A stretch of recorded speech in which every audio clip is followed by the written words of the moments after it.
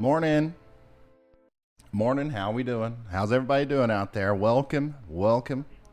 We are getting started in 3, 2, 1. Hello. Can everybody see me? Can everybody hear me? Is everybody here with me right now? Let's see your locations down there in the chat. I'm looking at it. I'm looking at the chat. It's right in front of me here. I want to see where you're from. Where's everybody watching from? Early this morning on March 18, 2022. We do have an enhanced risk of severe weather today down here in the south. And you know, we have tornado watches in effect. We have a couple severe thunderstorm warnings. But we have had, thankfully, no tornado warnings. Even all overnight, we don't have any right now. And as far as what I can tell, within the next couple minutes or so, it doesn't look like we're going to be getting one. So thankfully, this is not going crazy. It's not dropping a bunch of naders this morning. However, conditions are still extremely favorable for tornadoes in this environment down here. So we're going to watch these storms closely this morning and keep you updated on everything that's going on. It looks like we got people from all over the U.S. watching right now. Thank you guys for being here. And of course, as always, please share this on social media, okay? If things do go sideways today, we want to make sure that we let everybody know, okay? We want to get in front of as many people as possible. That's what we do, okay? People like having us on the phone, taking us to the tornado shelter with them. A new tornado watch it works. has been issued. It works, and it only works if you guys help out. So post this on Twitter, Facebook, Instagram, send it in a text message to a family member or friend, and we can really help some people out today. And look at that, we got a new nader watch, a brand new tornado watch was just issued. Let's check it out. I just retweeted it as well. Here we go. That's it. The National Weather Service has issued a tornado watch for parts of Alabama and Florida until 2 p.m. 2 p.m. CDT. This is a long-lasting nader watch. Let's take a look at that threat information. A couple strong tornadoes possible. The wording there is important to pay attention to. Not just a couple tornadoes, a couple strong tornadoes are possible. Hail up to the size of ping pong balls, and winds up to 70 miles an hour out here, okay? And that's going to include a population of 1 million people and 300 schools and 38 hospitals. It is, once again, 8:34 a.m. on a Friday here. We do have, people on their way to work right now. We got people, in school. So once again, we got to make sure we share this and get the information out there, because once again, the atmosphere is ripe. Okay, there's a lot of spin out there. There's a lot of nader juice, and the storms are there. The convection is there. However, for whatever reason, so far we haven't seen anything significant. Now, this could be a good sign. This could mean that the entire thing's going to underperform, and we don't see anything through the entire event. However, I'm not going to bet on that. And what could be happening is that the instability is just kind of building up, and once these storms get into the area just to the east of where they are now, things are going to start going crazy. So we're going to really dissect these storms as we go forward. We also have storm chasers. We have Vince Welty, who's currently in Jackson, Alabama right now, out in front of these storms. He looks like he's going eastbound on Highway 56. So he is, in southwestern Alabama, north of Mobile. So he's kind of in perfect position to put himself in the middle of that new tornado watch that we've got. And he'll be out there monitoring the situation all day. We also have another storm chaser that will be with us pretty soon, Brett Adair. But Brett is not live right now, so we will be checking in with him periodically, but I think those are the only two that we're going to have today. It is an early morning severe weather event, and storm chasers, they've got to get their sleep too. They got to get their beauty sleep. All right. Let's see here. Okay, so let's start diving in on these storms, and then we'll get an update from our team, our weather analysts, and also our storm chasers. We'll talk to them directly.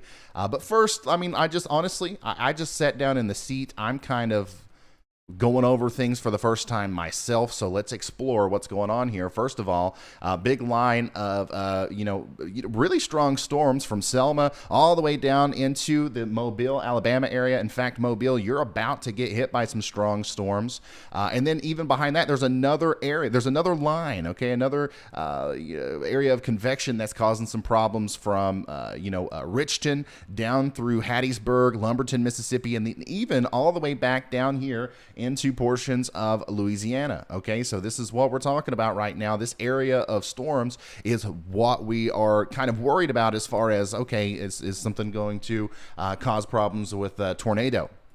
The further south you go with these storms, the more nadir juice there is, I guess, technically. And specifically, kind of in this area is where I would be the most concerned. You can already see the shapes of these storms are changing a little bit. You can see the curvature. You can see kind of what we would see on a hodograph. I haven't seen any observed soundings here recently, so I don't know exactly what it looks like. But you can see some beans are trying to pop up here. And if these become surface based, and especially if like a storm like this that gets out by itself can root up and take advantage of those veering winds with height, we are going to see rotating thunderstorms capable of producing tornadoes as they go into the western panhandle of Florida and of course southwestern Alabama here. These are the storms that we're watching closely. Okay, we've also got the ability to zoom in on these storms on the street level here, and that's what we're going to start doing if we start seeing tornado warnings and stuff. Right now, the most significant storm is up here in Alabama. It's severe thunderstorm warning for Clark and Wilcox counties, Pine Hill, Kimbrough. You guys are probably getting in on some really heavy rain, some frequent cloud to ground lightning, and maybe some small hail there. But once again, as of right now, we're not seeing a lot of rotation. Speaking of rotation, let's analyze this. Let's look and see what's going on velocity right now. And once again, there's nothing that's kind of really sticking out to me. Obviously, some of these storms are rotating. We do see the spin in some of them, but there's no storm that kind of jumps out to me right now as a big concern. But do know that there's a lot of people involved. It's not just me looking at this. We have, once again, weather analysts in the background keeping an eye on things as well. And, it's the second something happens. I'm not kidding, guys. I really do think that we will be the first ones to know because of the amount of eyes that we have on this thing. There's a little area of rotation that I've been watching in this storm just to the west of New Augusta, south and east of Hattiesburg in Mississippi. But as of right now, it's broad, and there's no cause for concern. That's why we don't have a tornado warning yet. So it's little stuff like that we're going to be keeping an eye on as we go forward to see if it intensifies and what happens as the radar progresses. Okay, I do think once again it's in this area a little bit further to the south where we have a little bit more in the way of ingredients for these storms to come through.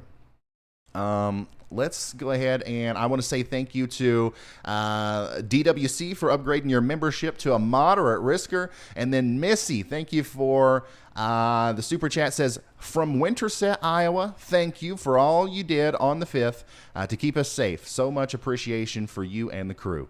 Thank you, Missy. I really do appreciate the support there. And yeah, the Iowa stream was intense, and I'm glad that we could be there.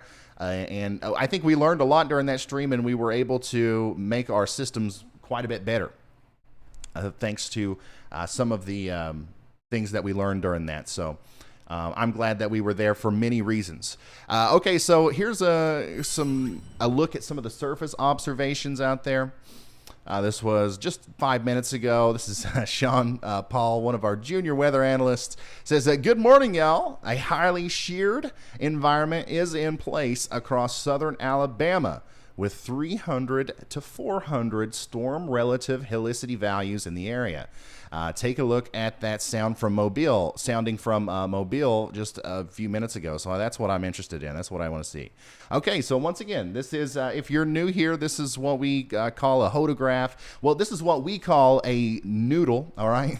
And, if you're not too concerned about the science behind this, if your noodle is curved it's not a good sign. Okay, you never want to see a curved noodle, and that's exactly what we're seeing here. We got a big, this is actually a pretty stout curve here, and all this shows is turning winds with height. Okay, we're down on the surface here. We've got winds coming out of this direction, and then as we go higher up into the atmosphere, you can see that turning with height, and this is kind of what we're seeing also on the radar as we look at some of those storms that are starting to show those same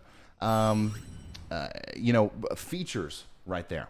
Okay, so also, did you see that the lights just changed behind me? That means we have an update from our community manager, Frank. Go ahead, Frank. What's up? We'll see what he's got to say. Hey, Ryan, I just want to let you know that your Streamlabs is lagging on TeamViewer. Can you fix that?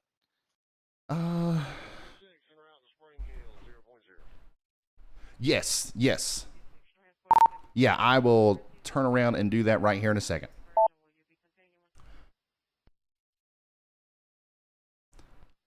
Thank you very much. How is his volume, guys? This is something that it's always different. Every time we do this, I feel like their volumes are different.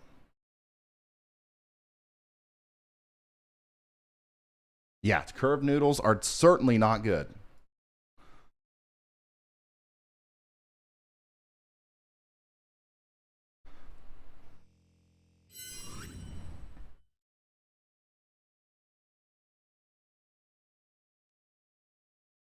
Give me just a second.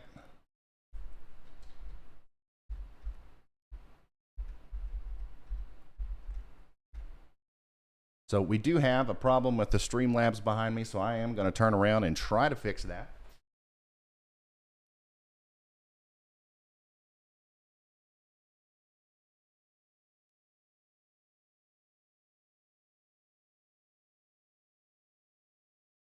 I don't know what's causing that.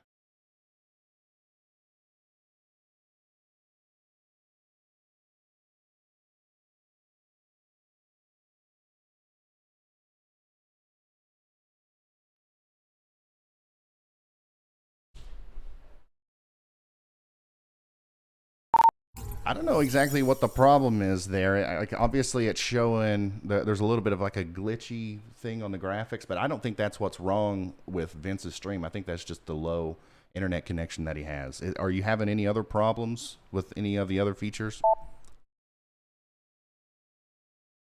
Carbnado, thanks for being a member for 6 months. It's just Vince's stream is showing up stuttering right now, and on the OBS or Streamlabs panel, there's like a volume mixer that's like glitching out. Yeah, I think that Vince's stream is just, I think it's on his end. I could be wrong, but I don't know what's going on with the volume mixer. I couldn't get it to change.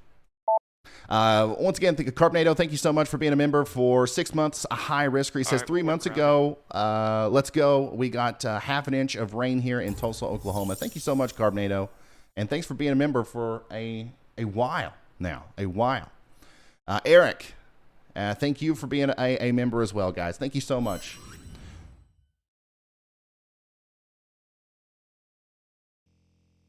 Already starting to get the dog pictures in.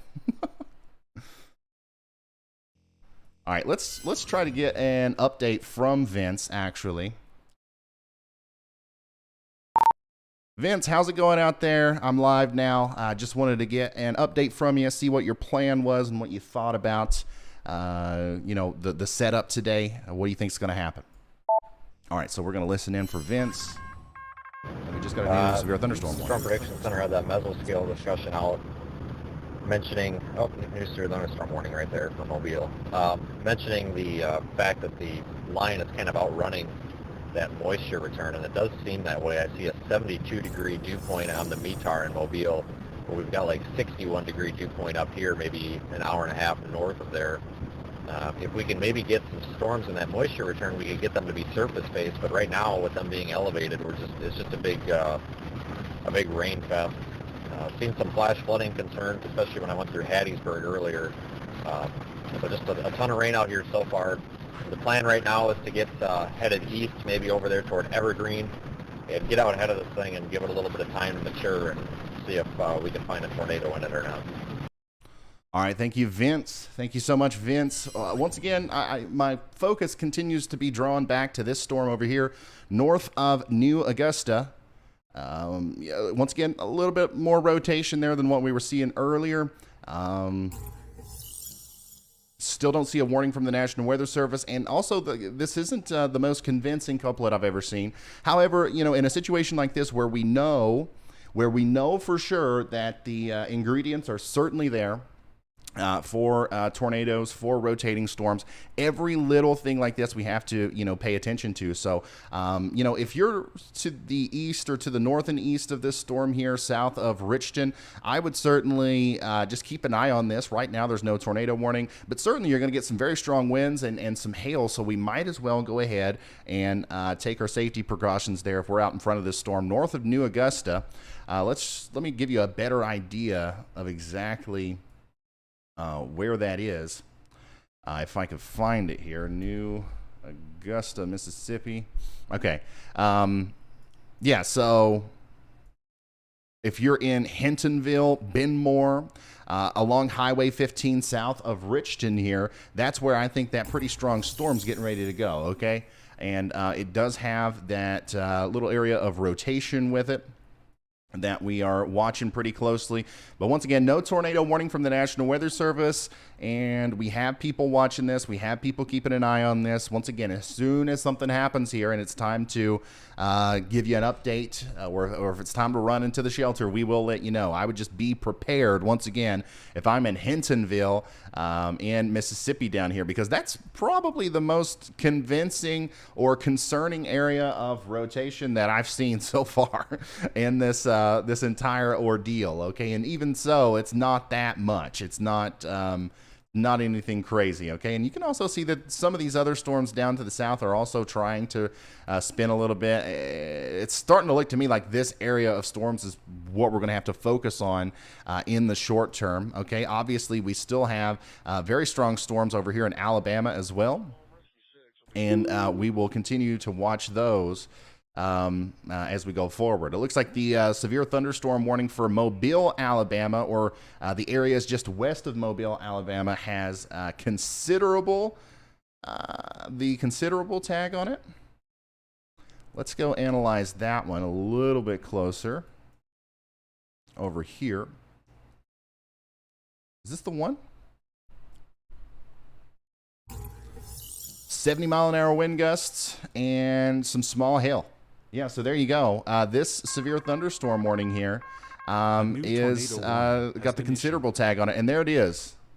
We just got a tornado warning, and let me see here. That's for Waynesboro and Richton, Mississippi, and New Augusta until 8:30 a.m. There it is. So that was the storm that we were looking at there. We just got a brand new tornado warning. Let's go ahead and sound the alarm. National Weather Service has issued a tornado warning for Greene, Perry, and Wayne counties in Mississippi. That is going to go until 8:30 a.m. Central Time, okay? 8:30 a.m. Central Time, and that's for the area of rotation that we were just talking about. Once again, guys, I never want to jump the gun, and I never want to try to make it seem like I'm trying to do the National Weather Service's job. That's not what I'm here for. I'm simply here to communicate the messages that they relay. Okay, but we did see this, and now it is a reality that even the National Weather Service agrees with me here that this is producing enough rotation to potentially produce a tornado here south of Richton. So we're going to watch that very close. We're going to focus on it, and we are going to also go back and forth between that and this considerable severe thunderstorm down here west of Mobile. So if you are in Mobile County, Alabama, please be ready for this storm as it comes through, because 70-mile-per-hour wind gusts are possible. Now let's kind of focus in on this storm over here. Okay, once again, this area of rotation looks pretty concerning as it is now getting ready to go south of McSwain. Okay, and then it's going to go towards Hintonville, and it's going to cross the road. Okay, if there is a tornado with this, and once again, we don't know for sure. This is a radar indicated tornado, but if there is a tornado with this, it's going to go south of Richton across Highway 15 here within the next couple of minutes. Within the next couple of minutes. Let's actually draw a storm track here. Let's see here. Let's get my analyst to help me out here. Hey, Andy, do you know can you look up real quick the motion, how fast this tornado warned storm is moving according to the National Weather Service? So as soon as I get that, I will plug that in here and try out the new system.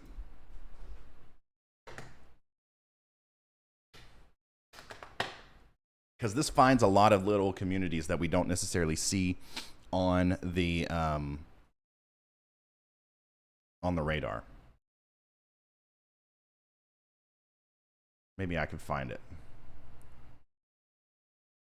Moving northeast at 45 miles per hour. Okay, so what we can do now is we can draw a storm track all the way up into this portion of the storm. Hey, Ryan. It gives us a looks like that storm's moving at 45 miles per hour northeast. Okay, thank you, Andy. So this will be in McSwain in about 4 minutes, Richton in about 7 minutes, okay? And then we got Brewer in 13 minutes, Smithtown in 26 minutes. So that's kind of the direction that it's heading in right there. And once again, the rotation looks a little bit more impressive now even than it did just moments ago. We're watching this area. Once again, if you're new here, if you're not 100% sure as to what is going on with this. This is the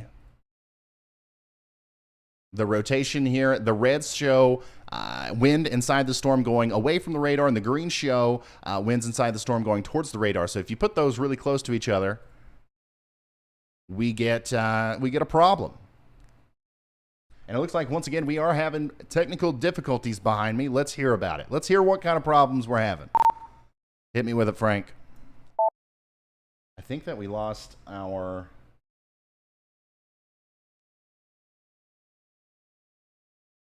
So I'm having trouble connecting with TeamViewer right now. Yeah, for some reason that computer has completely shut down. I'll have to fix that after this warning expires, because I'll have to actually turn around and focus on it. But yeah, so now if we do get Brett Adair coming through, it'll be a second before we can throw him up. But we still have Vince Welty is the MVP of Storm Chasers, because we have several backups for him. So we still have access to Vince's stream there above my head. And he is in Jackson, Alabama. So he's not necessarily close to this tornado-warned storm. However, he is going to be right in the line of fire for these storms as they continue to move east towards his direction. And it looks like, these are going to try to intensify as they move east as well. Okay, so latest update there on the radar does show just a little bit of a decrease in the amount or the intensity of the couplet. However, we still have enough rotation here to, be concerned about if we're in Richton or East Side or Brewer. Okay, so if you guys are in any of these places, please be in your safe spot. Okay, and don't come out. Don't come out until the warning is allowed to expire. All right. Also, this is very likely, if there's a tornado down on the ground with this is extremely, more than likely going to be rain wrapped. Okay. We're not going to be able to see it. So don't try to go take a picture of it. Don't try to go take a video of it. It's going to come out of nowhere and it's going to surprise you. So you need to be sheltered in order to make sure that this, you're going to be protected from this. It's going to be a rain-wrapped tornado as it approaches Brewer, Henderson, Smithtown, once again all the way up into Clara and Buckatuna, down here in southern and southeastern Mississippi. We're going to continue to watch that very closely. And for anybody that's just now tuning in, this is a broad view of everything that's going on right now. We do have that one big tornado warning down here in Mississippi, but we also have a severe thunderstorm warning down here to the west of Mobile, which is now, only shows a tag for 60-mile-an-hour winds and hail smaller than 3/4 of an inch. So this is still going to be a significant storm up here in Mount Vernon, okay, Creola, Saraland. Just make sure you are prepared for that.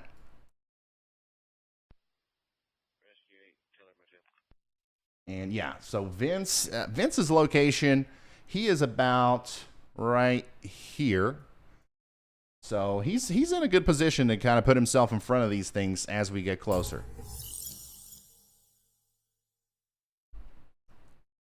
The rotation on this storm south of Richton, by the way, has really, really calmed down, which is a good sign. Hopefully, we continue to see that trend there. And this is kind of in a system like this where we have all these lines of storms. A lot of times, the tornadoes that happen are going to be quick spin-up tornadoes, and that's why I'm going to do my best today to do what I did earlier in recognizing that area of rotation from the moment that it looks like it might become a problem in the near future.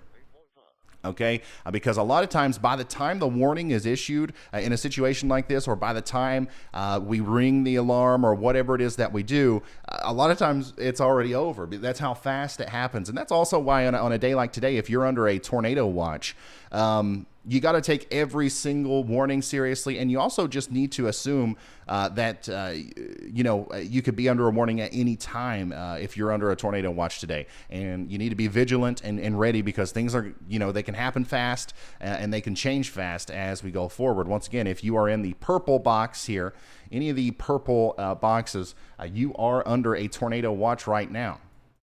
That does include, let's see here, Pensacola, Florida. It includes Brewton. It includes Mobile, Alabama. It includes Georgiana, Greenville. It includes Monroeville. All these places in southern and southwestern Alabama, including Jackson. And then also, we still have that continued tornado watch over here south of, or in Waynesboro, back through Hattiesburg, and of course down towards Biloxi and Grand Bay. So once again, if you are in any of these places, you need to be ready today, because these quick spin-up tornadoes are going to continue to be a problem, I believe. And then, of course, if you are in the purple box here, you are under a tornado warning. Let's make that box thicker, shall we? I want you all to be able to see that very clearly. There we go. I like that. That's better. And now the lights have turned green. What do you guys think about the new system? I like that. When the light turns green, you know what that means? We got to talk to Andy. All right, give me the weather update. What's going on, Andy? Hey, Ryan, looks like the SBC's 13Z update, 8 a.m. update Central Time. A new severe It has cut that 10% tornado risk in the hatched area south of Montgomery, Alabama, in association with this line cutting off any potential for tornadic storms north of that. And it looks like that 10% tornado risk is also entirely within Alabama now. Mississippi kind of out of the main risk. Anyways, there's also an area of rotation to note near Jackson, Alabama, that you just pointed out, north of Mobile.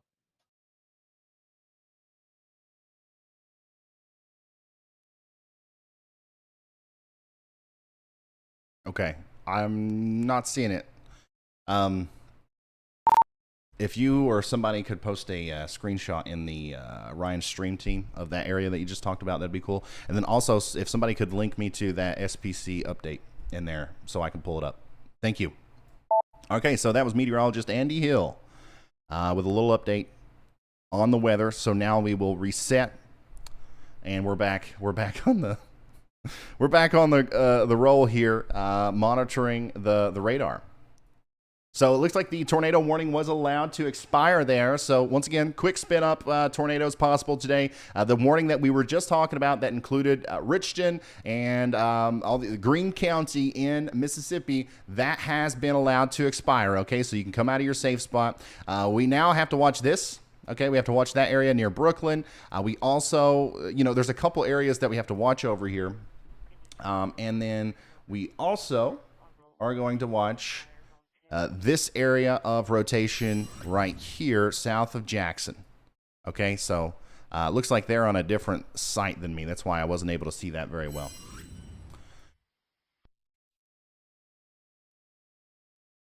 And once again, that is kind of really close to where Vince is. Yeah, Vince is very close to that area of rotation. However, it is, once again, it's not extremely convincing. It is not extremely convincing. So we're not going to sound any alarms just yet.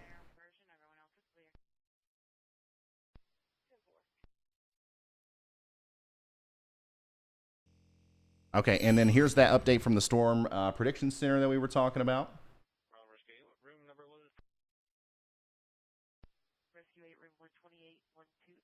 Okay, that's the new update there. We got an enhanced risk. And things have moved a little bit. Things have shifted a little bit from that last, update that we got. We also, once again, a big threat here is going to be those damaging winds, even into southwestern portions of Georgia now, where we have a 30% chance of damaging winds, okay?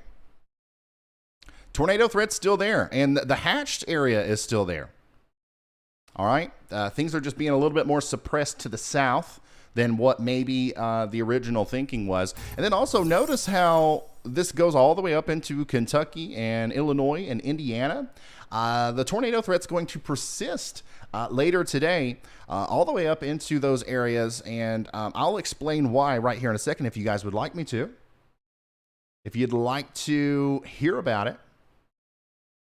I can briefly go over the weather models and what the plan is, or what the idea is for what we're going to be dealing with later on down the road. If you guys want to see that, we can do that right now, actually.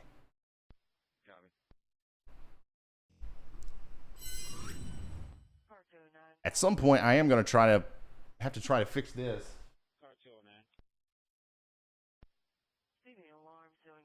Once again, I don't know what the problem is there.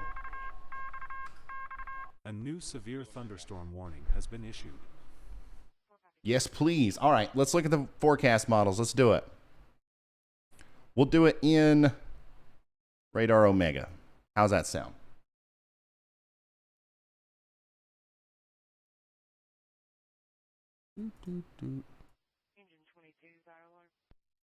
So we'll switch real quick here over to the models.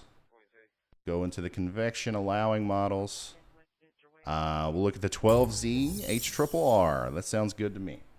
So what we're looking at now is not a current look at the actual radar. What we're looking at now is actually a... Oh, man. Something that they need to do is like have profiles to where I can switch back and forth from different ways of looking at this. Anyways, what we're looking at here is the simulated radar. This is what the radar could look like as we go into the future, okay? This is the high resolution rapid refresh model.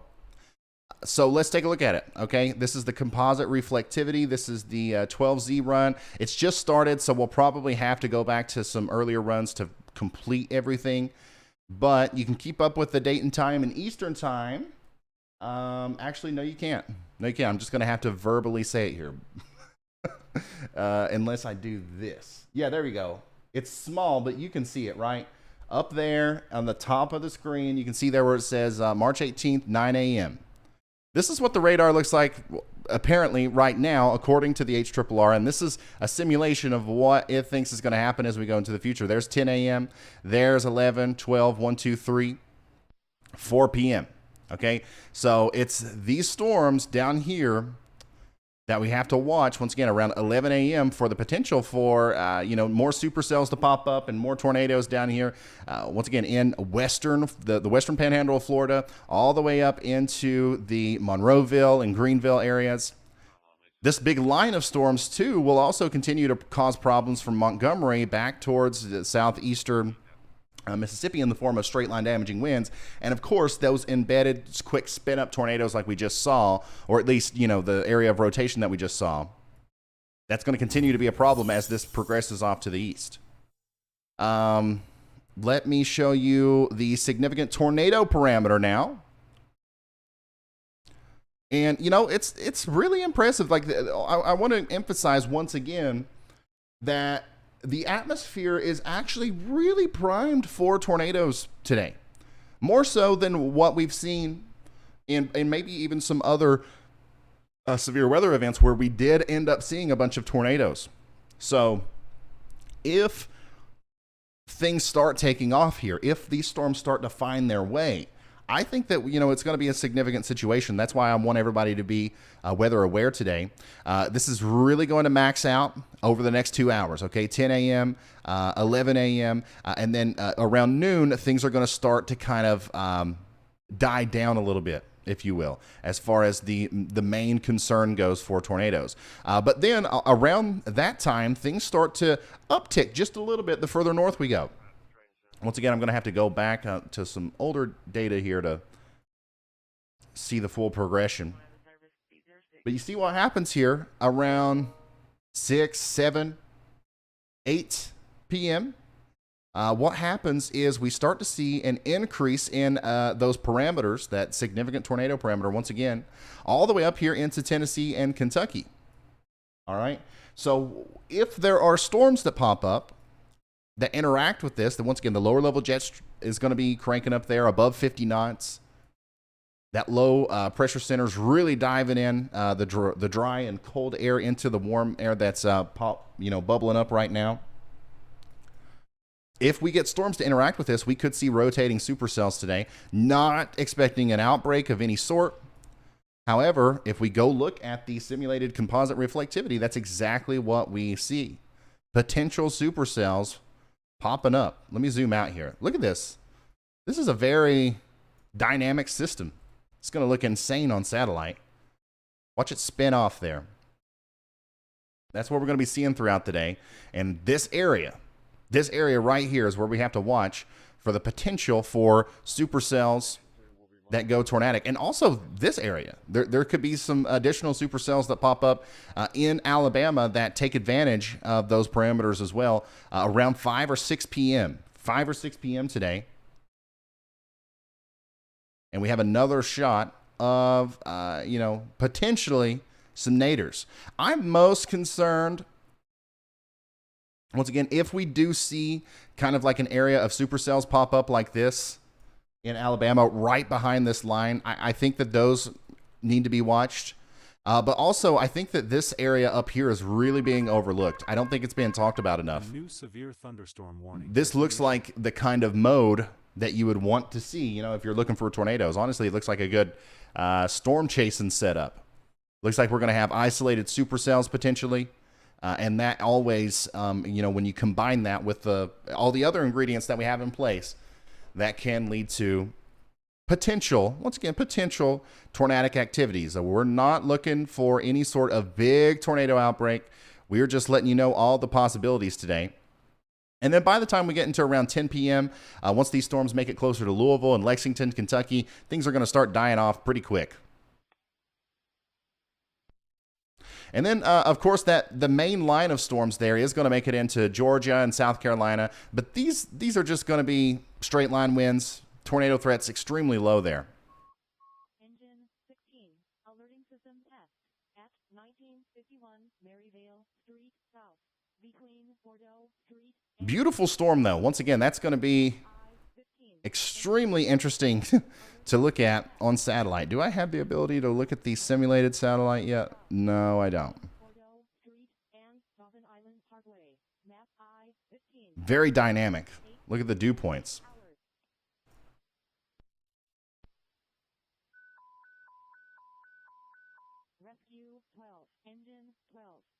You can see the progression of the dry air smashing into the warm and moist air. That's what's causing everything. Okay. All right, let's go back to the radar.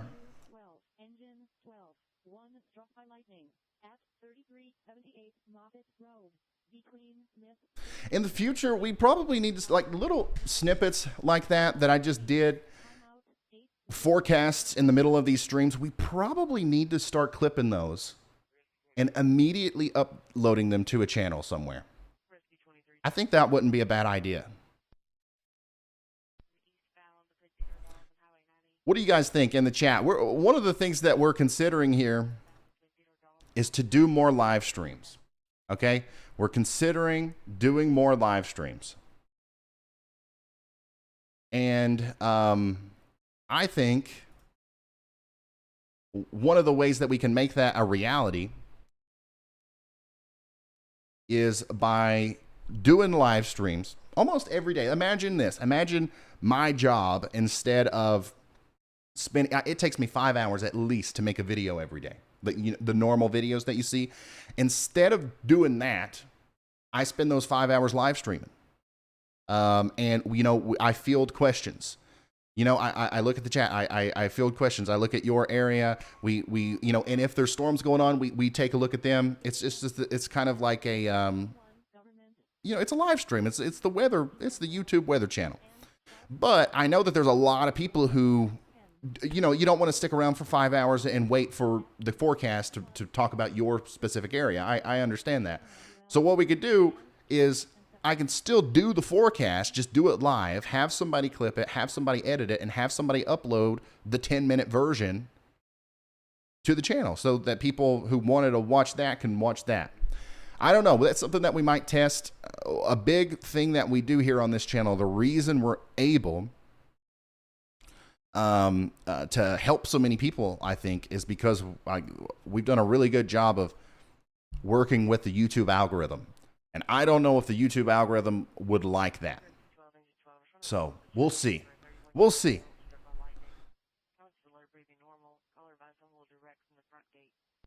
But it looks like you guys definitely like the idea. Because honestly, it's easier for me to do. It's easier for me to stream. It's easier for me to stream than try to put together this polished video completely by myself. The only difference is I do believe that the videos would be a little bit. Actually, no. The videos would probably be about the same. Because I could still work up a quick script and go over some bullet points or create that before I start the stream, and just kind of, you guys would just see the behind the scenes of the production of the forecast video pretty much. So if you're watching live, you would still get the information, but you'd also get to see everything that went into creating it. And if you didn't want to watch that, you could just watch the video, the edited version. We'll explore it.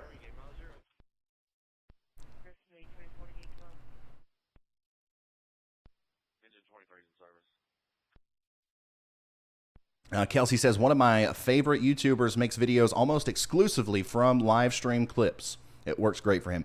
It works great for a lot of people who do live streams. That's how a lot of live streamers do it. But that, you know, that's just not how I've done it. So I don't know if it works with the weather in the same way that it works for gaming. I don't know. I certainly don't want to lose our influence and our position on YouTube that allows us to reach so many people. I don't want to do anything that would jeopardize that. If you're just now tuning in, we are watching a severe weather situation unfold in portions of Alabama, Florida, and Mississippi. Okay, we do have Storm Chaser on the ground out there, Vince Welty. He's intercepting one of these storms near Jackson, Alabama. And, you know, the parameters are high for, you know, things look pretty gnarly on, you know, as far as observed soundings go, and as far as, you know, the current instability levels and stuff. However, we haven't seen a lot of tornadoes today, thankfully. Okay. But we just saw moments ago a very quick spin up area of rotation that I believe might have produced a funnel cloud, maybe a brief actual tornado. So we're going to continue to search for those things as we go forward, because I think that's going to become the problem. I think that's going to be what we're dealing with today. So if you're under the tornado watch today, all that information is scrolling down on the bottom. Please Please be extra weather aware. We're going to be here with you. I'm going to be here for a while, okay? Like, this is taking the place of my normal video today.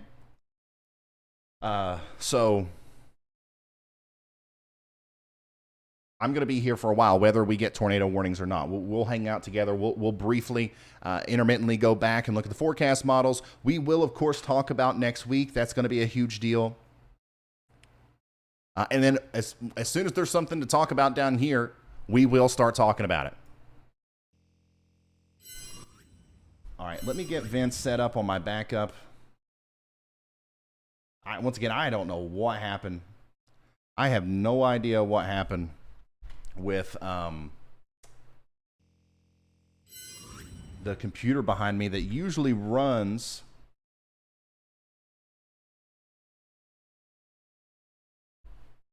the streams for our chasers.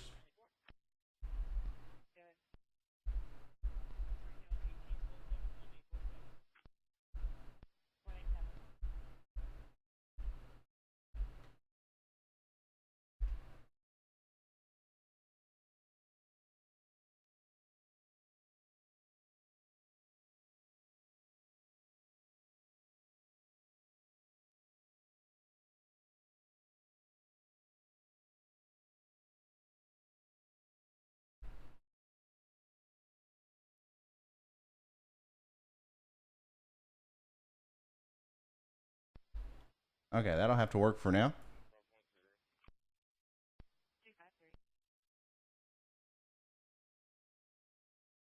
So once again, this is Storm Chaser Vince Welty in Grove Hill, Alabama. You see him on the map there. Looks like he's still going to the east. Okay, so he's on highway or Interstate 84 going east. He's going to head down towards Monroeville. That's the way he's going right now. Trying to stay out in front of these storms. He has been out all night.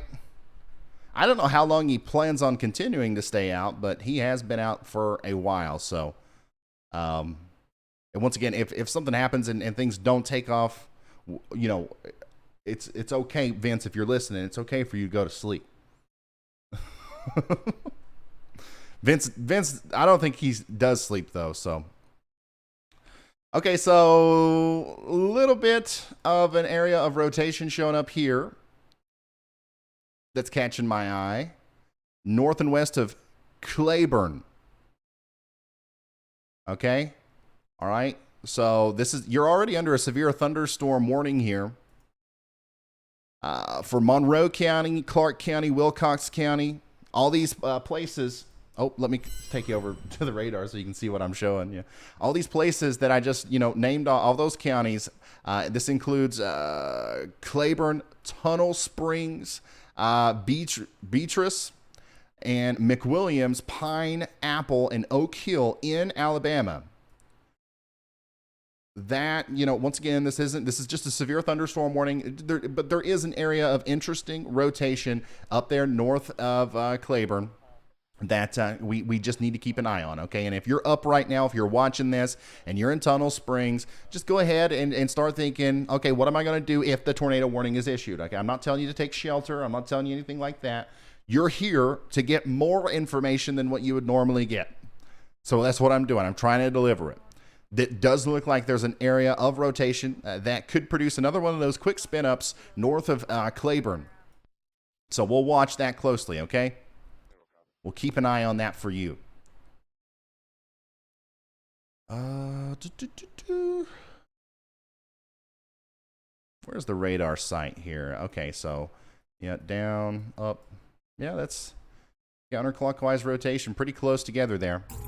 RJ, thanks for being a member for 3 months. Thank you so much, guys, for all the support, for real. And we'll see stuff like that pop up very, very often. And a lot of it is not going to amount to anything in a situation like this. But some of it will. That's why we have to be vigilant and watch every single thing. So,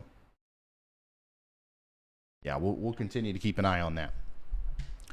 Hey Ryan, do you think Columbus, Ohio will get any big storms? Not today. You're definitely, you might get some thunder, some lightning, some heavy rain. The tornado threat, the severe weather threat, I think is pretty low for Columbus, Ohio today.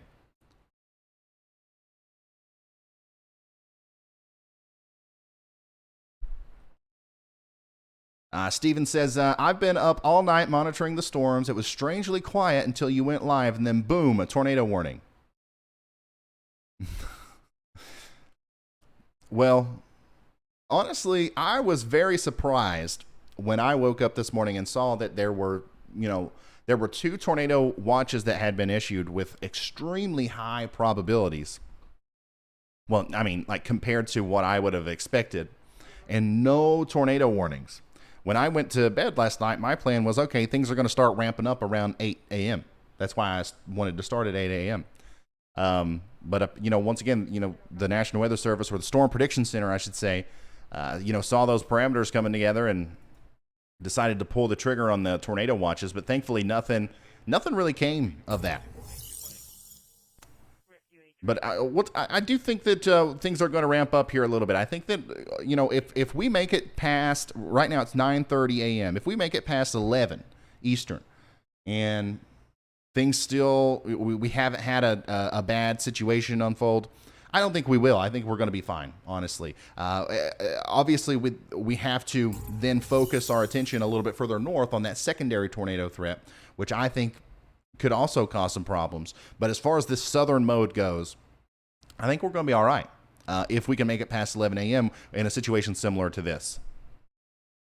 But that tornado watch is in effect until 2 p.m. for portions of western or the western panhandle of Florida. So we're going to watch it all day.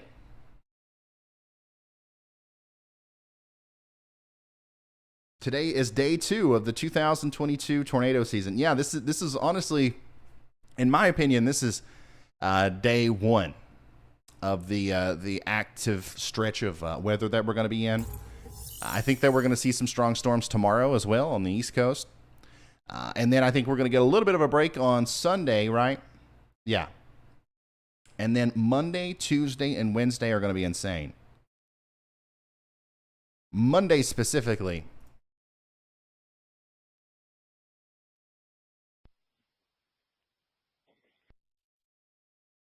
Let's see here. What's our risk in Westmoreland, Tennessee through today? Let me look up where that is.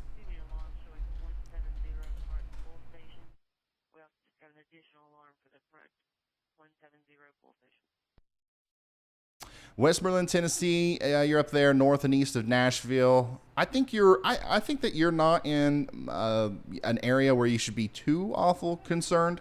However, you are under a slight risk of severe weather, or you're right on the border there. And you also are, in a 2% risk area for tornadoes. So if we do see those supercells pop up later this evening, once again, we're talking about after 6 or 7 p.m. for you. Keep an eye on the radar. Keep an eye on my stream if I'm still live at that time. There's a potential that we end the live stream at 11 or noon today if nothing happens with this early mode, and then we pick it back up this evening. I don't know yet. But your risk is pretty low today for any sort of severe weather. It just depends on whether or not you get hit by one of those renegade cells that could potentially pop up with the passing of the low pressure system later today. Certainly you're going to get some strong winds as it comes through. But if it's associated with a storm, you could get some damaging winds as well, because you are in the 5% risk there for strong winds. So hail and maybe an isolated tornado is going to be your biggest threat for today. Chasing Media, thank you so much for the super chat. And when Daria W, thank you so much for becoming a moderate risker. Lori Lynn, thank you for becoming a slight risker, guys. Thank you for the memberships. We're growing. Our team, or our membership club is growing. I think that it's possible that we breach 2,000 at some point. We've been hovering around 1,700 for a while, though.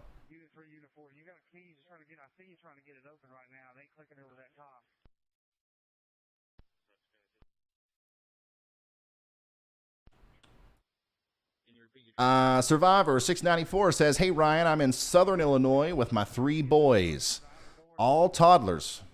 Will you be live at 4 or 5 Central Time? Love the coverage and the streams." It's possible. It's possible that I'll be live at 4 or 5 Central Time. I just don't know. I don't know right now. That's something else that we got to work on, is becoming a little bit more consistent and like,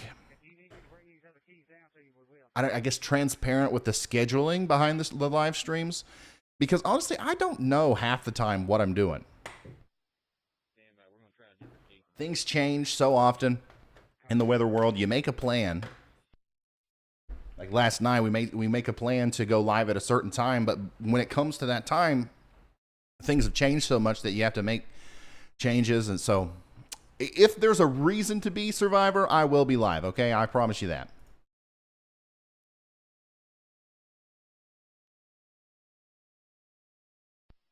Unit 4, you can bring those other keys down. Hang on, the elevator guy's coming down there. He's coming down on the top of this car.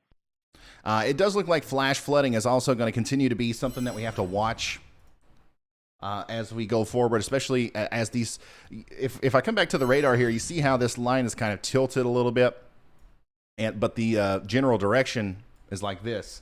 Everybody underneath this is going to experience the training of thunderstorms, going over them over and over again. And then if we come over here to Vince Welty's stream, you can see just how intense that rain is.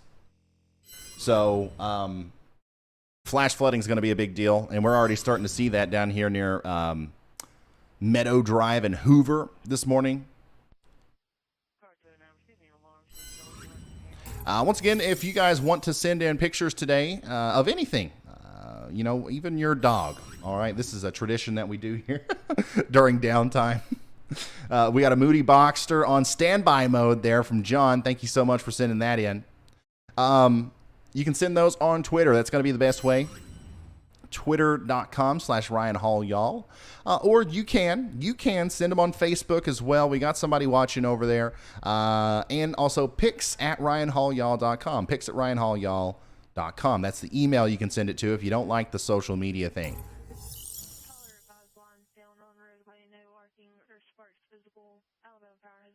And of course, follow me on Twitter too. I'm retweeting all kinds of important information to my feed. Joshua Bearden, thank you so much. Thank you so much for becoming a Slight Risk member.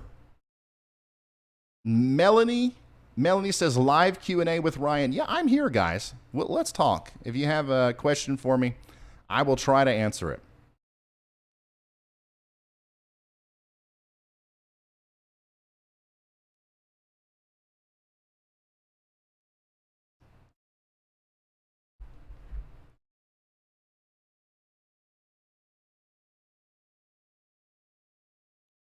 And of course, remember, guys, only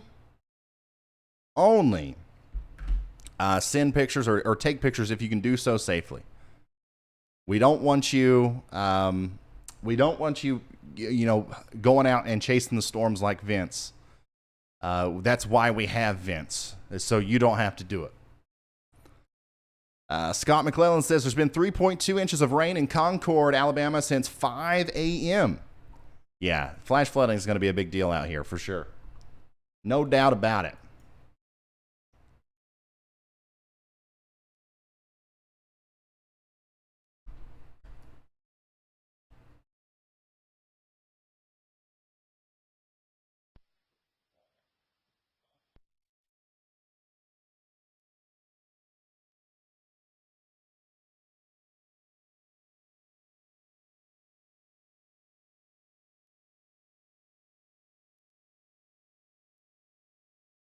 Let's see here. LF says, my sister is in the 30% part of Texas for Monday's storm. How worried should we be? Let's go over to Weather Bell and take a look at the models. Let's look at some of the more long-term models. By the way, here's another loop of the HRRR. It looks like the 12Z has finished loading. And yeah, that's kind of what we're looking like today. Tornado threat is, pretty much over by 2 p.m. in the southern mode, and then immediately we start kind of being concerned about these areas. But the concern is minimal. Okay, I'm not looking to see big giant tornadoes scraping through Tennessee, Kentucky, and Illinois and Indiana today. It's just a very, very isolated chance of some action there if these can kind of start rotating and become surface based. Okay, but yeah, let's come over here to the central U.S. and let's look at the GFS. Actually, let's zoom out to the whole U.S. and let's look at that upper air stuff. This is a 6Z. Okay, so this is the trough. Just for those of you who are new here, who aren't used to the terminology, I try really hard here to not become too meteorological, to not try to say words that don't make sense to you. So sometimes I oversimplify things, which is why it's good that we have Andy now. Maybe he could come in after I'm done with my little spiel here to go even more in depth. But this is a trough, okay? And on the front side of the trough, what's happening is the gates are opened for air to move freely in this direction, okay? And then same thing happens on the backside. All right, you got cold air coming down, you have warm air coming up. The more pronounced a trough is, and especially the more it kind of tilts in this direction, the more significant both of those actions are, and the more concerned we come about what could happen due to it. All right, so this is the little one that we got today. That's causing our problems today, and it's going to continue to kind of cause our problems tomorrow. By the way, we got a severe weather risk all the way up into the northeast tomorrow, which I'll show you more about that right here in a minute. So, that's what's causing this. This is the upper air. This is 500 millibars. This is the mid levels. So what happens in the future? What are we concerned about going forward? Well, we have another one coming in. And this one, for a long time, for a while, this one was looking very, very intense, and it was showing a little bit more of a negative tilt. It looks like the latest version of the GFS has certainly downtrended a little bit with the kinematics. However, we still have a very strong trough here. It's deep, it's big.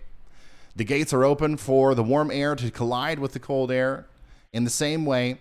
However, this isn't as serious looking, I guess, is what we looked at in the video yesterday.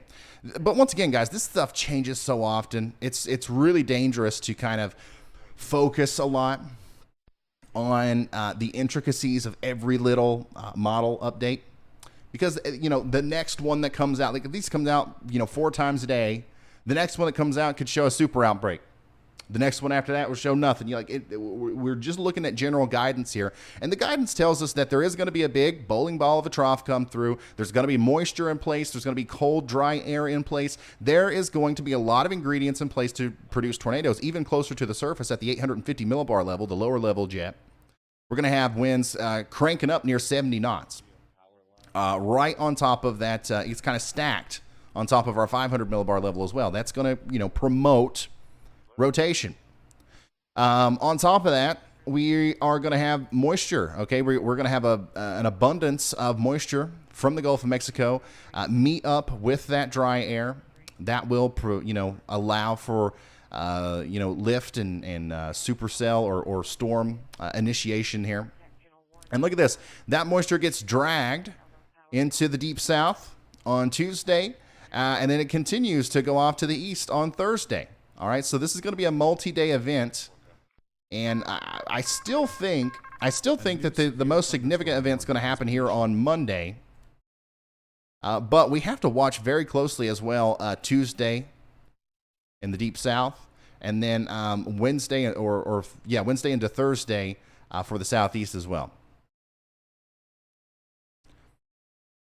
Let me try to show you a couple more things here.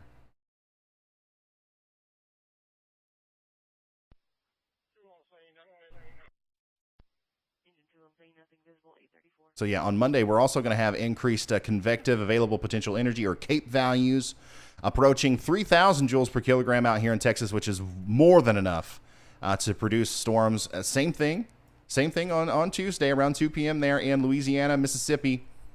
We got to watch out for that. So yeah, that's what we're looking at there. Let me show you the SPC outlooks. That's the day 4 outlook. Let me come back over here. That's the day 4 outlook. South of Dallas, north of Houston, that's the 30% risk area. That's rare, okay? This was at 30% yesterday as well, which means that the National Weather Service is pretty confident that something's going to happen here that is going to require at least, more than likely, an enhanced risk for severe weather, just like what we're seeing today. You know, if the models continue to show something similar to what they were showing yesterday, a lot of people like to speculate about this stuff, and maybe you shouldn't do that. But yeah, yesterday's kinematics, as long as the thermodynamics line up with that, as long as the short-range models show, you know, supporting factors on top of that, yeah, yesterday's models were promoting a moderate risk event, 100%. But, you know, if things kind of continue to show what we've seen today, it's vastly going to depend on, you know, the mode of the storms and the timing and all that stuff. But we might not see that happen. Certainly, it doesn't matter, though. It doesn't matter what the Storm Prediction Center does. All you need to know is, if you live out here, is that Monday is going to be a very active day for severe weather for you. And you need to go ahead and right now figure out what your preparedness plan is going to be. Day 5, we've got that 30% risk area in Mississippi here. Day 6, we got a 15% risk a little bit further to the south and east. Once again, you can see how this moves east. This is associated with the same storm, the slow-moving storm that kind of cuts up like this. I can promise you this, okay? Like, the storm is going to happen, and somebody within these areas, you know, we're going to see tornadoes during this time period.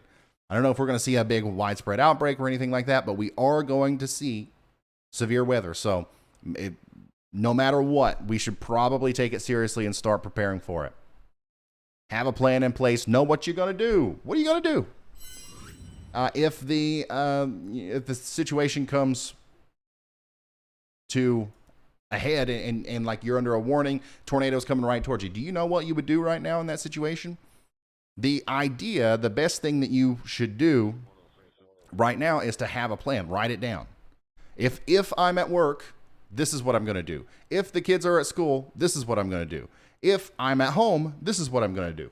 And then that way, no matter what situation you're in, if that happens, you've got a checklist of exactly, you know where to go, you know what to bring, you know who to call, you know where everybody is. You don't want to be a sitting duck and confused and kind of like freaking out because, like, oh no, I never thought it could happen.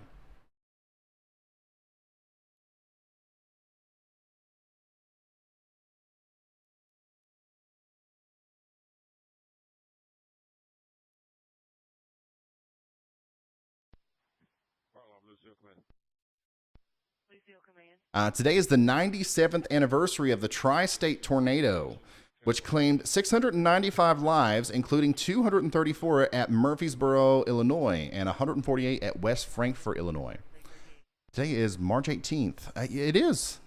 It's been almost 100 years since the Tri-State Tornado. We thought we had the Quad State Tornado in December of last year, but it turns out that was multiple tornadoes. I have a pretty hot take on that. I think that in 1925? When did that happen? The Tri-State Tornado? It was in the 1920s or something. I think that probably a similar thing happened with that storm where it briefly lifted at some point. But back then they didn't have the resources that we do now to fully investigate the entire hundreds-mile-long path. That'll probably make some people mad. But I don't know. I don't necessarily buy it. They didn't have drones, okay? And I'm sure that they could figure that out without drones, but you know what I'm saying. I think that record's going to be hard to break, especially if it's not, if it wasn't verified with the same standards that we have today, I guess, if that makes sense.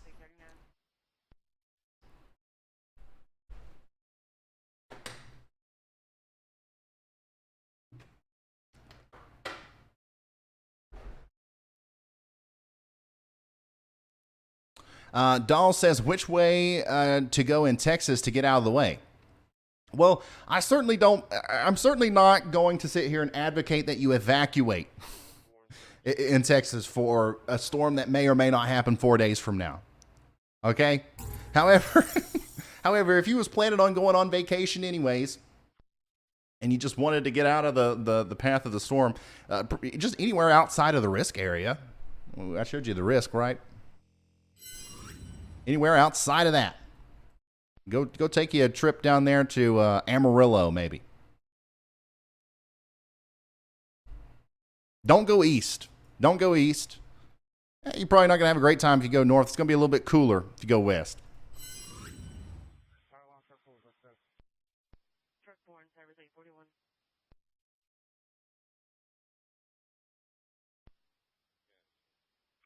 As of right now, these storms look the most concerning, I guess, as far as like if we're looking for naders. However, there's nothing of significance happening right now that would promote a tornado warning. But they are curved. You can see that they're trying to do something. Let's hope that they don't do anything.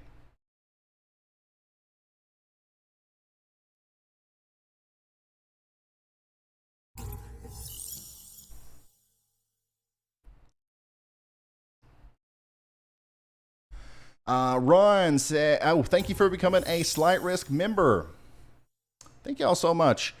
Feral Dragon has been a member for 7 months, man. Congratulations on the red lightning bolt. Says, hey, Ryan, can you give us an estimated timeline across the Florida Panhandle? Absolutely. Well, first of all, from Interstate 10, from Mobile all the way over to Crestview, you are under a tornado watch until 2 p.m. So everybody needs to be weather aware no matter what time it is from now until 2 p.m. CDT. However, if you want a more, in-depth look at the exact timing of the line as it comes through, I can do that. U.S. regions, let's zoom down to the deep south. Go to the HRRR. Composite reflective. Now, this isn't exact. But it's close enough. The time up there, you can keep up with the time above my head. It's in Eastern time, though. Looks like around 11. Around 11. Possibly even a little bit earlier than that. Some new storms, some supercells are going to try to pop up here. Okay, so that's why I'm kind of focused on that area. And then by 12, they'll be making it closer to Pensacola and Milton. And then some of the strongest storms, whether they're tornadic or not, we're just talking about the wind and the hail here at this point, are going to be going through between 1 and 3 p.m. And then by the time this main line of storms gets past Pensacola and approaches Mariana, for example, east of Crestview, that's when the threat really starts to die down with the tornadoes. And we're mainly just watching that general severe weather risk as it goes out. Okay, so from now until 2 to 3 p.m. is where that's where you need to be on heightened alert, I guess, in the western panhandle of Florida.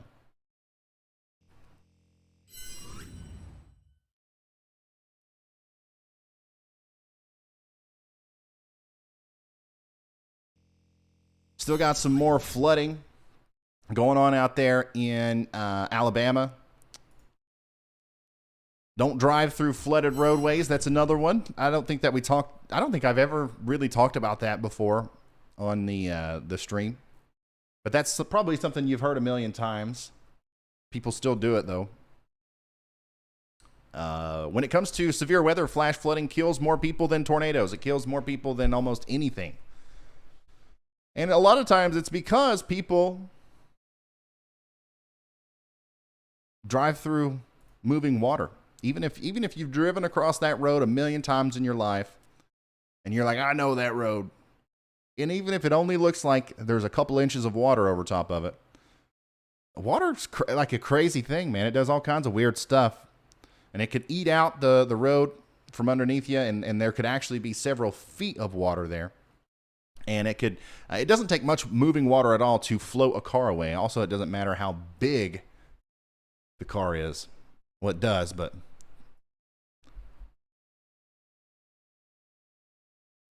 doesn't take much water to move vehicles, is what I'm trying to say.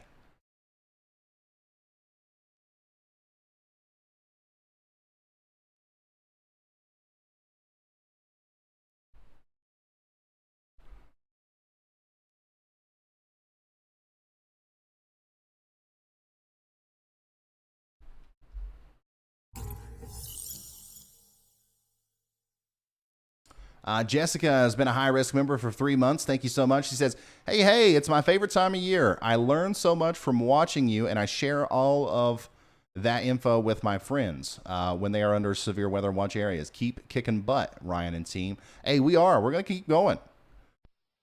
Thank you for the support. And I'm glad that people learn from these streams. Once again, it's not necessarily my intent to be educational here. And in fact, that's one of the main reasons why I go to extra, lengths to avoid using confusing terminology.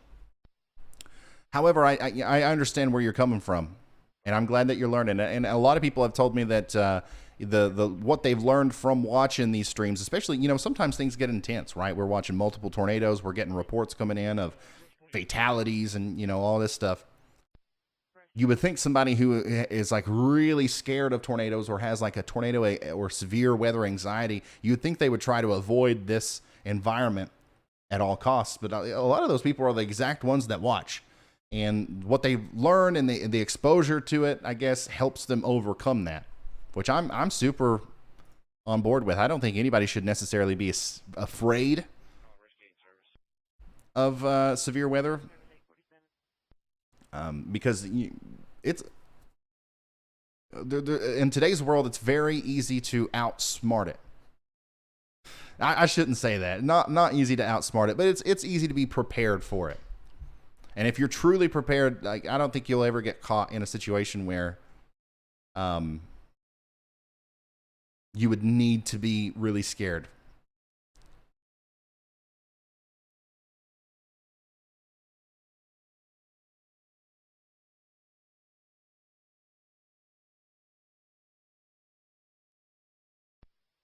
Yeah, so there's a lot of people who have that storm anxiety, for sure.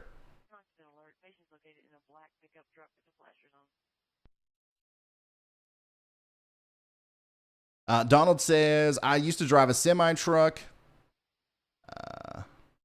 and a number of years ago, with police permission, I drove a fully loaded truck across a flooded section of road, and it felt like the truck was going to be carried away at any moment.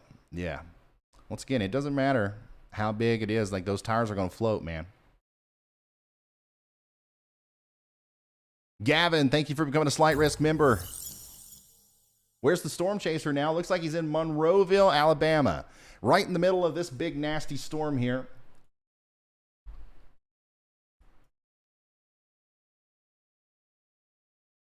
Or just to the west of Monroeville. So he is near Mexia. So Vince's exact location is right in here. So he just went through some heavy rain. Let's see if he's on his way to some rotation. I mean, there's not really much of anything there. The only areas that I see right now that I'm even considering keeping an eye on, I guess, is this. Okay, south of Palmer's Crossroads. And that's it. Like, honestly, there's not a lot going on right now, which is, very surprising given the ingredients that are in place in the atmosphere. So, but like, still, we're very thankful for this.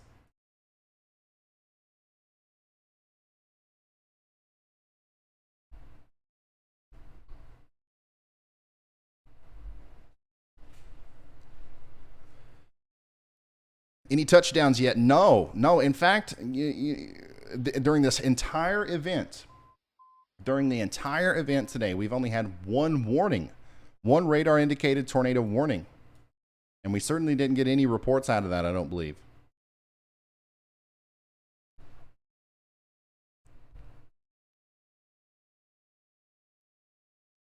Allie, yeah, go ahead and ask your question for sure.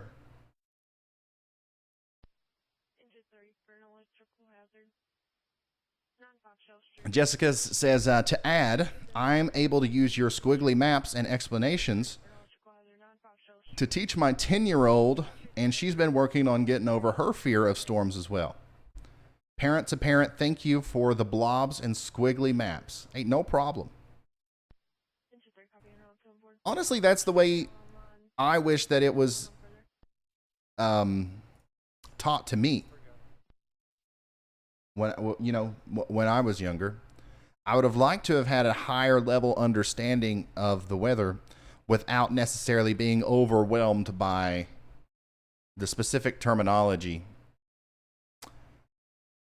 I think that's invaluable. I think it's literally invaluable knowledge to just to be able to read a radar, to be able to look at this and know what it shows. And to be able to look at this especially and know what it shows and really know. There's a lot of people who kind of know, and maybe if you kind of know, that's not going to help you much, because there's a lot on here that could be easily misrepresented or misunderstood. But if you really understand this, and anybody can learn this, you don't have to go to meteorology school to learn how to read a radar. Okay, you don't. I promise you that. But I think that, the amount of, fatalities that we see in severe weather events and stuff would drastically go down. I do. If people were just a little bit more weather aware and they had access to this stuff, which everybody does, by the way, all this is free. You can find it out there for free. You don't have to have a fancy app. You don't have to have it like the weather.gov. What was I saying? Oh yeah, if everybody knew what this meant, it would be a game changer. So I think that, especially in areas where this is common, like, and I could be wrong, that they may actually do this, but like in Alabama and in Mississippi, they should teach this in schools to young children. Start with the basics, right? Start with this. And then build on top of that. By the time you're in high school, everybody should know what a velocity couplet is.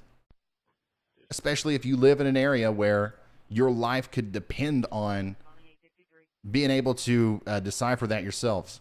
Because obviously people die all the time in tornadoes, more than should. Obviously TV coverage isn't enough. Obviously sirens aren't enough. Obviously everything that we do right now is not enough. So why not try harder?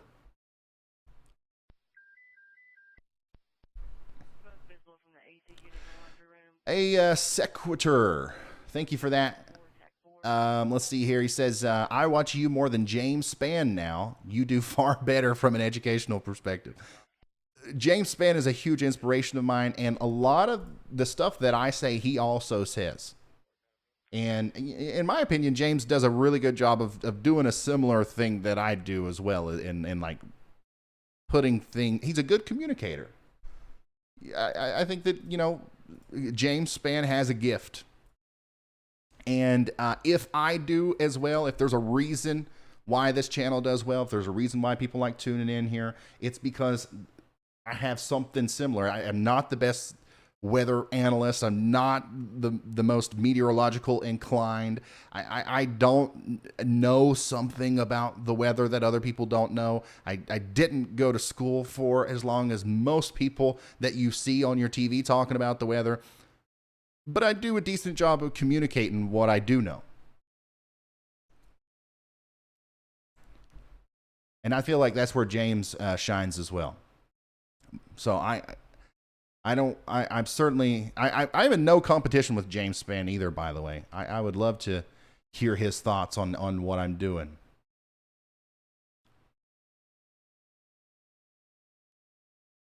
Love that guy.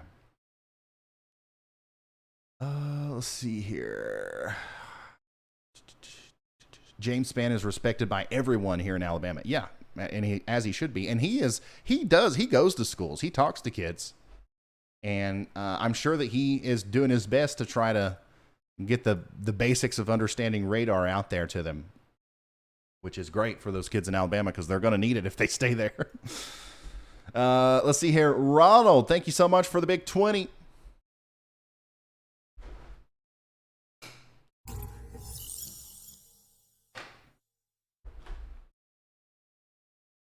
You need some suspenders for when it gets bad. Yeah. Yeah, I don't have that, right? There's, most people, they have this thing with their local weatherman where, man, if they got their jacket on, it's not that bad. And if they take the jacket off, it's a little bit worse. And if they roll up the sleeves, it's a little bit worse. Literally every market has, they think it's unique to their local weather guy, but every one of them does it. I need something for me. Like, man, if Ryan's gone through more than a gallon of water in 5 hours, I don't know. But I'm not wearing a suit. I don't care. I'm not putting on any jackets or anything like that. No extra layers to take off for me. It's not that important to me. U2 says, stop being modest and accept that we love you. I accept that you guys love me. That's awesome. And I appreciate all the love and support. I really do. I just want to vocalize it. I want to put it out there into the universe, just in case anybody's got it twisted. I don't think that I'm better than James Spann. You can all you want. And I respect your opinion, but I don't think that.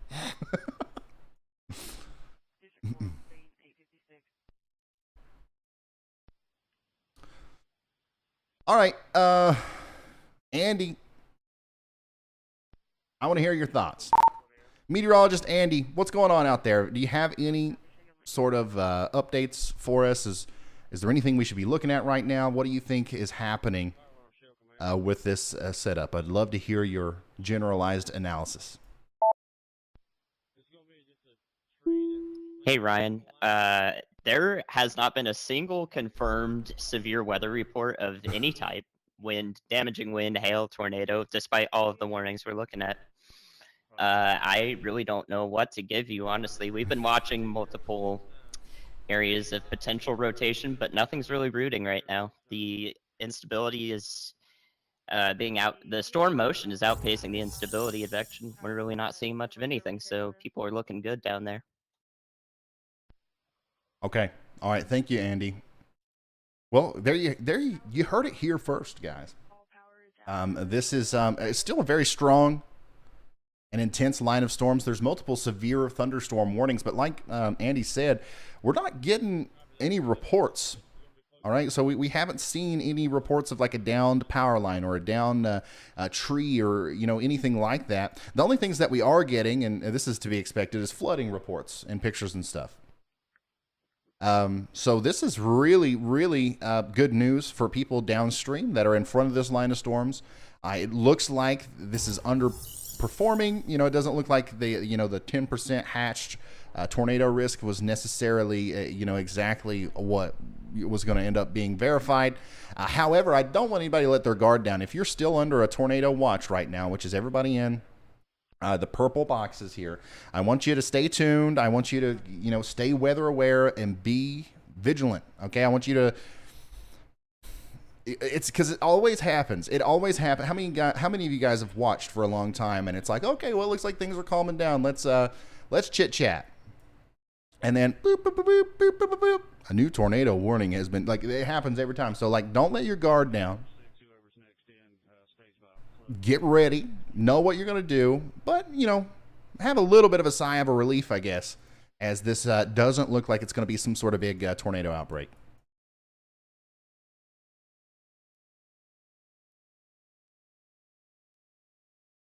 Yeah, be like this guy, or be like Brianna, or Brianna. This is perfect, okay? Relaxing, all right? Playing some Mario Kart with the 4-year-old. But also, they've got me on in the background, okay? They're listening. They're ready, just in case.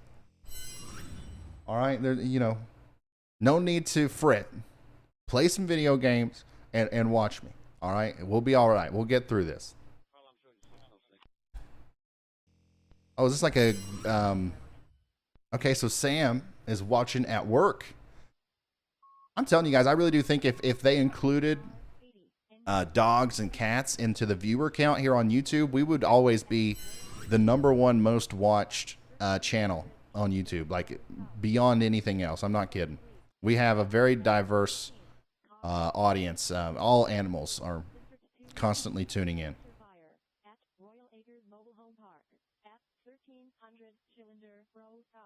Unit C 23, map SF 13, timeout 900 hours. Sean Paul says he would like to note that there's a lack of capping throughout the area, which usually would be fine for storms, but because of widespread convection, storms are not able to get rooted. Yep. So, you know, we talk about this a lot. We've talked about this a million times on the channel. There's a finite amount of nadir juice out there, right? A storm needs to drink the nadir juice to produce a tornado, but there's a limited amount, okay? So if there was one little storm here, it would drink all of the nadir juice and produce a tornado. But the fact that there's all of these storms, they all have to share, and they're all competing for it. They're all fighting for it.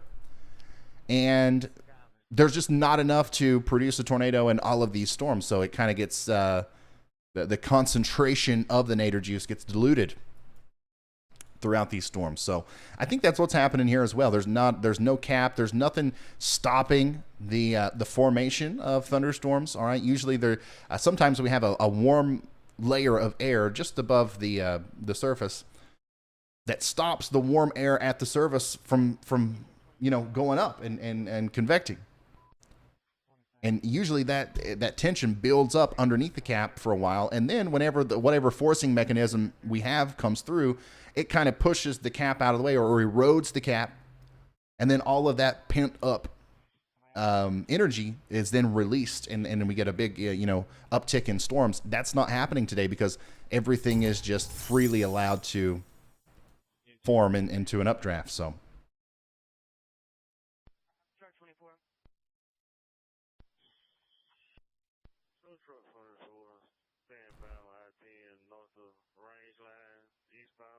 Ronald or Rondell Hambrick, thank you so much for the $20 super chat. Very generous. Let's see here. The Troll has been a member for 13 months, over a year here. He says, we never say calm when talking about the weather because Mother Nature will hear that and take it as a challenge. Yeah. Once again, we've seen it happen before. We have been live here on the channel plenty of times, and I say something like that, and it never works out. Will says, I love the content. I wanted to be a meteorologist when I was a kid. Any chance of supercells in Westchester, Ohio today? Very, very small chance. Very small chance, but higher than 0% for sure. Very small though.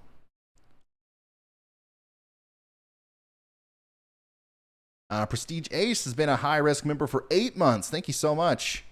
Says, just because this isn't a major outbreak like the 2 in December, it doesn't mean that you can let your guard down. Always be weather alert. Absolutely, Prestige. And Lee Hyde's been a high-risk member for 13 months. Man, it's crazy that we've all, a lot of us that are watching right now have been here for a long time. Says, congratulations. Keep up the great work that you're doing. I'm very proud of you, Ryan. Keep up the great work. Thank you. Thank you. And thank you for always being here.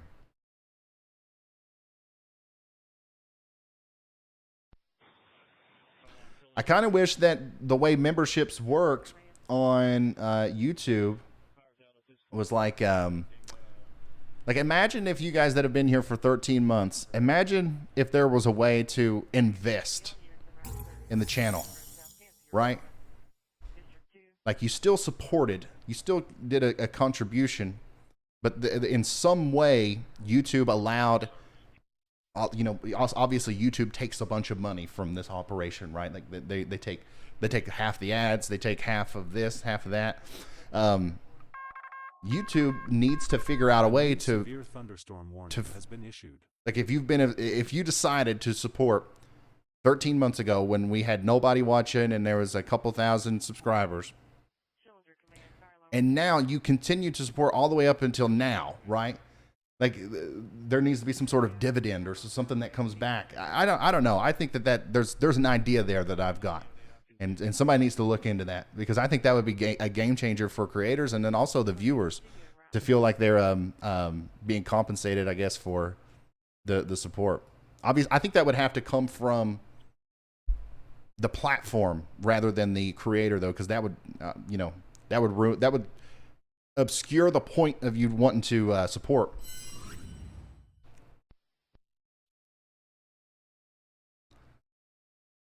Let's see here.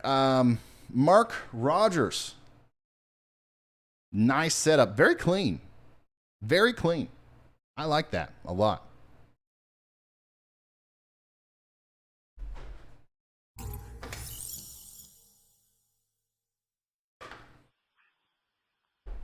I like that a whole lot.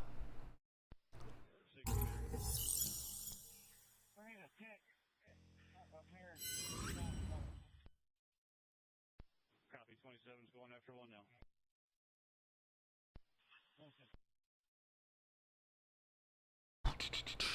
And by the way, I don't care that YouTube takes a cut. Once again, none of you guys would know that I exist if it wasn't for YouTube. Obviously, the work that the platform puts in, you know, they need to take a cut, and I have no problem with that. I don't have any problems with that whatsoever. I just think that there's some way that they could work that in, and that would be a good idea. Tony says, were there any tornadoes last night that I missed? I just hopped on. Also, I would totally invest in the channel if I could. I'm telling you, it's not a bad idea.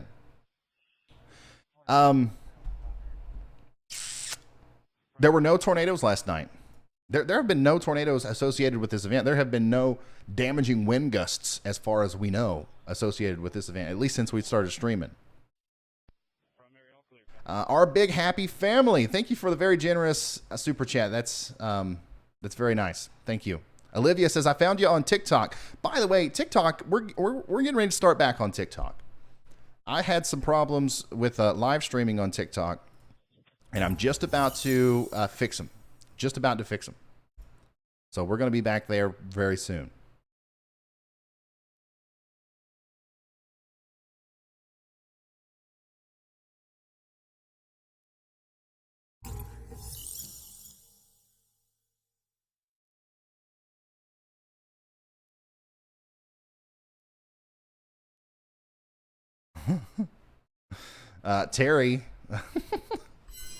Terry is, you know, she's working, right? But she's listening, and she's very tuned in to the iPad there, I believe, making sure she's getting those alerts. That's a perfect example of what I'm saying. Go on with your day, but pay attention, all right? Oh, we got purple lights. That means Frank is wanting to say something. Go ahead, Frank.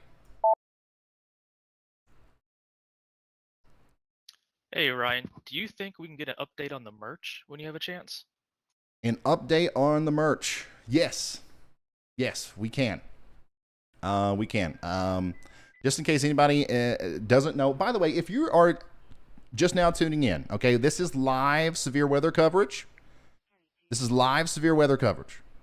However, the severe weather is a little bit underwhelming right now. We do have a severe thunderstorm warning for Greene and Perry counties. We have severe thunderstorm warnings for Baldwin and Mobile counties. In Alabama and Mississippi, But as of right now, there's no pressing issues that we need to focus on. So we're just kind of talking. All right. I'm talking to chat. Stay tuned. Put me on in the background. If you hear the siren that I play, then start paying attention. Okay. And then we'll continue to talk about the forecast and stuff here in a second. But this is a good opportunity to just talk to you guys too. ShopRyanHull.com. ShopRyanHull.com is a thing that you can go to right now. And it looks like this when you go to it. It says, we're not ready yet. Please sign up. If you sign up, if you put in your first name, last name, and email address, and you create a password, and you hit this button here that says get notified, you will then have created an account on our merch site. And what that's going to allow you to do is, as soon as we launch this merch, you are going to be able to buy it. And I don't think it's going to last long. We got 3,000 shirts in for our first little try at this. And there's already 1,500, or probably more now. There's 1,500 people on the site that have signed up. But the idea here is that we are selling this merchandise, okay? And it's cool. It's very, if you like weather stuff, if you like my channel, or if you're just a weather geek, you're going to like this stuff.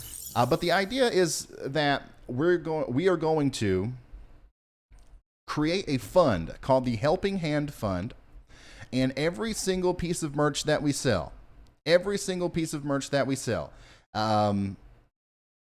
portion of the profits from that are going to be put into the Helping Hand Fund. And then during severe weather events, like for example, let's say a big tornado hit a small town just now, we would flip the website over to where a certain product, or maybe even the entire website, is 100%. 100%. So if you wanted to support this fund, you could go, you could get a shirt and add an additional donation on top of that. Whatever you wanted to do, 100% of the proceeds go towards this Helping Hand Fund. And what is the Helping Hand Fund? Well, it is it's a way for us to help people that are negatively impacted by severe weather. Okay. For example, we've got Vince Welty out there storm chasing right now. Let's say a tornado hits a town near where Vince is. We've got him there, right? And let's say that you guys have been buying merch like crazy. And we've built up a significant amount of money in this fund. Okay, Vince, you have $10,000. Go help somebody. Or you know, even if we don't have Vince there, even if nobody's there, like, we've got another chaser, Brandon Kopic. He's probably going to be the main guy with this. But let's say none of them are there. Let's say just some freak tornado thing happens, and nobody's there. Okay, we'll just donate to the a family, a GoFundMe, or if a community sets up some sort of donation thing. We're given to it. Like, the idea here is to create a rapid response to severe weather events, because it's very unique, the situation that we're in, where not only are we the first ones, if you watch this stream 9 times out of 10, you're one of the first ones that knows about a warning. Like you saw earlier, we're sometimes the first ones that even, start talking about the rotation on a specific storm.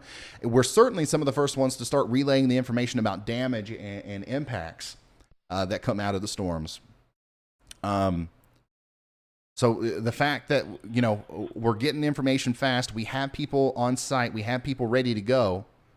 I think that we could be faster than any other organization and, delivering aid to a community that needs it. And even like if it's not a big event, okay, let's say that it's not some huge, once again, a tornado outbreak. Let's say a city wasn't hit. It was a big flash flood and a new tornado something like that, and somebody's car got swept away, and enough people bought merch. We could theoretically get somebody a new car in that situation. Okay, so we do have a new tornado warning now. I'm going to ring the alarm just in case anybody's eyes glazed over and tuned out while I was talking there. The National Weather Service has issued a tornado warning for Pearl River County in Mississippi. Okay, that's going to go until 9:45 a.m. Central. 9:45 a.m. Central. Okay, let's dive into this. We have a tornado warning now, and ooh, both of these storms over here are looking a little bit more concerning as far as the rotation on it. Look at that. So this one up here near McLean, we got to watch it as well. But also this one over here south of Poplarville, that's where the tornado warning's been issued. Once again for Pearl River in Mississippi. Let's take our radar over here.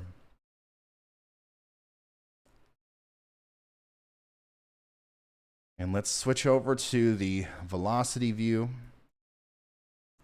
Yeah, I'm very surprised that this doesn't have a warning on it. So first of all, let me clarify everything that we're talking about here. Tornado warning for Pearl River. If you're south and east of Poplarville in Pearl River County, make sure you're getting into your safe spot immediately. But also watch out in McLean, in Neely, and in Leakesville. This is also a very concerning signature here for a potential tornado to come through. We got two storms right next to each other over here south of Hattiesburg in Mississippi that are now starting to rotate enough to really cause concern. Look at that. Trying to figure out which site is the best to be on right now. Of course, this happens in our radar hole.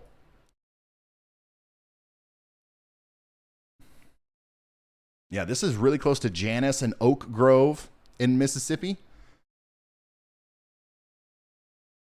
And once again, if you're in Beaumont, McLean, Neely, Bradley, Hillman, any of these places, just be ready, okay? There could be a tornado with this. There's no warning right now, but just be ready to get into your safe spot, okay?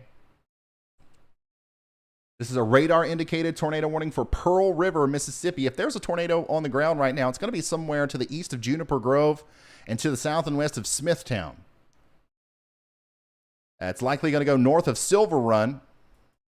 And if this thing continues to show increased rotation as it goes off to the north and east a little bit, we also have to be kind of concerned about Wiggins. Wiggins is a decently, large town. It's a large, small town, I guess. So get ready over there in Wiggins.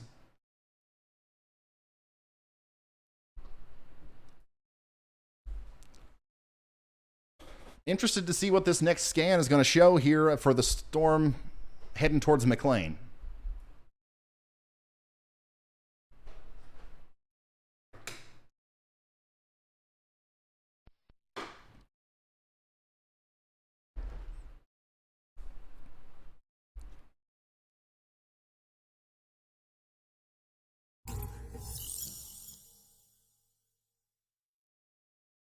Broad rotation. But it certainly looks a little bit more convincing than this one that they did decide to warn. Ooh boy. Sorry that I'm not, really focusing on that storm. I'm really interested in seeing what happens here. This is broad rotation. It's not a super tight couplet. We don't have any reports of a tornado down, but I'm just watching it come together. Once again, north of Oak Grove. Everybody up here in McLean, Neely, all the way out to Leakesville in Mississippi, south and east of Hattiesburg. Get ready for a big storm. Okay, you got a severe thunderstorm warning, and it could potentially produce a tornado.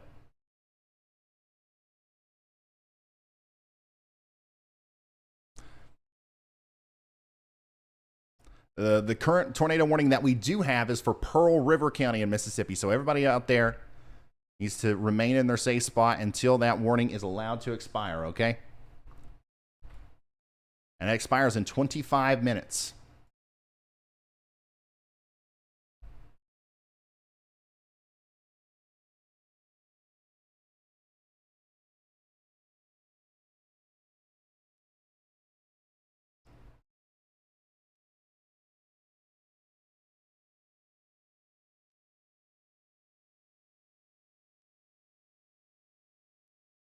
Oh, wow, I've got downvotes on Twitter now. When did that happen? I accidentally just downvoted somebody's tweet. If you get a notification for that, I didn't mean to do that. It's just where the heart usually is.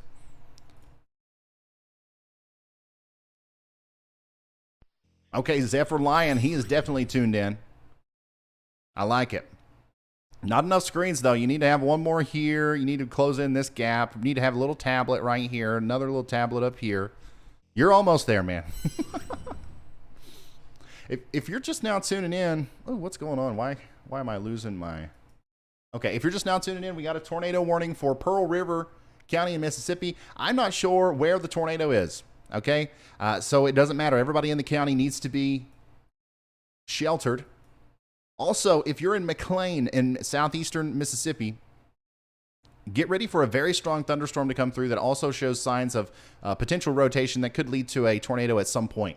There's currently not a tornado warning, but I'm just highlighting the potential there as to something that could happen in the near future. Okay, so everybody needs to be in their safe spot, and we'll let you know. We'll let you know when it's time to come out.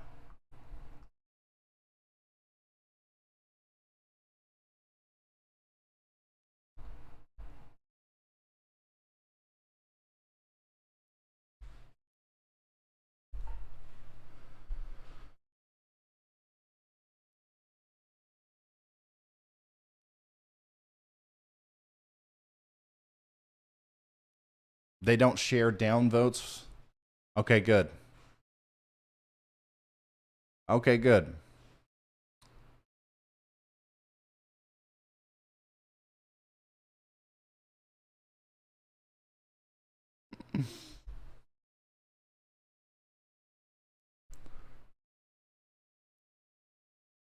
Once again, guys, we don't have any reports of a tornado down or anything like that.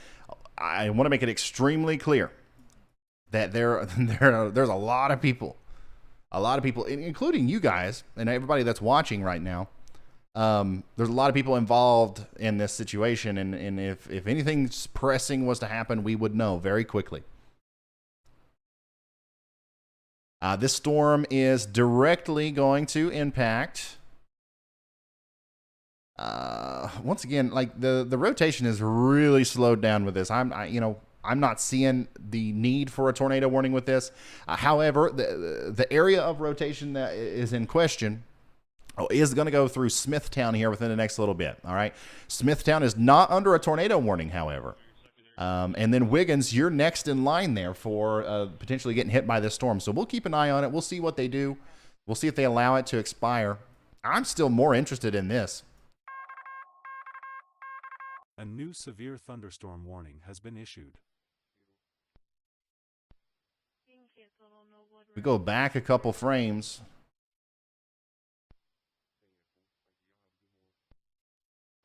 You see how it was quick. It was quick, but there's definitely some low-level rotation there. And now it's starting to die off a little bit. So hopefully it continues to do that.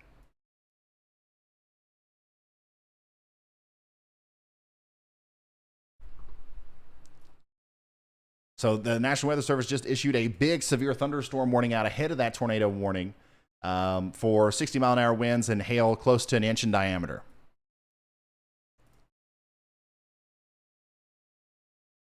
Man. Clint is also tuned in. Very tuned in. He's got the stream up. He's got Gibson Ridge. He's got the stream up again. I mean, how much more informed can you be? Not much. Thank you, Clint. Oh, he's also sent a video. That's actually, that's also a very clean setup.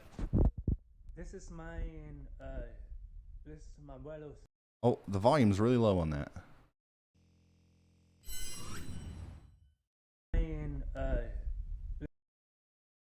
I don't think we're able to hear you very well, man. Sorry.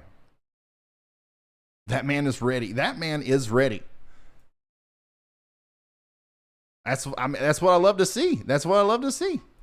Engine 23, electronic alarm, commercial, at 3662 Airport Boulevard, between West I-65 Service Road South and Montlamar Drive, map E12. Engine 23, electronic alarm, commercial, at 3662 Airport Boulevard, between West I-65 Service Road South and Montlamar Drive. Hey, Steven, thank you so much. Oh, and also Elmer Reed. Elmer Reed back at it again with the $100 super chat. Thank you, man. Man, you can stop now. You're good. That's like literally, I don't know how many times you've done that, but it feels like a lot. So thank you so much for the support. It says Ryan is the best. Great idea about the merch. Yeah, I think it is a great idea too. The Weatherman has merch. What a time! What a time to be alive. That's the most 2022 thing I've ever heard. The Weatherman is releasing merchandise.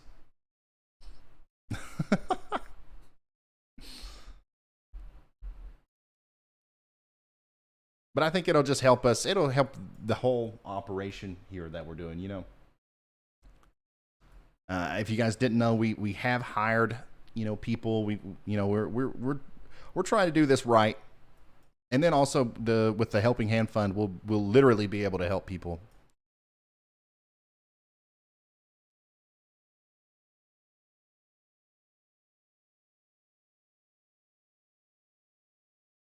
Thank you, our big happy family.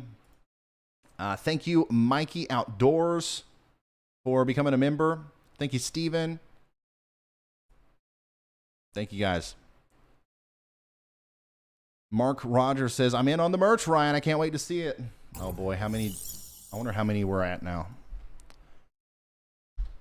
I really don't want to sell out in like 30 minutes. I want everybody to be able to get a shirt if they want it, but also the shirts that we have already ordered, I mean, it's like $15,000.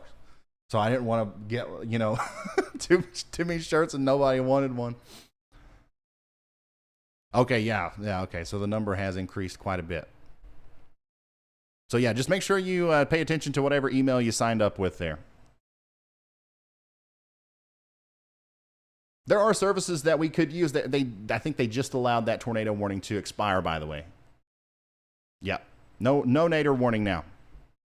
No nadir warning, and it does look like the rotation that was kind of concerning on that McLean storm has let up as well, but I'm going to keep a very close eye on that storm. I think it's going to have a second life here at some point. But anyways, there are services that we can use, especially for the t-shirts. Like the t-shirts we are selling from our warehouse here locally. There are services that we could use that do that automatically, and I wouldn't have to buy them. I wouldn't have to have a place to put them, wouldn't have to hire people to ship them. But that is also something that I'm trying to do here. Like, I would like to, you know, here in my little hometown in rural Kentucky, we need jobs. So if you guys are, you know, I think there's been expressed interest in the merchandise thing. If that's actually going to be something where we're shipping out a bunch of shirts and it justifies me hiring somebody here in the local area and trying to, you know, the getting a local business to print it and all that stuff and trying to keep all that stuff here rather than outsourcing everything, I think that's the way we ought to do it. So yeah, it's a big expense up front, but I think that I think it'll pay off. I think it'll be good for everybody.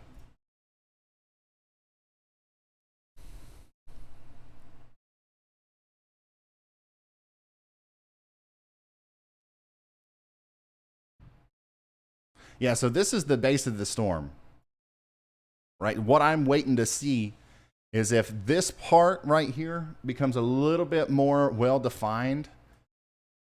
Like if you see like a razor sharp edge between those yellows and the greens and the blues there, more than likely this has found its rhythm and it's going to try to spin up again. And it looks like it's oriented in a way where that could happen, but man, these storms are just not doing the things that you would expect them to do today. So don't hold me to that.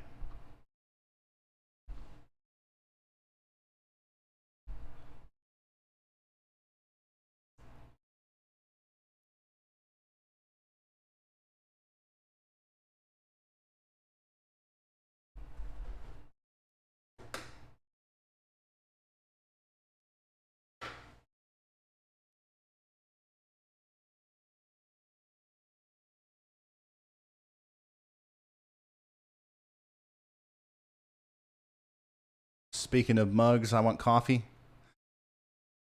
The merch is not released yet. Yeah, their merch is not released yet. And there are like counterfeit websites out there that have been trying to sell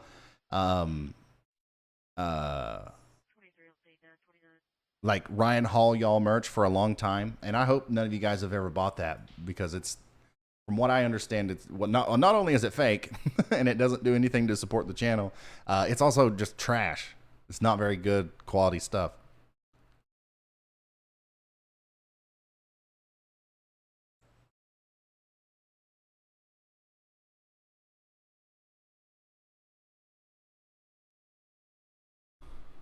If you're just now tuning in, we just had a tornado warning moments ago for Pearl River County in Mississippi, and that has been allowed to expire. We're continuing to watch these storms out here in Mississippi for the potential for more rotation and more tornadic activity. However, right now, things are kind of calm, okay? We do have a couple severe thunderstorm warnings for Greene, Perry, and Stone counties in Mississippi. 60-mile-an-hour wind gusts are possible, but for the most part, everything is kind of calm right now. So this is a little bit more of a laid-back stream than what you're used to seeing, I guess, if you've been tuned into the live coverage before. So we are just kind of talking. This is taking place of my normal video today, so I have hit on the forecast a couple times. I will do that a couple more times before I end the stream. But in the meantime, we're hanging out. Kelly is hanging out, and the dogs are too. Look, all these dogs are very sleepy. You know what I've noticed whenever we do this, whenever we start to see pictures and videos of people's animals coming in, they all are behaving in a similar way. My conspiracy theory last time was that cats completely understand everything that I'm saying, and that's why they were all, so intensely focused on the TV last time. And I think that the dogs understand too. That's why they're so relaxed. It's like, this guy, there's nothing going on out there. We're sleeping. But during the Iowa situation, they were very, very attentive.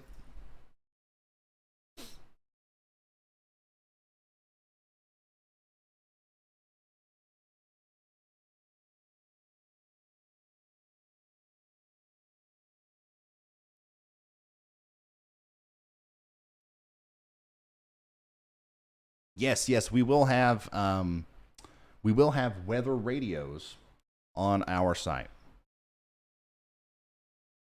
Good ones too. Maybe some different ones from what you've seen before.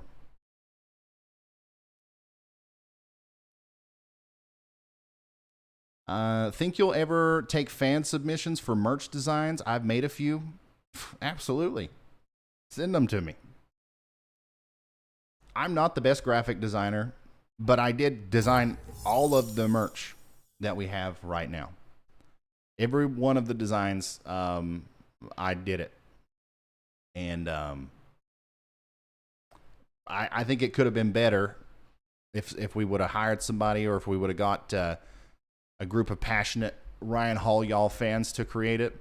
But also, I just didn't know how to go about making that happen.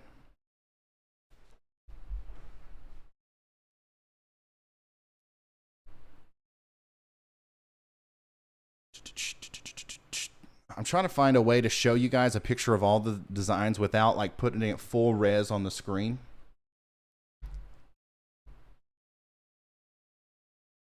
That way it's not as easy to copy and paste, I guess, for our fakers.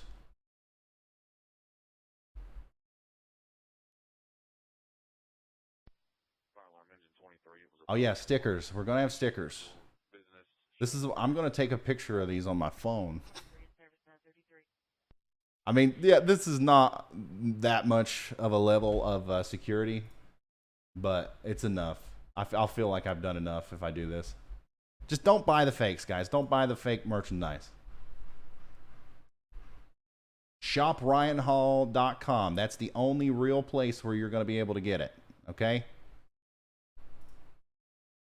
Sign up now. You'll get an email whenever it goes live.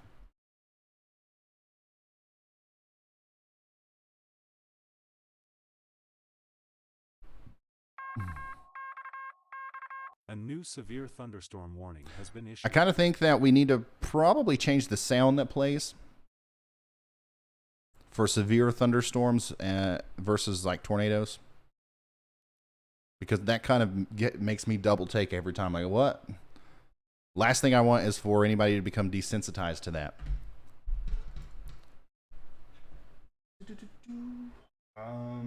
Okay, now let me...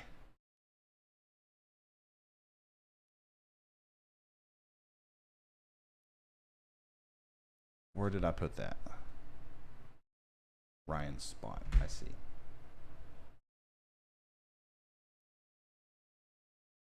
Gotcha. Okay, stickers.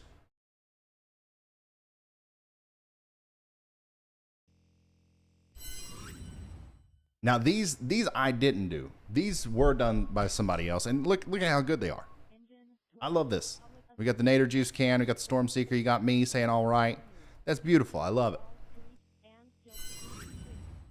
But these I did do, and these are the ones that are kind of like the main thing here. Once again, I purposely took a low quality picture.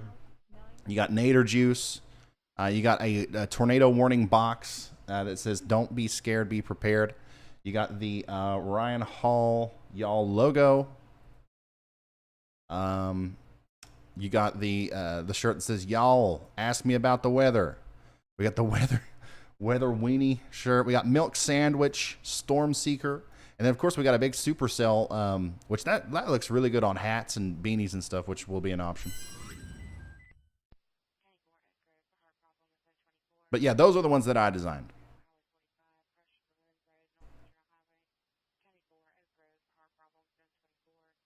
And yeah, every shirt that you get, no matter which one it is, will go towards supporting the Helping Hand Fund, and we're going to help people out that are negatively impacted by severe weather. And then one more thing, I want to talk to you about this merch, and then we can stop talking about it. But there's this shirt, which I'll just go ahead and show it. This is the Helping Hand shirt. This is the official logo of the fund, I guess, that we're going to try to, help people with. This one specifically is 100%. 100% of the proceeds from that shirt are going to go towards the fund and making sure that we're able to help people out there. Specifically people that are negatively impacted by severe weather.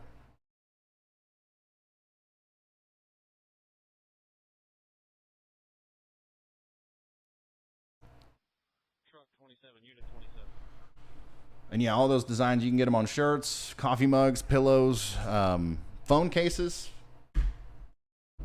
I don't have mine here, but the phone cases look awesome.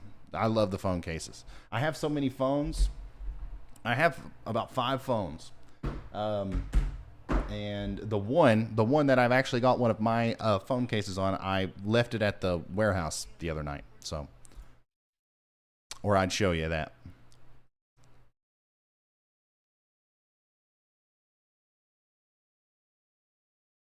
All right. We got somebody else relaxing. Storm watching out here. Thanks for tuning in.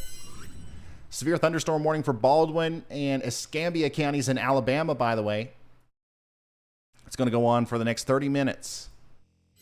Also, one more goal. Says, I'm hoping to join the team soon. Hopefully the setup to do so. Yes, I've shown my setup before. I'm just bored. Yeah, if you want to join the team, the best way to do that is probably just to interact in the Discord server. If our mods can post a link to the Discord server. A lot of it is, like volunteer stuff. If you just want to volunteer and help relay weather information or news information, that's something that we need. Or like moderate a chat somewhere.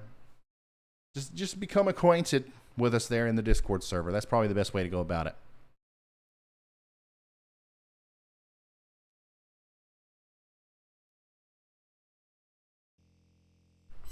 James says, no fancy setup. Just watching Ryan Hall while at work up here in Indiana. Well, thanks for tuning in. I like your setup. It's clean. Not everybody needs 18 monitors. There is such a thing as tabs nowadays. You guys,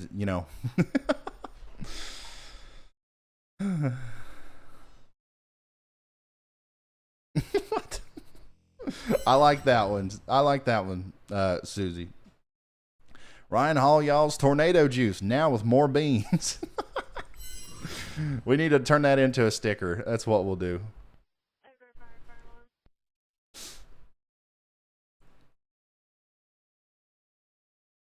Or we'll just actually start like our own beans brand, and that'll be the label. You go buy a can of beans, get the Nader juice beans.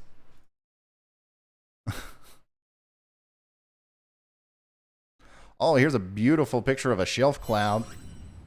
James Spann posted this. I'll retweeted it. This is from Alyssa Cross. Shelf cloud this morning at West Point, Georgia. Look at that. Got a big roll on the front of it. Man, that's all I want to see this year. If I get the opportunity to go storm chasing, which I think that I'm going to, I don't even care what I see, as long as I see something. If it's a shelf cloud, I'm going to be happy. If I can get a picture of the storm seeker in front of a shelf cloud, it doesn't have to be a plains tornado. I just want to see something out there. It's been a while since I've had any sort of up close and personal interaction with severe weather. I'm like, I need it. You know what I mean? That's a good view of it too. Nothing better than a huge shelf. This is usually associated with a pretty strong line of storms coming towards you that can cause straight line damaging winds. Usually that's going to be the main threat. You see something like this ever moving towards you, a lot of people freak out. A lot of people freak out when they see something like that. There was a time not too long ago where that was a big deal. People were like, there was this big shelf cloud that went through some area, and everybody was like on the internet talking about how it was some sort of alien thing. No, I mean, it happens a lot. Just like most people don't see them. Oh, we got orange lights. That means we got an update from Carly with some news. How's it going, Carly? What's up?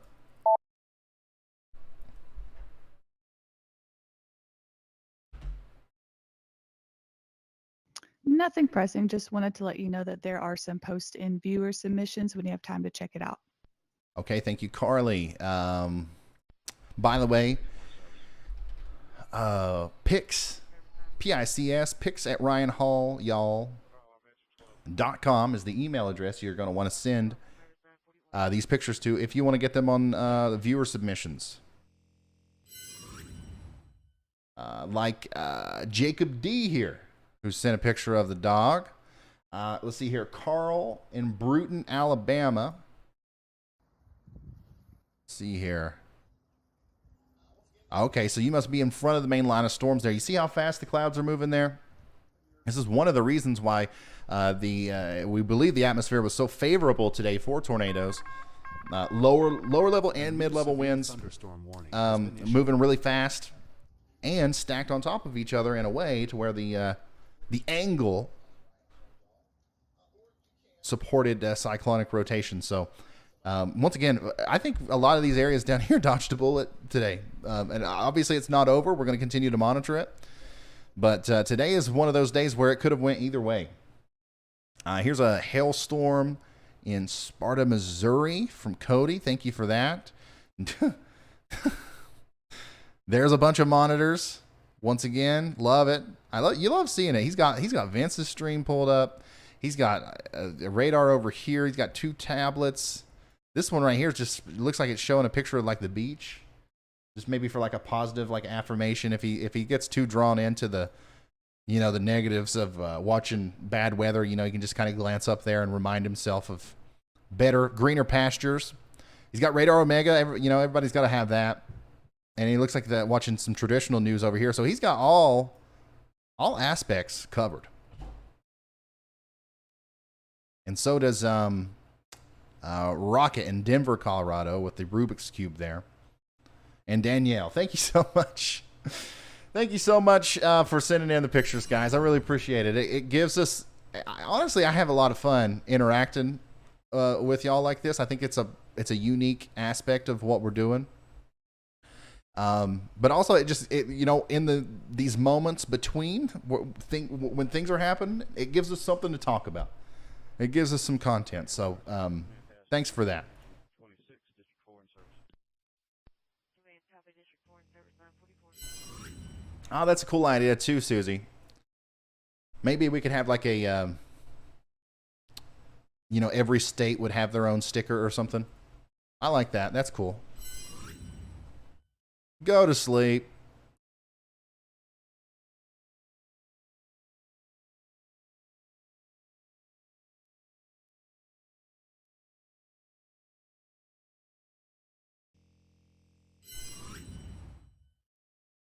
Arthur says, all of this just to watch Ryan Hall.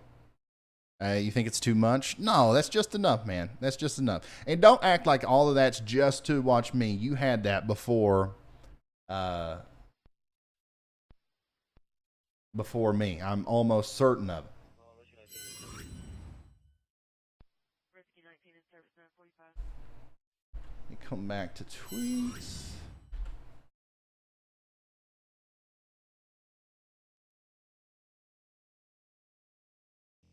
Okay. Yeah, we were supposed to have Brett Adair on with us as well, but he's just not. He hasn't reached out to us, and also our computer shut down back here, so we're not going to be able to pull him up anyways. Well, we could, but honestly, I don't think there's a reason to right now. If you're just now tuning in, we do have a severe thunderstorm warning for Washington, Greene, and Perry counties. Also, Baldwin and Escambia counties in Alabama under severe thunderstorm warnings. And then in Mississippi, we got George, Greene, and Perry counties under severe thunderstorm warnings. No tornado warnings right now. We do have a big tornado watch until 2 p.m. Out here. And it'll be interesting to see what they do, because these storms are obviously getting ready to breach the eastern side of this watch box here. And it'll be interesting to see if they issue a new tornado watch even further east, or maybe they'll go with a severe thunderstorm watch. Once again, no fault on the National Weather Service for issuing all the tornado watches today. The ingredients are certainly there to produce tornadoes. There's just something going on that's not allowing them to be as potent as what they could be. We've seen 2 or 3 tornado warnings today, and that's it. It's a good thing. If you're wondering what's going to happen for the rest of the day, let's go ahead and look at it. Time and date's always going to be above my head. 12 o'clock today, the heaviest portion of the precipitation is going to be in southeastern Alabama. Biggest threat's going to be flash flooding, if you ask me. But the tornado threat does still exist. Tornado threat exists, especially in the western panhandle of Florida, which we will, we'll be here talking about that, and at least until these storms are dying out, or until the tornado watches are allowed to expire.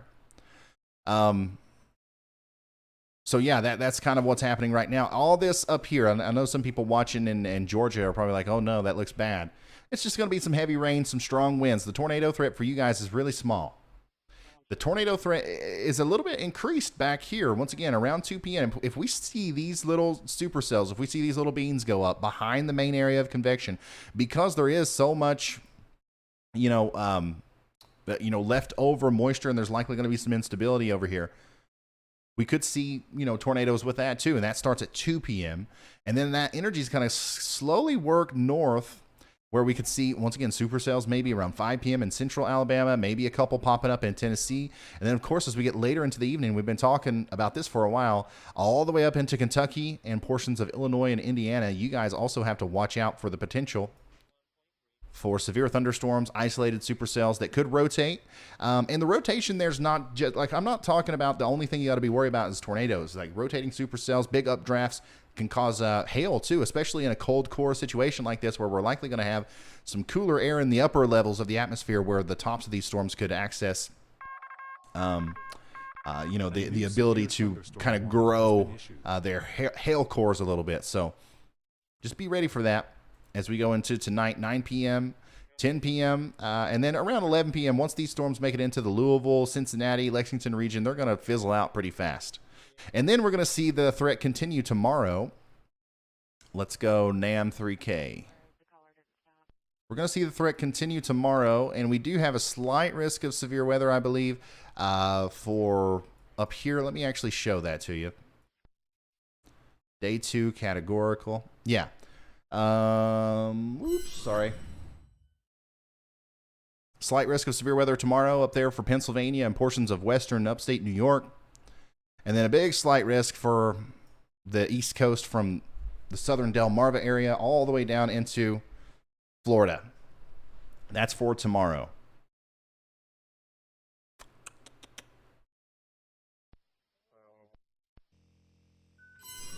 And tomorrow's severe weather situation is also going to be a little tricky to try to figure out exactly the timing and everything, because I think this is the easiest and most straightforward. Around 3 or 4 p.m., some big storms could pop up in Pennsylvania and work up to the north and east, similar to the situation we're dealing with today in Kentucky. It's the same idea, just a little bit further north. Instability. If the sun comes out before these storms, expect bigger storms to occur.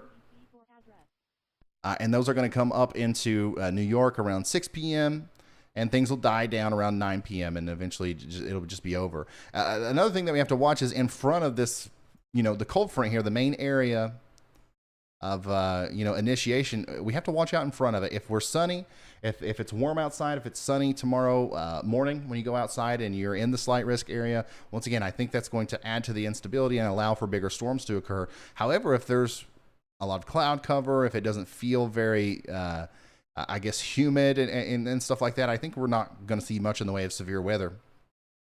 In fact, the latest NAM really shows not much happening at all over there, but, we'll wait and see what the HRRR shows with the next run. But certainly everybody in these areas needs to be weather aware tomorrow for the potential for severe weather. It's nothing crazy. You've seen this a million times. You've been under a slight risk of severe weather a million times. The biggest chance for tornadoes is going to be over here in the Mid Atlantic region down into North Carolina. Let's analyze that a little bit more. Come back over here to the models. And so I'm assuming they're talking about this early morning section here. Once again, this is not the best model to look at. I want to preach this. I do this for simplicity's sake. Okay, I show you these composite reflectivity models because it's something that you guys are familiar with. You know what a radar looks like. This is not the best way to forecast. It's really not. But I'll dive a little bit deeper into it here to try to figure out what's going on.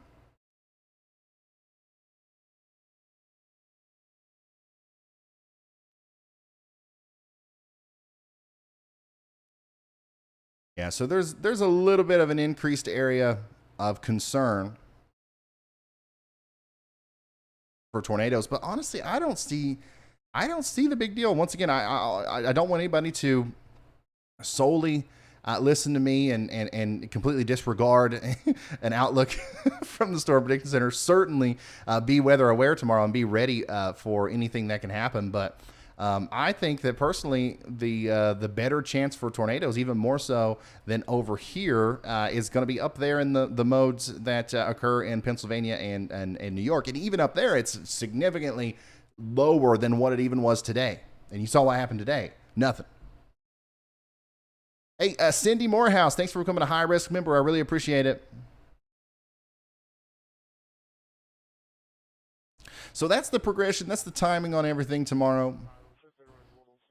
Big low pressure system going to cause some problems. Certainly, there's going to be severe weather tomorrow, guys. Just because I'm not impressed with the way the models look, and once again, I want to make it abundantly clear that doesn't mean that nothing's going to happen. Usually, when you get a big system like this blowing through, especially when there's that much energy, like kind of curling this up, and it literally gets blown out by its own. Man, the winds are going to be pretty strong back and through here, I believe, too. But anyways, anytime you see that happen, usually there's some sort of, linear convective system or some sort of interesting thing that happens. So do not let your guard down just because it might not look as significant as what we were maybe thinking it was going to look yesterday or something. Thanks for signing up for the merch, D. I really do think it's going to go fast. I'll let you guys know beforehand when we plan on releasing it. It should be soon. It should be soon. No longer than 2 weeks. Maybe as soon as a week. I don't know. There's a lot of stuff that we still have to do to get the site ready.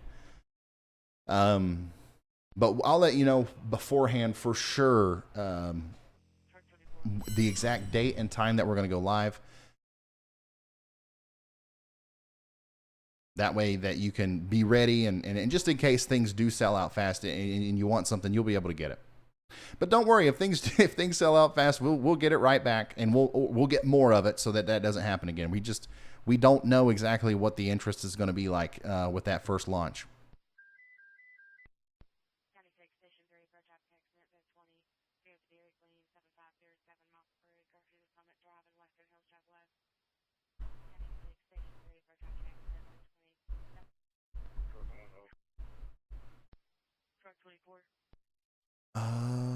Yes. Yeah. Let me show you the continued outlooks as well. So once again, it does look like Sunday is going to be a little bit of a break. So right now, this is today. Okay, this is what we're dealing with today. We're live streaming today. I could go live once again. I'm at least going to be live here for the next 2 or 3 hours or so. Could take a break and then come back later this evening if things start to happen with the secondary tornado mode. And then tomorrow more than likely I will not be live. I'm not going to do a live stream. I know we just had this big conversation about how I should live stream every day. We're not ready to start that yet. And honestly, I still don't know if it's the best idea. Sounds good, but you know, we'll see. We'll see. Anyways, tomorrow I will be doing a regular video though. Okay. And I'll try to get that out pretty early. I don't know if it'll be early enough to be meaningful for that first round of storms that's going to come through the Mid-Atlantic region. We'll try to really nail down that today, especially once we get the next instance of the HRRN. But I'll do a video tomorrow morning. Okay. And we'll update you on this. But the main thing that we're going to be talking about is this. Okay. We do have a very significant severe weather outbreak coming up on Monday for Texas, okay? And this is going to include Dallas, but as of right now, it looks like some of the bigger parameters are going to be south of Dallas and north of Houston, okay? So everybody in between that, in the orange circle specifically, is under the gun for a pretty big severe weather event on Monday. Now, the GFS, some of the models were really bullish with this incredible event, this negatively tilted trough. Thermodynamics and kinematics perfectly aligned with each other. Timing was perfect. Today, the models have backed off a little bit, okay? It looks like there's a little bit of displacement between that, jet stream and then the moisture, right? Like, everything has to line up perfectly to get a very bad severe weather outbreak. And today, it looks like there might be a little bit of lag between those two things and a little bit of displacement, so maybe it won't be as bad. But tomorrow, it could show something completely different, so make sure you tune in to tomorrow's video.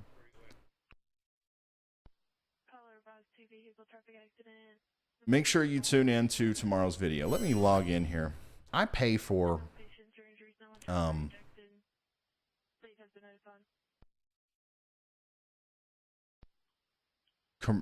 pivotal weather.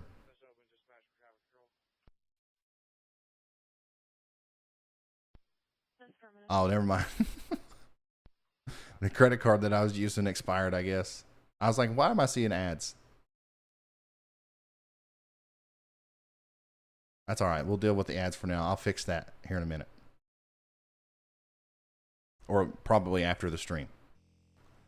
Okay, anyway, so that's Monday, right? This is Monday. We're going to be talking about this intensely tomorrow during the video. Give you a big update on that. And then Tuesday, another problem area here with a potential, a day 5, 30% risk from the Storm Prediction Center. This is rare. This does not happen often. And it only happens usually whenever we're on the verge of a big severe weather outbreak. So I would say more than likely we'll have a YouTube video tomorrow. We will have a YouTube video on Sunday, which doesn't look like is going to be very active. And then Monday we will be live. It'll probably be a long 12-hour long kind of thing. And then maybe even Tuesday, similarly, we'll be live all day. So that there's more than likely going to be a very busy schedule here for everybody involved that's listening right now, that's part of the team. I do believe Monday and Tuesday are going to be incredibly back-to-back, nonstop live coverage.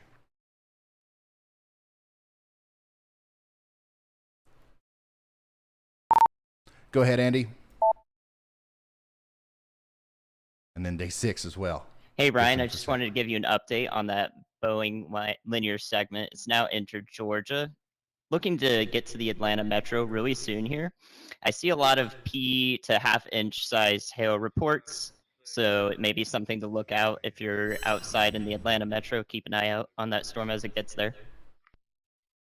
Okay, thank you so much, meteorologist Andy Hill, our newest expert weather analyst on the team, saying that there is some reports of pea-sized hail associated with this line of strong storms that's approaching Atlanta, and there's currently no severe thunderstorm warning with this, but once again, just be on the lookout. It's getting ready to actually go through downtown here within the next little bit.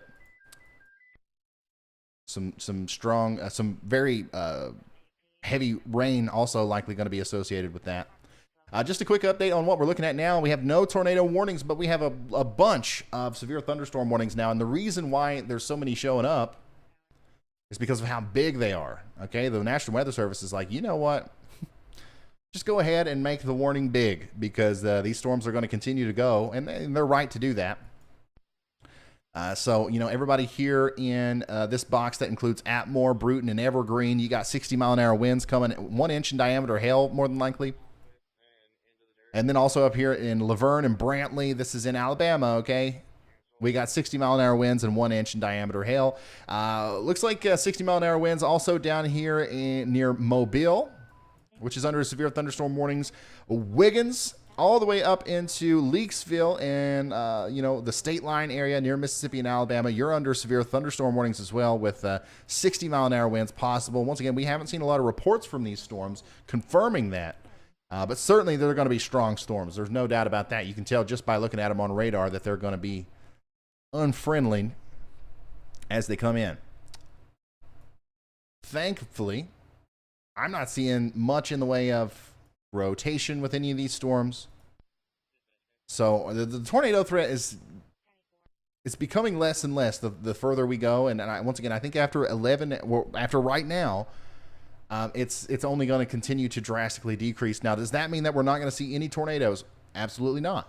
We certainly could see more tornadoes. So we want to not let our guard down. Once again, I don't know how many times I've said that during this stream, but we're going to watch this closely. And well, you know, whenever I feel like it's time to shut her down, we'll end the stream. And then once again, I might I'll certainly come back later today if things start sparking off up there towards the north.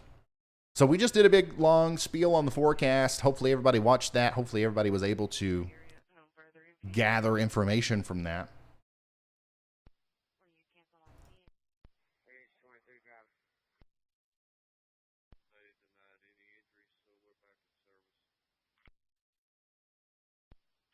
Chris Green says, Woodstock, Georgia updated. Please, seeing some very unusual clouds. Yeah, it's that if you're in Georgia right now and you're seeing some unusual clouds come in, what we've got going on is a Boeing segment, a line of storms that's moving through the state. Once again, as of right now, it doesn't seem like it's warranting a severe thunderstorm warning or anything like that from the National Weather Service, but certainly gusty winds in excess of 30 miles an hour and some pea-sized hail, very strong or very heavy rain, and some cloud to ground lightning is going to be possible all across central Georgia here over the next several hours as this will progress towards the east and to the northeast. Kelly says, hey, Ryan, is it normal for the temperature to drop dramatically while a strong line of storms roll in? That's what just happened where I am, a little bit to the north and west of Atlanta. Crazy lightning. Yeah, it's very normal, actually. It's extremely normal. Let's pull up a different radar here to focus on Atlanta so we can kind of talk about this a little bit more. Yeah, so this is what the radar looks like right now in Atlanta. Let's see here. I think we got some cameras here. Yeah. Look at how fast the clouds are moving, first of all. Very, very, I wouldn't be surprised if we didn't see some strong enough winds to promote severe thunderstorm warnings over here as well. But anyways, what's happening is usually when it rains, it cools off, right? That usually happens, at least in my experience with rain. That's always what happens. A lot of times it'll be warm outside, rain comes through, and it cools off. What happens sometimes in situations like this is that the initial storms that pop up will cool the air down so much that an area of cold air out in front of the cold front or whatever it is that sparked the initialization of the storms will form. And I call this a cold pool. A cold pool of air will form and then kind of spread out on its own, creating its very own mesoscale convective system. Okay. Now this isn't necessarily what we're dealing with here, where it's that deep. But like the reason that the temperature just fell where you are is because this rain has been falling in an area, a big area of cold air or cooler air has formed, and now it's spreading out in all directions. And on the front side of that, because it's warm on the surface in front of this, that warm air gets thrusted up into the upper or mid levels of the atmosphere and convects and turns into rain, and it storms. And then on the other side, the cool air is just there. Okay, we do have some stratiform rain on the backside associated with that. That's also adding to the cold pool, which will continue to promote the eastern progression of this line.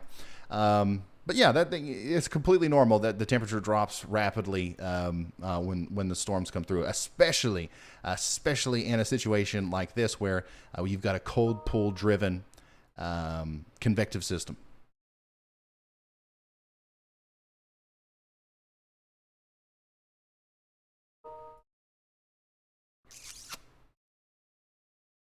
Thank you, Kelly, though. Thank you, Kelly, for that. Yeah, if we got anybody in the Atlanta area that's wanting to send in a video or a picture via pics@twitter.com or not pics@twitter.com, pics@ryanhallyall.com or @ryanhallyall on Twitter, please send it. We'd love to see what's going on down there. Of course, we do have these cameras.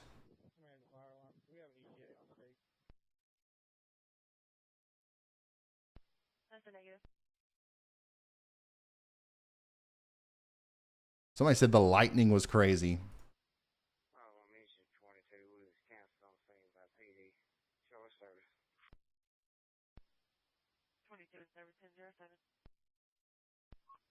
Engine 14, electronic alarm, residential, at 2711 Banks Avenue, between... Okay, we got more news coming in as well. Engine 14, electronic alarm, residential, Lake WDAM at our studios. Oh, so this is in Mississippi. No injury or damage reports from this morning's storm so far, but certainly a lot of flooding. We got ponding, and you also have flash flooding from creeks and streams as well.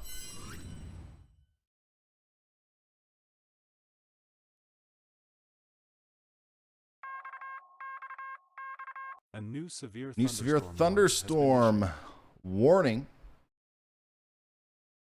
By the way, if you're just now tuning in, we got a bunch of them. We got Baldwin, Butler, Covington, Mobile, Washington, Greene, and Escambia counties in Alabama, all under severe thunderstorm warnings right now. And then George, Greene, Perry counties in Mississippi.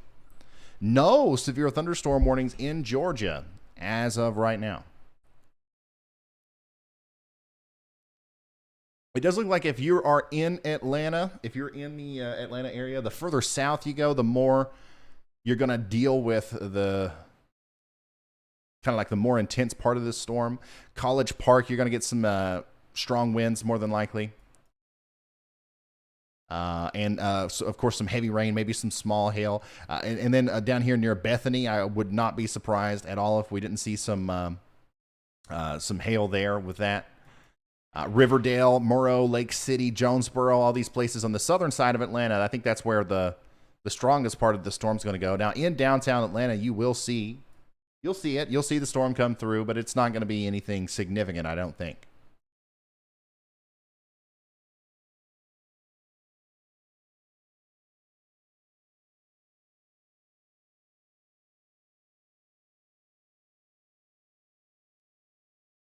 Here's a picture from George in downtown Atlanta.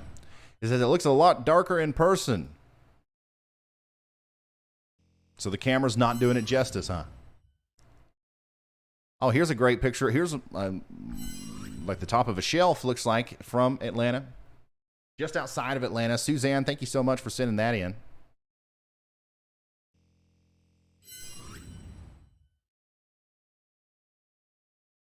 Here's another incredible view ahead of the line of storms in Kennesaw, Georgia, about 10 minutes ago. Tyler, thank you so much.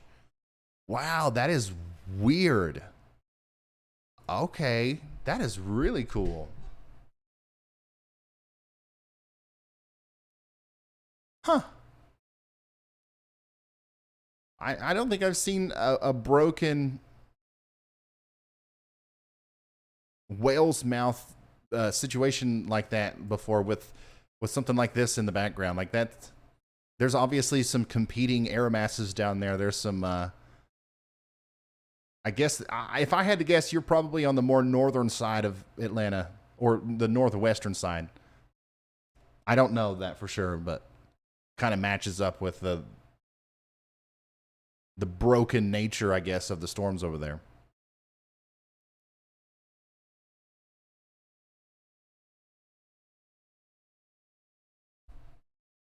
Yeah, so what usually causes a shelf cloud or a situation like that is because of the cold pool of air that's driving the storms forward. So that makes it underneath the storm, right? Some of it leaks out of the underside of the storm, and you got all this warm, moist air that's kind of getting raked against it. And it's forced up, right? Warm air rises, especially when it has a reason to it. So if it's forced up by cold air that's sinking. And so you get that kind of smooth rolled cloud right there where both of those things happen, where the warm air is going over the envelope of cold air that's coming forward. And it just looks super cool. I love shelf clouds.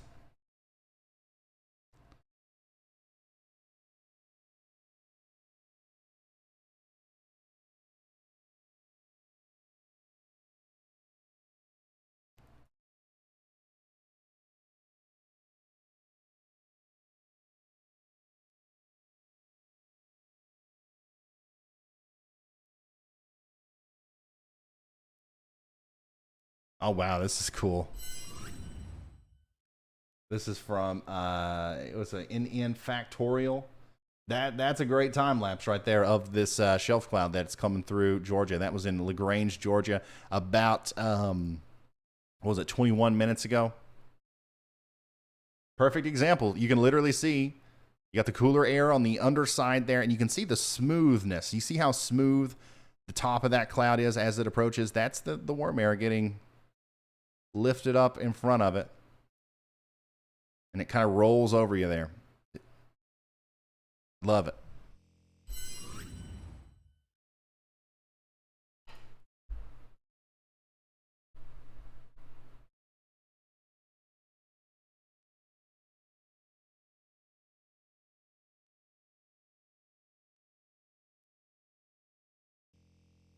Here's another view of it. Thank you, Dylan.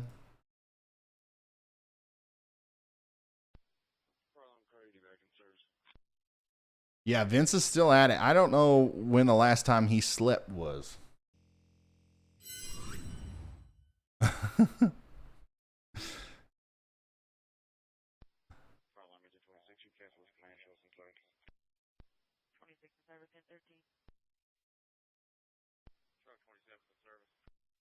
Thank you guys for sending these in, by the way. Super helpful. This is the goal, right? Like, this is the point of doing it through YouTube and doing it in this like streamer way.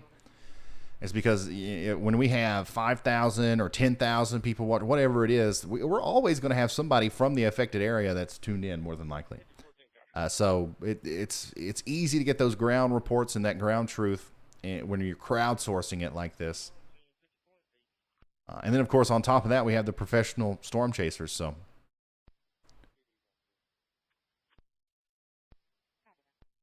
y'all are good. Wow. Wow. That's one of the best looking shelves I've seen ever. Like, it's not like you can get a better view of these, and they kind of look a little bit more ominous. Sometimes in a stronger line of storms, and in like May or June or something like that. Yeah, I'm sure you've seen a lot of those images, but this, I love how turbulent, how smooth yet turbulent the top portion of this is. That's just a cool dynamic. Has Vince been drinking Nader juice? No. Not that I know of. Rescue 24, engine 16, stroke, at 1455 McVeigh Drive West, between McVeigh Drive North and McVeigh Drive South, map I-16, timeout 10:14 hours.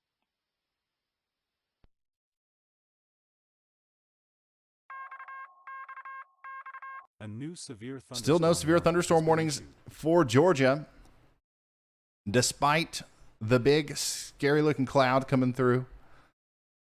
It's just your garden variety thunderstorm. Oops, sorry. Looks like some of that heavier rain is working into downtown Atlanta now.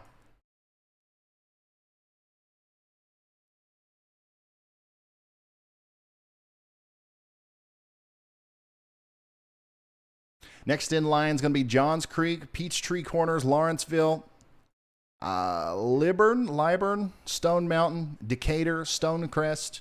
Now, once again, the further south you go, I think the more intense the storms are going to be. Still below severe limits at this point, but if you're in Hampton or Griffin or Zebulon in Georgia, some stronger wind gusts and likely some small hails getting ready to come through for sure. And we'll check on our southern storms as well. Still no tornado warnings down here, but some very strong storms causing a ruckus down here near Brantley. Red level. More than likely some hail in that as well. No naders, though. No naders. What's Vince doing? Where is Vince? Vince is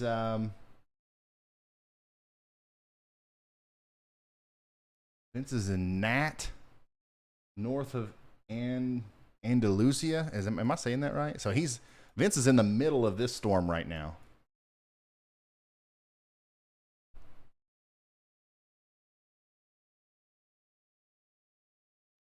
Yeah, Vince is right in the middle of this big red blob right here.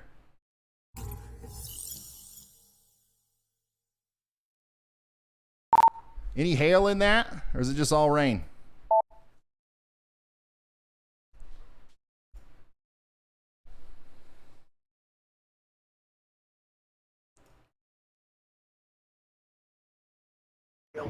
It's all rain so far. I may be either dropping farther south or trying to intercept that one coming out of Mobile Bay. Not quite sure yet. The man doesn't sleep. The man does not sleep. Wow.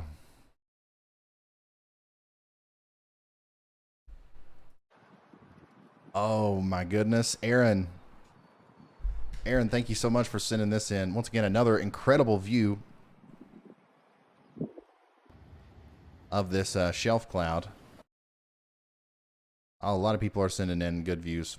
So first of all, before we look at Aaron's video, we do have another great view here from Eli. Thank you for that. And then this video from Aaron. Look at that. I mean, you gotta admit, like, if you've never seen that before and you saw it coming, that probably would make you think something weird's going on. I sometimes wonder What? A new Oh, wow. tornado I warning wonder what has been people who issued. saw stuff like this for the first time ever and had no outside knowledge of it whatsoever. I wonder what they thought of it. We got a tornado warning for Crenshaw, Alabama. Oh, that's north of Vince. That is how far north of Vince? Give me just a second. Brantley. Yeah, that's not very far away from Vince at all. I don't think that he would have time to catch up with it, but it's just to his north. National Weather Service just issued a tornado warning for Crenshaw, Alabama. And that is going to be for this area of rotation right here. It looks like they're thinking, once again, maybe a quasi-linear convective system induced tornado there getting ready to come through Brantley. The thing is with these kind of warnings, whether or not there is a spinning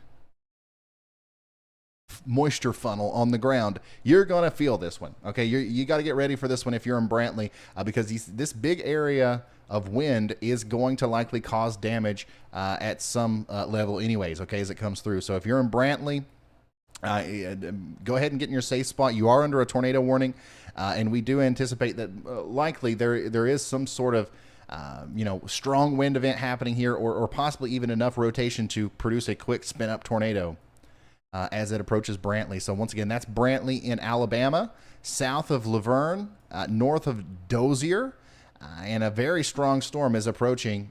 In fact, you're already experiencing the strong storm. You're probably getting some small hail. You're probably feeling the winds. They're only going to get more intense as the storm gets deeper into the area. So take shelter now. You are under a tornado warning in Crenshaw once again. All right, I'm going to take... we're going to look at velocity over here.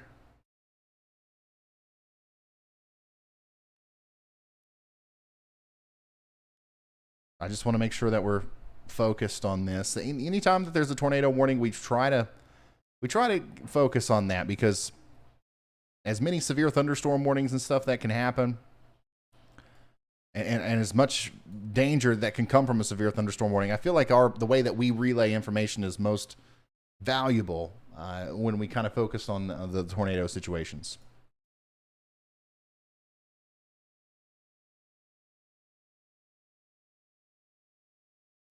Ryan, did you see my video on Twitter? I don't know. I've been seeing a lot of videos on Twitter.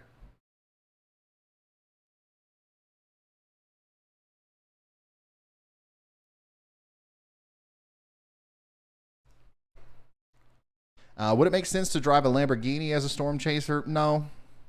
Not the best on gas. They're really expensive from what I've heard. And also, the reason that I think you think that having a Lamborghini might be a good idea if you're a storm chaser is that you can go really fast. But the thing is like, we don't really, we don't promote that. Look at this, a new tornado warning. All right, let's everybody pay attention. I'm going to ring the alarm here. The National Weather Service issued a new tornado warning for Covington, Alabama. So now we got Crenshaw and Covington counties in Alabama, both under tornado warnings. It looks like these storms have hit a pocket or an area of the atmosphere where they're allowed to now start to try to take advantage of some of those nadir juice ingredients. Okay, so now Vince is right here. So here's the one potential tornado. Here's the other one. Am I right? Yeah, somewhere in here. Vince is right here. So he is right in the middle of this thing. He's going to be able to get very close to this one that's approaching Andalusia. Okay, so just to be clear, we have a new tornado warning for Covington County in Alabama. It looks like the rotation in question is back here, but there's also something weird going on over here right next to the town of Andalusia. If I'm saying that wrong, somebody break in and tell me. We also have a potential tornado heading towards Brantley. So Brantley, take shelter now. I'm going to focus on this down here near Andalusia. because this one looks a little bit more significant to me. And also our storm chaser. Has been issued. Our storm chaser is incredibly close to this. He is just to the north of Nat. So if you see the video above me, that's Vince. Vince is here. Vince is here. If he comes down on this road, he's likely going to see a tornado, or at least come across the damage of a tornado, if that's what's happening here. If that's a tornado. Once again, it looks like the main area of rotation, or the biggest area of initial concern, was back here. It's a messy situation. It's very hard. Like, obviously, even if there's a tornado right in front of Vince right now, we're not going to be able to see it. This is certainly going to be a rain-wrapped tornado if there's one out there. So I need everybody in the path of this thing to take shelter. Andalusia, Andalusia,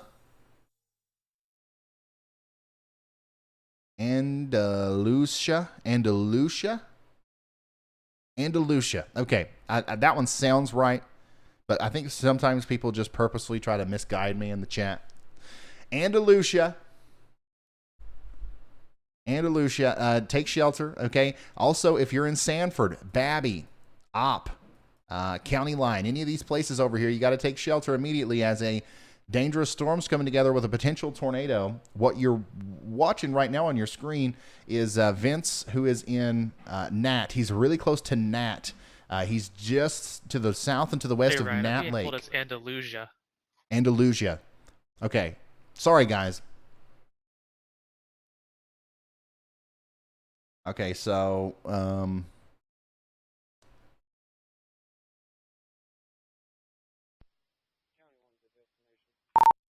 there's like 2 or 3 areas of rotation in the part of this storm that's warned. I don't know which one is the most concerning, but it does look like if you keep going south there, you'll run into one of them. We'll see. I'll get back with you in a second here. Everything's covering you up.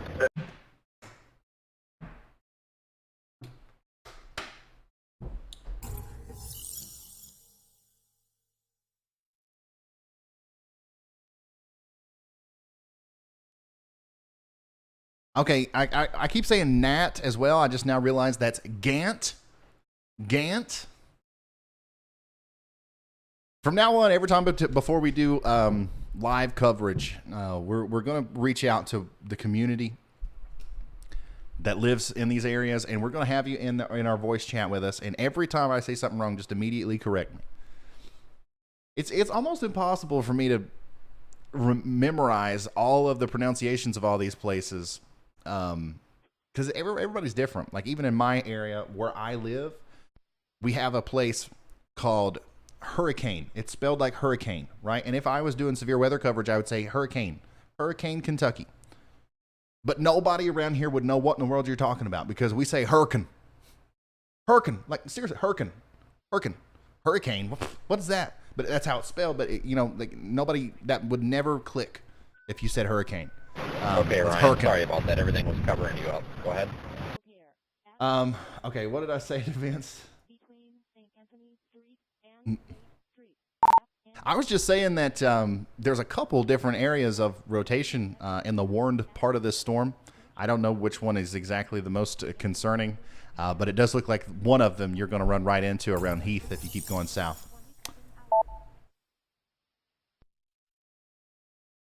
Yeah, I should have stayed in Andalusia. I'm headed toward Andalusia, and then I'll take an east option.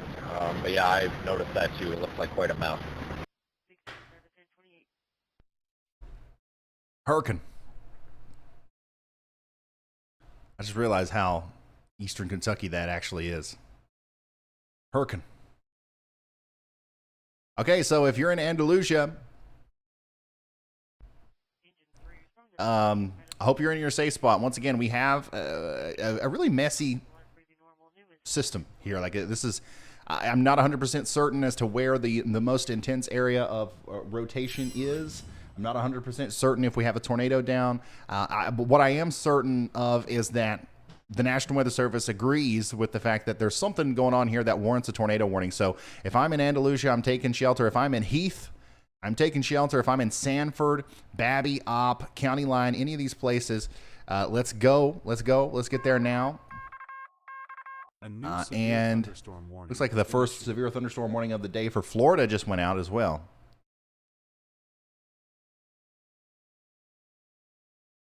Yeah, that little area right there, that's kind of like, that's what I'm watching closest for the potential for, but also you have to watch this back here too. You have this big area of inflow coming in. Well, really, really messy storm system. The thing is no matter what, once again, no matter if there's a tornado on the ground or not, we're going to have some really strong winds come through. And the same thing goes for you guys up here in Brantley, okay? There's another tornado warning up here. If you're in Brantley, Carmen, Glenwood, or south of Laverne, get into your safe spot. I don't think that there's necessarily a tornado down with this, but there is certainly some very strong winds capable of producing damage. So seek shelter immediately. Yeah, and here's the big mess. Here is the giant mess that is this storm down here near Andalusia. Well, we're getting ready to be able to sample it. Vince Welty is, if you're watching the camera above me, Vince Welty's exact location is right here. Okay, so he is moving south. I think he's going to literally be in Heath by the time that rotation makes it there. So we're going to continue to watch him very closely here. Give you guys a live view at his location as he is now going south on Highway 29. Once again, Highway 29. Tornado warning is still in effect for Covington and Crenshaw counties. Both of those go until 11 a.m. or 15 a.m. Central Time. These are radar-indicated tornadoes. These are maybe tornadoes. We don't know for sure, but we're sending Vince Welty directly into the heart of it, okay, where he's going to sample this thing. He's going to tell us, nadir or not, nadir or not. Thing is if you're in Antioch, man, I'm not even going to attempt that one, or Opine or Sanford or Babby, all the way up into Friendship. Whether Vince finds a tornado or not, you still need to stay in your safe spot because look at how hard it is for him to see. There could be 10 tornadoes right there in front of him. We have no idea because there is a heavy, heavy amount of rain falling in coordination with the potential rotation that's going on inside of there. Once again, if you're just now tuning in, Covington and Crenshaw counties in Alabama are under tornado warnings. And we are watching a live intercept of a storm chaser who's literally diving right into the questionable area of the storm where there could potentially be a tornado. Like he's there. Like he is, yeah, once again, he couldn't be any closer to, like if there's a tornado, he's going to be right there where that's going to happen. A new tornado warning has been issued. Looks like a new tornado warning has been issued. Okay, so what they've done is they've issued a new warning now based off that same storm, but off the new area of rotation. Let me show you real quick. So that new warning is for Covington and Crenshaw counties, but it's just a new polygon here. It's a new polygon because now they're like, okay, well, there's something going on right there. I'm telling you guys, this is a very confusing storm. Not sure exactly, where we should be paying the closest attention to, but I'm telling you, Vince is in it. He is right in the middle of where the National Weather Service just issued a warning for that rotation for. You're right underneath it. If there's anything going on, you should be able to see or feel it within seconds.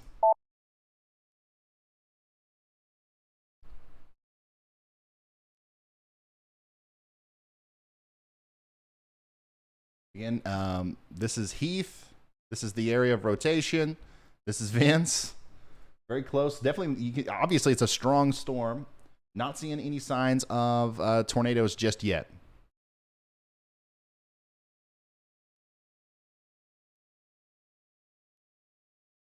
Might not be a bad idea to kind of sit there for a second. If I'm looking at this correctly, I think maybe the couplet might be just literally like a hop, skip, and a jump to your north. I don't know.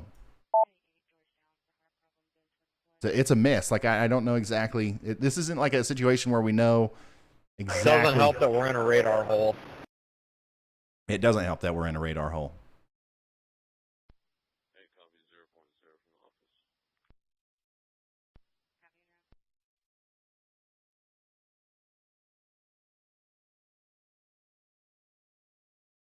So yeah, if you're just now tuning in, a brand new tornado warning was just issued.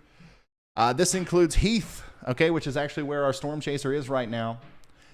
This includes Gant, Coldwater, 5 Points, Searite, Weed Crossroad, and New Hope, okay? If you're in any of these places, please take shelter as a very strong storm's getting ready to come through. Whether there's a tornado or not, certainly going to be a problem there as that comes up towards you, okay? We have a storm chaser, Vince Welty, on the ground, sampling. Literally, he's right at the base of the storm where the tornado would be if there is one. And we haven't seen any evidence of a tornado just yet. But if there's one even just 1 mile away from him right now, we would not know. We would not know.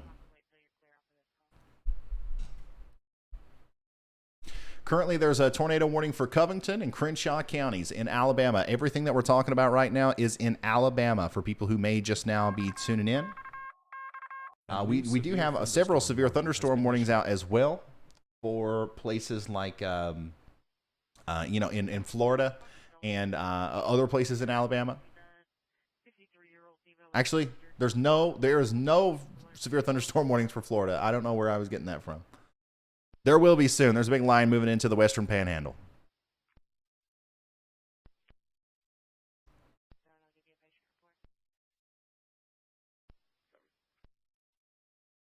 Going green.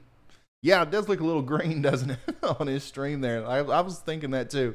I think that might be more, I think that might have more to do with his camera settings than anything. Okay, so Vince is actually, he has made the decision to continue to go south. So Vince is now going south towards Heath. Let me take you back over to the radar here. You can still see Vince's camera above me. This is where Vince is right now. I guess, this is another potentially concerning area. Once again, this has been a mess, guys. Like, this is not, there's no well-defined area of rotation where it's like, yep, okay. That's where the tornado is. It's just like it could be anywhere in through here. And even if there's not a tornado, you can see on Vince's camera there's some strong winds. I wouldn't be surprised if he comes across a downed tree or something in front of him here soon. A new tornado warning has been issued. Looks like another tornado warning was just issued for Escambia County until 11:15 a.m. Central. Another tornado warning issued. And let's look at that polygon. Okay, so it's even further back here, even deeper in the radar hole. Wow. Okay, so let me see if there's one better for this. Yeah, these are popping off. I'm telling you, these storms have entered an area where they're allowed to, better take control of those ingredients that we were talking about earlier and produce these now tornadic signatures. Yeah. Oh, okay. There we go. Okay. Yeah, that's actually a really good area of rotation. That's a very, very strong area of rotation south of Castleberry. So that newest warning there for Escambia County in Alabama, that one you got to take seriously. And I think Vince just needs to stay where he is, I think. Vince just needs, there's something happening right here that when these storms travel over that area, they start rotating. So Vince needs to stay where he is. He might be able to intercept this one down the road if it continues. Castleberry, south of Castleberry. Let's dive into that one. I'm gonna switch radars here. So Kirkland, okay, if you're in Kirkland in Mississippi, please take shelter immediately. A brand new tornado warning has been issued for you. We got a pretty intense area of rotation. It's a broad couplet. It's not tight, but certainly there's enough there to potentially promote the idea that a tornado is going to come through Kirkland. So please take shelter immediately. Also, Johnsonville, you got to get there, okay? These storms are starting to go crazy all of a sudden. This is south of Castleberry. If there's a tornado on the ground right now, it's somewhere to the west of Interstate 31. It's going to go past Kirkland and then through a pretty rural area and then eventually make it up towards Johnsonville, okay? That's the most concerning warning right now, but we also have several tornado warnings in effect over here in Alabama for Covington and Crenshaw counties. But these have really died down quite a bit. These have really died down quite a bit.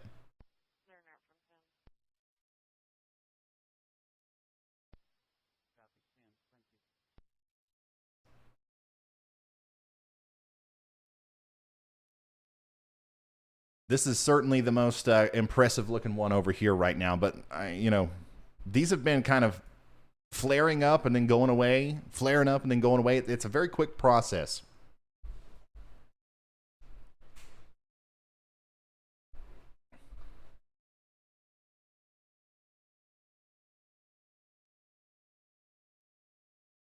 Trying to get a handle on what Vince is doing as well. Vince is currently, he's going east. He's going east on Horsehead Creek. And I'm trying to see if he's after something specific.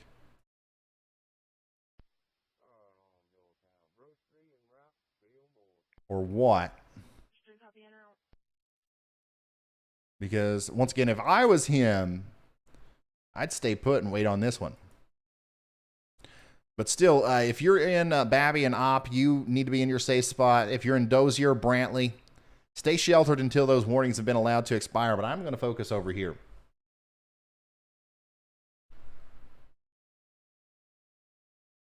And we are, obviously, we're listening. We have people looking for, information. We are on every single computer at Walmart, apparently.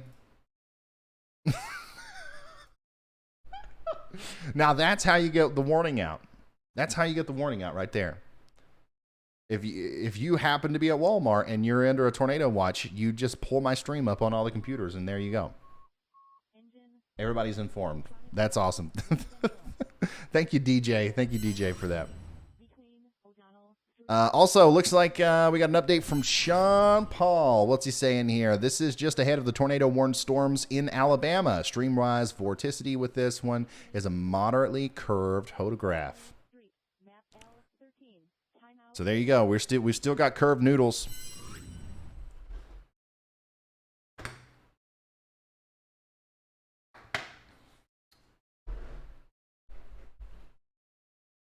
Hello, Walmart shoppers. A tornado warning has been issued for Covington and Crenshaw and Escambia counties in Alabama. Walmart is not the best place to be in a tornado, so ask your nearest Walmart associate where the closest tornado shelter is, because of course Walmart has a plan for a situation like that, or at least let's hope they do.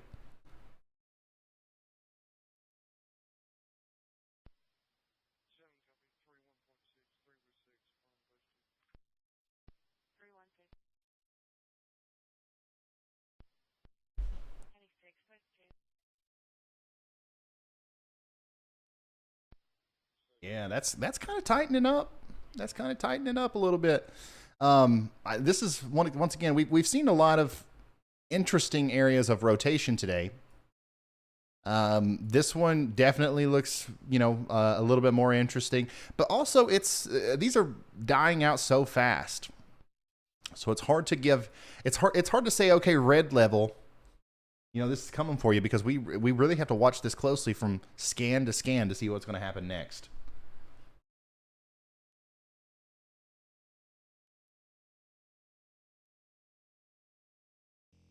I'm watching Vince closely. I'm trying to see what his next move is going to be. My dream with Vince is that, anytime he has a question about the radar or anything, he just kind of asks me and he doesn't have to pull over and look. But, of course, he probably wants to analyze it himself.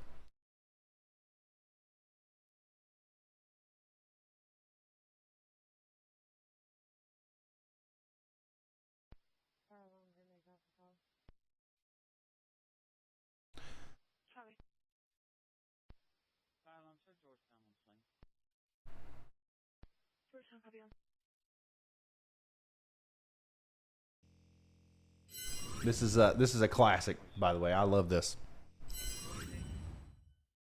Go retweet it. That's funny. Let's see here. Okay, so if you're just now tuning in, we have now that one of the tornado warnings that we were watching has been allowed to expire. We still have a tornado warning for Andalusia, Carolina, Babby, Horn Hill, and Opp. And we still have a tornado warning for Brantley, okay? And we still have a little bit of a warning down here for Dozier, but like this is all kind of really decreased in its impressiveness or severity.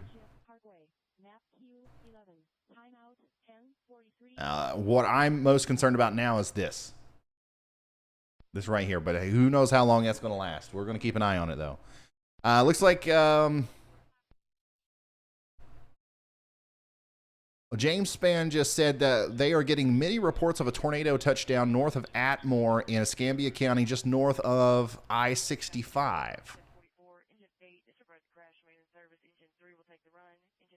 So that was 12 minutes ago.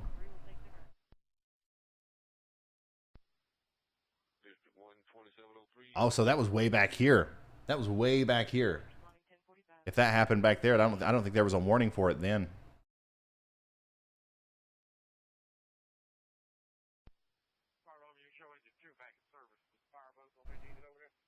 Oh boy. Oh boy, radar hole.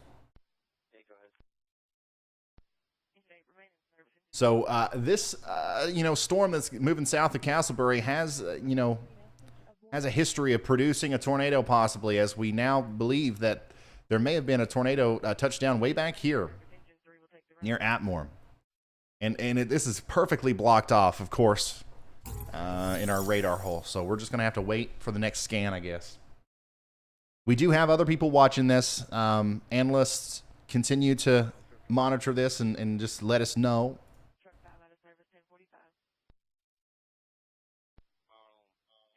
If anything pops up.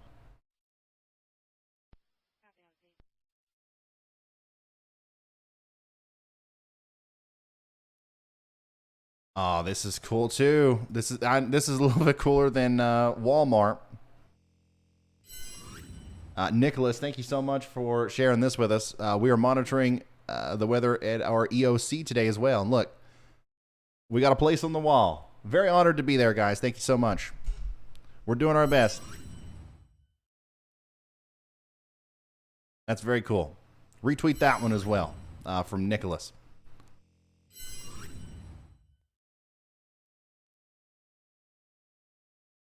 Big area of strong winds coming in here south of Castleberry. Whether or not, we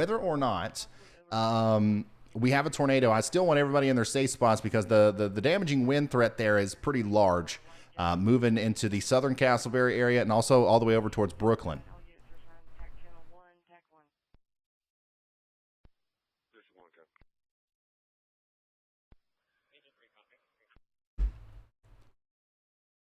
Prestige says, interesting Walmart story. I worked there a few years back and we had about 5 tornado warnings. We were told to go to the front doors. Walmart is not the best idea, but the pick was awesome. Yeah. Well, I'm not promoting that anybody purposefully go to Walmart just to put me on the computers. If you happen to be there, I don't have anything against it. But I would imagine there's got to be a portion of Walmart, like the bathrooms, that area. You know what I'm talking about? I've been in Walmart a couple times. Like that, it is at the front of the store, but there's certainly like sturdy brick structures that are built inside of the Walmart right there where your bathrooms are and where the little retail stores are that are a little bit separated off from the main open store. Just off the top of my head, that's where I would go. But I'm hoping that Walmart has a better plan than just putting you in front of a bunch of glass windows. Lord goodness. I feel like that's something that they would have in the employee handbook, I don't know. Yeah, if you're just now tuning in, we're watching a developing situation where we have multiple tornado warnings in Alabama. This is Alabama. Let me zoom out here. Alabama, southern Alabama. We have tornado warnings for Escambia, Covington, Crenshaw counties, okay? And really, these 2 tornado warnings over here that include Dozier and Opp and Babby, and Gant, like east of Andalusia. These are strong storms, and we need to stay in our safe spot until those are allowed to expire. But I am not as concerned with the potential of a tornado there as I am with this other storm that we're really keeping an eye on here south of Johnsonville. Okay?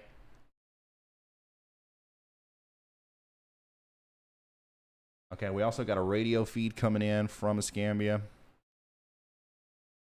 We'll listen in on that.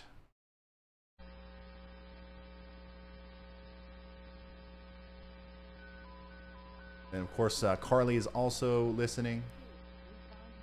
Brandy is as well, I believe. Between Burtonwood Drive and Foreman Road, map CC10, rescue 32, respond non-emergency 1 fallen. At 6701 Dickens Ferry Road, Unit 129, between Burtonwood Drive and Foreman Road, map CC10, timeout 10:49 hours. Man, there's really not a good angle to view this storm right now. It is in the middle of a radar hole. The story of our lives here on this channel. Seems like that always happens. It doesn't matter, though. We're still going to go ahead and prepare for the worst there in Johnsonville, okay? Johnsonville, take shelter now. It does look like Johnsonville is a very small town, but you can see that there are some houses here on what is it, County Highway 29. And, you know, all up and down this highway, you're going to see that, okay? And, you know, especially down there towards the southern part, closer you get to Brooklyn.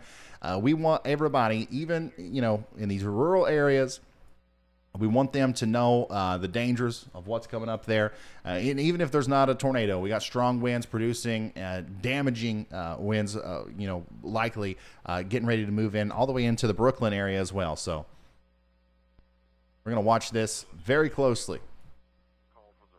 Where's our boy Vince? Vince is not moved. He is still to the south and east of Heath. So Vince Welty is right here. You guys see that? That's where our storm chaser is. You see the see the camera above me? That's Vince Welty. So he's kind of in a good area if he wants to, you know, kind of sample this next storm as it comes by to see if it's actually got a tornado on it. He's probably just stay where he is, honestly.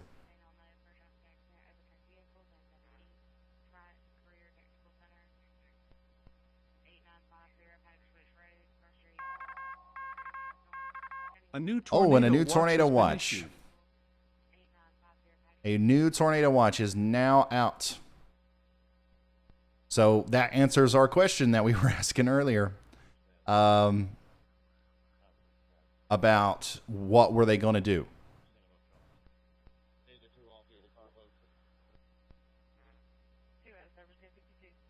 What were they going to do? Are they going to issue a new watch? And the answer to that is yes, a brand new tornado watch. This one goes all the way out till 7 p.m. 7 p.m. Eastern time today. It's currently noon. Okay, so this is still 7 hours. We're 7 hours away from this even being close to being over. This is slowly starting to look like it's going to end up being a long stream here on the Ryan Hall Y'all channel. This is another reminder to please share this on social media so we can get as many people as possible in here to spread this information. I am retweeting this right now if you guys want to go do that as well on Twitter to get the word out. This includes Panama City. This includes all the way up into Albany, Georgia, Bainbridge, Georgia, Camellia, Blakey, Ozark, Dothan in southeastern Alabama, Blountstown, Tallahassee. Yeah, Tallahassee is included in that.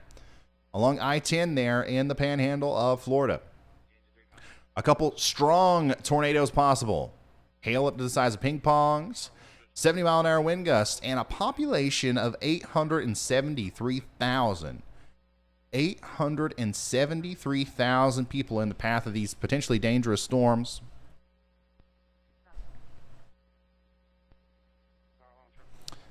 Please, please, please pay attention to the weather today. I'm going to be doing my best to, you know, relay the information in an efficient way and in a way that's easy to consume. Here's a picture from northeastern Alabama.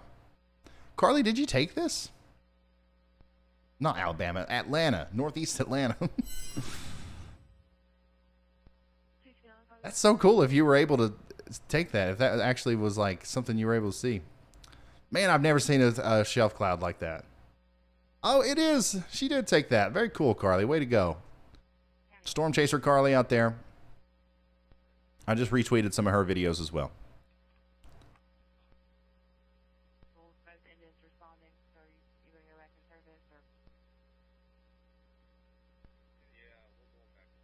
Yeah, I took it. Awesome. Way to go. Copy that. Signature. Post that when you're done. Rescue 22. Respond to Stonegate Apartments, unit 129, 129. Engine 26 is on scene with one who entered in a fall. Requesting transport. No VLS available.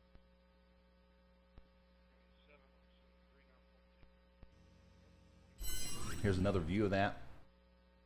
What a massive, awesome looking shelf cloud. Very cool. Very cool. So this is up towards, once again, we got a big Boeing line of storms that's going through Georgia up there, around Atlanta and all the way through central Georgia. That's not really associated. We're not looking for the tornadoes and stuff up there, but really cool cloud formations and some severe weather, potentially with some of those stronger wind gusts. So what we're kind of focused on right now is this. We just had a really intense period where multiple tornado warnings were issued very close to each other. And now it looks like everything's kind of calming down again. I am still very, very interested in following this area of rotation here to the south and west of Brooklyn. But this looks to me, once again, just like a very strong downburst or like a straight line damaging wind event right now. Could change.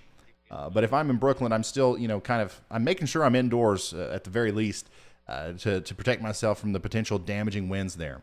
The location will be north of the causeway of the battleship. Yeah, I will eat. I'll eat at some point. I've been doing, it's really good. I've been doing this intermittent fasting thing, and I only eat once a day usually, and sometimes I don't. Sometimes I cave. But I've been doing this thing where I go 23 hours without eating, and then for 1 hour a day I eat. So that's great for the streams, right? Don't have to waste so much time, doing that pointless stuff like eating. Okay, if you're just now tuning in, we now have only one tornado warning. We only have one tornado warning now, and this is for that storm that we've been watching for a while that it had the really impressive tornado signature on it, it looked like.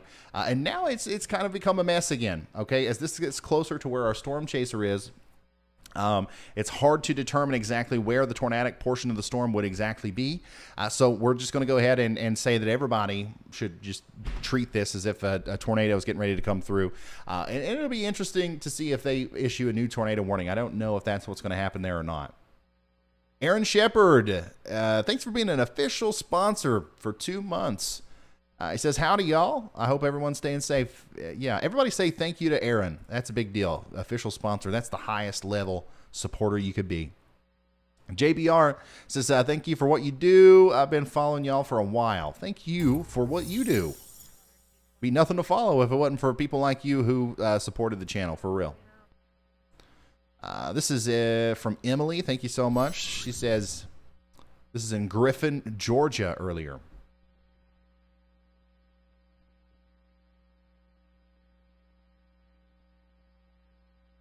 Really, really cool clouds out there today.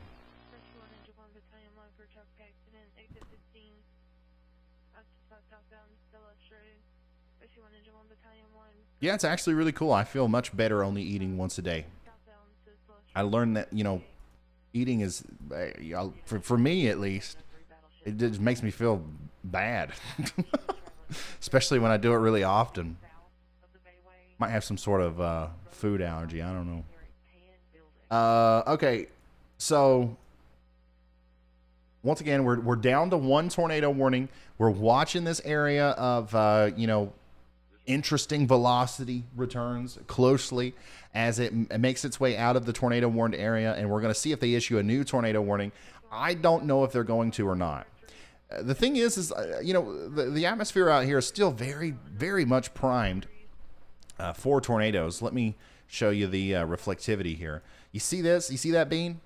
Okay, like if all of this convection that's being lofted up into the main line, it's rotating. Okay, it's just not like they're having a hard time becoming surface based. It's sometimes as this stuff flings itself into the main line, that little bit of extra spin is added, and we do see those tornadic signatures show up on radar. So it doesn't. I don't know. I don't think that they're going to issue a new tornado warning for this. It'll be interesting, but I think they just issued a severe thunderstorm warning, and that's probably what they're going to go with. But we'll wait. We'll wait and see.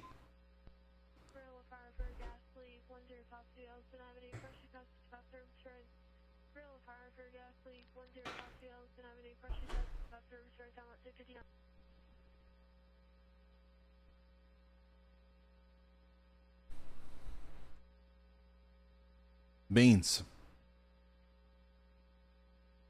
Beans. Yeah, we got beans. Always got to watch out for the beans when you're looking at radar.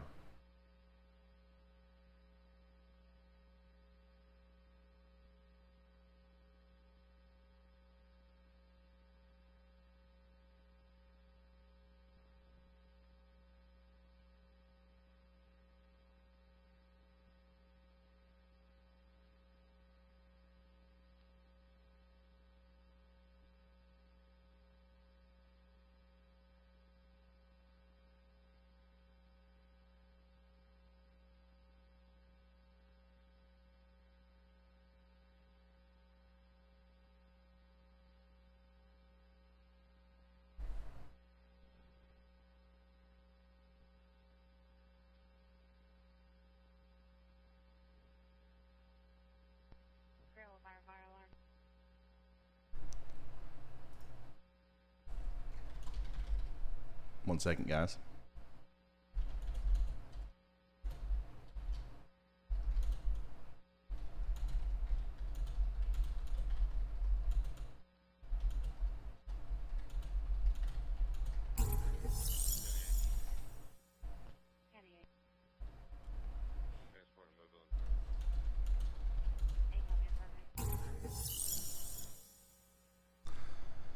Let's see here. Valley Works says, I hate when you go live, but you really are the best source for weather, including TV, Twitter, etc. Thank you. How's Georgia going to be hit?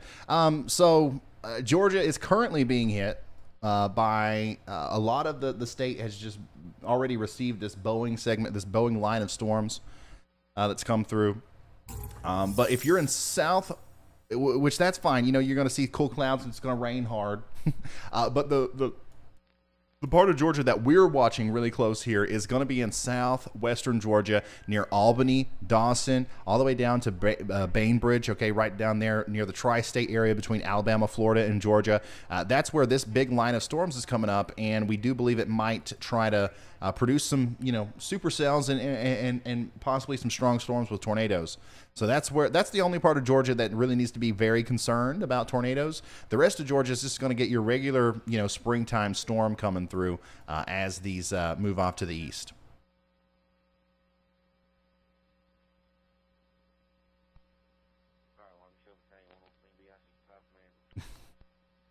I worded that weird in Discord there, Carly. Hopefully you know what I'm talking about.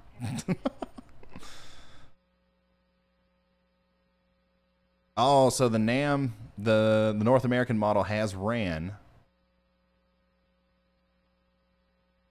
for, I think the NAM 12 kilometer is in range now to see Monday, so we'll have to check that out soon. Another really cool time lapse of that crazy shelf cloud that's went over a lot of Georgia. Anybody that's had the opportunity to see this today, please send me your pictures and videos to pics@ryanhallyall.com or just @RyanHallYall on Twitter or Facebook. It don't matter to me.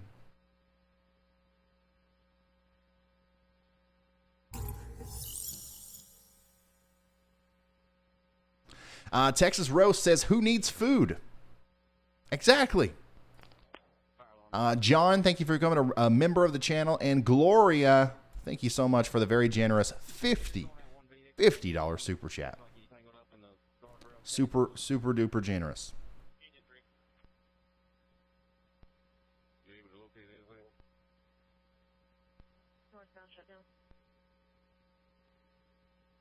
We got strong to severe thunderstorms continuing to go across South and Southeast Alabama over the next few hours, with the potential for damaging wind and a few tornadoes. Now, the northern half of Alabama, the overall threat of like severe weather, it has faded a little bit. But we are watching the potential for the slight potential for some more, supercells to form later this evening or afternoon. But the main threat area has passed for northern Alabama.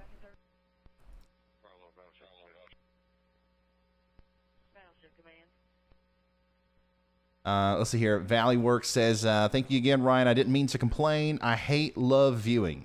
I get it. We might change that. We talked earlier about how it's possible that we might start to do these live streams more often.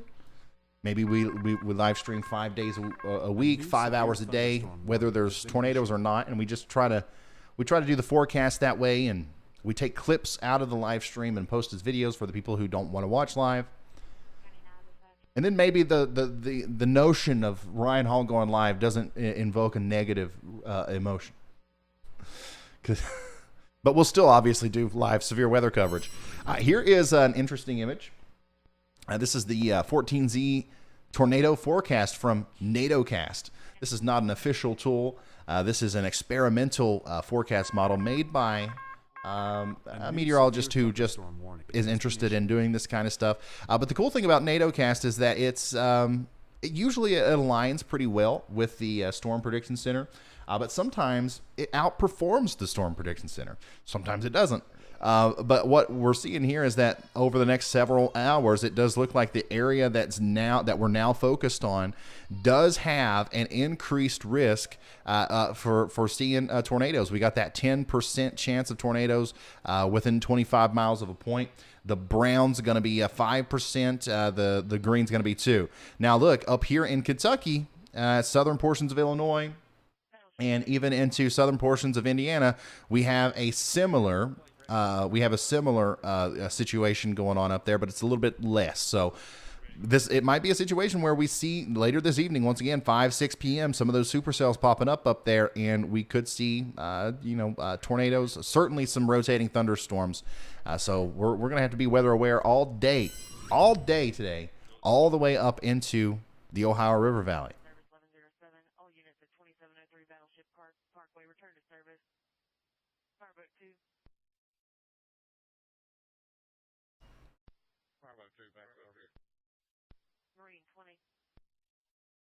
Okay, Vince is on the move. Where's he going? Rescue 3. Storm Chaser Vince Welty is currently going eastbound on Highway 70. So he is abandoning these storms that he's in right now. Let me get an idea of exactly. So he's like right here. Okay, so he's just, man, he needs to go south and east probably. Copy all of the units in service 1107. I don't know how fast these storms are moving, but if he can get out in front of these things, I think this is, if there's going to be tornadoes, it's going to happen out in front of the main line. I think that's kind of the situation that we're in right now. The thing is, though, is if you are in this main line of storms, or if this main line of storms is approaching you, you are still going to experience a very strong thunderstorm. Some of these severe thunderstorm warnings are not average severe thunderstorm warnings. This one, for example, is a considerable severe thunderstorm warning with 70-mile-an-hour winds possible. There's getting into op. So this is certainly uptrending a little bit as far as the intensity of the storms go. Vince is out of here. Yeah. Well, Vince is He started last night in Oklahoma. He's been following these storms since last night in Oklahoma. Or not these storms, in, specifically, but you know what I mean. He's been following this storm system. And that's why I believe he hasn't slept. He needs to take a nap or something. Maybe that's what he's doing when he's pulling over.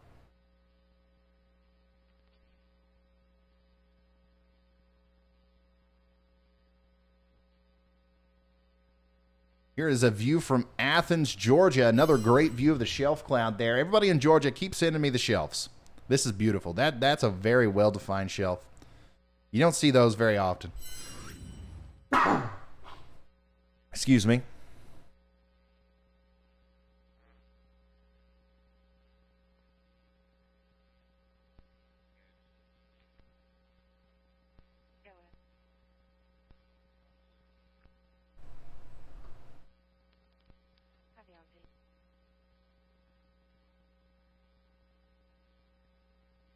Yeah, a lot of these prefrontal cells are not, they're not rotating a lot.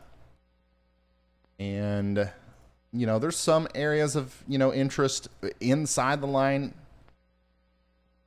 like this. Like little stuff like this is going to pop up often. And you just have to, that's why I'm saying right now, if you are in a severe thunderstorm warning and you're down here in the southern part of this, storm, take it seriously and act like it's a tornado warning if you have the ability to right now, because little stuff like this can happen out of nowhere. The National Weather Service, nobody's going to have time to give you a proper warning for a spin-up tornado that literally just only happens right in your neighborhood. You know what I mean? Like these storms are capable of stuff like that. So if you are under any sort of warning today, please take it seriously and get indoors, get to a safe spot. Dean, thank you so much for becoming a member. I appreciate all the new members today.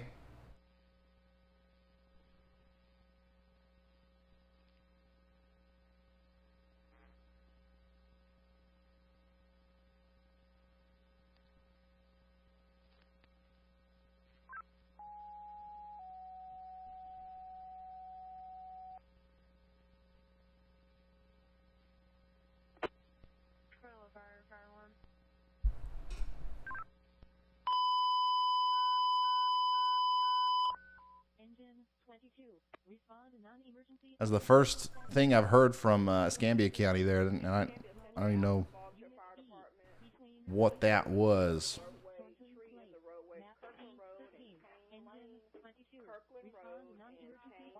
Yeah, certainly very interesting little area of, either, what was that called? Contamination or rotation. All these little interesting things are going to pop up often, especially on the front side of the strongest area of the storms. And you just gotta treat them all like naders. That's the only way to be 100% certain you're going to be safe in a situation like this.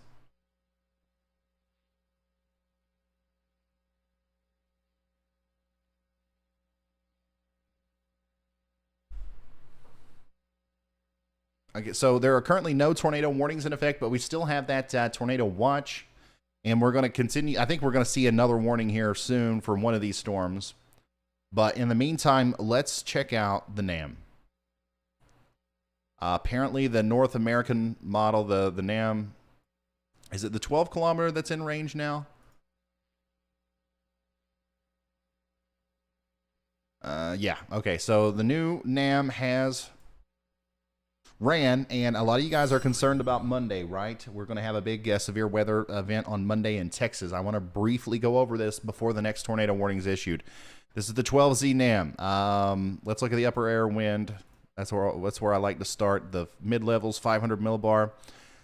Okay. So there's your trough. It dips in. It comes and it's basically negative there. Can I zoom in? Does that make sense to zoom in? No, it doesn't really. What am I doing? Okay. Let Let me come back here. Let me show you what I'm talking about. So this is one of our shorter or medium range regional models here, the North American 12 kilometer. You can see how this is a little bit more of a neutral, maybe even a little bit of a negative tilt there. Some increased, winds as it wraps around the bottom of the trough. We got a big vortex there on the bottom. This is going to increase lift and more than likely cause problems down here in Texas between 2 and 8 p.m. on Monday. Now, here's the moment of truth. The 850 millibar winds, a little bit closer to the surface, the lower level jet. What does that look like? Wow.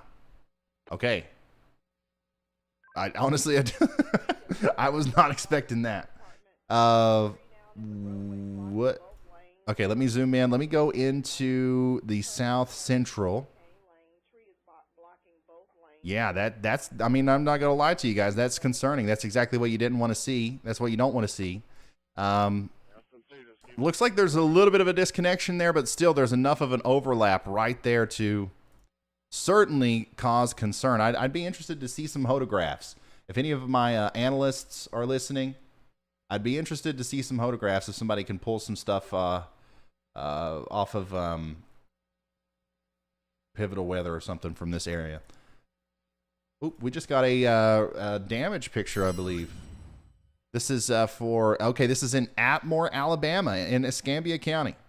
So this is from that potential, well, more than likely a tornado that we had earlier that we were talking about. And it looks like damage there in what looks to me like a mobile home park. And I just got two different pings here. I'm ready for all the news and the weather. Go ahead.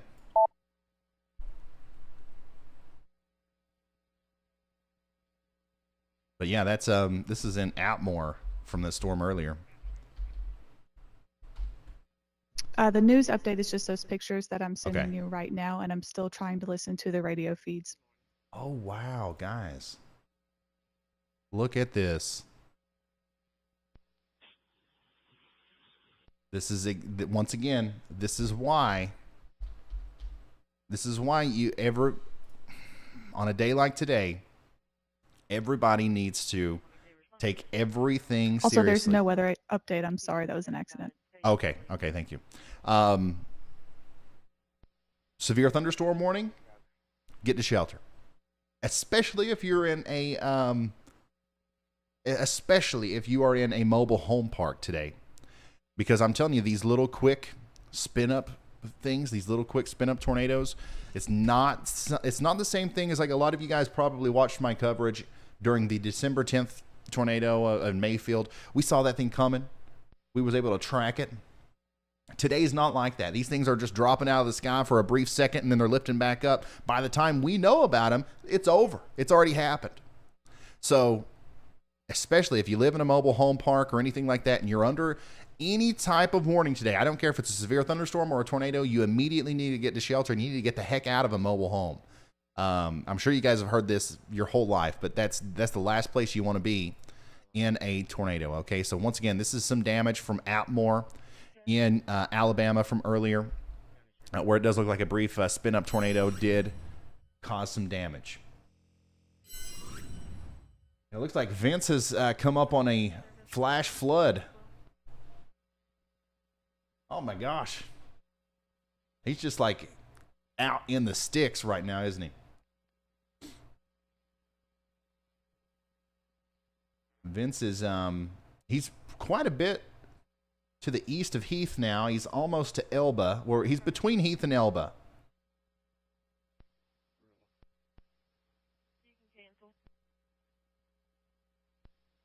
And I believe the road was blocked in front of him there.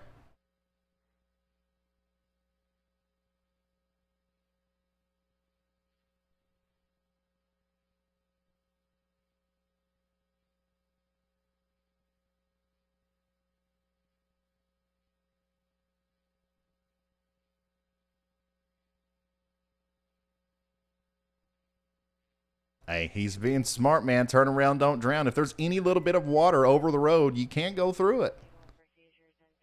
You can't do it. Man, once again, another beautiful look at this shelf cloud that everybody in Georgia has been treated to today, it seems like. This is from Macon, Georgia.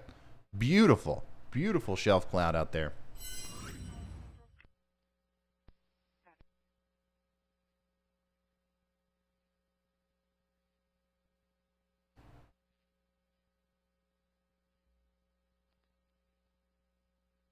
And we're just we're able to see this thing from pretty much every angle, it looks like.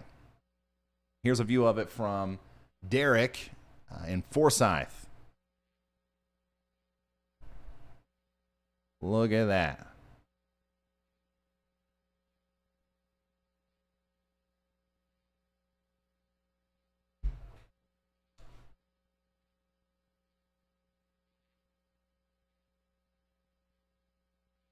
Wow. Ooh, gosh, I'm so ready for spring, guys. You know,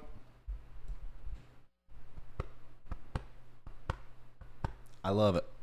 I love like the weather, man. I don't know what it is about it, but that just gets me so excited. I can't wait to see my first shelf cloud of this year. Okay, so we got a sounding from the NAM model there from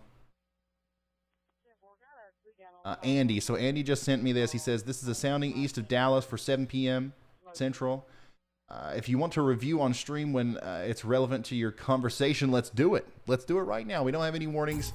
We got to get this kind of conversation out of the way before the next warning's issued. So, Andy, go ahead and walk us through this sounding here if you want to, if you got the time. We're just kind of going over this right now, waiting on the next warning to come through.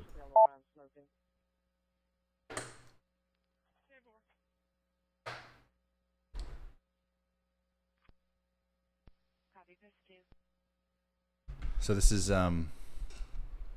meteorologist Andy Hill, who's going to be once again kind of giving us his input on what he sees here, and then we'll go back to the graphical models right here in a minute as soon as he's finished.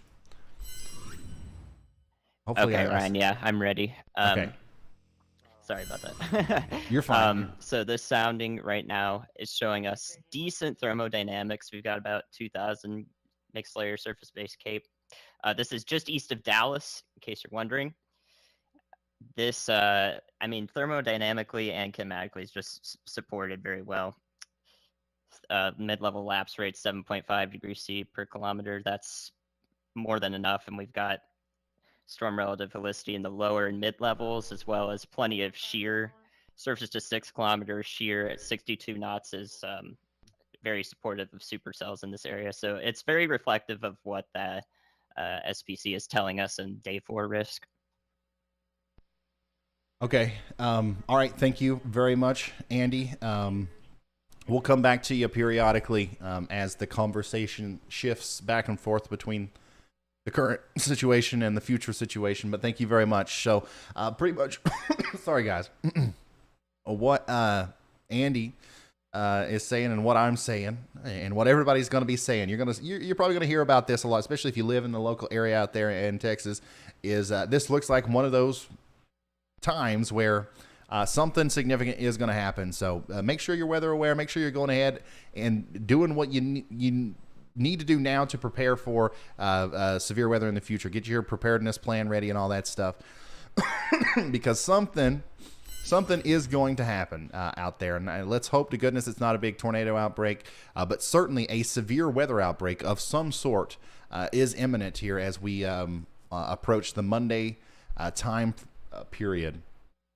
So let's go back to the models here real quick. I want to show you one more time the nadir juice, or the 850 millibar winds. Once again, a little bit disconnected, not as stacked on top, but still, it doesn't matter, honestly. Like that's such a huge wind field, and if that trough is overall negatively tilted, there's going to be some big problems there. I also want to see moisture. Moisture is important. And the moisture, it's there, but thankfully it's not as significant as what it could be. Like, once again, I mentioned this. I don't know if I mentioned this in this stream or in another video or something, but if this was April, if this was mid-April, early May, oh my goodness, this would be a high risk sort of situation more than likely. Okay, but the moisture is limited to right in through here, and even there, we're talking about mid 60s according to the NAM. Now, if this turns out to be something a little bit more significant, if we start seeing those approach 70, and then on the backside we start seeing a more sharp gradient here with our dry line, that could promote the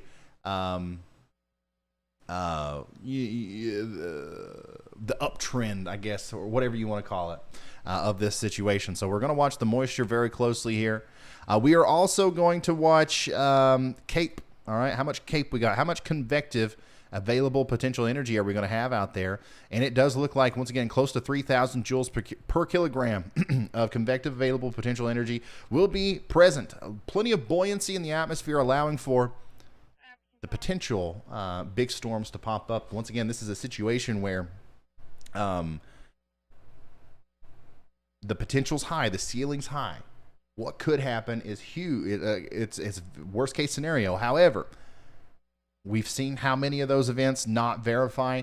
That is also a possibility as well. So we just need to be weather aware. We need to kind of keep it in the back of our minds that this is something that could happen.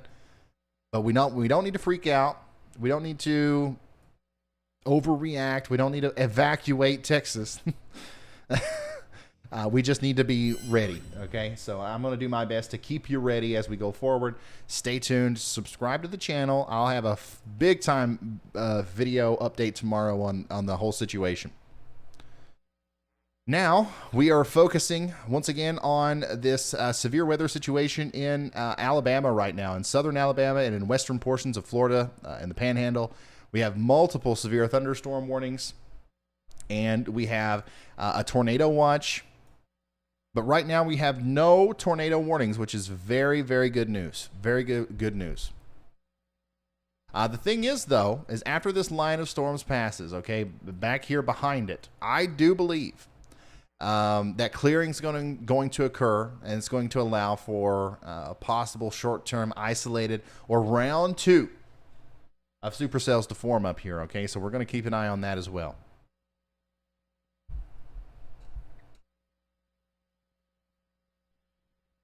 Yeah, no need to evacuate Texas. I think somebody was hinting at that earlier. That's the only reason I mentioned it. Like, I'm in Texas. Which way should I go? Just stay home, okay? Like, you know, get into if you're in a tornado warning, get into the basement or in your storm shelter or in the most interior room of your home. The odds of that happening is very low, okay? So there's no need to evacuate. Interesting idea, though. I wonder if there will ever be a time where we are so good, where weather prediction is so precise and accurate that we could actually be like, you know what? There's going to be a tornado go down this street in 2 days, so let's go ahead and evacuate it. That would be cool, right? I don't know if that's possible, but if it is, I hope we get there soon.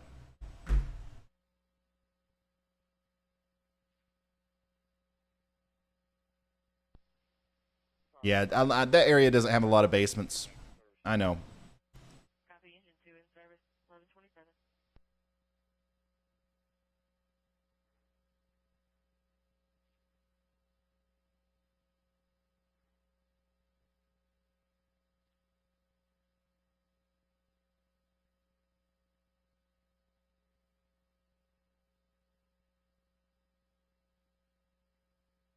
Yeah. I think I'm pretty interested in the potential for supercells and spinny things up there in the Midwest and in the Ohio River Valley a little bit later this evening. I think some of the latest data is suggesting that that's going to be kind of interesting. I don't know if we're going to have a bunch of tornadoes, but certainly I kind of wish I was out there. I kind of wish I was chasing. That's close to me.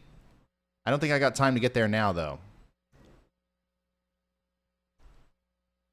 And also, it's going to be a dark, like a lot of the area that I would have time to get to, it would be dark by the time the storms got there.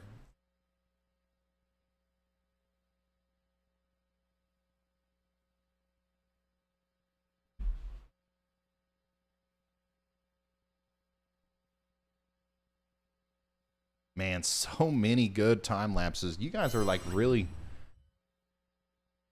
Look at that. That's ominous. I'm retweeting that one. Harrison, thank you so much This, you see, like, this looks like a little bit more of like a traditional shelf cloud at this point. It's less turbulent on top. Still looks very cool, though. Still looks very good. Thank you for sending that in. That was in Athens, Georgia, once again.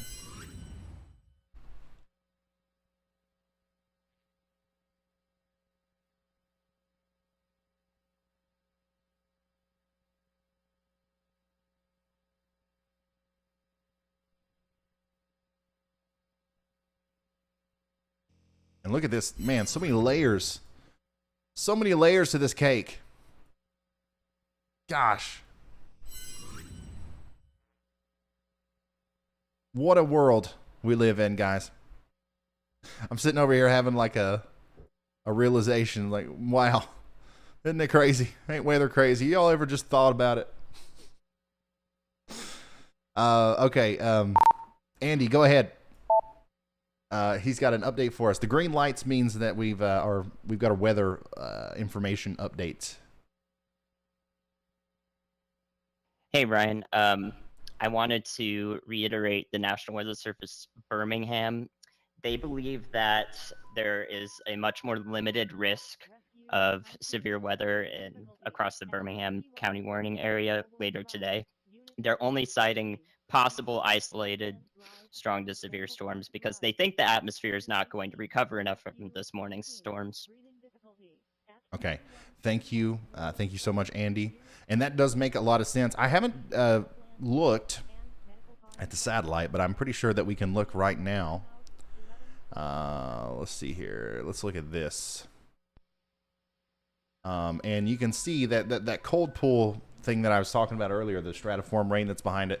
There's likely a lot of leftover cloud cover back here, which means that in order to see new supercells or new storms to form, we would need to see the sun come out, right? We would need to see the instability recover, like Andy was talking about, and the more clouds we have and the longer that lasts, the less likely it is that will happen. So hopefully we don't see any more tornadic activity in the Alabama area, especially the further north we go. However, I personally think that for the next several hours, from 1 to 7 p.m., the areas that we have to watch is a very small place down here, right, that we're kind of looking at right now, and then also up here. It does look like there's some clearing up there. In fact, let's look at yeah. So there's going to be enough clearing back here, I believe, to support whenever this the next punch of cooler air comes in, or that next little line boundary area comes in. I think that there's going to be enough time here for instability to form up enough to allow for storms to go off. So I would watch out up there. And once again, I really hate to say stuff like, watch out. Oh, I'm concerned. The thing is like, I think there's going to be 1 or 2 cells that rotate. Okay. Like, does that mean that everybody in that circle is going to be, a lot of you might not have even notice it. And if you hadn't heard it from me, you probably would have never known anything about it. But like, still, there's going to be a couple storms out there that I think will likely produce something. But I don't want anybody to think that I'm saying that there's going to be tornadoes certainly up there. The areas that we need to be focused on right now, I believe, are still down here, a little bit further to the south. And we're watching them closely. We got Vince out there, too. He is close to Elba. He is out here, very close to Elba right now. And it'll be interesting to see what he does. Like, I wonder what his plan is now that we've got this new tornado watch. We'll get an update from him next time he pulls over. Shiela, thank you so much for becoming a slight risker. I appreciate that.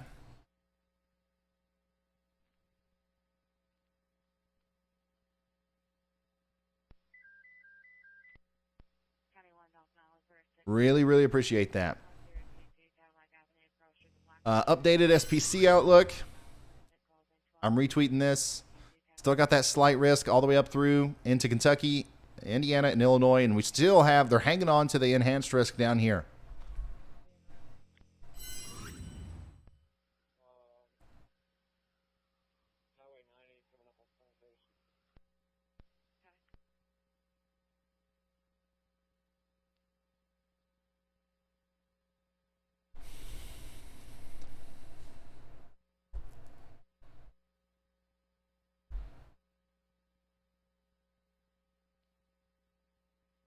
My advice is to pack a lunch today, Ryan. You guys keep talking about food. It's going to make me hungry. My window today to eat is around 3. Rescue 12. Breathing difficulty at 3104 Robin Square connector between North. We just looked at the 12Z NAM, and it is indicating the possibility of strong tornadoes from the Dallas-Fort Worth area to Houston on Monday. There's a lot of low-level instability and vertical vorticity. If anybody's just now tuning in, we are going to go back and forth between the conversation of current weather and future weather, because that's kind of we're kind of building up to this situation where it looks like we're going to have a very bad severe weather outbreak on Monday, Tuesday, and Wednesday of next week, and we want to make sure that everybody understands the problems or the probabilities of what could happen there.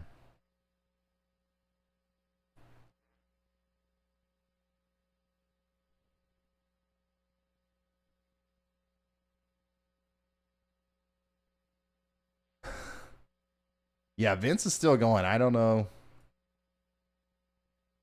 man. And I heard from somebody that Vince, he just, lives on Cheez-Its. So maybe that's the, maybe that's the secret. Something in Cheez-Its just keeps you going. No, I really did hear. I heard the man eats a lot of Cheez-Its. Thank you for sending that, Matt. Oh yeah, viewer submissions. I want to show some of those as well. Choo Lord, look at this from Dennis in Georgia. Beautiful. Let's see here from Hannah in Pendergrass. Very interesting, cloud formations there in Georgia. All over the place today, really. There's Lithia Springs, Georgia. There's another view of the shelf cloud in Carrollton, Georgia. Thanks for sending these guys. Once again, pics@ryanhallyall.com is where you're going to send these via email if you don't want to do social media. Otherwise, you can do Twitter or Facebook. Thanks for sending these in, though. Here's a trucker, Eric from Metro Atlanta. You can see the big shelf cloud in the distance there. You can see it there. Oh, this is earlier in the morning in Georgia there in Bremen. There's Bremen, Georgia again, a little bit later. Of course, we're all prepared. We're watching the stream. Oh, look at this. Oh, man, that's awesome. Vince Welty, Ryan Hall, Radar ×3. Kiddos are learning about nader juice. Look at this. Isn't that awesome? That's so cool. Thank you for sending that in. Looks like we got high school senior David doing some school work, and then also he's got us pulled up there. Oh, man. Anastasia, nice setup. Okay, then we're caught up. Very cool. Thank you guys for sending this stuff in. That's really, really nice. Bremen.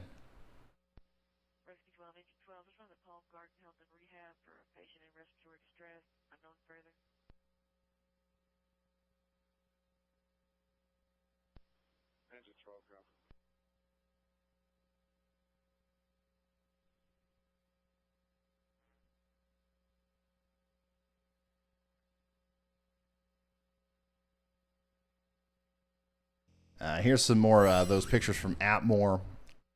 Once again, the mobile home park here. And honestly, it'll be interesting to see whether or not this was a tornado or just some sort of a straight line damaging wind event.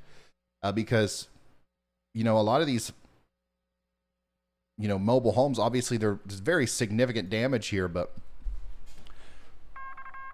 I live in an area with a lot of mobile homes, and it doesn't take a lot. It does not take a lot to make this happen to a mobile home. That's why we are so adamant in the weather enterprise or whatever to get people out of them. Because if a situation comes there is a decent sized tornado that comes through a mobile home park like this, there's nothing left. So it'll be interesting to see the National Weather Service and their survey that they will inevitably do here to see if that was a tornado or some sort of wind, straight line wind event. John Paul says it's still pretty cloudy out there in the south, but there's a tiny area in western Kentucky that has the sun out, and instability is rapidly rising in that area, where the potential of a few severe storms is later this evening. Yeah, so the clearing slot here is right up in through here. That if that can stay clear before this gets there, I think we're going to have some strong storms.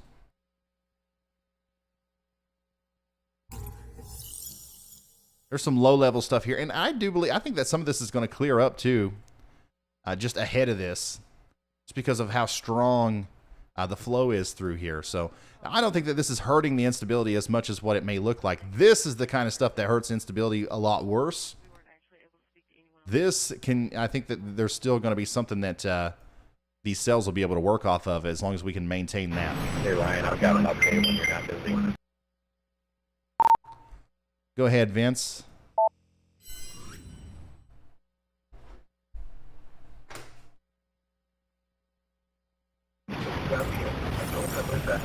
I'm not sure if it's picking up well on the stream, but I don't think this area is under a flash flood warning, but a lot of these back roads are about to flood. These ditches are full.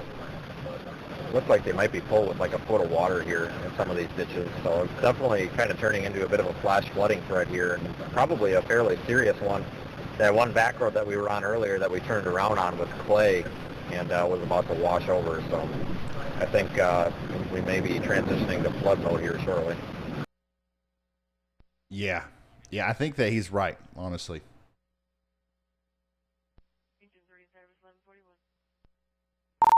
There's something weird going on with Google Maps. I don't know exactly where you are right now. Do you know approximately what small town you're closest to? Are you guys seeing this?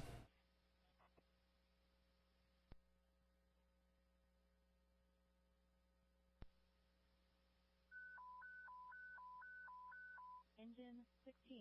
Respond non-emergency 1. Yeah. I'm in the middle of nowhere, south of Elba. Probably Okay. about 3 to 4 miles south of Elba, ELBA, which would be southwest of New Brockton, southern Alabama. Okay, so Vince is still south of Elba. There's something weird going on with my map system, and it shows that he's like not even on a road. And I saw somewhere on Twitter that somebody said Google Maps might be having problems right now, so that could explain that. But yeah, Vince Welty's out there in the middle of a flash flood. And I do believe that the flash flooding threat is going to be the main threat as we go forward, especially if we don't see any more increase in the tornadic activity out here. If we don't see any supercells, heavy rain. This is heavy rain. And it's going to lead to flash flooding for a lot of people. In fact, we do have a flash flood warning out here for Andalusia, Dozier, some of the places that were hit earlier by the tornado warned storms.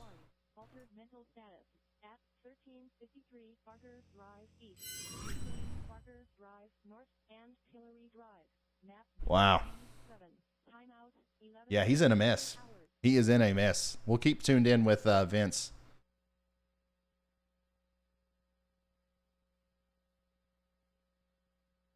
So Google Maps down, confirmed?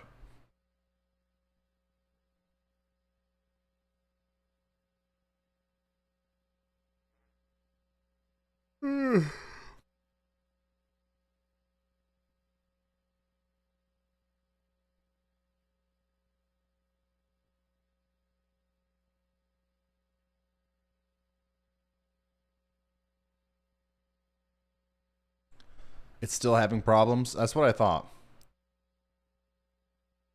And Vince is also in the middle of nowhere, so it's going to be hard for us to get a clear look at his camera there.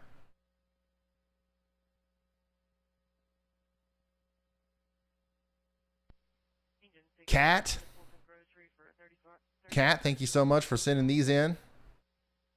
Oops, never mind. I just lost them. I don't know what happened. I just saw your pictures and now they're gone. But thank you, Tactical Smoke Barbecue. Thank you for sending that in. Once again, I think there's a lot of people today in Georgia who are kind of caught off guard by this and probably thought it was something a little bit more ominous than what it was. Once again, I don't think we've had a severe thunderstorm warning associated with this. But certainly looks severe when you're looking at it.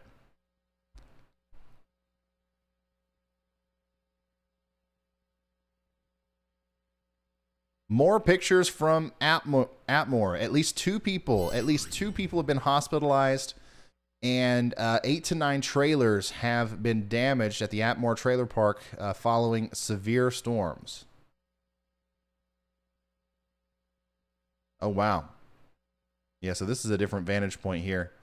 Look at that.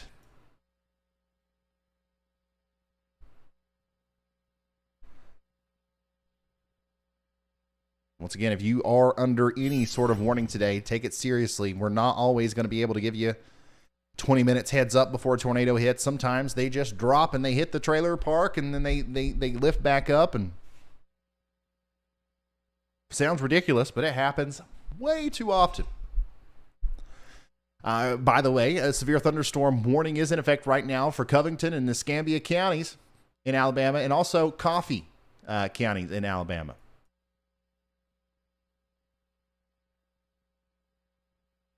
And real big flash flood situation getting ready to unfold, I believe, up here near Elba, Enterprise, Ozark. We're seeing a lot of that already through Vince's stream. A new severe thunderstorm warning has been issued.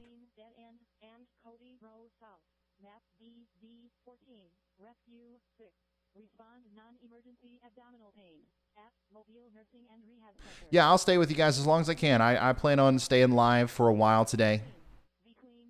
Kind of, testing out this theory that we have that maybe we can just live stream all the time, no matter how, severe the weather is, and people will still tune in. And, in a situation where things do go crazy, hopefully we still, that's the thing, like a lot of times, since the live streams are kind of exclusive to the larger severe weather events, people tend to flock to them, especially when we've been promoting the idea for a while. I don't want to desensitize the notification for a live stream on this channel either. There's a lot of things to consider there as to whether or not we're going to try to convert to more live streaming. And to some of you, it probably sounds like I'm thinking too much about it, but it is very important that you play by YouTube's algorithm rules if you're trying to reach people on this platform. The most important thing, actually, if anybody watching this wants to do YouTube, you want to be a YouTuber, you want to do anything that involves YouTube, learn how to make titles and thumbnails and work the algorithm. Then worry about your content, because it's second. You can make the worst content on earth and you can still do well on YouTube as long as you understand the algorithm. And I'm sure you guys have seen many examples of that. It's unfortunate. I wish that wasn't how it worked. I wish it was just purely based on the quality of the content that you're producing, but that's not how it works.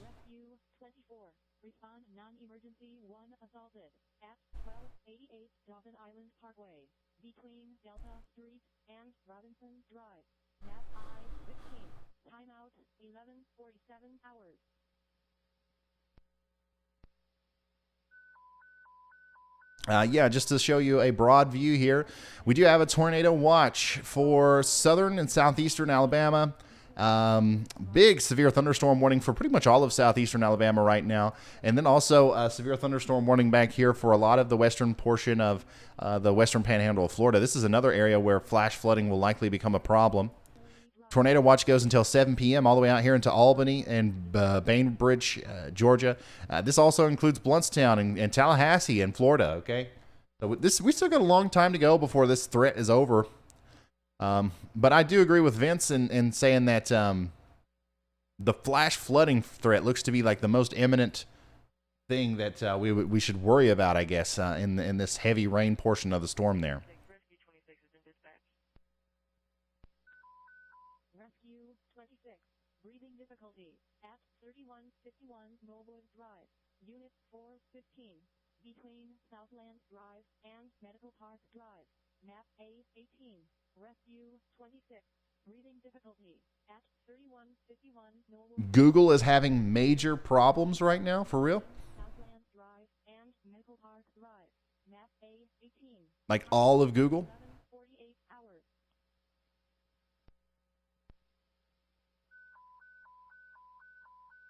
Rescue 8, altered mental status at 1415 Dawson Island Parkway, between Webb Avenue and Englewood Street, map I-15. Rescue 8. Yeah, somebody said Google Maps is down for the first time in my life. Island Parkway, between Webb Avenue. I mean, that is insane. Map I-15. Timeout. So it's just Google Maps then, right?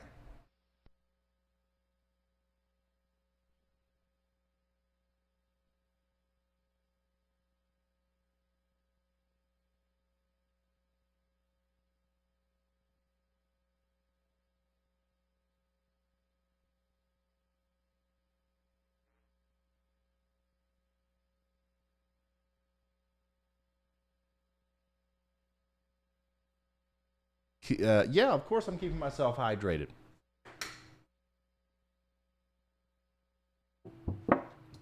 Very important on this channel. Stay hydrated.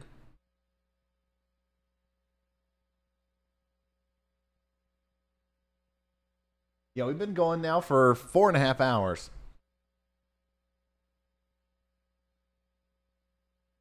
And I do plan on staying live for a little, I don't know, honestly, like for either a little while longer or a lot of while longer. It's up to you guys. All right, you start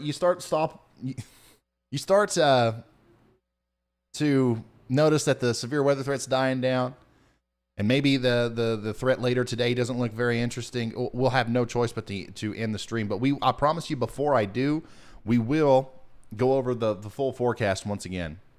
Once again, as long as you guys are here, as long as you're tuning in and wanting to watch, I will be here. 94-year-old female complaining of abdominal pain. WLS available.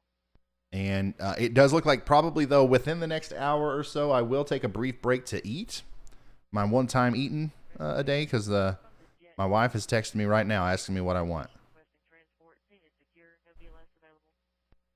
You guys want to help me decide again?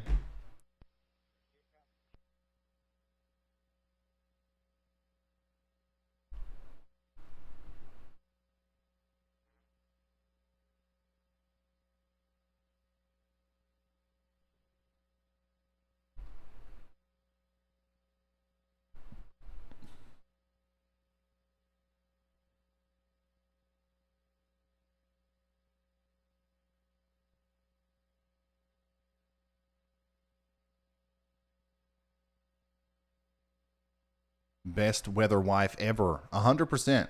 Always making sure I'm fed. Always reminding me to eat. There's been a couple times where we've been doing these live streams, and if it wasn't for her, I definitely wouldn't have had anything. Let's see here. I'm out and about anywhere, even in town.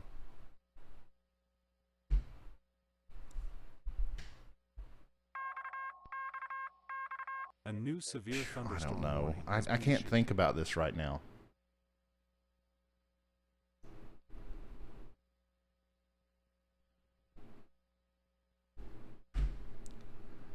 Google Earth is working, but Maps is not.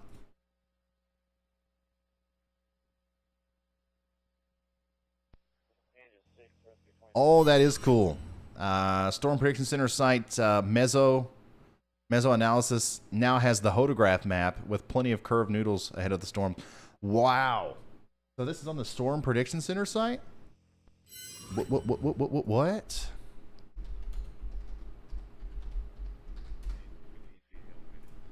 What a time. Be alive. I keep saying that.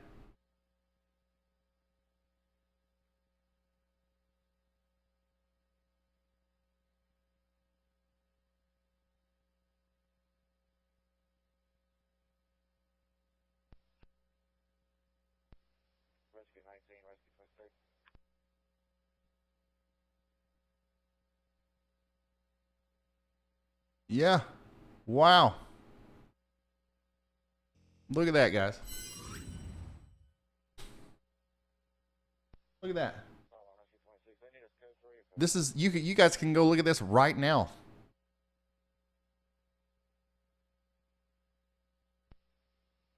spc.noaa.gov. Amazing.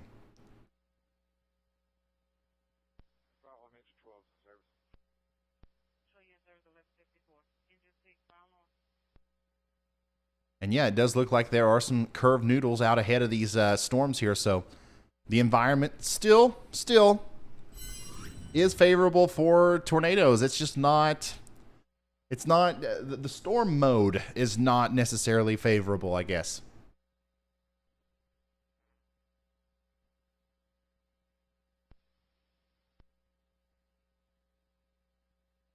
Thank you, Sean.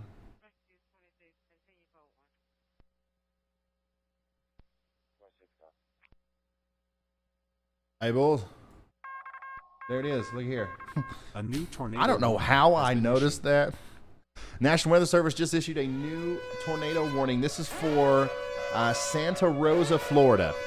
Santa Rosa, Florida. I don't know. Seriously, this popped up over here. Sometimes it'll pop up on WSV3 pretty early. And something just, I don't know what it was, but like it's almost like I jumped. Okay, so that's going to be for Okaloosa and Santa Rosa counties in Florida. And that's, once again, a brand new tornado warning. Let's start dissecting it. Let's start looking at it, what's going on down here. And there you go. A very strong area of rotation just to the north of Milton. We're going to put all of our resources on it here. High-res velocity. There you go. Once again, just to the north and west of Milton, we have a velocity couplet here. It's getting ready to go between Point Baker and Milton. Actually, let's put this into motion. I want to see the motion.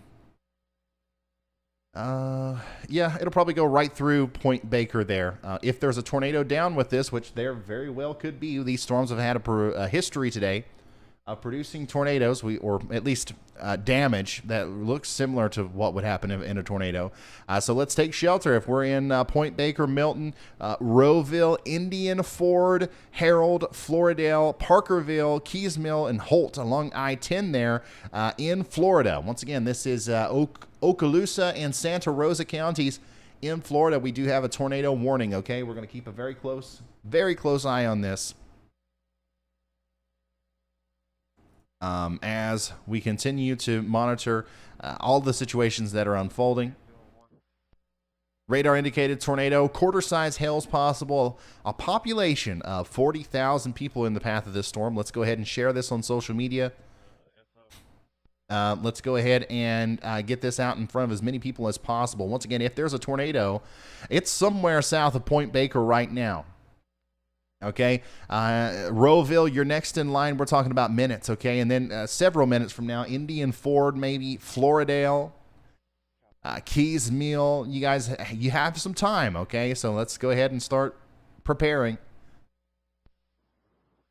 And then immediately get to our shelters as fast as possible. We want to take a go bag with us. We want to have shoes on, just in case we got to leave, just in case we have to leave the premises after the tornado hits. If there is a tornado, you might have to walk over glass or something like that. So, you never want to, if you're lounging around in your slippers or your socks today, make sure you just slip on some shoes, some good shoes before you go into your tornado shelter. That's something that people overlook sometimes.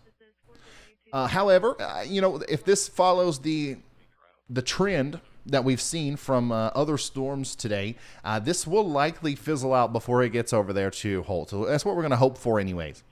We're going to get in our safe spot anyways.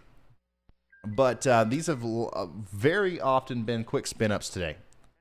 So it's likely that could be what we're dealing with here as well. But if I'm in Milton, I'm in my safe spot. And we're going to watch this very closely as it continues to wrap up. Also, oh wow, got another really good video of the shelf cloud moving through Oh, this was last weekend in Sarasota. Very strong winds. Man, how long did you hold this phone? This is obviously a handheld video. How long did you stand there and hold the phone to get this time lapse? You have incredible patience and a very steady hand. Are you a surgeon? I could never do that. I would have to sit the phone down somewhere to get a time lapse of that. Maybe everything was just moving real fast too. I don't know. But thanks for sending that in.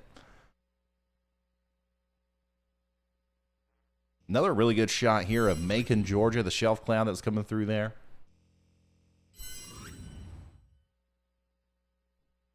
Flip-flops don't count. That's exactly right. You're looking at Okaloosa and Santa Rosa counties in Florida here. As there is a tornado warning.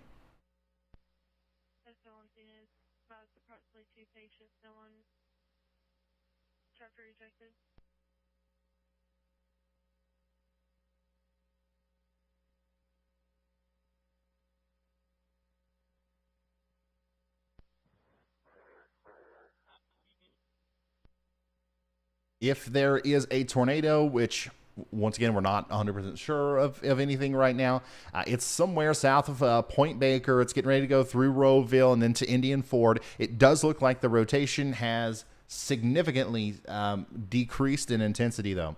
Once again, this is just another example of this quick spin-up nature of today's storms. It was, that was a good warning. That was a really good warning from the National Weather Service there. Right there, they issued it. And that's exactly where you should in a situation like this. But, once again, by the time people started hearing about the warnings, let's say that there was a tornado here. By the time people heard about that, the tornado had already happened. So that's why I'm being extra clear with my messaging today. Don't rely too much on the siren. Don't rely too much on a warning even. Just everybody needs to, if there's a storm coming towards you, and you're in this tornado watch box down here in Florida, or Georgia, or Alabama, be ready. Anything can happen with any of these storms, and you're not going to have a huge warning time with it. It's just the nature of the beast today.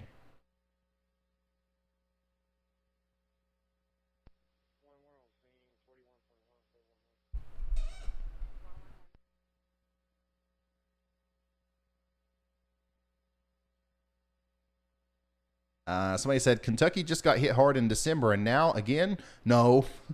Tonight's severe weather event in Kentucky will be nothing like to December. There is an isolated chance of some severe storms and maybe a couple tornadoes, but we are not gonna. I really would be surprised if we talk about long track EF4s tonight in Kentucky. Just be weather aware, and if that does happen, I'll guide you through it. But I just don't think so.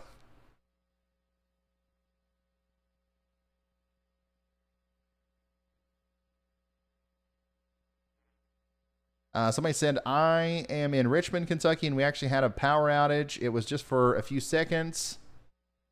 Man, I hope we don't have a power outage here, man. That sucks. Knocks me out. Brandon Barrel. A couple strong to severe storms are possible in Kentucky this evening. Today is nothing like December 10th, 2021. That's exactly right, Brandon.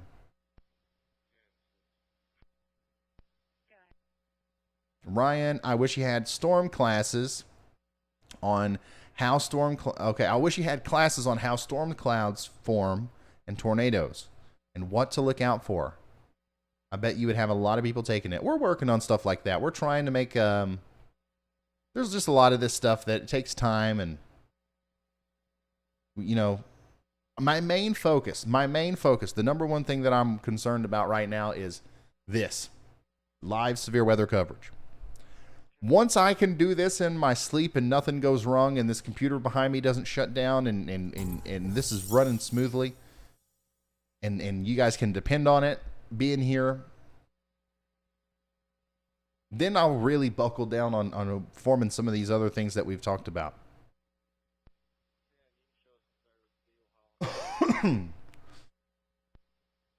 And obviously, I'm going to work on it in between. I'm not just solely going to live stream, but like I think the stuff's going to start happening a lot faster once I feel comfortable and happy with the level of quality that we're producing here through the severe weather coverage.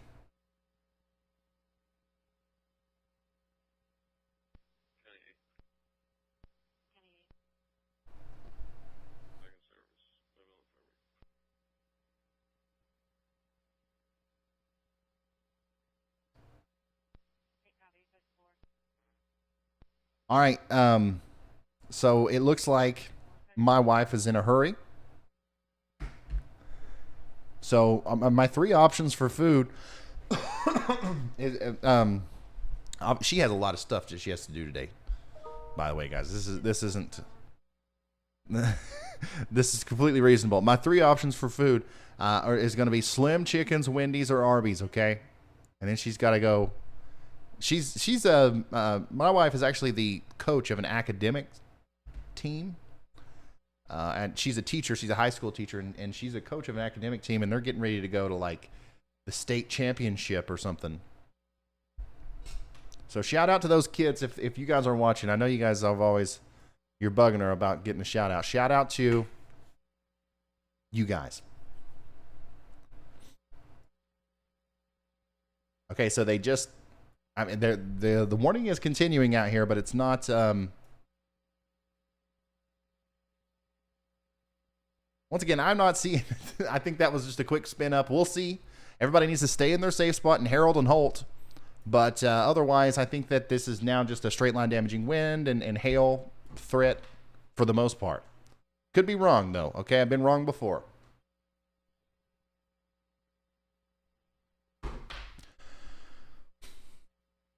Slim Chickens, Arby's, Wendy's. I'm seeing a lot more Arby's than anything, which is surprising to me. What? People like Arby's? Like, I don't mind it.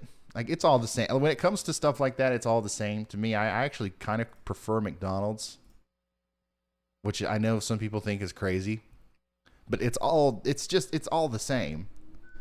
I'm just surprised to see so many Arby's.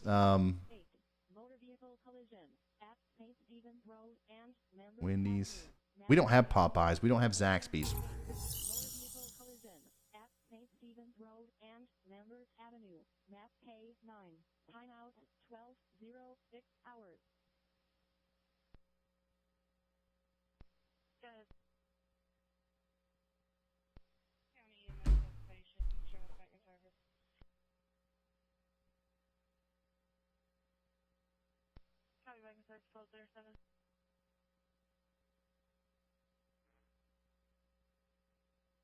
All right, we're going to get Arby's. Thank you for helping me decide between which fast food option I'm going to partake in today. Now, usually where I'm doing the eating once per day thing, I usually don't eat Arby's, once a day, every day. I don't think that's the goal, but every once in a while it won't hurt. Once again, tornado warning here for Okaloosa and Santa Rosa counties in Florida. No new developments here other than stay in your safe spots. If you're in Harold and Holt, there's nothing else to talk about. It does look like the rotation has died down a little bit. However, there's still an area that looks questionable. Looks like maybe there's something going on there. So, and that's heading right towards Harold. So, shelter.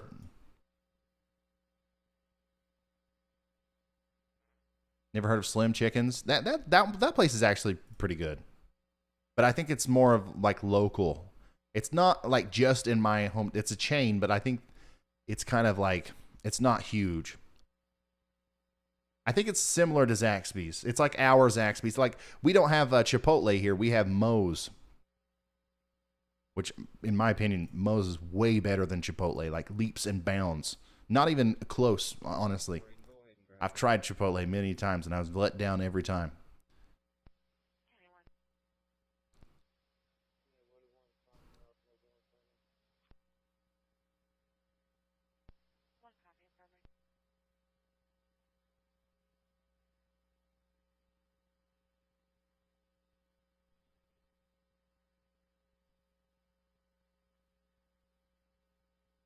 So Vince has somehow made it all the way down pretty close to the Florida border. Vince is up here.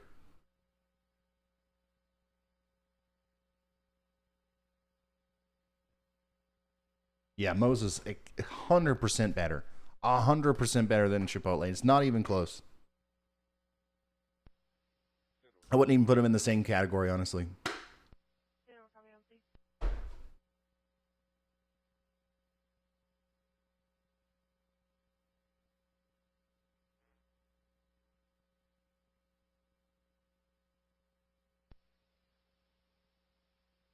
Slim, we're having a conversation about Slim Chickens here. Oh, Slim Chickens is expanding. We've got a couple in Western Tennessee. Wow, well, good for them.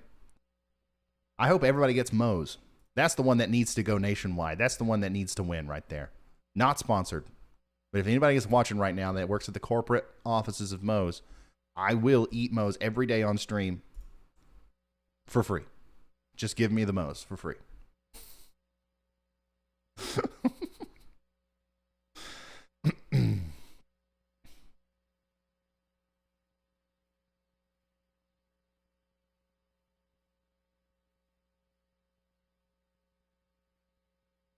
Yeah, Vince is like, he's something else, man. He's obviously not speeding. He's obviously like in the middle of a huge rainstorm. He's being careful, and we saw him turn around a couple times because there was water in the road. But somehow he's still traversing across entire states in record times.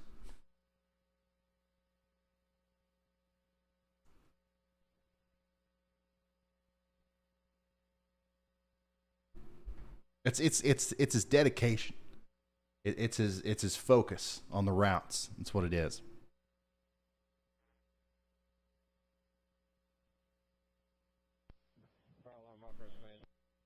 I'm glad there's so many pro Moe's people here in the chat. That's something that me and my wife agree on. She doesn't like Moe's all that much. She's wrong about a lot of stuff like that. Oh, wow.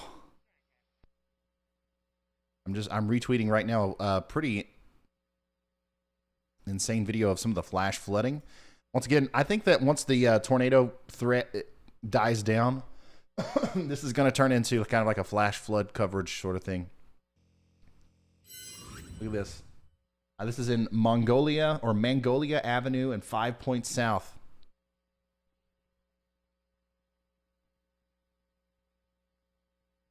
Allie Nichols says, I know you talked about doing shorter daily live streams in the future. I love the idea, but if there are severe outbreaks, would there also be breaking live streams of sorts? Yeah. Yeah. So that's something that we have to think about, right? Like that, it's literally something that I have to think about before I commit to. Like if I'm going to do, let's say today, I was just doing a regular live stream, right? It's a regular scheduled live stream. Whatever, we're talking about the forecast, we're hanging out, we're talking about Moe's, whatever it is. And then all of a sudden, a tornado watch is issued or something unexpected happens. I think more than likely the correct method would be to end that stream and start a new one, send out new notifications with a new thumbnail that's like breaking news and stuff, and then have the thumbnails and the titles and stuff for the live streams that are a little bit more laid back and just about forecasting and stuff to look different. I think that's the way to play it.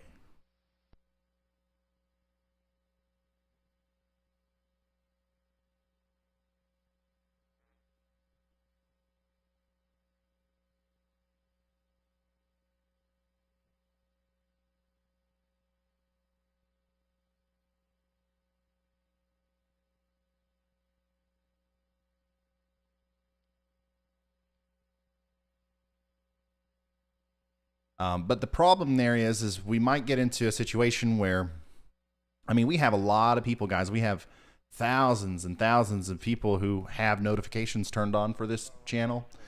And I just feel like I don't want to over notify. Once again, a lot of you guys are probably thinking, well, this guy's thinking about it too much. But there's a lot to consider when you drastically change something that is currently working. it ain't broke, don't fix it. But I'm just constantly trying to figure out ways to make it better. That's what this is all about. I don't believe that it's broke. I just believe that we can always do better. Truck 5 responding for an NBC involving 2 vehicles. No one tracked or ejected. Color advised the vehicles have pulled into a parking lot near the location. Just a empty lot. MPD has been notified. Advise on transport. Truck 5 MPD just advised you can cancel. Service in now. In service 1214.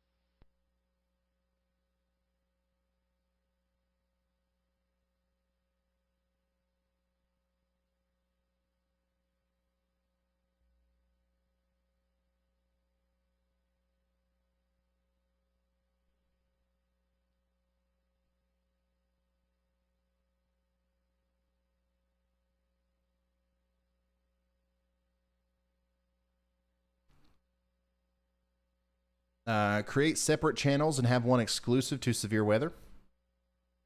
That's an idea. I think the better idea would probably be to create a separate channel and have it exclusive to the daily live streams. And keep doing what I'm doing right now on this channel. Not change anything. Breaking news, severe weather. We're here. We're chasing storms. We're relaying warnings. That happens here. Monday through Friday, weather chat with Ryan Hall live stream. That happens somewhere else.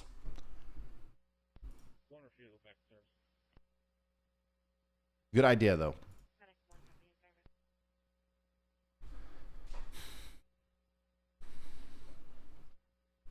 The only thing that sucks about having a separate channel for that kind of stuff is, we have literally almost 2,000 paid members on this channel.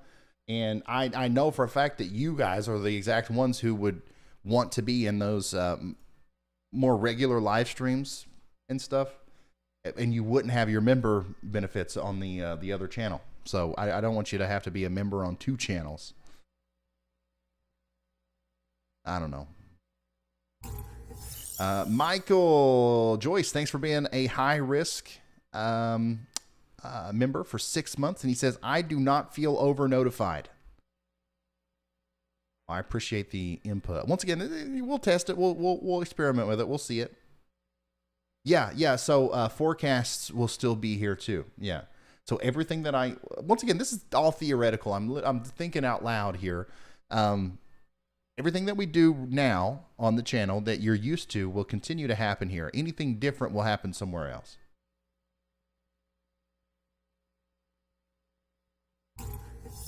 Olivia Young says, the live streams are always, it's happening now in my mind, while the forecast videos are, hey, friends, this is the plan.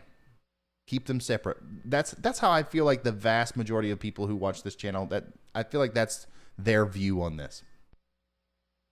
So I think that keeping them separate would be good, and putting them in different playlists does not achieve anything. They would have to be on separate channels in order to avoid the notification problems. And it looks like the rotation on this might be trying to kick back up. So once again, Harold, you're getting the strong winds now. You're getting the heavy rain, the hail. Stay sheltered. It'll be over before too long. Holt, you guys also need to be staying in your safe spots as well. This could potentially, produce a tornado at any moment. The tornado warning is still in effect, okay? And look at all of these areas. Look at all of these areas of rotation up and down here. I think we're getting ready to see another period of activity where we start seeing a bunch of tornado warnings come out of these. We'll see. That one would be the next one that I watched out for. Very, very broad rotation. Certainly not producing a tornado right now, but, watch it. Watch it, what happens to it in the future. Vince is close to that one, yeah. Vince is currently right here.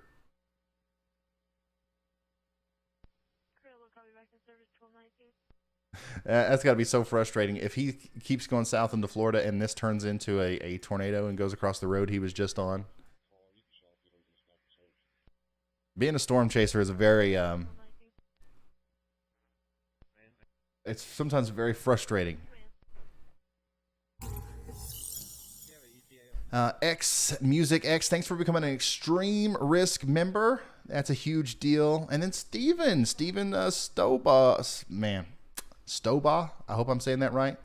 Thanks for becoming an official sponsor. Guys, once again, everybody say thank you to Steven. If it wasn't for people like him, I couldn't do all the stuff that I do here. That's a big commitment there with the official sponsorship. Thank you very much. And Vince is officially out of the storm. We got a clean feed from it. Well, we did. I think he's getting a little bit closer to some populated areas too, so we should be able to get a cleaner picture from him as we go forward.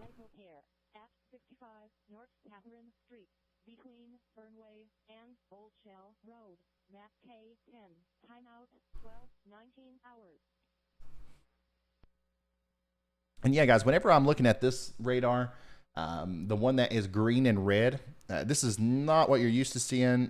Some people are just tuning in. They're not familiar. This is, you know, you're familiar with this. The velocity, what we're looking at is for rotation, right? The greens and stuff, that shows wind and stuff inside the storm going towards the radar, and the red shows stuff going away from the radar. So you get a couplet, you get an area of those things real close to each other, and it indicates that there could be rotation.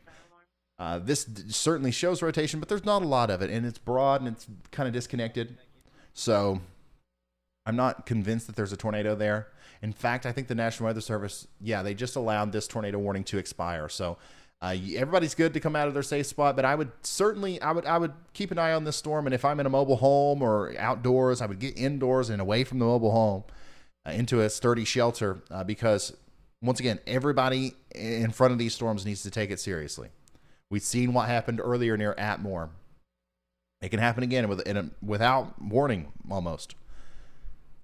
So, severe thunderstorm warning extends all the way into Crestview. So we're going to stay on this. And I wouldn't be surprised if they didn't reissue a warning for this at some point, especially if it continues to look like it's increasing in the intensity of the couplet there. Jody Roberts, thanks for becoming a member.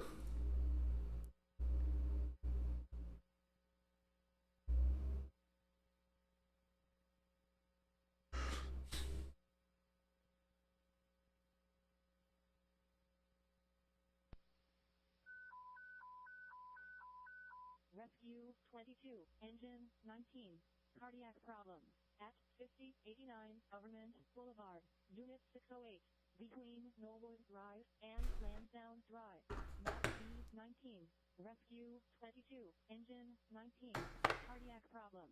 2 fish sandwiches for $6 at Arby's. Wow.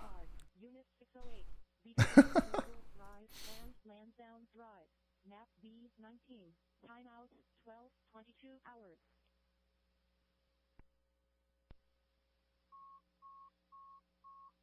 Engine 12.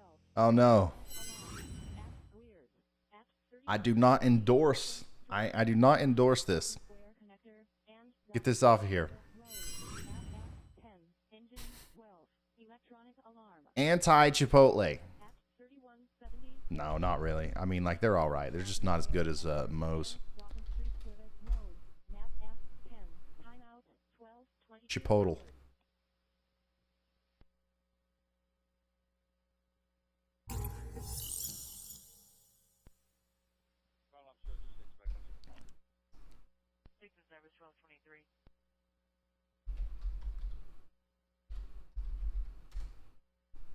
Does Chipotle have a YouTube channel? Ah, they do. I was gonna say, we should try to get, you know, my channel more subscribers than Chipotle, but it's already been done. So my opinion outweighs what they're doing anyways. If you're just if you're just now tuning in, we are attempting here to do some live severe weather coverage on this tornado risk that we have down here in the southern portion of the U.S. Still expecting a potential tornadic activity in Florida, in portions of southwestern Georgia and southeastern Alabama. However, things have just been really quiet so far today, which is good news. Very good news. So we're just hanging out, okay? And then when things when the warning is issued and stuff, then we're zooming in. And also we're going back and forth and talking about the forecast, because this is just day one of a potential long-term severe weather, season. I like the next 8 days or so are just going to be filled with severe weather.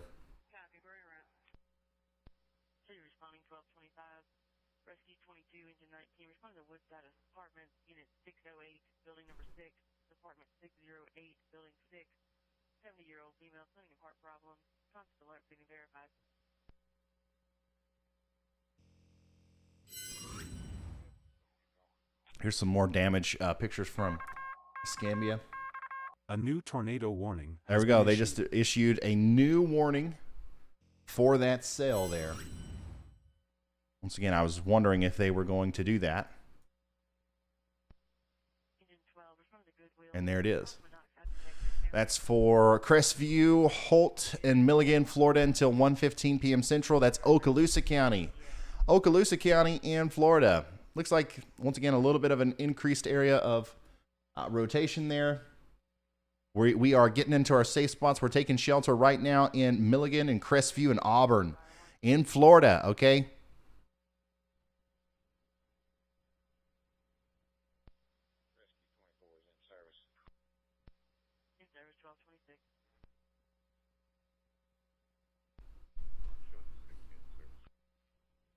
If there is a tornado,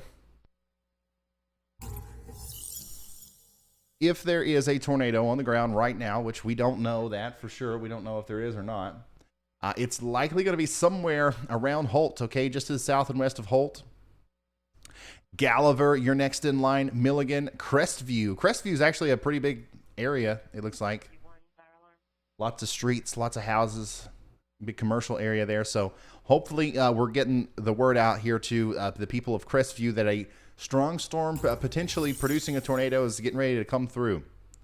This is riding Interstate 10 as well. Lots of people on Interstate 10. Hopefully, has been issued. The warning is reaching those people as well, because terrible situation to be on the interstate when a tornado is coming through. I know we got a lot of truckers. I know we got a lot of truckers and stuff that watch. So let's go ahead and let's get on the CV. Spread it down the line. Nadir warning for Interstate 10 between Holt and Crestview. I can't give you mile markers. That would be nice, though.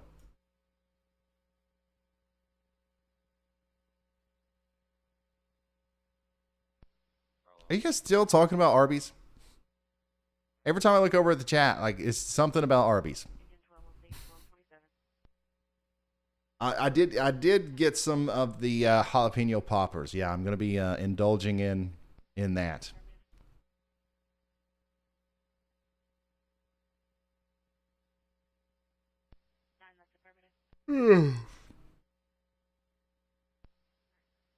Do truckers still use CB? Yes. Yeah.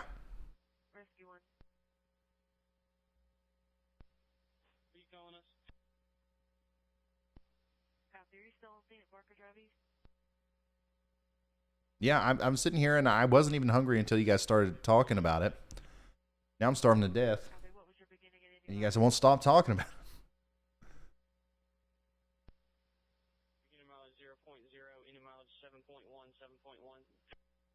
Yeah, I got the Reuben.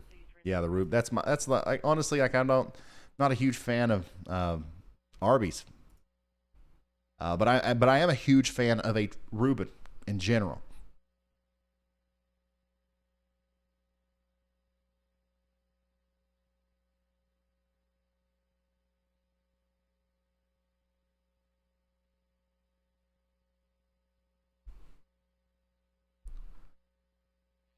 I had a CB in college before cell phones got affordable. Yeah, well, every trucker doesn't have, every other trucker's cell phone number. It's just an easy way to communicate with people that are in your general vicinity, whether you have them as a friend or know their number. Like you're just able to reach people with the click of a button. And a lot of times those people are looking for the same information as you if they're on the road. Oh boy. A new tornado warning has been issued. So that Okaloosa, Florida tornado warning has been upgraded to observed. We apparently have gotten a report now that a tornado is down. So let's ring this. Let's sound the alarm here. National Weather Service now has upgraded that tornado warning in Okaloosa County in Florida to a TORR, observed tornado. Tornado warning that expires in 43 minutes. A confirmed tornado was located 7 miles south of Baker or 10 miles southwest of Crestview. Okay, there we go. That's it. On the correlation coefficient there, south of Holt. You see it? That's where the tornado is. That's exactly where the tornado is. All right, let's start tracking this a little bit closer. Wow, that honestly didn't, you couldn't see that as clearly through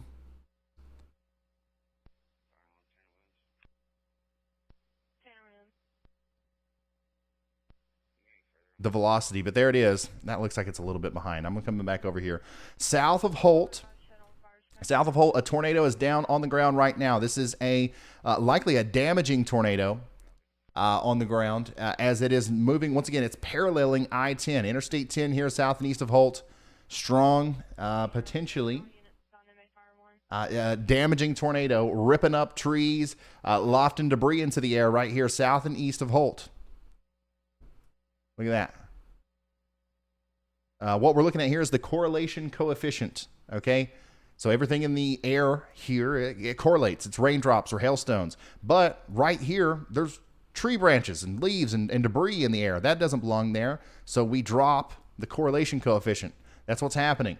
This is debris in the air south of Gallagher. Okay, this is like right now, more than likely going over Interstate 10. A tornado is likely on the ground right now going over Interstate 10.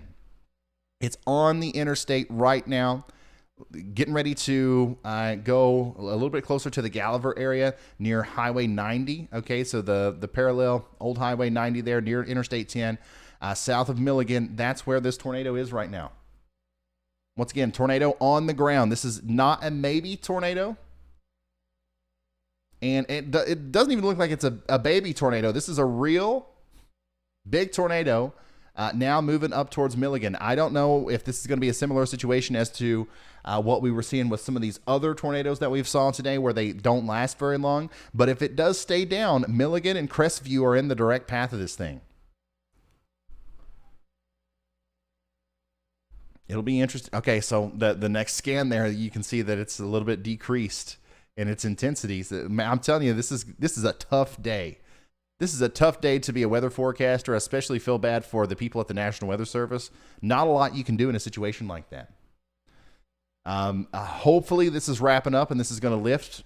However, we're going to assume that it's still on the ground here south of Gallagher, getting ready to go over or going over Interstate 10 right now. You have to be in your safe spot in Milligan and Crestview, whether or not this radar shows a blue dot here or not. Like, we're going to obviously be paying very close attention to that. But whether or not that's what we see, you need to be in your safe spot, okay? Things can change very rapidly here, as we've seen. Get into the most interior room of your home, put on a pair of shoes, grab a helmet. The number one way that you are going to be injured or killed in a tornado is if pieces of your house fall on your head.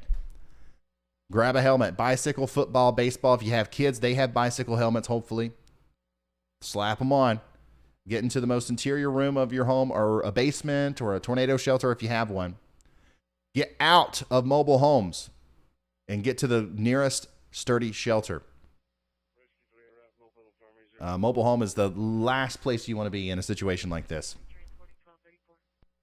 We do have a pretty much, we know exactly where the tornado is. Now, the radar is usually a couple minutes behind reality, so, you know, it's actually like right here. Keep that in mind. Anytime that we're looking at this, we're looking at the past. So, like, if there's a tornado on the ground, it's actually right here. However, the indicator there, or the reason that we believe that there was a tornado down, is drastically decreasing. Okay, it's going away.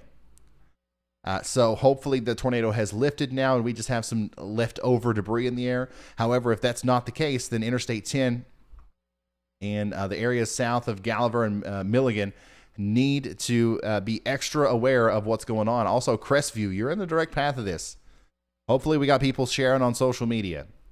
And we got people tuning in here from Crestview. Stay in your safe spot. I'll let you know when it's time to come out. It seems as though we now just have a debris fallout as the circulation has weakened considerably. But, man, how crazy is that? How fast does that happen? This is honestly, we've been doing this for a while, right? We've been talking about tornadoes. We've been doing live tornado coverage for a while. This is one of the first times I've ever seen tornado genesis happen so rapidly and then not maintain itself. Like this is literally just a couple minutes. We got a tornado and then it's gone.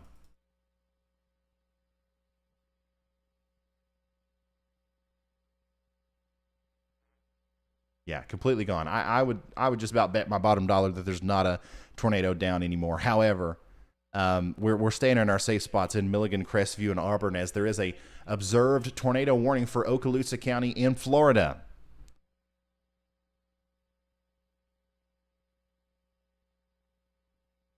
Yeah, and if anybody is wondering where our storm chaser is, his location's always going to be indicated on this blue thing here.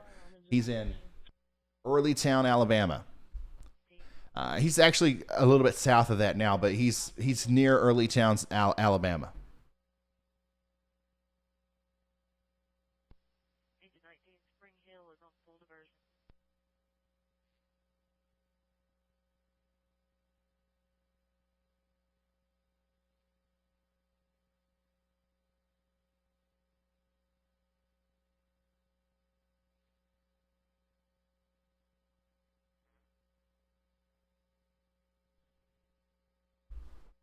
Ryan, a tornado can start again. Absolutely. Yeah, that's why everybody needs to stay in their safe spot.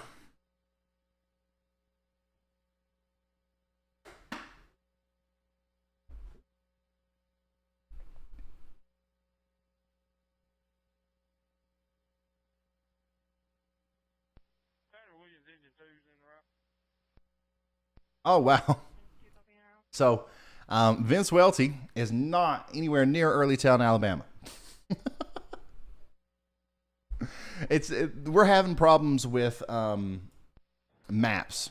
We're having a lot of problems with maps. And he just updated. Vince is actually very close to this storm. How does he do it? Frank, if you can update his location here. He's not really close to anything. But I would put Pleasant Grove, I guess, Florida. Vince is in the direct path of this storm. Vince is right here. The man is a magician.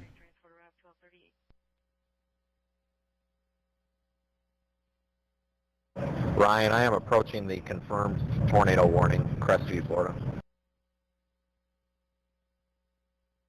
Okay, I didn't even get that message from him. So yeah, he is to the east of Crestview, and he is he's very close to the morning watch box there. So we'll see, if this thing decides to ramp up again. We've got professional storm chaser Vince Welty up there, literally going to be right inside of it.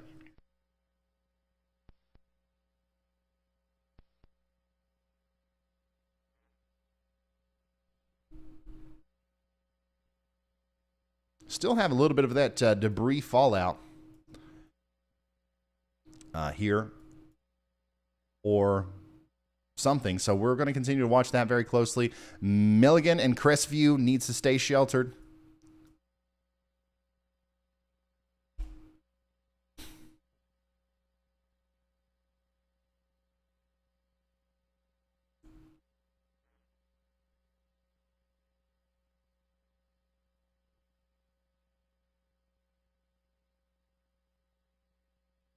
Once again, I haven't gotten an update. I don't know if the tornado is still down or not. My assumption is that what we're seeing here on the correlation coefficient is now just leftover debris from an earlier tornado. But if that's not the case, let's go ahead and assume that Milligan is getting ready to take a hit by a potential tornado here. So if you're in Milligan and you're listening to me now and you still for some reason haven't gotten into your safe spot, you have seconds. Additionally, down here along West James Lee Boulevard into Crestview, this is heading right towards Crestview. So let's hope that it continues to show weakening signs there on the velocity scans. Vince is a road bender at 100%, yeah.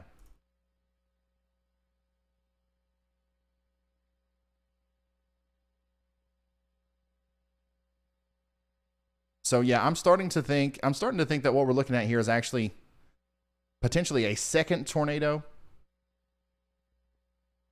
or a new tornado that's on the ground here near Milligan, because that usually you don't see the fallout from an earlier tornado spread without putting something new into it. So once again, I could be wrong here. Let's just go ahead and say that there's a new tornado on the ground anyway, because this is still an observed tornado warning. Milligan and Crestview, you've got to get down. You got to get into your safe spot. You got to go. It doesn't matter what kind of warning this is. It doesn't matter. Nothing matters. Just get into your safe spot. I'm going to guide you through it. I'll let you know when it's time to come out. This is getting ready. This is in between Highway 90 and Interstate 10, just to the south and west of Crestview. If there is a tornado on the ground, okay? If there is a tornado on the ground, this is going to ride Highway 90, or the gap between Highway 90 and Interstate 10 into the southern portion of Crestview. Okay, so I want everybody down here near the arena, landfill, and sand area, the Milligan Yellow Park River. I want everybody in their safe spot, and then even downtown Crestview, everybody in the town needs to be taking shelter, and we will let you know what's going to happen beyond that. Go ahead, Carly. The orange lights mean that we have a news update. Yeah, we have a report of a roof collapsed with 3 children inside in the North Okaloosa County. They are unsure of the specific location right now. Okay. Brian Smith, I got an update. Okay, so go ahead, Vince.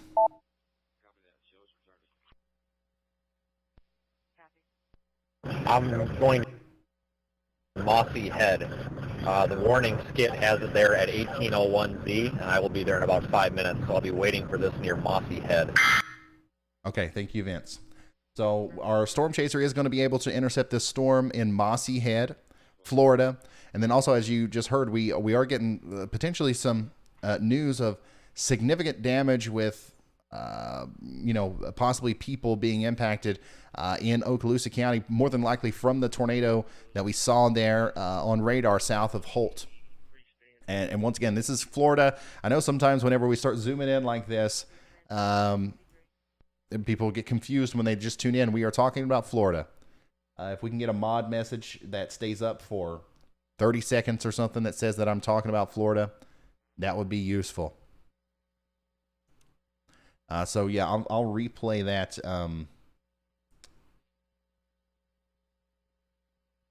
that message from Carly.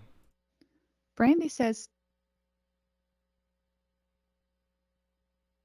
yeah, we have a report of a roof collapsed with 3 children inside in the North Okaloosa County. They are unsure of the specific location right now. Yeah, so we're unsure of the specific location. I'm sure she will update us as soon as we do find anything else out.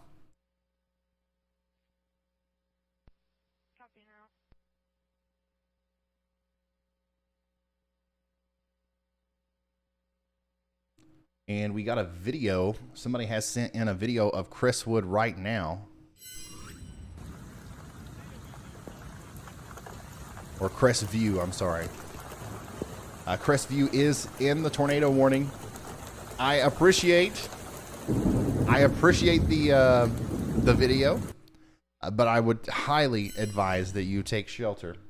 And no video, once again, no video is ever worth your life. So keep that in mind. Take shelter if you're in Crestview, okay? The good news is that, signature. A new tornado warning. The signature that we were looking at that indicated there was maybe a tornado over here from Holt to Milligan. It's almost completely gone now. But just like last time, it doesn't matter. These things, they pulse in and out. They go away. They come back. We're staying in our safe spot. It does look like there's an increased area of rotation a little bit further south now as well. This whole warning box needs to be watched closely. And Vince Welty, our storm chaser, is just to the east of this. He's going to be able to see this as it goes off towards Mossy Head.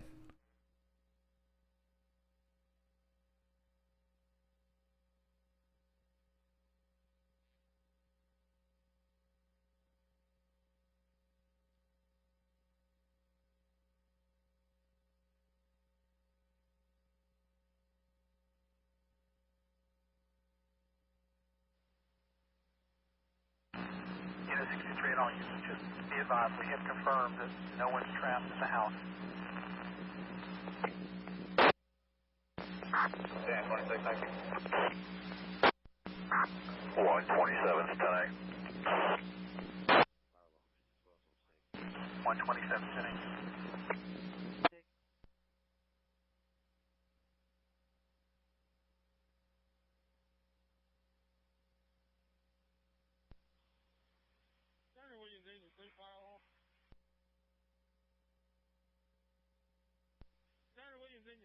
All right, so we're going to keep listening to that. That is what you're hearing is the Okaloosa County Public Safety. Engine 8.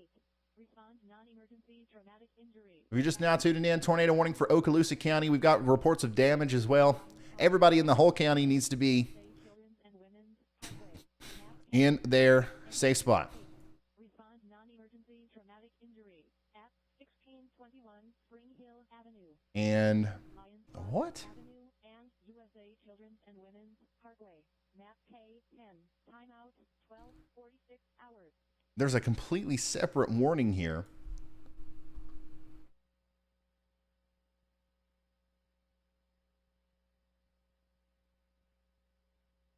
Real quick update for you.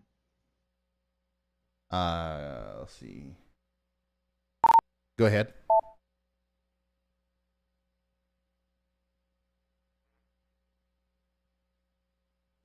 In regards to the last update, nobody is trapped in a house currently. Okay, thank you, Carly. So, yeah, what? Andy, are you seeing this secondary warning that was just issued? I'm not seeing why that. What do you think about that? I'm trying to find out what, because I thought that second warning that came through. Ryan, look at the higher up tilts. You'll see a well-defined Okay. mesocyclone for the second warning. Okay, thank you. I knew I was missing something. That's why it's good that we have Andy on the hook here, because I'm not seeing anything there closer to the surface, but we will. If I can pull up that window. Let's see here, windows. Go tilt. We will go up. Okay, yeah. So there's a mesocyclone there, but once again, I don't 100%. I don't know what exactly is warranting the tornado warning there, but hey, listen, the National Weather Service is smarter than me. Okay. And what we're going to do is we're going to listen to them. So if you are anywhere in Okaloosa County, the entire county, we are sheltering. We're getting into our safe spots, and we are absolutely going to brace for impact for a potential tornado here. Okay. So as Carly just said, in regards to our last update, it doesn't seem like anybody is trapped in a house anymore, or there never was somebody trapped in a house. A lot of times what happens in situations like this where we're monitoring emergency management feeds and stuff, there's a lot of confusion and a disaster. So more than likely there was significant damage somewhere, and something was relayed in a way that you got that message to us. But as of right now, that doesn't seem to be the case.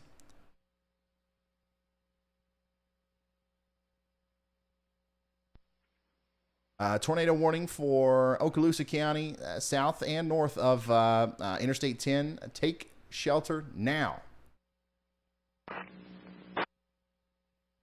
Take shelter now. Once again, our professional storm chaser, Vince Welty, is in the direct path. Vince Welty is in the direct path of these storms. Okay, so if this one up here, this is the one, like this one I get. Okay, this is where we have the rotation south of Crestview. This is the storm that Vince is likely going to be able to intercept any moment now. Okay.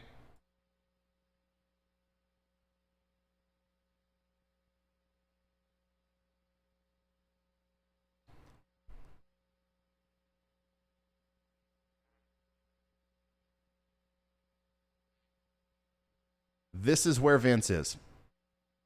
So Vince is literally driving down the road right towards this big area of rotation that we're watching.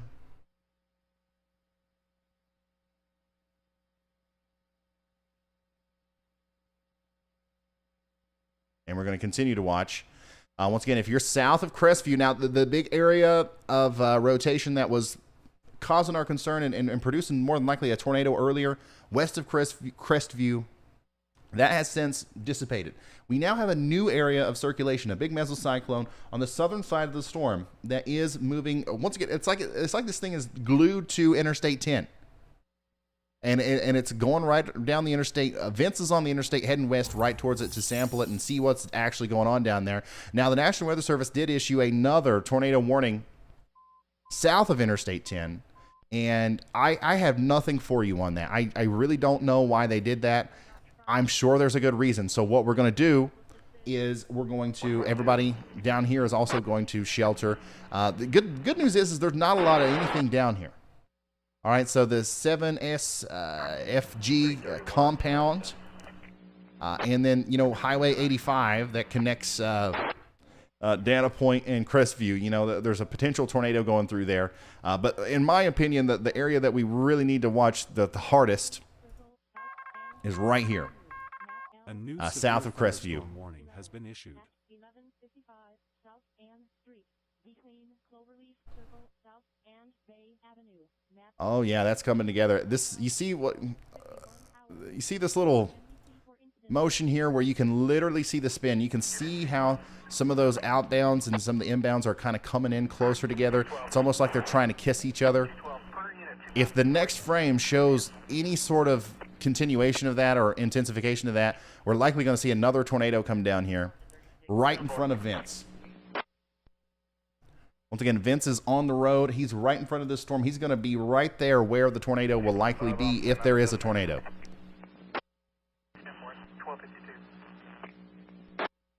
I'm going to Mossy Head.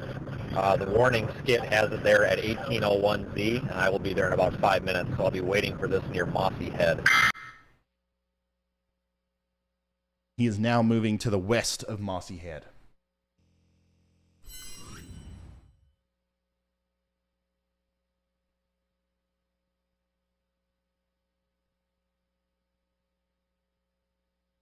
Once again, if you're just now tuning in, everybody in the county of Okaloosa, Florida, everybody needs to be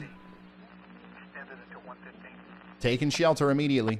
At 3125 Dolphin Island Parkway, between Clubhouse Road and Tallahassee Drive. Map K20, Rescue 24, Engine 16, Seizure.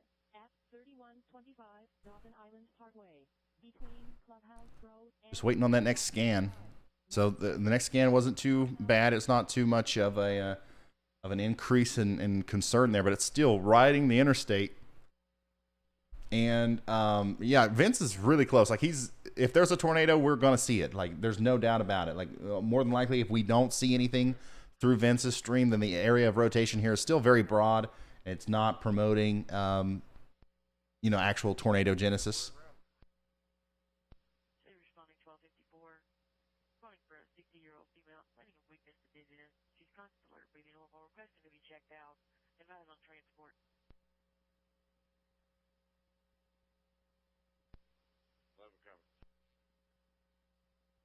Looks like he's well he wants to get there. He wants to, because these things, we've seen this happen, man. the tornadoes don't last long, right? So if we're going to tell you about a potential tornado and give you a visual of it, which is scientifically proven to make people safer and take warnings more seriously, we have to get it before it before it dissipates.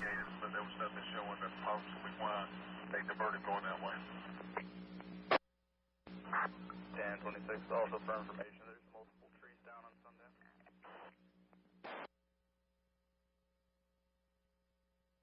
Yeah, it does look like it's going green.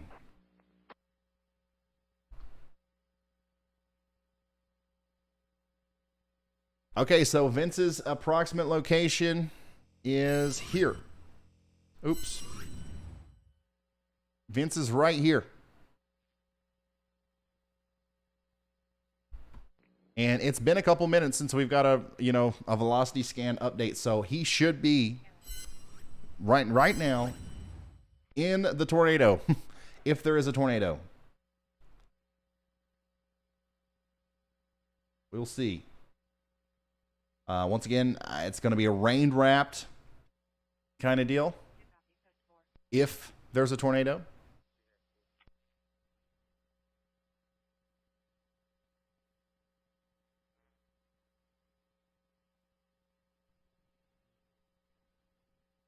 So even if we don't see it on his stream here, doesn't mean that it's not there.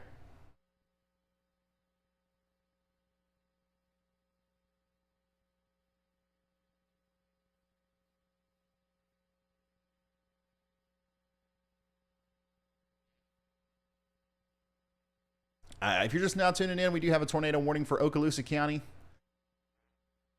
And it looks like that random warning that they issued that I was so confused about, they did expire it.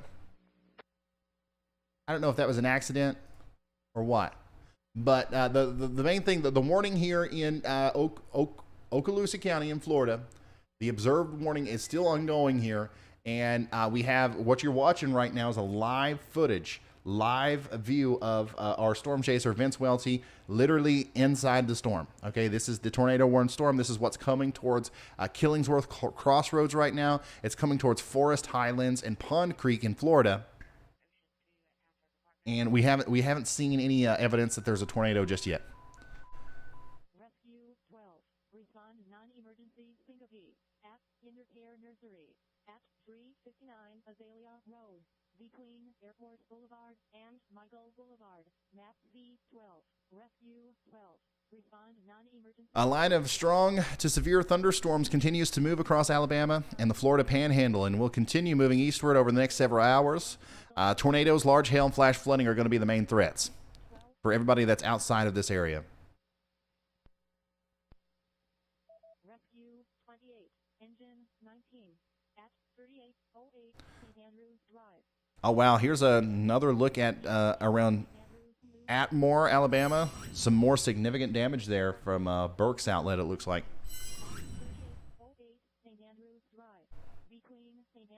Yeah, and once again, it looks like it looks like the rotation is kind of led up a little bit. So this thing is like, it's playing touch and go with the ground. This one has been the most long track storm that we've had to keep up with, though, for sure. When does Vince go to sleep? He doesn't, man. I'm pretty sure that he has certainly been up for longer than 24 hours. A new tornado warning has been Okay, so we got a new warning. I wonder what it looks like. Okay, yeah, so that makes sense. That makes sense. So the National Weather Service did issue a new tornado warning for Okaloosa County, and they have just moved it a little bit further east over here. So this is, pretty much the same areas that we've been talking about, but now this includes Killingsworth Crossroads, Deerland, Pond Creek, and Forest Highlands, okay?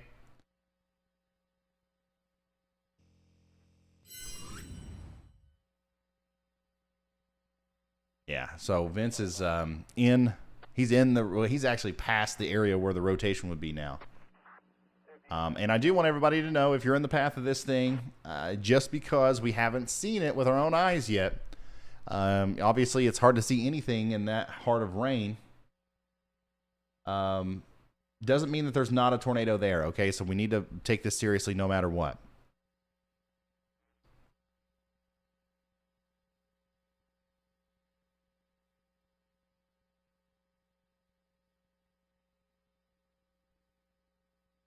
And my wife has just picked up the food from the drive-thru.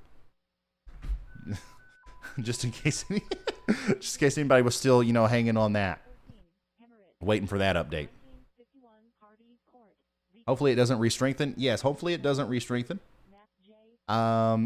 We've seen that happen many times with this one, though. This is kind of different than a lot of the other storms that we've been watching today, where, it's very brief. The tornadoes happen, or the circulations are happening very briefly and intermittently. However, it's cyclical. So after one goes away, a new one comes in. So we'll see if that's what's going to happen here as this approaches Mossy Head. This has been following Interstate 10 for a while now. Mossy Head's next in line. We'll see what happens.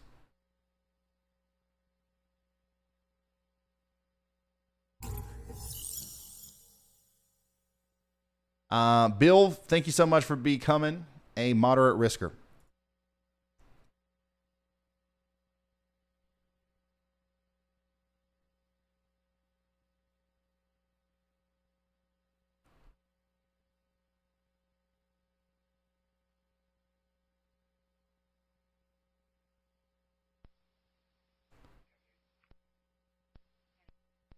Oh, wow. Looks like flooding's also an issue out there as well.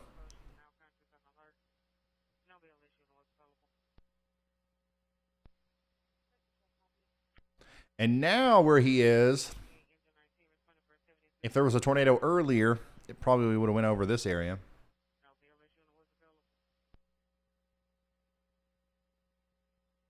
Have you seen any signs of something that looks like a tornado could have went through that area or anything like that? Negative, just a lot of southeasterlies. I'm going to be north of I-10 here, going back eastbound in a moment. Smart.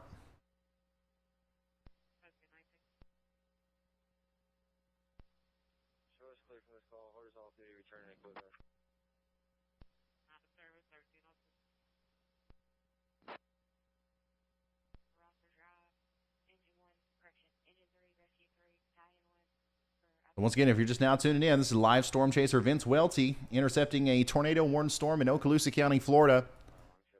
He just went through it. He literally just went through the base of the storm where the tornado would be if there was a tornado. But no evidence so far of an actual tornado. So let's hope that that continues to be the case. Because Mossy Head, I'm telling you, Mossy Head, you're the next in line. Hopefully they don't issue a new warning that includes you.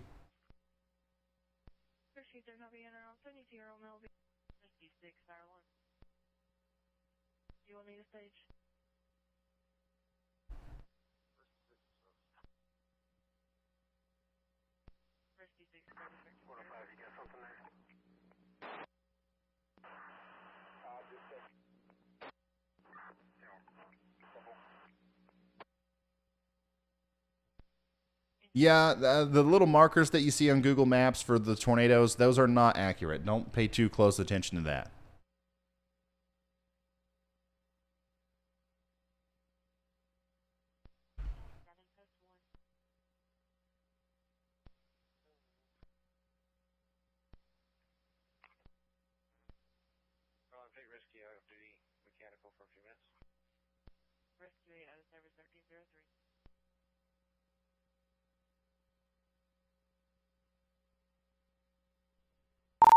Hey, Carly, so that report earlier from, I guess the area south of Holt where we thought we might have heard something about damage and people being trapped. Have you heard anything else from that area?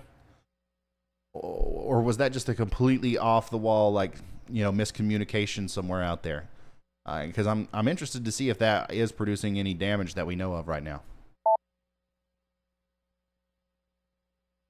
Because I'm actually surprised that So wasn't what a I real... think happened is that there was a call in of someone trapped, woman and her children. And once they got there, they realized that people weren't actually trapped. However, at this point, the only thing I've heard outside of that is that there are trees down, which they are taking care of. Okay. So that's all I was looking for, because I'm pretty certain there was a tornado with that correlation coefficient drop that we saw. So I just haven't seen any pictures or anything yet.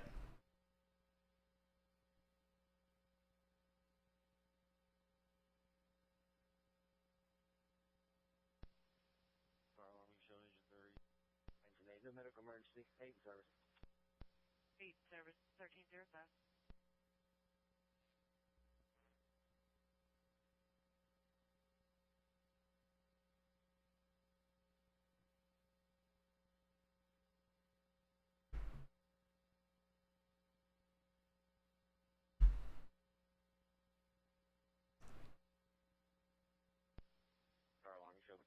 Carol says, tell Vince to stay in the right lane and turn onto Highway 90 in 2 miles. No.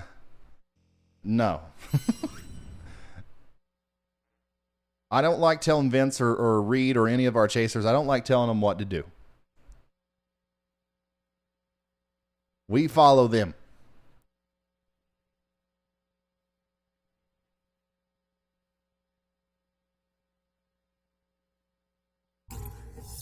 Hey, Sunshinery, thank you so much for becoming a Slight Risk member.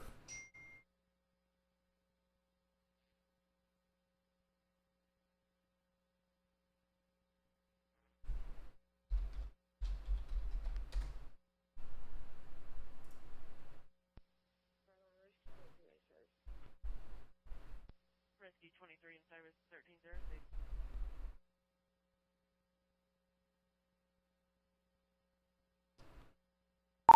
Go ahead, Frank.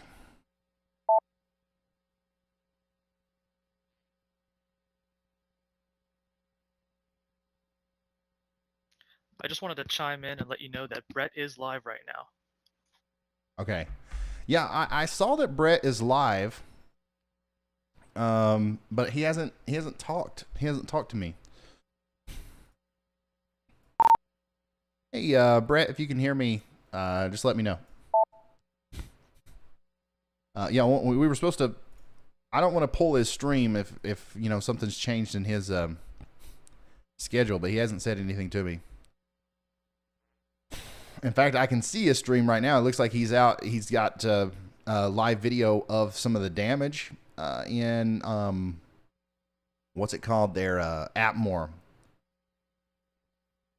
So if he gives me the go ahead, we'll pull that up.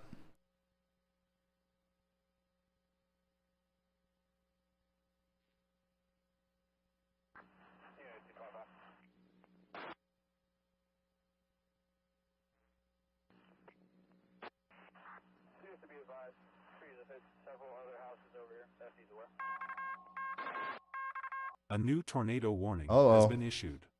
We got a new tornado warning.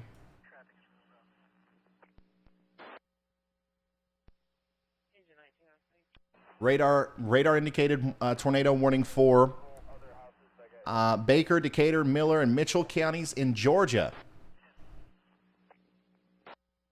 Look at that. Once again, that is Baker, Decatur, Miller, and Mitchell counties in Georgia. New tornado warning. This includes Bainbridge. This includes El Dorado, Boykin, Brinson, Iron City, and Donaldsonville. This is a completely separate storm from what we have been looking at. This does look like a spin-up. This looks like another quick spin-up tornado.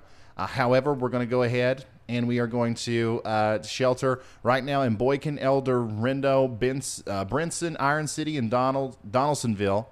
As once again, a very strong storm with straight line damaging winds capable of producing tornado-like damage even without a tornado, and a potential tornado.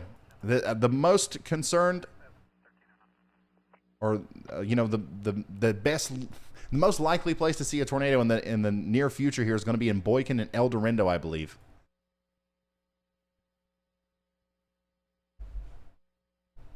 Okay, so we're going to go back and forth. We're not going to give up on our storm here, but this one over here in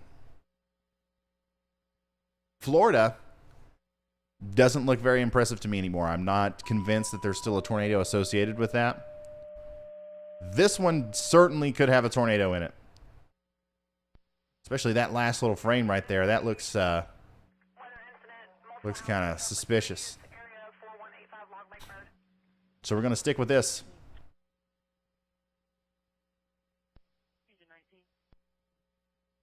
Vince is now moving east. Okay, so he went through Crestview and now he's moving east. Go ahead, Carly. Well, when the lights go orange, that means we have a news update. So now we are getting reports of several trees hitting homes, and that is off of Log Lake Road in Okaloosa County, and that's just off Interstate 10.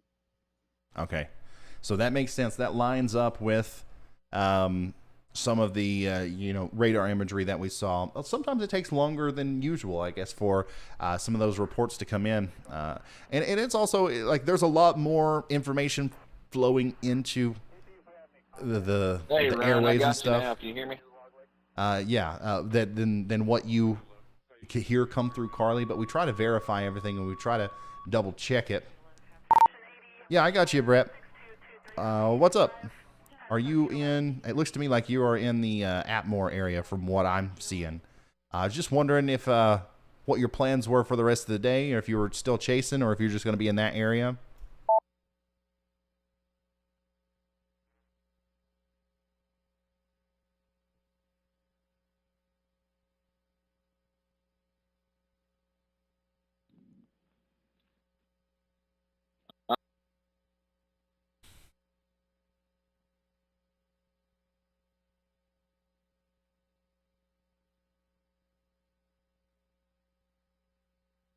Okay, so he must just be in a bad place for cell signal.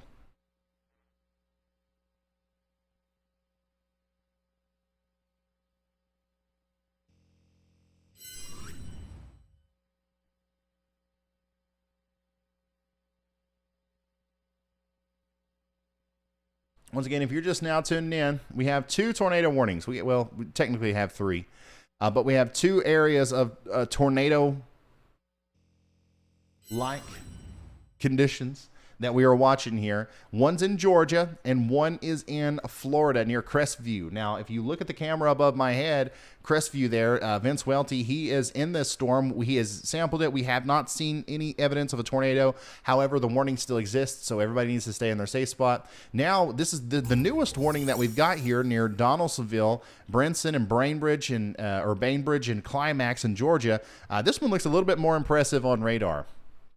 And is likely producing, if not a tornado, then certainly some straight line damaging winds that could rival a tornado as far as damage goes. So everybody out in front of this needs to be in their safe spot, and they need to get there fast. We ain't got time to wait around. Because these things are moving super fast and they're quick in nature. It's like, they're here and then they're gone. Oh boy, my food has arrived. I'm excited. You guys have been starving me to death for 3 hours, it seems.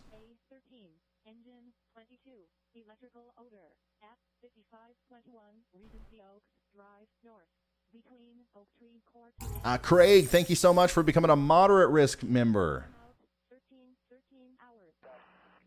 Very, very appreciative.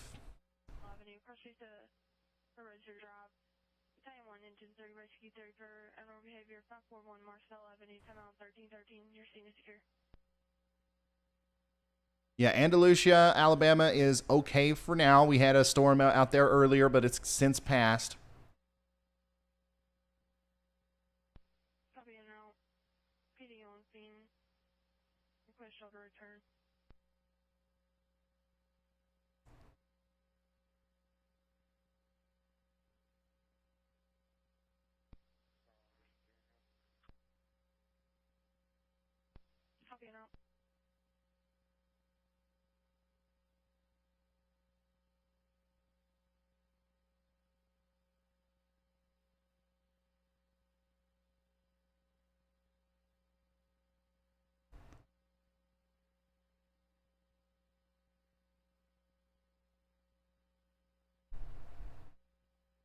I'm just going through some of your tweets.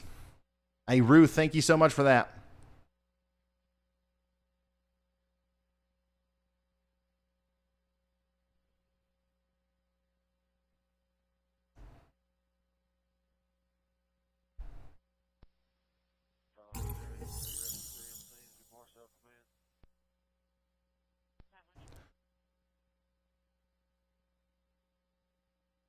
Let's see here. Rob ain't scared of no naders. Taylor. Nice username. Honestly, best username I've ever seen. His name is literally Rob. I ain't scared of no naders. Taylor. Thanks for being a high-risk member for 2 months. He says, it's still my favorite YouTube channel. Keep up the killer work. Our video game friends watch you far and wide. Thank you. Thank you, Rob. I appreciate it. Yeah, we're going back and forth. We're looking at this storm here. I would be very surprised if they continue the tornado warning over here in Florida. Still a very strong storm, so, you know, stay sheltered until that warning's allowed to lift, and also be on your toes there in Pond Creek and Mossy Head. But hopefully it continues to die out. And then beyond that, we got this. Oh, boy. That's probably a tornado. Where's the radar? Right here.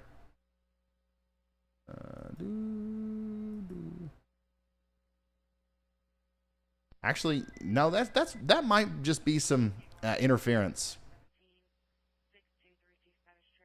But certainly you can see that there's such a mess going. There's so much happening right here on the front side of the storm. Usually when you see stuff like this is indicative of, you know, straight line damaging winds, big gust front there on the front side, and you know, quick spin up tornadoes, cyclonic or anti-cyclonic, it doesn't really matter, can happen in a moment's notice. So everybody in Iron City, Boykin, El Dorado, and Brenson needs to brace for impact here, as this very strong storm is getting ready to come through.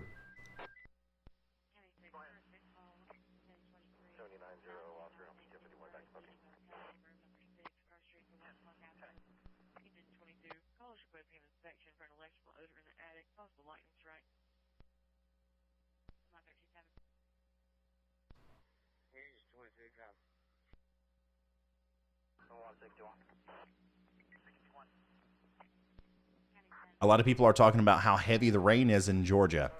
Yeah, once again, I think that this is eventually going to be a flash flooding event, like mainly.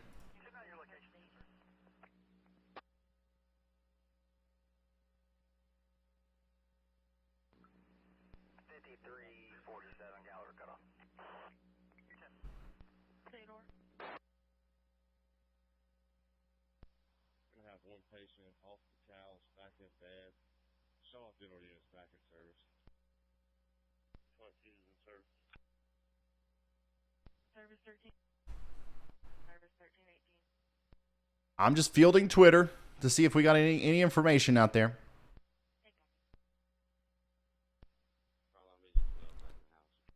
And going back and forth. I'm about to abandon this storm.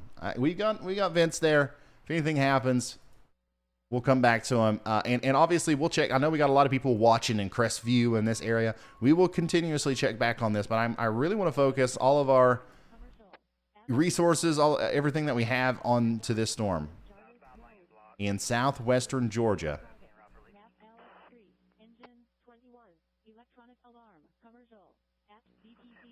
where once again, if there is a nadir,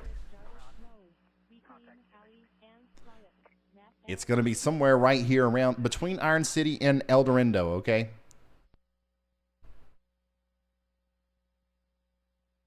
Not a lot of convincing imagery to support that, but the warning's there.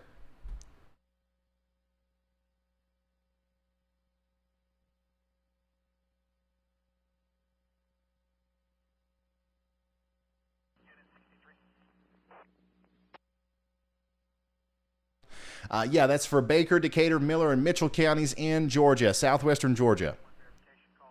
Tilting at windmills. Thank you so much for the very generous super chat. Flooding is a very dangerous threat. Absolutely. Flooding is what kills most people. A lot of times, especially in a big severe weather event, and this happens all the time here in my neck of the woods where I live. Everybody knows that the severe weather is coming, right? We're supposed to get some bad winds today, maybe some tornadoes. And a lot of times, after that goes by, people are like, okay, well, let's go about our day. And then that's when the flooding threat really sets in. And flooding kills way more people than all that other stuff. And that's probably one of the reasons why it's overlooked a lot. People don't prepare for it. And it doesn't, I guess it's not as scary as like a tornado, at least in your mind. But yeah, flooding's a huge deal. If you live in a flood prone area down here, don't let your, just because the heaviest part of the storms and the tornadoes and stuff are moving off to your east, the rain is still going to be a problem. More damage. These clouds in my shot, Ryan, they are rotating. All right, let's come back here. Let's check in on this with Vince. Let me get back on the right. So the tornado warning over here, near where Vince is, has been allowed to expire, but Vince is right now. Let me show you where he is. Vince is right here. Can you see? Okay, I'm just going to bring you over here. Vince is right there. So what he's looking at would be the area of the storm that would produce a tornado if there was going to be one. So more than likely some broad rotation here just to the west of Mossy Head. So we'll keep an eye on Vince. And we will keep an eye on the radar there just to see if anything happens with this. Ryan, I'm south of Mossy Head. This is some pretty intense motion in these clouds, these inflow streamers going into the base of this thing. Off to my left. Can't show them, but it's definitely there. Okay, so, and it also looks like the rotation is tightening up.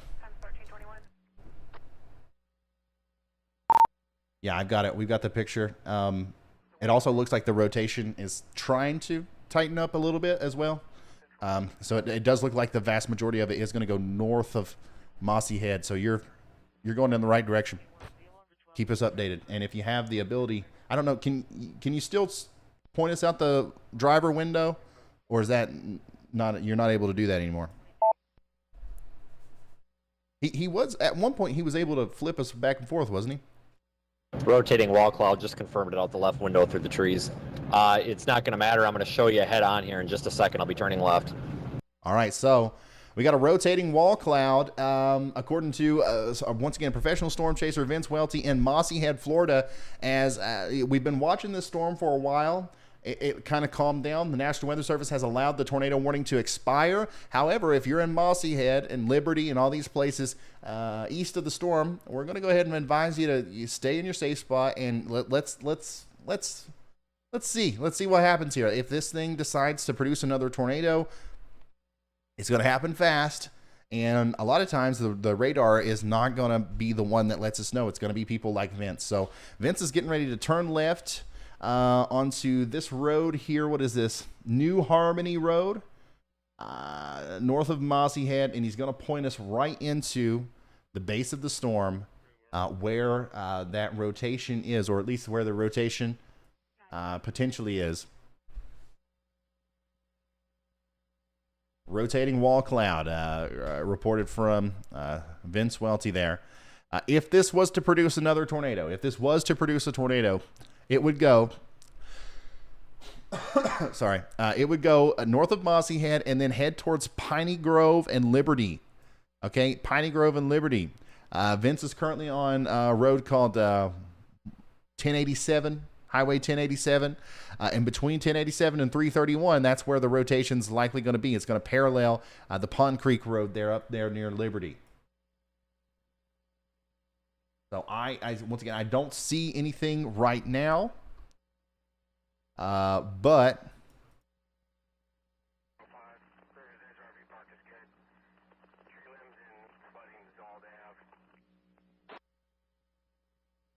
we're going to come back here and analyze this. The rotation that we're seeing here is very, what we might have just seen like a really brief. Oh, okay, I see what he's trying to show us now. Once again, Vince is right here, literally right underneath the rotational couplet. Let me show you that again. Vince is right here.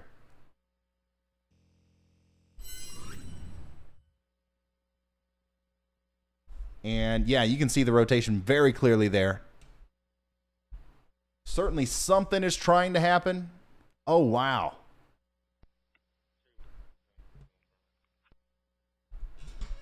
Something is trying to happen there, but I don't think it's making it down to the ground. Turn on audio for him. In a quarter mile, turn right onto Mill Creek Drive. So that's enough for me to say, okay, once again, this is another reason why it doesn't matter today. It does not matter today if you're under a tornado warning or not. I don't know how many of you guys saw that. I know it was hard to see. There was certainly a very intense area of rotation there. It was just above the ground. It's not going to take much to get that to actually come down to the ground and form an actual tornado. It could happen at any moment, anywhere between Mossy Head, Glendale, and any of these places over here. So please, once again, if you are under any sort of warning today, take it seriously.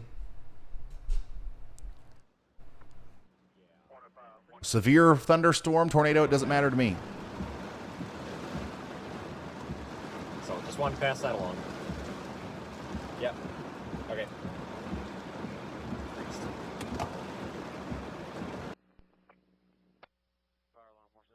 Flooding in Pike County flooding in Kentucky can get pretty intense. Many times I've headed out. Yeah, the flooding over here gets really bad. It's certainly the most intense part of our weather world for sure. So really, really good catch. Really good catch from Vince Welty. Once again, hopefully this doesn't produce. Hopefully this doesn't become a new tornado. However, if it does, you saw it here. Like, you go ahead and once again pretend that this is on the ground, and we need to do everything we can to get out of harm's way if we're in Glendale and Leonia. Now, no tornado warning from the National Weather Service. Not telling you to, if once again, evacuate or anything like that. Just be ready. Be ready just in case they do decide to issue that warning.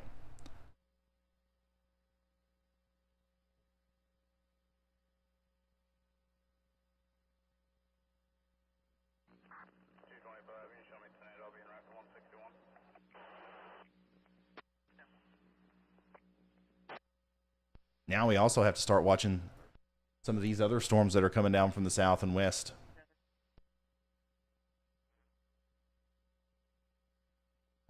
So if you're just now tuning in, we have zero tornado warnings right now. We have zero tornado warnings. All the warnings have been allowed to expire, even that one over in Georgia. We do have a very strong storm coming through Mossy Head up towards Glendale and Prosperity. Vince Welty's on it, a live storm chaser.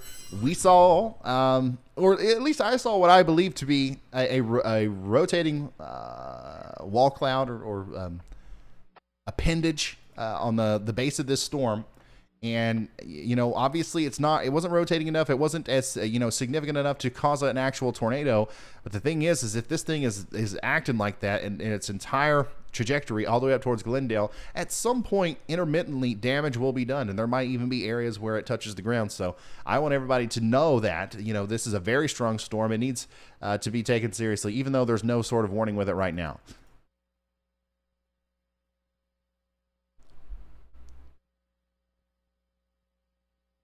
Okay, my wife is getting on to me. She says, no tornado warnings. Go eat. I'm going to eat. I'll leave you guys with Vince's audio. How's that? If it comes back.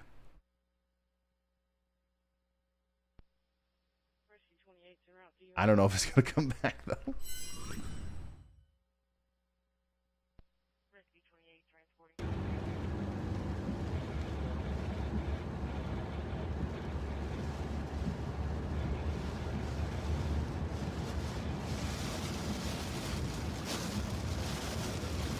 Yeah. I'm gonna go eat. Okay, so you're hearing Vince. He might go in and out intermittently. And then, guys, if there's anything for you all to say, you can come over while I'm on break. But also, you guys should also take a break as well while I'm going to step away here. Okay? Maybe you can take turns. Alrighty. All right. I'm gonna go eat. I'm gonna leave you with Vince. Don't go anywhere. I will be back. 10-4.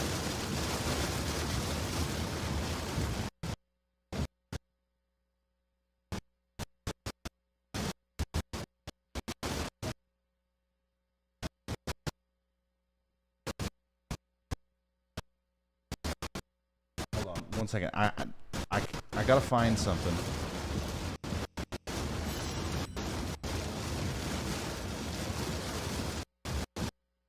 Can't go anywhere without my BRB flasher, right? Or people, every time somebody clicks on this thing, they're gonna be like, what?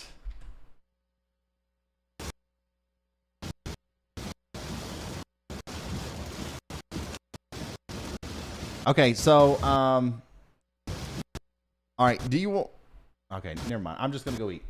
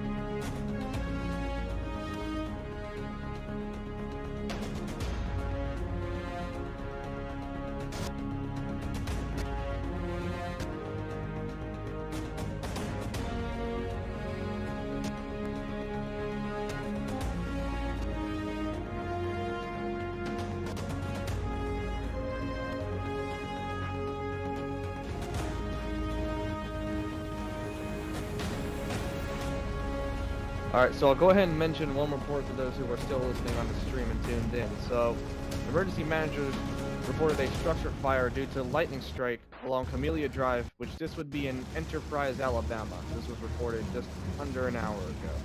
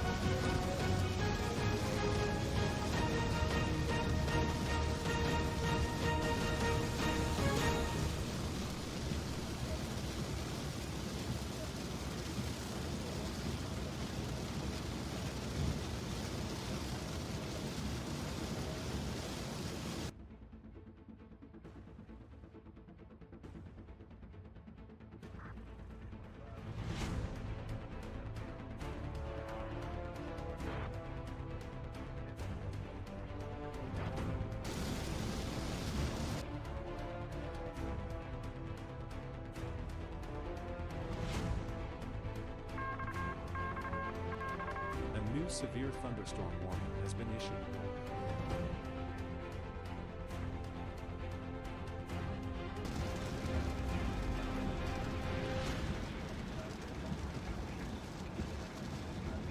Jimmy S., Naperville, Illinois, replied to Tristan White, Marcel A.L., K East too far south for me to make it. I might be able to make it to the Tristan White, Marcel A.L., said I think that Selden A.R. is probably the one to watch for any additional cells. K White isn't playing with the rest of the day. Tristan White, Marcel A.L., said with his months later, did Merculo, Norman Smith, Racine O.H. Jimmy S., Naperville, Illinois, replied to Norman Smith, Racine O.H., meso analysis doesn't look as good. Tristan White, Marcel A.L., said out now but does look a bit better later.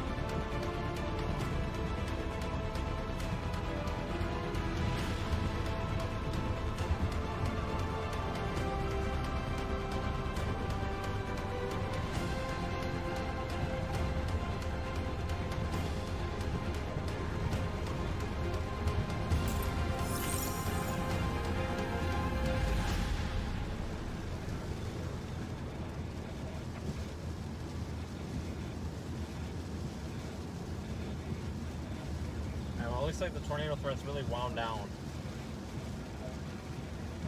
For everywhere.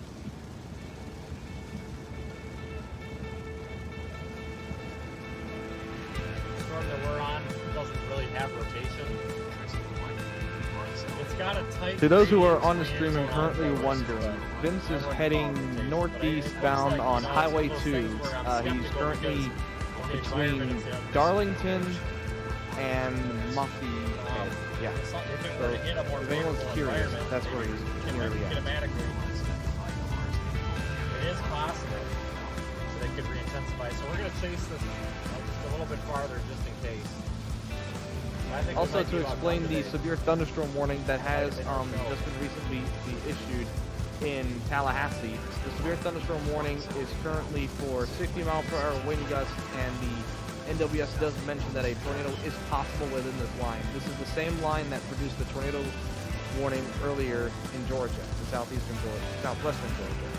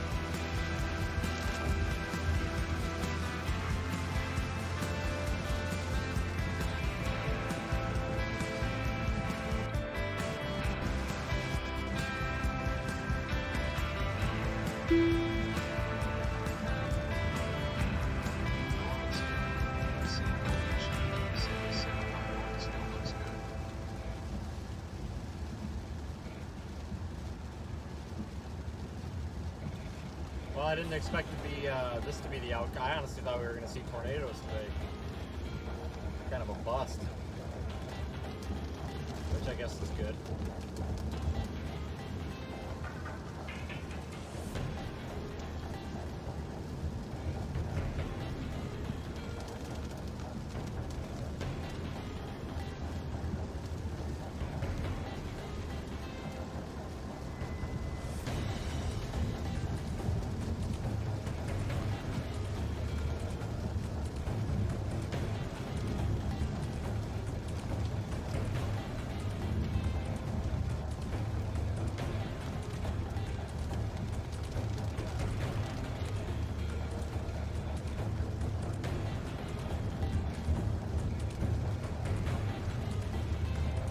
Stick with this thing just for a little bit longer, just in case. But it looks like the next stream is probably going to be Monday, Tuesday, Wednesday. Yeah, thank you everybody for who's been on. I really appreciate it. It's been fun. Norman Smith, COH, said number 15 S 60 news in the WS Joking case. LLJ Aaron's Frank, and you can see the moisture getting from north. Tristan White, Marcel A.L., said I would probably just wait somewhere and watch those cells along the mountain.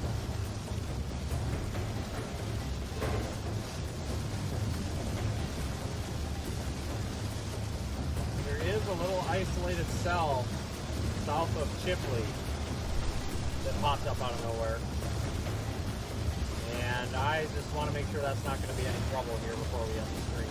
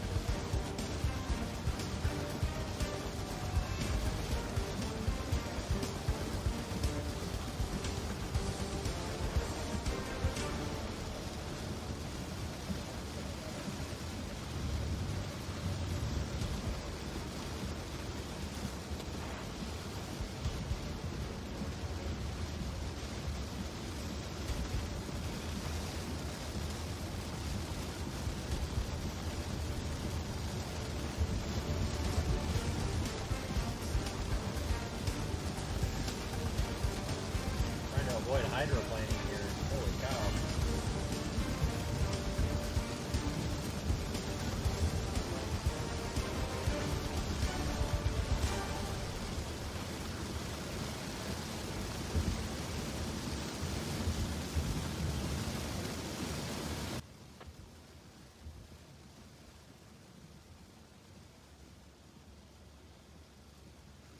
Test, test. 1, 2, 3. Can you hear me now?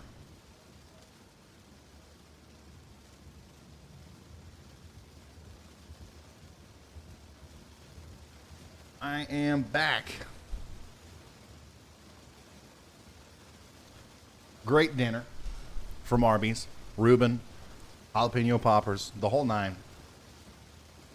Really enjoyed it. Really enjoyed it. Let's see here. Robert Hess, thank you so much for the big 20. He says, thank you, Ryan, and your team for all that you do for many in the path of these storms. You're the best. Thank you, Robert. Thank you for the kind words. We don't have any tornado warnings right now. No tornado warnings whatsoever, really.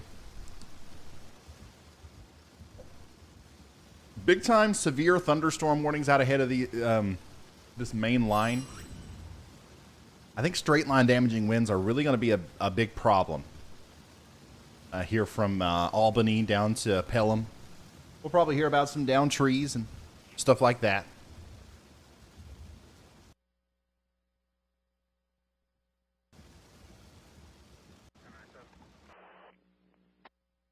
But the tornado threat it's decreased a lot. Like, I don't know exactly, what to expect moving forward. However, I would assume that the tornado threat is pretty much over. Let's see here. We still have that one tornado watch over here. In my opinion, that what we should do now is, obviously we're going to continue to focus on this. We're going to continue to watch this. We're going to continue to advise you on these severe thunderstorms and stuff. But also we can also try to start looking at some of these storms that are popping up over here, because we do have a secondary threat today for potential severe thunderstorms and tornadoes. So we'll try to look at this as well. We'll go back and forth. Let's see here. Anna Barry, thank you for that. And Crazy Baboon says, the Be Right Back music sounded like something between the soundtracks of National Treasure and Twister. That's perfect. That's exactly what I was going for. Literally, I wrote it down before I made the playlist. I was like, okay, what can we do that encompasses the magic of National Treasure, but also relates back to weather and like the intensity of severe weather, like Twister. So the fact that you noticed that means that I am really good at making playlists. Okay, let's look at the forecast models.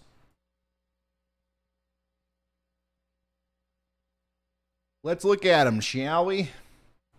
Let's see what's going to happen later down the road today.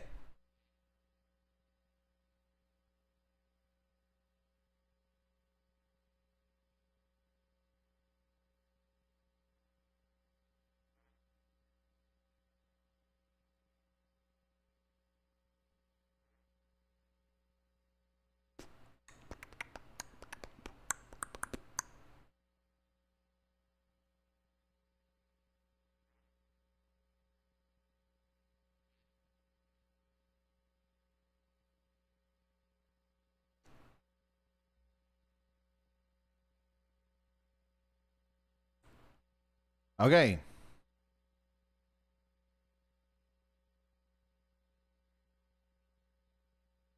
Audio. Okay, you can hear me.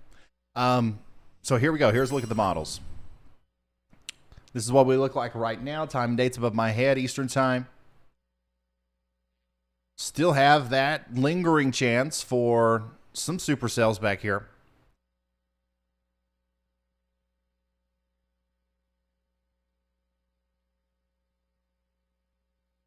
But it's minimal, guys. It's minimal.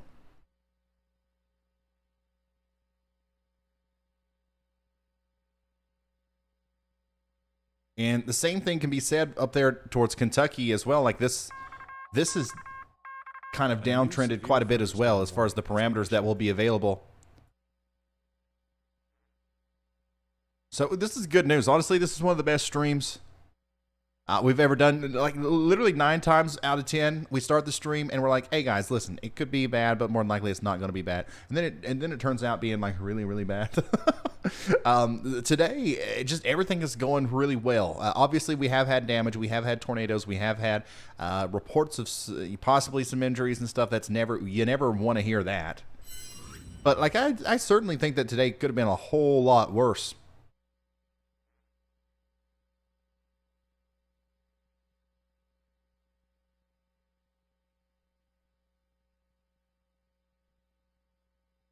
A whole lot worse.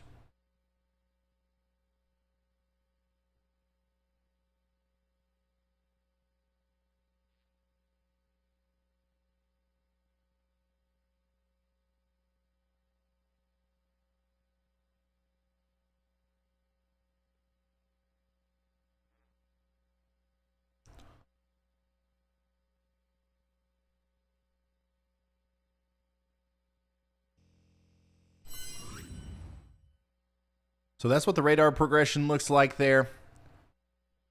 Once again, secondary area around 7 p.m. tonight. That's like the heightened time for potential activity out here with some isolated severe thunderstorms, maybe some rotating supercells, all the way through 9 or 10 p.m. Very short window for anything to happen there in this part of the slight risk, okay? So I wouldn't worry too much about it. Just be, have some way of getting warnings.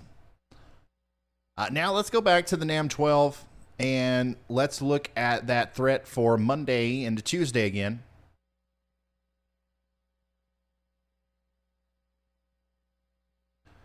Again, pretty concerning setup coming in with our severe weather on Monday. With those 850 millibar winds screaming there. Neutral, tilted, neutral to negative tilt on the trough. And plenty of moisture.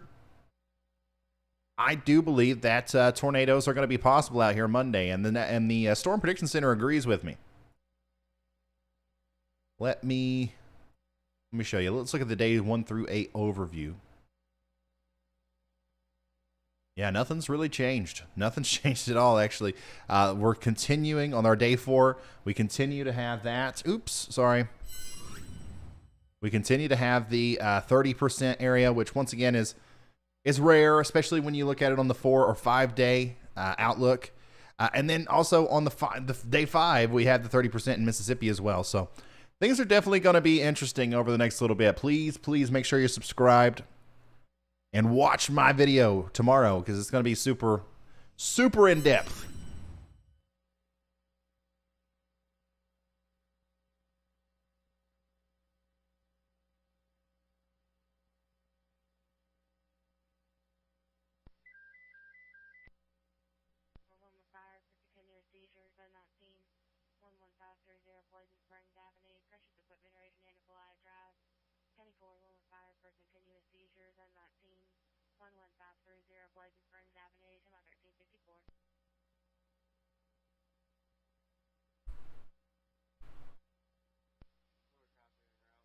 Oh, wow.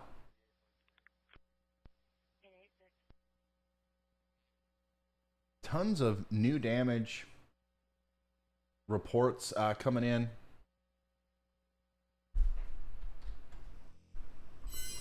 This is Okaloosa County Sheriff's Office. Our deputies have been checking for damage following reports of a possible tornado touchdown in the Log Lake Road area in Holt this afternoon.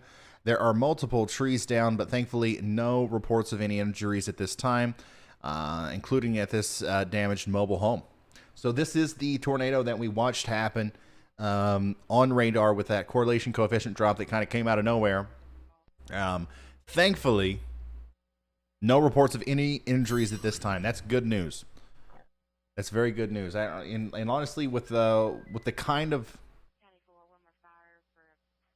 thing that we saw there, with the kind of CC drop that we saw, likely the kind of tornado that was, if it would have hit an area a little bit more populated, we probably would have heard of some sort of injuries and stuff.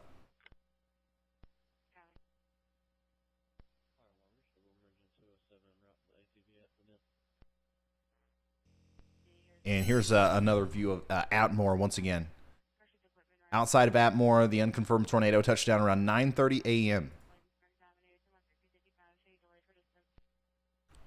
There's a croc.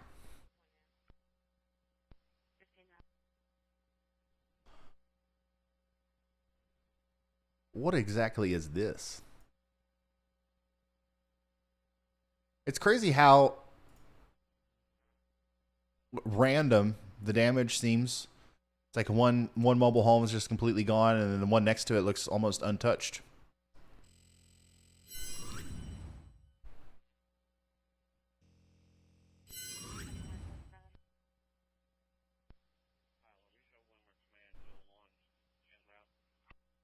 Vince is no longer in Mossy Head, by the way. He is now in Darlington, heading up towards Sweet Gum Head.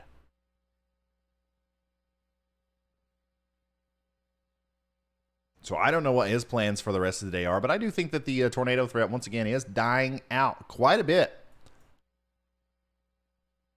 That's a mobile home frame. That's kind of what I was thinking.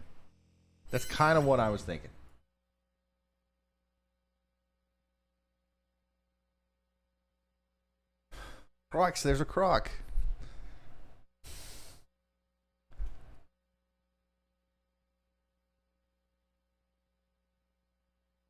Hey Ryan, do you care to look at Georgia real quick? Yeah. I mean, we've been looking at Georgia, but this is the entire state. Most of Georgia has already seen the storm, right? Most of Georgia, the storm's already passed you. But if you're in southeastern Georgia or southwestern Georgia or just extreme southern Georgia, there's still some storms coming. This one right here is going to be a pretty gnarly. Like this one right here is likely going to have some very strong damaging winds with it as it goes into Sylvester, Doe Run, Pelham, and then all these places in Georgia. This will eventually make it to Tifton as well. Look at how well pronounced that backward C is. The Boeing line segment, that's an actual bow echo. That would be indicative of likely very strong winds. Hail in there as well. Maybe a quick spin up tornado. Be ready for that.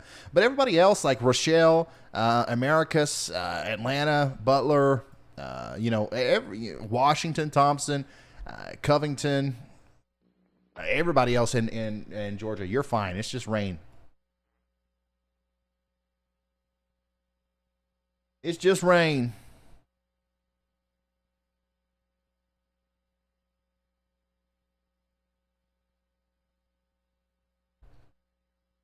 Yeah, Vince has been in the middle of nowhere all day having a hard time with his,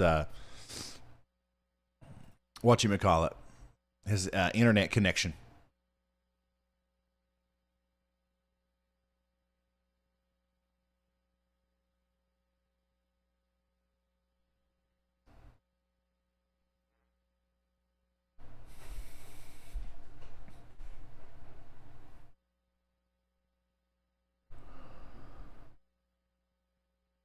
Yeah, I've got the Mountain Dew. I had to break the Mountain Dew out.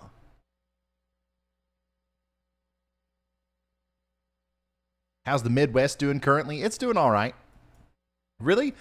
Nobody else is experiencing any sort of significantly interesting weather other than people being impacted by this storm here. Low pressure center's right there. Cold air is coming down on the backside. You got that warm air coming up this way. That's fueling the storms. On this side, we just got general rain, but as the low progresses up this way, we are going to have that sliver of an area that could have some stronger storms later. Also, we're watching these little clouds here in Mississippi as they could turn into thunderstorms eventually, but it looks like they're having a hard time right now.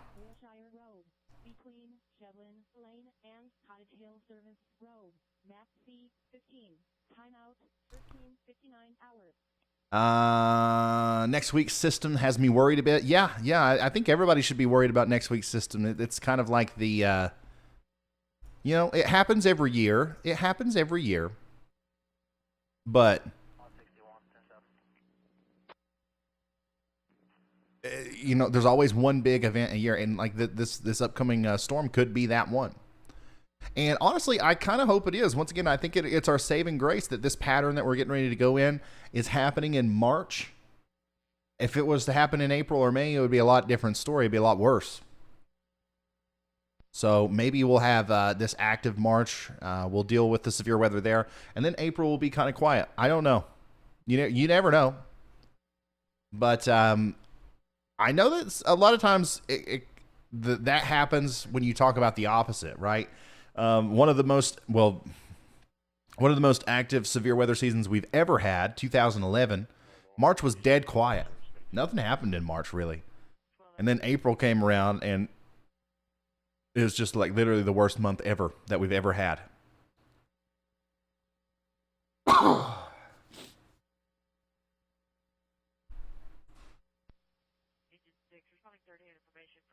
Certainly not comparing this upcoming stretch of severe weather to the April outbreak.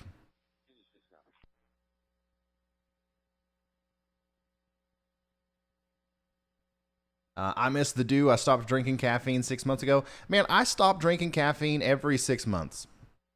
For about 6 months. So no. Actually, it's about every month for about a month. Once a month, I'll have me a Mountain Dew. And usually it's while I'm streaming. There's something about it. I can't stop doing it.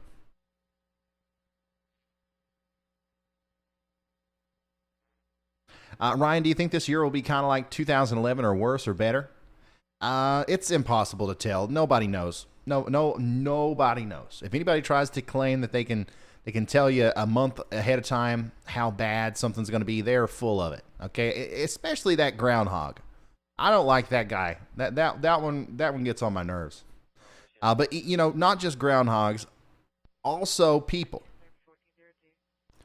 None of them know. None of them. Like, we have a hard time telling you what the weather is going to be like tomorrow. We had a hard time telling you what the weather was going to be like in the next 3 hours earlier during the beginning of this severe weather system here. So how in the world are we going to tell you what it's going to be like next month? That's the way I look at it. You know, what we can do is, as we get closer to events like this one that we've got coming up next week, Monday, Tuesday, Wednesday next week, something significant is going to happen there. Absolutely. And what we can do is we can communicate everything that we do know, and we can kind of go through the motions of looking at the models and trying to figure out what's most likely going to happen. And then when it comes down to it, what we're doing right here, this is really this is where it all comes to a head. This is where it all matters the most. Nowcasting is so much more valuable than forecasting in today's world because of the internet. Now, don't get me wrong. If we had the ability to accurately forecast the weather 5 days ahead with 100% accuracy, that would obviously be very valuable. But because we don't, what we do have is the ability to accurately forecast the weather at least 30 minutes into the future, or 3 hours, or whatever it is. And as long as people during extreme severe situations are aware of that and have the ability to access it, that can help people just as much.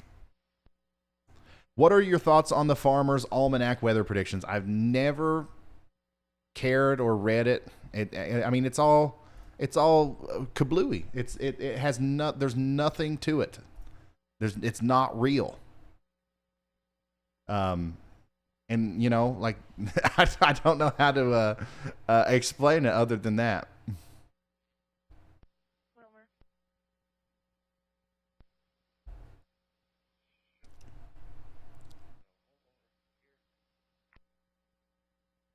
April showers bring May flowers.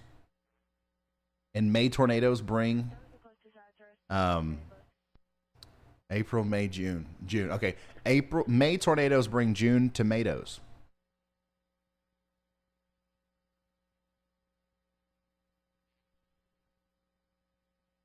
Thank you for subscribing to my Clips channel. Yeah, the Clips channel is cool.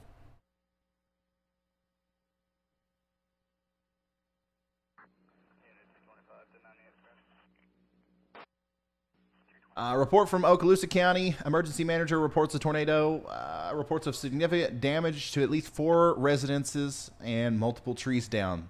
Once again, that was from earlier today in Okaloosa County, where we're now starting to see an abundance of these reports come in.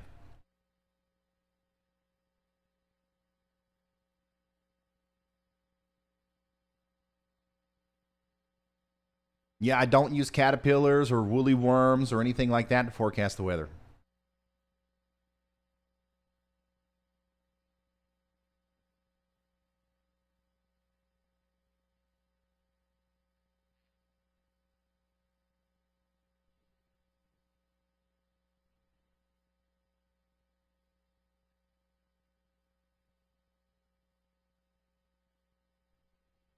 Why do different radar apps use different polygon contours? I don't know. Most of them you can change. You can change. Like I personally, I like the way that I do it on you know, the ones that I can change, like Radar Omega. I like severe thunderstorm warnings to be red, and I like tornado warnings to be pink. And I think we might actually change the color scheme to that to represent that here on the our overlay, because I eventually don't want to go back and forth between a bunch of different apps during the streams. I want to have one solid graphics program where everything's always the same. And yeah, what I like is the red severe and like pink or purple tornado, and then have the yellow tornado watch and kind of like the orangish pink severe thunderstorm watch. I think that just makes the most sense to me.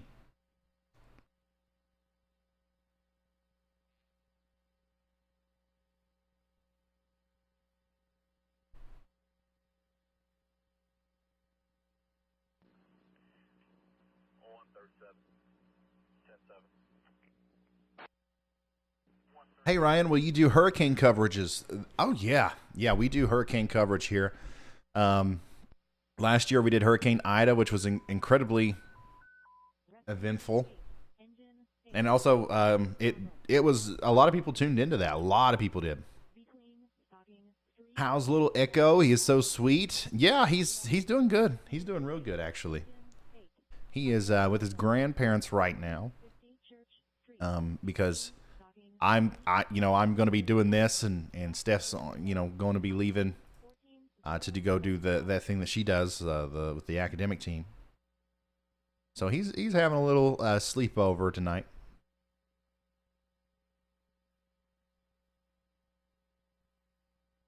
I'm used to the National Weather Service colors. Yeah, but the National Weather Service colors, that really doesn't. I mean, what are the National Weather Service colors? They go by a certain color scale on their website if you're specifically talking about their products on their website. But I think honestly, what more people see is this. This is what people see most often nowadays, I think, when it comes to what the National Weather Service puts out. And the crazy thing is like, and this is something that was brought to my attention. It wasn't brought to my attention. It's just something that I never really put a whole lot of thought into, because I'm like I'm in this. I've been looking at the National Weather Service's graphics since I was 6 years old. Like, this isn't like, it's not something you question, right? It's just the way that it is. But Carly, our writer and researcher, brought up a good point. I don't remember where it was, if it was in a YouTube video or on Twitter or whatever. But all of this looks the same. Let me show you something crazy, right? You just saw the graphic, right? This is a graphic for a severe thunderstorm. So let's say that a tornado is on the ground. A tornado is on the ground, and it's producing incredible damage. It's a tornado emergency even. It looks like this. This is the graphic that they produce. The only difference is that there's like a little text box right here that says, this is a damaging tornado, or seek shelter now, which is what you should say for every tornado warning. So yeah, the color scale of warnings and stuff, I think that should be like standardized. I think that we should all come together as a weather enterprise, or the governing forces, like at the National Weather Service, should be like, okay, listen, if you're going to broadcast weather information, you got to follow our rule. This is what tornadoes are. This is what severe thunderstorms are. Because as silly as it sounds, the public relies on that kind of stuff. And like, how many people do you think you see a red box and they're like, oh, well, that's no big deal because tornado warnings are yellow, or whatever it is at their local weather TV station. Or if they see a pink box, they're like, oh, that must be a winter storm warning. Like, like how much confusion is out there. Not a lot of people care that much about the weather. And if you're watching this stream right now, you're a weather weenie. Sorry. You are. You guys are more than likely going to be prepared for anything. But the vast majority of people out there are not. They could care less. They don't know about radars. They don't care about the colors of the boxes and stuff. But they do slowly become desensitized to seeing images and stuff like that thrown out there, and it means nothing to the average person. To the average person who's on the internet, it means absolutely nothing at all to see a tornado emergency, even if it's for their hometown, from the National Weather Service on Twitter. It means nothing to them, because it looks exactly the same as every other radar-indicated tornado warning that they've ever had. So ideally, in my mind, I think that there should be a standardized set of colors and wording and language that we use around every single different kind of warning. And I think that it should be more widely communicated the difference between a radar indicated warning and a confirmed warning, because that makes a huge difference, right? Like, a lot of times radar indicated tornadoes never happen. The like 70-something% of all tornado warnings are false alarms. So I think it would be valuable, and I could be wrong. Once again, there's people way smarter than me that do this for a living, that are figuring this stuff out. But I think that it would be valuable to have that radar indicated tornado warning, let people know that that's precautionary, and then let people know that the confirmed warnings and stuff, that's kind of like a little bit of a bigger deal. The con is, if you tell people that the radar indicated warnings are precautionary, well, now everybody's just going to ignore those because, oh, well, they don't know. But the thing is they're already ignoring them. So at least if we can get them to pay a lot more attention to the confirmed ones and the observed warnings and stuff, if we really make that difference and pound that, make the message clear, I think that would help. I could be wrong, though. I'm not the one making these decisions, so it really doesn't matter what I think. Let's see here. Vicky, can you look at Albany, Georgia? It's getting intense here now. Yeah, 100%. In Albany, actually, it's past you. So the heaviest or the strongest part of the storm has passed you. I'd say you are getting some of those stronger winds, though, as that cold pool is really kicking in here. But yeah, some of the stronger parts of the storm are getting ready to go through for Sylvester and Doe Run.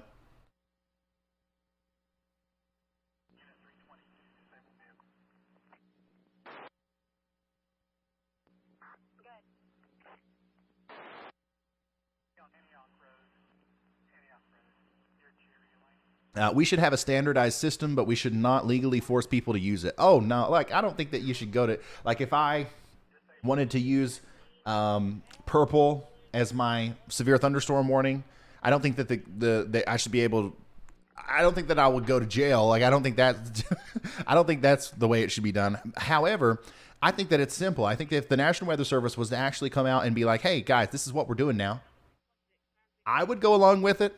Your local weatherman would go along with it. Nobody would have any questions about that. As long as it makes sense, as long as it's similar to what we're all used to. That they need to be the ones, or somebody needs to set the standard and say, okay, this is it. And then, the National Weather Service can create all kinds of different products and material that educates people on it. And obviously people in media could do that too. But I think that there needs to be a different color and a different name for a radar indicated warning, a confirmed warning, an observed warning, a PDS warning, and a tornado emergency. All of those need to have something different about it that is noticeable on a Twitter graphic, on a radar image, on anything, on a text product. So the wording, it just needs this isn't hard stuff. It just needs to be thought about and sat down and discussed and worked out.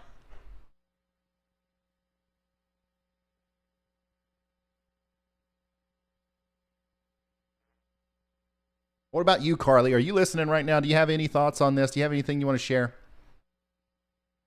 I know that I'm pretty sure that you're the one that I've even heard talk about that first. A new severe thunderstorm, at least in my circle here. Issued. Hey, Woody, thank you so much for becoming a moderate risker.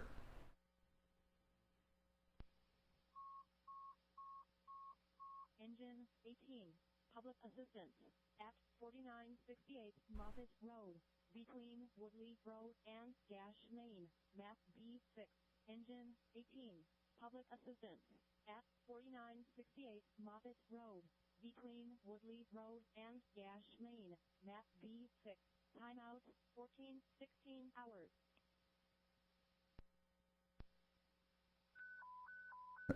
Next he'll be calling them suits like Reed. No, I am. I've got a little bit of suit in me. Yeah, I do have some thoughts, and it's pretty much agreeing with everything you had already said about it. I had a conversation with some local Mets on Twitter the other day, and I was really grateful for their input. And maybe I can do some thinking and give you a better response. Okay, yeah, no pressure. Yeah, no pressure. I was just wondering if you had anything to say. Yeah, just let me know. Yeah, so once again, it doesn't really matter what I think. I carry no weight there. But I am interested in it, and like I think that it needs to be thought about more. I think that there's always something that we can do that's better than what we're currently doing, and I think that anytime anybody ever sits back and looks at something and goes, you know what, good enough. That thing from that point on sucks. You should always be working on it. What is PDS? So a PDS warning is the National Weather Service. They make the decision to issue warnings, right? So they'll issue a radar indicated warning, which is, once again, the vast majority of warnings that are issued. And that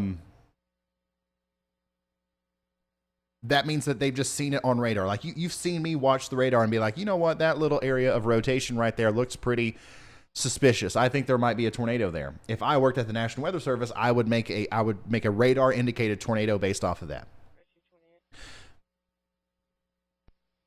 And then on top of that, you have the observed tornado warnings. Okay, so that means that a trained storm spotter or law enforcement or somebody on the ground has reported a tornado to the National Weather Service. The National Weather Service reviewed that report, looked at the radar, and said, I believe it. And then that leads to, once again, an observed tornado warning. And then you have that's a confirmed. And then, once again, the wording here needs to be a little bit more. There needs to be a scale. Once again, this would require like a rethinking and a relearning of the entire system for everybody. But it doesn't matter. Like once again, my generation, everybody that's here right now, we all suck at this. We don't pay attention. We would rather watch The Bachelor than worry about the weather. Like we're screwed anyways, right? So let's go ahead and change it to something completely different that makes a lot more sense for the future generations. That way they learn it as they grow up. Corey, thank you so much, man. That's awesome. But anyways, yeah, there needs to be easier warnings, an easy to remember system. But anyways, the observed and the confirmed, one of them is if a trained spotter sees it. The other one is when the National Weather Service looks at the radar and they see something like a correlation coefficient drop. Those things don't lie, okay? When you see debris being lofted into the air on radar, you can pretty much go ahead and say that there's a tornado. So those two kind of tornado warnings, the false alarm rate on those is drastically lower than the general tornado warning. So if the public knew that, there was a difference between the type of tornado warning that they were under, other than just hearing people like me say it, other than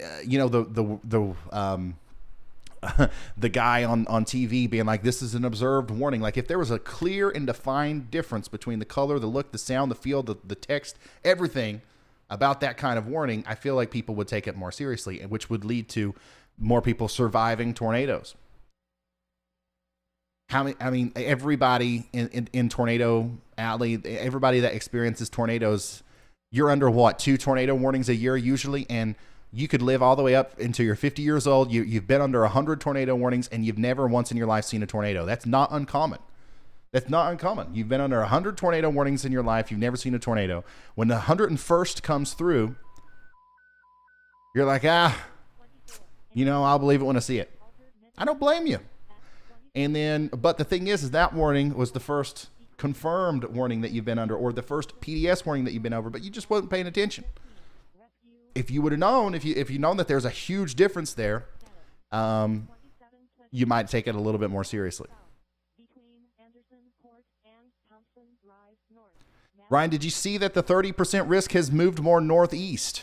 I think I've seen the latest outlook, but I don't know if I noticed that it moved more northeast. I guess it has, hasn't it? Still a little bit south of Dallas there. This is Monday, guys. Monday, we're looking at a big severe weather outbreak. Tuesday, we're looking at a big severe weather outbreak in Mississippi, possibly. Tornadoes are possible. And then, of course, that's going to continue off into the area that we're watching right now on Wednesday of next week. Looks like they're not confident enough to do a day 7 just yet. Circle west, between Portside Boulevard and Portside Circle South. Map E10. Timeout 14:21 hours.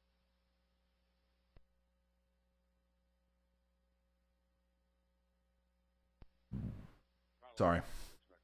Mountain Angel, thanks for becoming a moderate risker. Big Thunder says a correlation coefficient drop could mean hail. Yes, well, that's why it should be meteorologists at the National Weather Service that issue the warnings. Because if you are a meteorologist, you know the difference between a correlation coefficient drop that is happening due to hail and a CC drop that's happening due to debris. There are obviously, I'm not saying every CC drop should warrant an observed warning.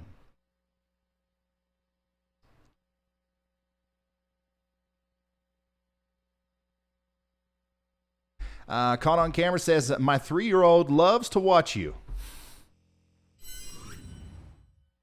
She asks to listen to old videos on the way to daycare in the mornings. Her favorite is Nader Juice and Snowtown, baby. That's so cool. My son thinks I'm lame. He can't really talk yet, like not very well, so I don't know. But I have a feeling, just from the way that he looks at me, I think he thinks that I don't think he'll ever watch any of my videos on purpose.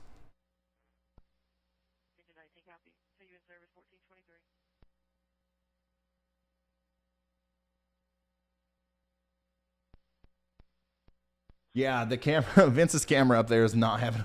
it's having a hard time. I know. It's just like it's the area that he's in.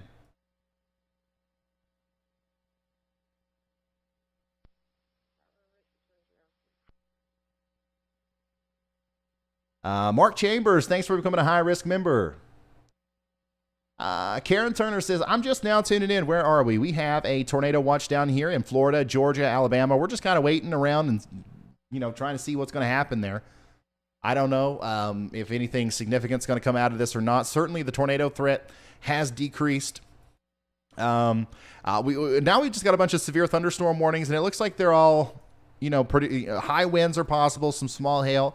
Just general springtime thunderstorms, you know what I mean? The ones I'm most concerned about are the ones that's getting ready to go through Norman Park, Ellington, Berlin, Omega, and Lenox, west of I-75 here. But still, when I say concern, I'm just talking about some higher winds than what we have been seeing, which is, once again, we haven't seen like widespread damage or anything. We have seen some. Stephen, thank you for that. Stephanie, thank you. Rescue 24, engine 9. 52-year-old male, conscious, not alert, shortness of breath. Don't worry, Ryan. All kids think their parents are lame. You could be Iron Man, still lame. Yeah, I've heard that, and I think that's true. Once again, I can just see it. I can just see it. Rescue 14, power line. Ryan, is it a good idea to have my phone fully charged as a precaution? 100%. Always. And not even if just for severe weather. Just, charge your phone, man. Rescue 14, power line. Was everyone okay in Crestview earlier? I believe so. Certainly, I don't think there was any sort of damage or anything like that in Crestview. Freddie Dixon, thank you so much, man.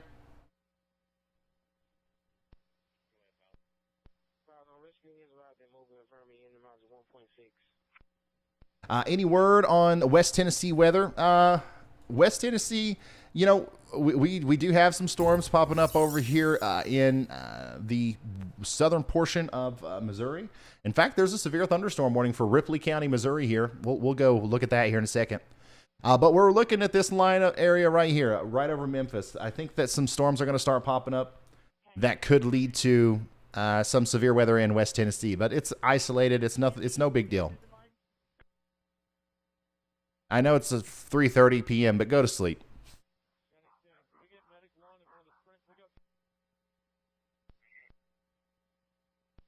Person at 2901 Sherwood Drive South, between Loudon Court and Blackshear Court. Map G11, Rescue 12. Sick person at 2901 When we have a minute, could we look at the whole country? I can zoom out to the whole country, yeah.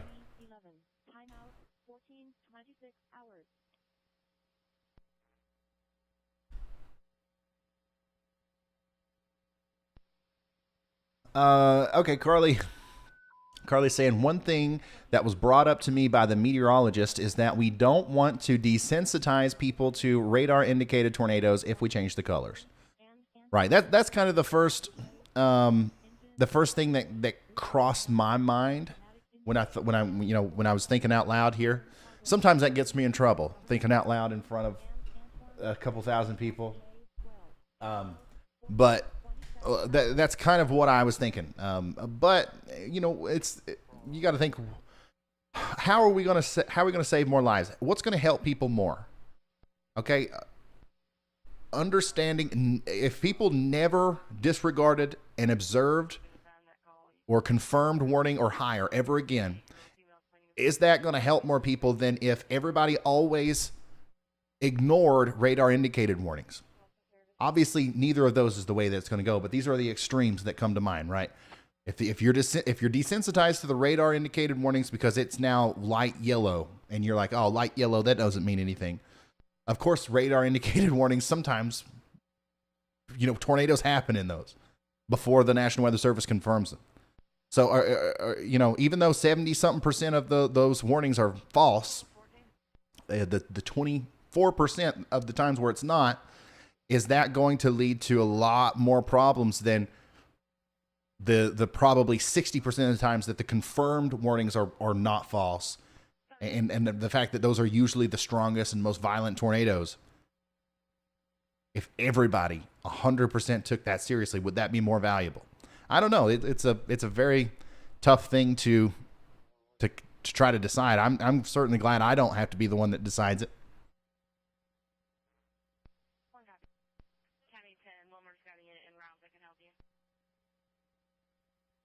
She says, however, considering 76% of all tornado warnings are false alarms, there has to be some improvement, and I think what you're saying about getting concise warning system in place is the solution. Most people don't read into warnings, and most people don't know the difference between radar indicated and confirmed tornado. That's true. You know how many people I talk to? About this that have no clue? Like, it means nothing. It means nothing to, if somebody's tuning into the news, they're watching the weather guy. Your average person who doesn't care about the weather, not you guys, not the weather weenies. Your average person that's flipping through and the weather's on and they're under a tornado warning. Oh, look, the Bill weather guy on TV says we're under a tornado warning, honey. And let's say that Bill weather guy, he knows that it's an observed tornado, right? And he's saying there's a tornado on the ground in, this county. The person that's watching that doesn't pay a lot of attention, that doesn't mean anything to them. Of course there's a tornado on the ground. Why else would they issue a tornado warning? But it'll probably miss me because I've been under 87 other tornado warnings that I've never, ever seen one in my life. Like, he doesn't know. That's not a commonly known thing. So it's just saying that this is a confirmed warning, just saying that there's a tornado on the ground means nothing to the average person who watches not who watches the weather, but who happens to be in the right place at the right time to receive the warning. There has to be something else that happens there that it clearly communicates the difference. I try to do it here on the stream. If a radar indicated tornado warning is issued, I'm like, I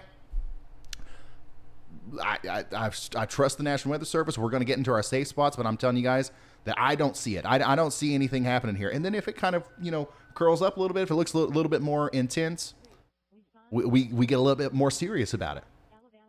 And I think that's what a lot of TV meteorologists do. I know that's what James Spann does. That's what a lot of people who are really good at what they do on TV, that's what they do.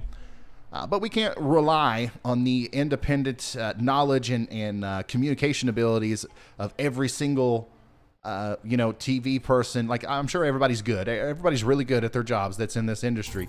But we need to have a standardized way of letting people know that doesn't rely on anybody's special, unique talents of communication. Sorry. Is this yeah, this is probably boring, right? I'll stop talking about this. If you guys want to I still think we have a little window here where some of these storms might go a little bit stronger in Missouri and Arkansas. So, I might dive in there and start dissecting those. But also, I'm fielding questions and stuff in the chat. Okay, so if you want to change the subject, I'm open to it.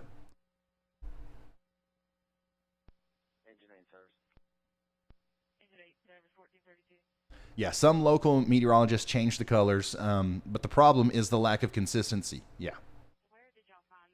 I would personally really advocate for a color change. Yeah, there needs to be a standardized color. The complacency is deadly, and Joplin studies prove that. Carly, beautifully written.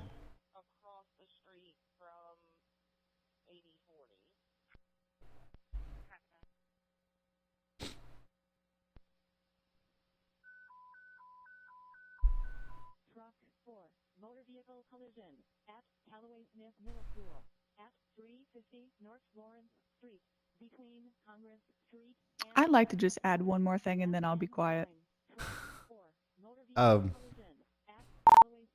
Carly, we would love to hear what you say. You don't have to worry about being quiet. Go ahead. Okay, just to elaborate on the warning process, I think that although we do want people to take the radar indicated warning seriously, I would also like to point out that there's a huge problem with the complacency with the warning system the way it works now. And a good way to look at that is through the social science. So if you look at the Joplin case studies, there were instances where people needed 8 to 9 stimuli before doing anything, before taking any action at all. 8 to 9. 8 to 9 stimuli before they took any action at all. And that, to me, that just proves that they're desensitized to it. How many times have you guys, well, once again, I'm talking to the wrong audience here. This is a lot of times when we do these live streams, especially if there's tornadoes everywhere, there's 20,000 people watching, and 15,000 of them are the kind of people that I wish I was talking to right now. You guys, the 5,000 that are here right now, you are here because you know this stuff already. You're fans, right? You're weather weenies, or you're becoming one, anyways. But anyways. The 15,000 people that aren't here right now, I wonder how many times they are at Walmart or whatever, and somebody says, we're under a tornado watch today. And it's like, well, that's Tennessee weather for you, or that's Arkansas weather. Everybody says that about their state. So that's your first stimuli. Or Kentucky, that's Kentucky weather for you. That's crazy. It's December and we're under a tornado watch. That's crazy. That's your first stimuli. The next one is, this guy on YouTube. He was saying that he thinks that there's going to be a significant, severe weather, possibly a tornado outbreak in Kentucky. Oh, that's your second stimuli. Third one, the Storm Prediction Center says we're under a moderate risk. That's your third stimuli. You're the guy at Walmart. What? Moderate. Moderate don't sound that bad. That's your third. Fourth is like, we're under a tornado watch. Okay, cool. That's kind of interesting. It's December. We're under a tornado watch. That's Kentucky weather for you. Your fifth stimuli is somebody says that there was a tornado 5 counties to your west. Well, that's crazy. I heard that there was a tornado about 20 years ago down there too. That's crazy that they got hit twice. Your sixth stimuli is we are under a tornado warning. Oh man, that's crazy. I hope we don't get hit by one. I heard earlier at Walmart, somebody said we might get one earlier today. Some guy on TikTok or something said something about it. And like seriously, from the beginning, if there was some words that could be said in a situation where we know that things are more serious than usual, it would only take 2 or 3 rounds of stimuli, in my opinion. But anyways, the seventh is 2 towns over was hit by a tornado. The eighth is, okay, now, you either see it yourself or you hear it or your neighbor calls you and says that he sees it. Like that's literally what it takes a lot of times to get people to actually take shelter. Usually people don't go take shelter at the moment they get under a tornado warning. Even though, and the situation that I just described would be like Mayfield, Kentucky. I'm sure that exact same scenario played out for hundreds of people in that area at Walmart or wherever. And it wasn't until the very last minute when we really knew something bad was going to happen there in Mayfield that people started to pay attention. And even then, a lot of people didn't. So I just think that there's some wording, there's something different in that situation that we could change. And yes, it might make people ignore radar indicated tornadoes more, but I don't think that matters. I don't. That's my personal opinion, and I could be wrong. That's why I'm not in the hot seat making the decisions. I'm glad I'm not. I never will be that person. I'm not advocating for myself to be in that position. I'm just telling you my opinions.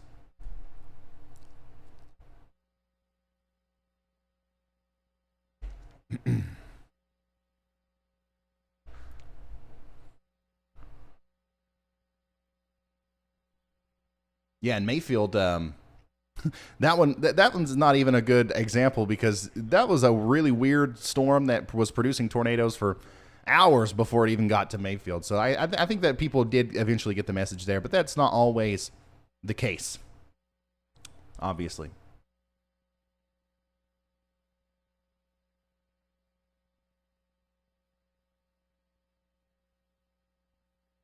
Let's see here. Gettysburg says, all right, Ryan, what's the number one must-have on the road storm chaser snack? I would ask Vince, but I think that he is asleep or something.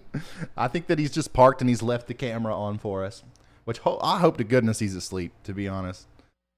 I'm going to ask, just in case. Hey, Vince, are you asleep?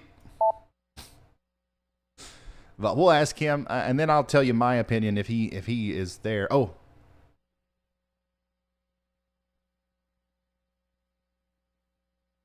I don't know. Something happened and he went offline for a second. He might have just blocked me or something. It's like, leave me alone, Ryan. I'm trying to sleep. Not yet. Okay, are you going to sleep? I was just wanting to ask you one last question before we before we wrapped up.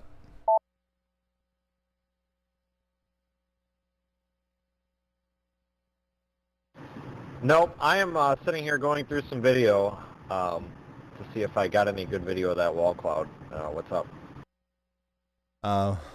Well, first of all, got somebody in chat that's wanting to know what's your number one favorite recommended on-the-go storm chasing snack, and second of all, when are you going to sleep? I feel like you've been out forever, and do you have any plans for Monday? Are you going to be heading out that way? What do you think about that setup? Just whenever you get the chance. Growing up here in Kentucky, most people just lay in their bed and continue on his normal. Oh yeah, life. I'll be there Monday. I'm going to meet my family in St. Louis, or that area anyway, tomorrow and spend the weekend with them instead of going all the way home. And then I'll be out there for Monday, of course. Favorite snack is definitely those goldfish crackers, but they have to be the flavor blasted ones because the other ones are no fun.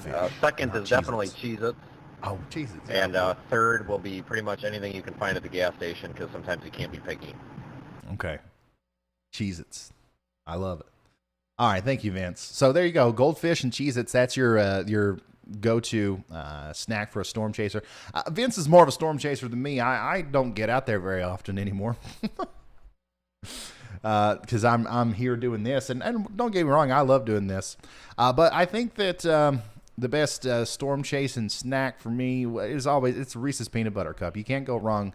That's just for any general road trip, man. I love them. They're my favorite. Flavor blasted goldfish is a close second, though. Very close second.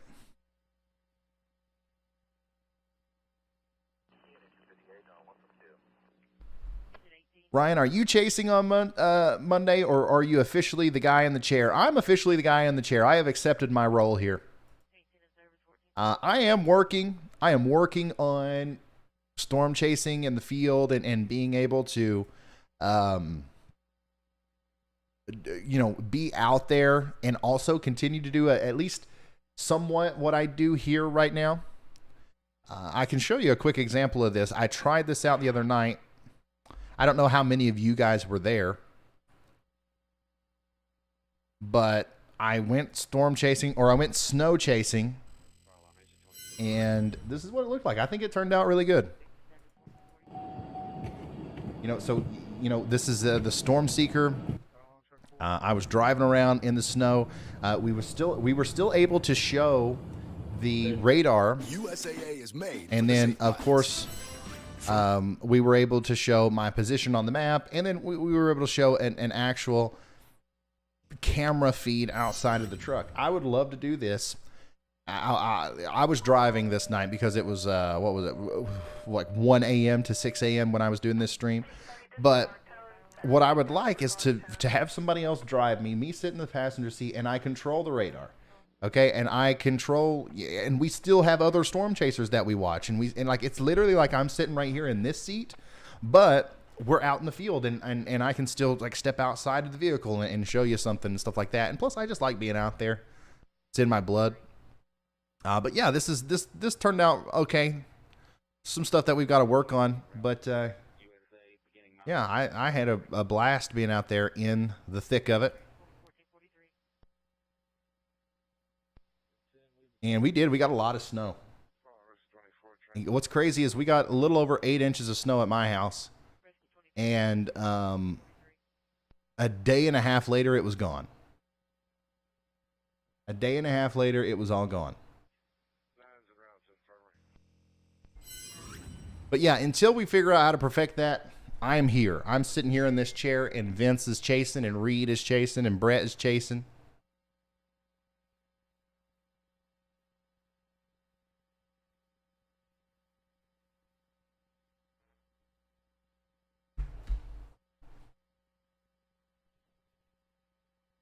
Have you guys ever heard of Cliff Bars? That's the perfect snack. I have heard of Cliff Bars. I like Cliff Bars. They are pretty good. That honestly, yeah, that would be a really good storm chasing snack, I guess. I don't see those very often at gas stations, though. You definitely see the brightly colored candy bars before you see those. Hey, there we go.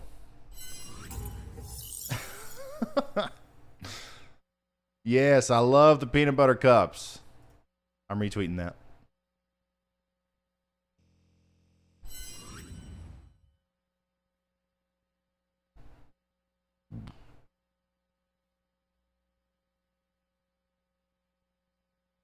Cliff Bars are like a substitute meal. Yeah, they're really filling.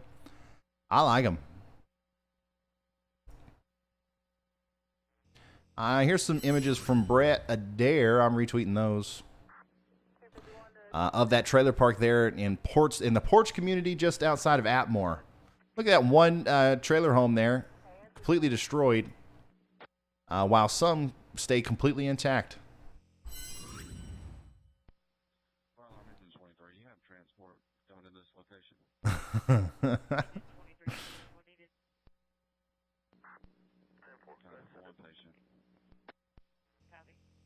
Joshua says, you should get all of the emergency managers that follow your channel on board with your idea for public messaging and graphics. I know I would be on board to support this. This is Joshua. Who is Joshua? Emergency management in Alabama. Joshua, if you can help me get in there, I would gladly. I would get up on, if there's some sort of emergency manager conference where there's like a bunch of emergency managers that gather around. I would get up on a stage and passionately talk about everything that I've just talked about and try to inspire somebody to do something. If Joshua, if you can put me in that position, I'll do it. But other than that, that's all I have is that are my words and you know what I'm able to say. So I don't actually know how to implement it. I'm not an emergency manager guy. I'm not, you know, I'm just a YouTube guy. So, and I am really passionate about it, this stuff. So if that's what you need me to do, if that's what I need to do, I'll do it.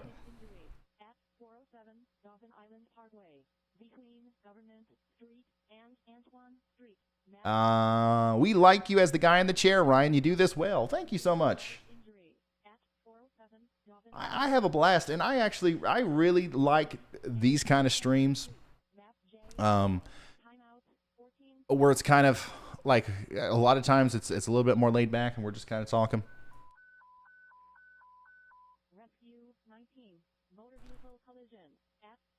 Smith Middle School at 350 North Lawrence Street between Congress Street and Chestnut Street. Map M9. Rescue 19. I'm a retired state emergency manager. Very cool. Ryan, if I find any events happening on EMS, I will let you know. Awesome. There is something going on in Tennessee in April that I was supposed to go to with Radar Omega. Like their team is going there, but I never leave the house. Like I would have to be specifically invited to speak. Like it would have to be something like that to get me to leave here. Just going to hang to visit and like rub and like I don't know, like it's hard. Ever since the pandemic, it's really hard to get me out of here. Let's see here. How's Alabama looking? Alabama's looking great. Alabama's looking great. We have a couple storms trying to pop up back here, but it looks like for the most part, nothing crazy's happening. I do want to inspect these storms a little bit more intensely up here in what is this, Missouri? Yeah, so a couple of these, this is Missouri and Arkansas, by the way. A couple of these were severe thunderstorm warned earlier. And you can see that they're moving fast. Look at that. Fast moving storms moving into the Poplar Bluff area. But yeah, I think we should watch these because if we're going to have more tornadoes today or anything, or hail or any sort of thing like that, I think it's going to come from these storms. So we'll start watching these. I don't know how much longer I'm going to stream. I have been going for, 8 hours, 7 hours, something like that. But once again, as long as you guys are here, I'll keep going.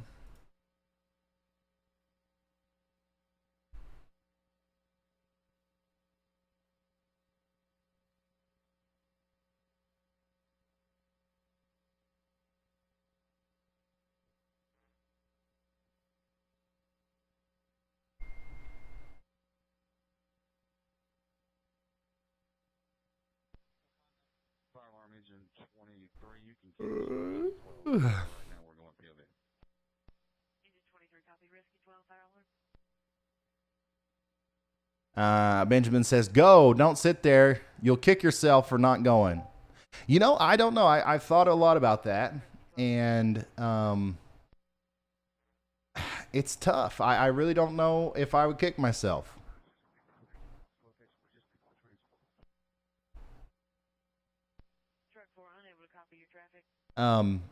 Because I think what would make me kick myself is if, let's say I did go storm chasing, right? And let's say that because of some sort of technical problem that wouldn't have happened if I was here, lost internet, I wasn't able to talk, I wasn't able to do what I normally do.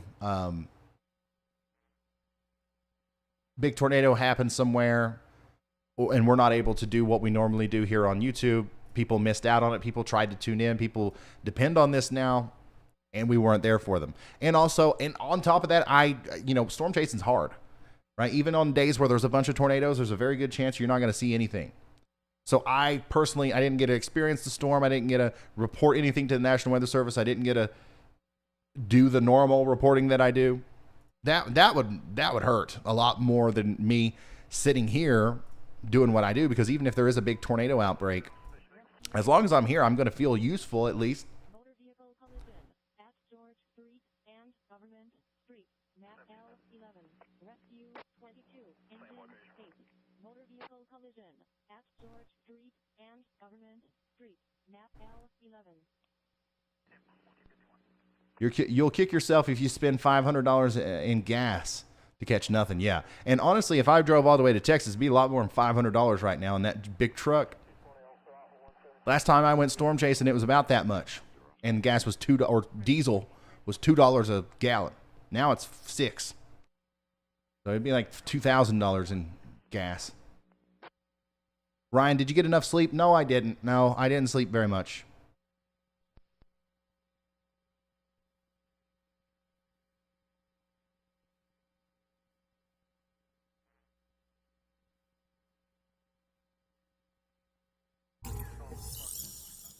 Aces says, Ayo Ryan, my blessings go out to all those in the path of this storm. You tuned into the right person to get info from. This man saved me and my sister. Aces, thank you so much for that. Yeah, there's so many people that I would love to do interviews with, or just have somebody do interviews with. I'd love to get some of your all stories on video. There's a lot of messages and letters and stuff that I've gotten about specifically Mayfield. That's kind of like the biggest one, where people talk about how they were watching my stream. And if some of the stories are really intense, and once again, it's one of the reasons why we decided to go into what we're doing here so deeply. Speaking of that, let me show you this video.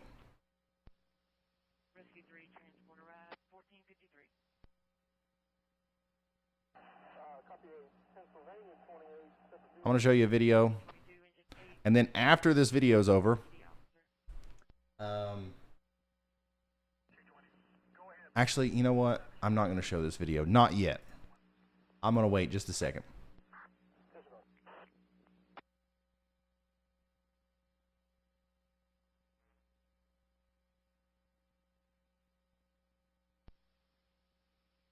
Rescue 24, arrive at Pikeville Infirmary, headed mileage 5.3.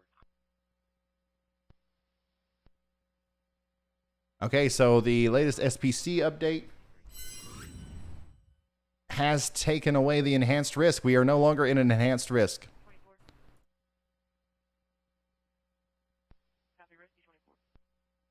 But we still have that 5% tornado chance that goes all the way up into Kentucky. So the tornado threat has drastically went down. This is tomorrow's risk area. Mainly wind and hail. Day 3, nothing. Day 4, you guys have seen this. Is Monday still looking bad for severe weather? Yes. Yes. Monday is still looking very bad for severe weather. It's not going to be a good... I don't think that it's possible now that this goes away. I think we're certainly going to have a big severe weather outbreak on Monday and Tuesday. However, the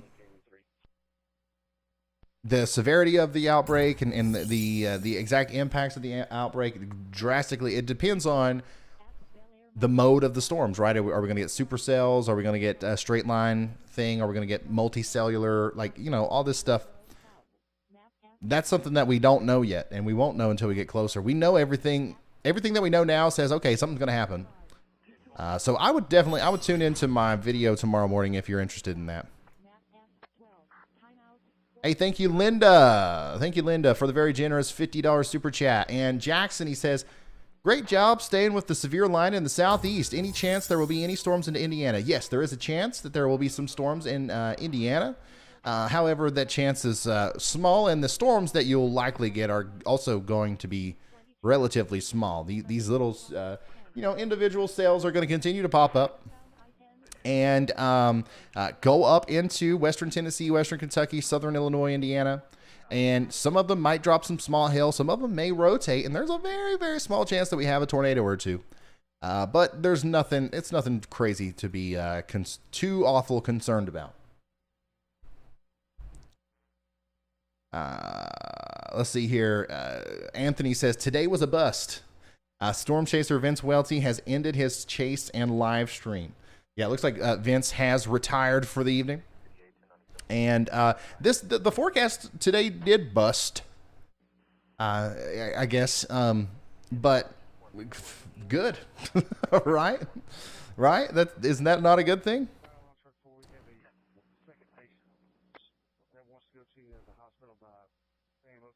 Let's see here.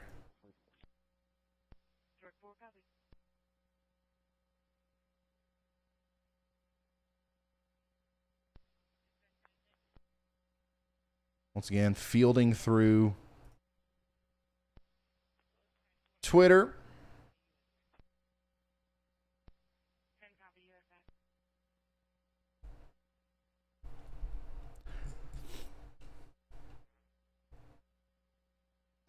Hey, Ryan, how's it looking for Paducah, Kentucky? It looks like there's going to be a very small chance of some isolated thunderstorms later this evening with an even smaller chance of some hail and some, maybe, like literally, you're the most unlucky person on earth if you end up seeing a tornado this evening. But the possibility is there. It's higher than 0%.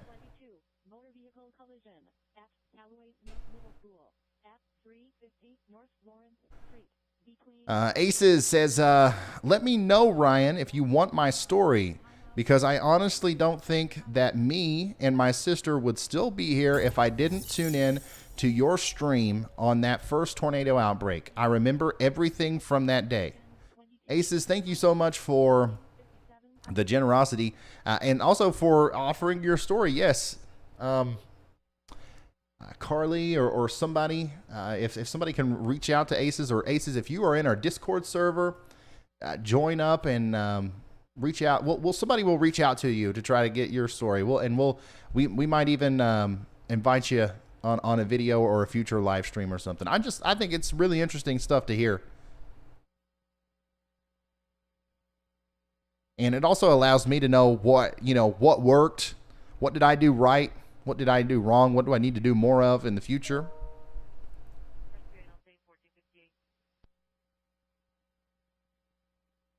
Is Eastern Kentucky okay? Yes, Eastern Kentucky is fine. Dublin, Georgia. Where is Dublin, Georgia? Oh, Dublin, Georgia, you're fine.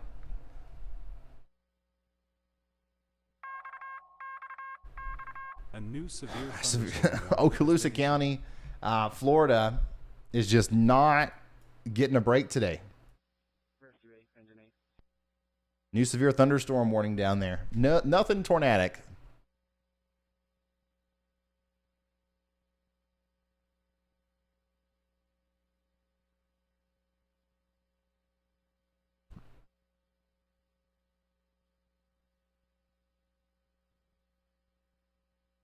Let's see here. Michigan 12 says, write a professional paper on standardizing weather colors and submit it to the National Weather Service and ER Management Services and related publications.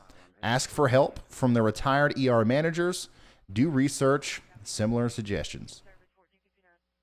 Yeah.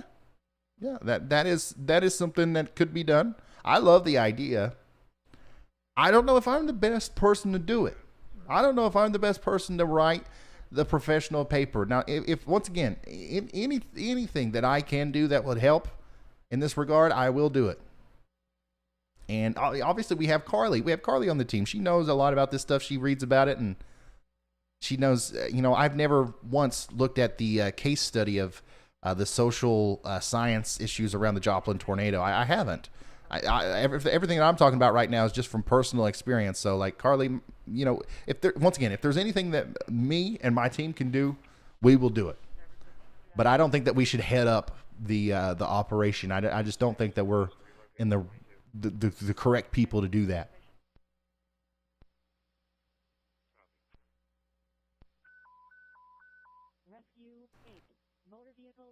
Let's see here. What happened in South Louisiana this morning? Not even a bad thunderstorm. Yeah, nothing really.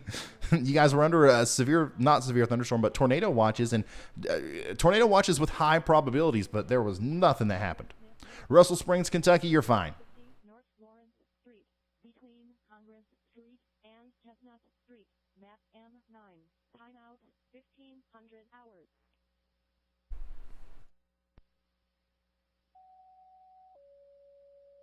Rescue 6, relocate to Yeah, a bust as a storm chaser isn't always a good, obviously as a storm chaser or as anybody who is interested in the weather, nobody ever wants to see people be hurt. Nobody ever wants to see the damage. Nobody wants to see the deaths, the destruction that can happen from weather. But you do, some of us do want to see tornadoes. I don't know why. I was born that way. I would love nothing more than to look out my window and see a tornado. I don't know. Call me weird. Call me crazy. I actually am kind of crazy. And Vince is too, and so is Reed. So maybe there's something to that. But the thing is, yeah, like sometimes a forecast bust is kind of disappointing if you are a storm chaser. But for the most part, it's good. It's a very good thing when the forecast doesn't verify. Just in case that needed clarification. Vince finally went to sleep after 47 hours of straight storm chasing and Cheez-Its diet. Fire alarm engine 23 is in service.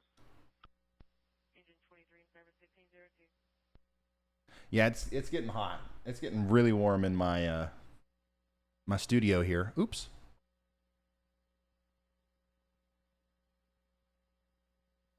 I got an 8,000 BTU air conditioner that I have to turn on periodically, even when, well, actually it's 70 degrees outside, so that explains a lot.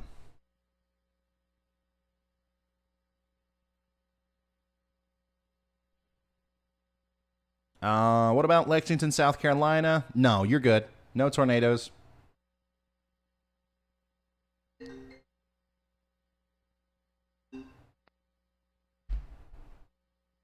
Hey, Ryan, I just got in here. What are you watching right now on your radar? I'm in northwestern Ohio. Right now, we're looking at a severe thunderstorm in Okaloosa County, Florida. And a broader picture shows just a big storm system in Georgia, Florida, southeastern Alabama. No tornado warnings. And in Ohio, you just got some rain showers coming through. There's a very small chance that some of these storms might turn into something a little bit more impressive later and cause some problems in western Kentucky and up in this area. But those problems will be minimal. Safe bet to say spring is here 100%. Yes. Spring is here. Make sure you're getting your severe weather plans in play. Make sure you're subscribing to this channel. We're going to be here. We're going to be here for the small ones. We're going to be here for the big ones. We're going to be here for the busts. We are going to be here for the verifications. We're going to be here for the overperformers. Doesn't matter to me. We're going to be here. So subscribe to the channel. And then one last plug for this. Shop Ryan Hall. ShopRyanHall.com. ShopRyanHall.com. Type in your information. You'll get an email as soon as the merch drops.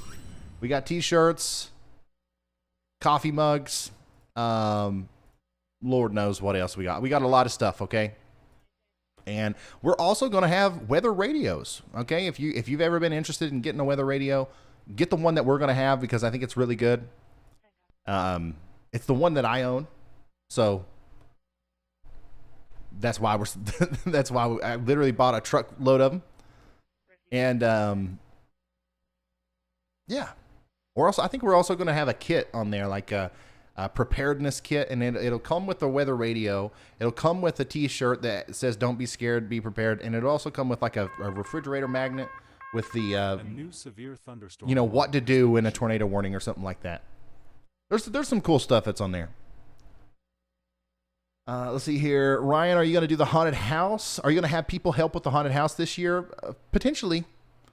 That's crazy that you know about the haunted house. I thought people had forgotten about that. Yeah, no, like I'm already starting to think about what we're going to do with that this year. I would love to have some help.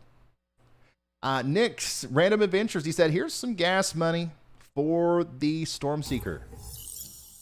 Why aren't you Twitter verified yet? You know what? I don't know. I got 55,000 followers on Twitter. Okay. If you search me up in Google Trends, I'm there, son. All right. I'm trending. Ryan Hall, y'all's trending. I'm verified on YouTube. There are news articles. This is all stuff that matters to them. They require this.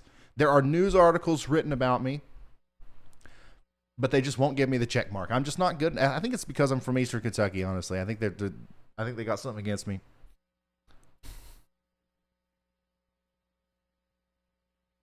Oh yeah, by the way, the merch. I was talking about the merch. NOAA weather radios, t-shirts, pillows, aprons, bibs, anything that we could put a logo on or like cool weather related graphics on. We're going to have it on there. A big portion of the revenue is going to go towards a fund called the Helping Hand Fund, where if a tornado hits a town and we have storm chasers in the area, we're going to take all that money and put it into the community immediately and help people. We're going to try to, obviously it depends on how much merch we sell, but we're going to try to, donate large amounts of money and directly give money to families impacted by severe weather. Buy people cars if their car gets swept away in a hurricane. Like, I'm not kidding. Like, I have big goals here, and I think that once we get it started and once we show people what we're able to do with it, I think it won't take long at all for us to get there. 14 at firm random all is 3.0, 3.0. Copy, transport arrive 1507. Ryan, can I get a car sticker? Yeah, 100%.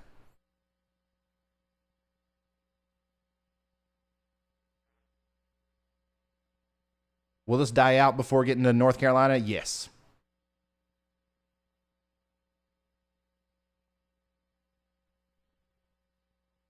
Should you go into a basement for a severe thunderstorm warning without a tornado watch? I wouldn't say that you necessarily need to go to the basement if you're under a severe thunderstorm warning without a tornado watch. However, it really depends on you. Like, if you feel more comfortable doing that, or if you have the ability to do that and it's not going to disrupt your day in any significant manner, well, why not, right? I would.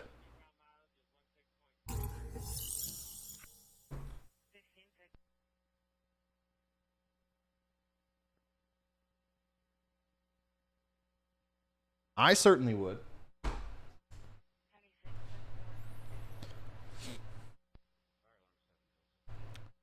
Let's see here. Dave says, I was in the tornado outbreak of April 3rd, 1974. I got to see a tornado up close and personal as it hit Cincinnati in the little village of Salyer Park. This is the same tornado that hit Senior, Ohio. Yeah, that was the last crazy big tornado outbreak that we had in this country that's actually like unbelievable was 2011, April 27, 2011. A lot of you guys know about that. But the one before that, which was arguably just as intense, or if not actually more intense, was April the 1974 tornado, April 3rd, 1974. Widespread tornado outbreak, lots of tornadoes, lots of injuries and deaths, unfortunately. But that, and then there was one before that in, what was it, like the 30s, 1930 something? And then there was one before that in the 1890s. So, like, James Spann talks about this a lot. It seems like every 30 to 40 years, something like that happens. So, theoretically, before we see another April 27th, 2011 type event, theoretically, it's going to be 2040 or 2030, something like that, before something like that happens. But you never know. It seems to me like we've seen in my lifetime a lot of, this only happens every 100 years. We've seen a lot of those events happen back to back, like one right after another, just in consecutive years. So I wouldn't be surprised if we saw another big event like that before that 40-year cycle is up. But it seems like on average that's the pattern that it is. James Spann's awesome. Athens, Georgia is in the clear.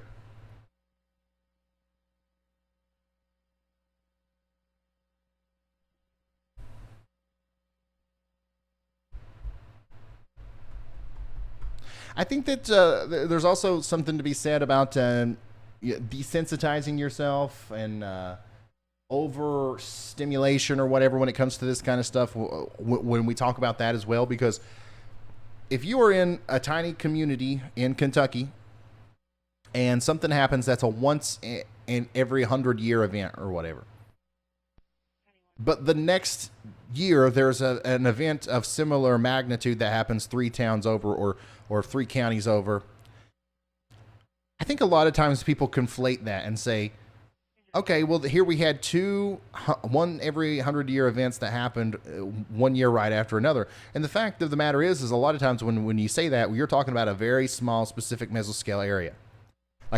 For my example that I'm trying to say here is like a flash flood. We had a really bad 100-year flood, I guess you could call it, here in a small area where I live.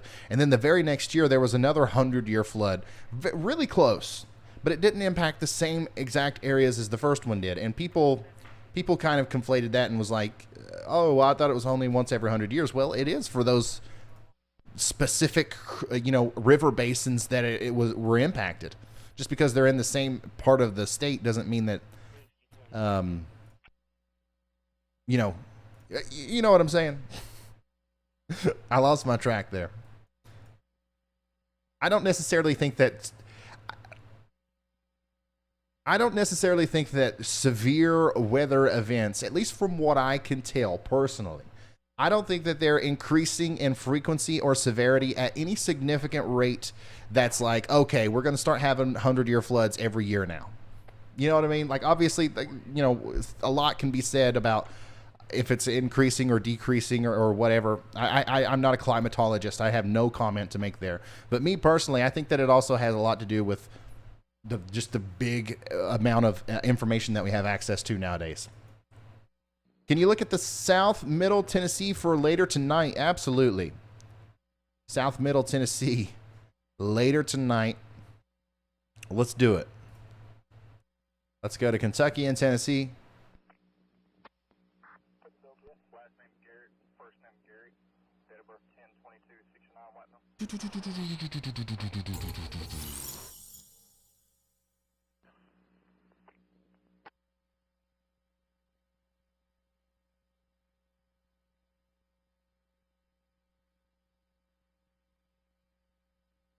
Yeah, we have a lot of media coverage now.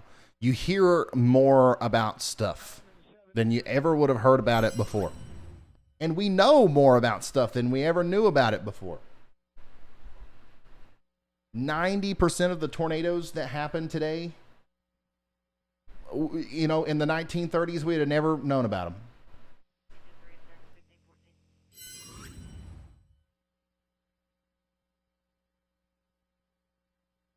Even like a lot of the hurricanes that we have today, in the 1850s, we would have never known about them because, a lot of them just stay out in the middle of the ocean. Okay, so South Middle Tennessee, slight chance of a scattered thunderstorm or two between 6 p.m. and 11 p.m. tonight. Very, very small chance of anything significant coming out of that. But be ready for maybe some hail and the very, very, very, very, very, very small chance of a tornado.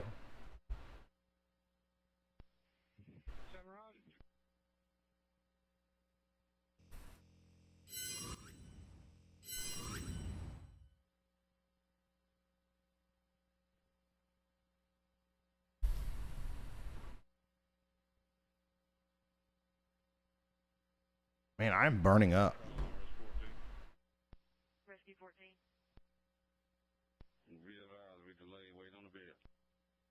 Copy. You see me like it is apparently 69 degrees in this room, but I don't believe that. Something's wrong with that.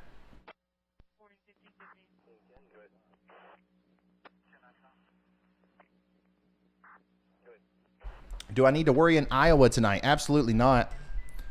You're fine. No, but this wacky weather is concerning.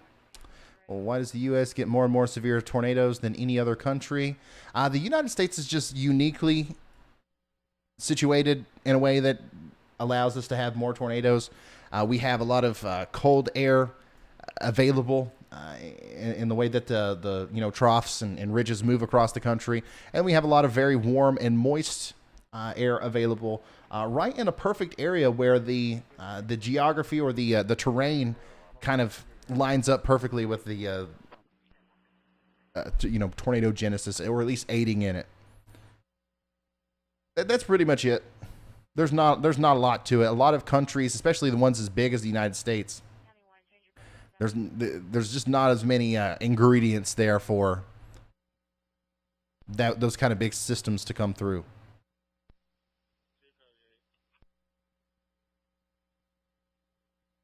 Yeah, I mean, it's perfectly expected for if people are just now tuning into the stream, like I've been sitting here talking for 8 hours about Macon, Georgia, for example. But if, you know, some guy from Macon, Georgia just now tuned in, of course he's going to say, hey, what about Macon, Georgia in the chat? Don't give him a hard time. He don't know. But if you are just now tuning in and you're wondering about something, you can always skim through the bottom. I've talked about everywhere. I've talked about everybody in this stream. I've done the forecast for pretty much everybody. And at some point during this live stream, I have talked about your state. I don't want to do it a million times over and over again because I believe it becomes redundant. The mountains on both sides of the country play a huge role in it too. Yes, absolutely.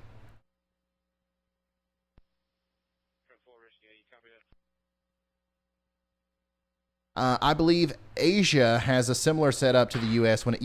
China. China specifically, there's an area of China. Now, I don't know a lot about this, but there is an area in China that has a very similar dynamic. It's a smaller place, and they do receive these kinds of storms less frequently, but it's a very similar overall setup to what we have. And there's a place in China that gets quite a bit of tornadoes. Are you streaming Monday? Absolutely, I will be streaming Monday, and I think we're going to be having a lot of storm chasers on Monday as well.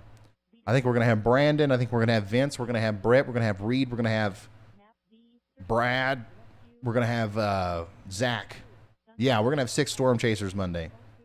Live, laugh, spell work. Do you ever eat? Yeah, I eat once a day, and I've already ate today.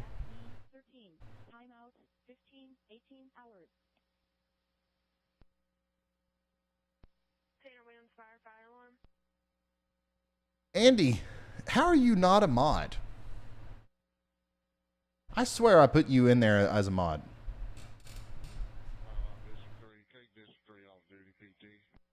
Frank or Andy, if either one of you can send me the link to Andy's channel, I'll put him on the mod right now. I swear I thought I already did that.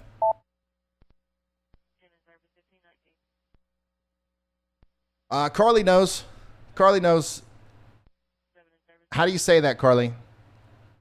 And Carly, how do you say that province that you just typed out in chat?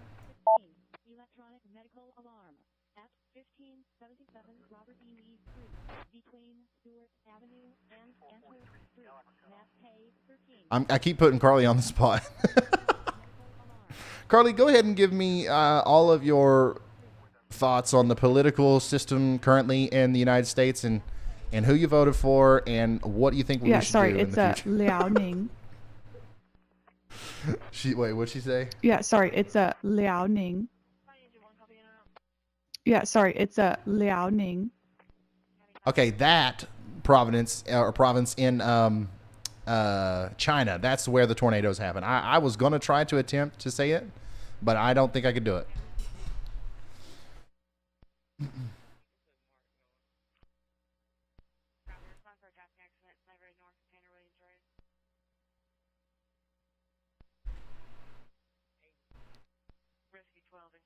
Responding for a 42-year-old male with a gunshot wound to the eye. Constant blood breathing, unknown location of the assailant. Patient now coughing up blood. MPD's been notified. Oh boy.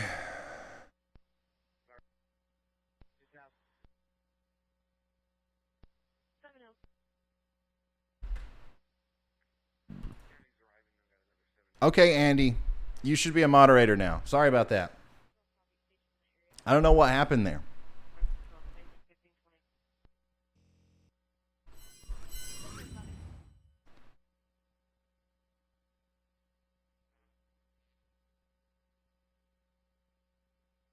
I don't know what happened there.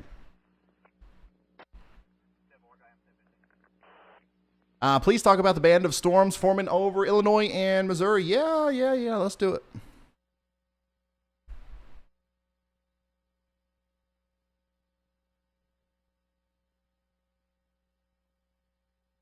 I swear I don't know what's going on in here. I am cooking. I am burning up, and my little thermostat over here is wrong. I know it is. Or I am dying. Something bad is happening right now. These are the storms that are forming over here, just like we thought they would, according to the HRRR model. These will increase in intensity, and their coverage as they go off to the north and east. We do not, I repeat, we do not expect anything significant to come of this. Hail, some damaging winds, and the very, very small isolated chance of a tornado is what we expect as these goes off to the north and east. This is mainly going to be kind of like in its strongest form around, from Paducah to like Owensboro. I think that's in that general area. That's where I think these storms are going to have to be watched the hardest. But for the most part, this is a general slight risk of severe weather with a 5% chance of tornadoes, 15% chance of hail. You could have a fever. No, I'm not sick. I know what having a fever feels like. This feels like it's just hot in here. And it is. It's Arby's coming back to haunt you, right? Yeah, maybe. Honestly, it might be some something in the Arby's there that's putting me off. I don't know. It's the Arby's? Now you guys have got me worried. You got like food poisoning or something.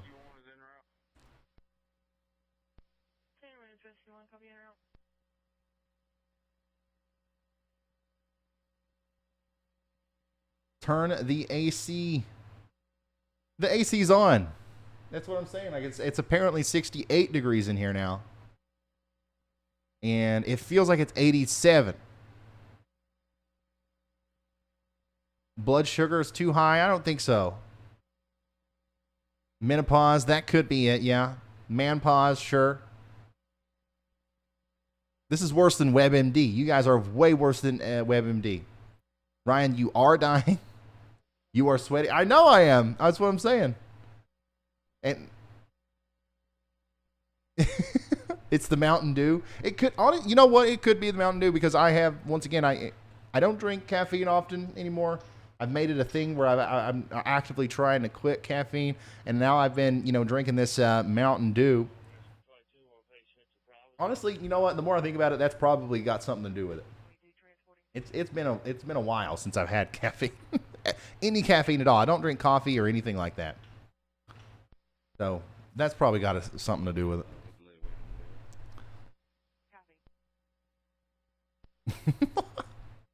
Thanks for helping me, guys.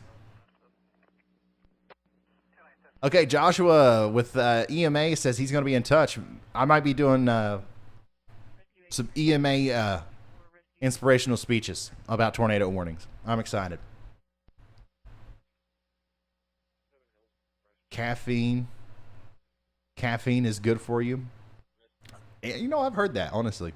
I personally don't like it because I just don't. Makes me have hot flashes.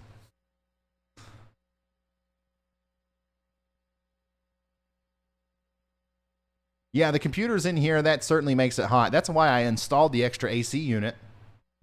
Usually that helps.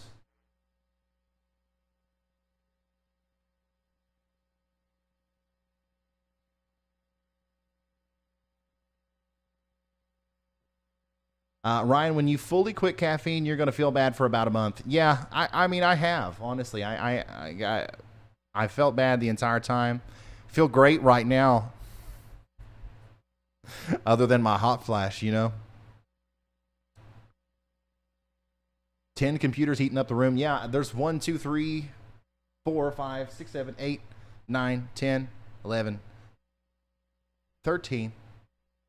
13 screens in here that are turned on right now, so that could do it. Guys, I'm just talking, honestly. I'm like, there's not a lot going on. I've talked about the forecast as much as I can. Like, there's nothing else to say about anything.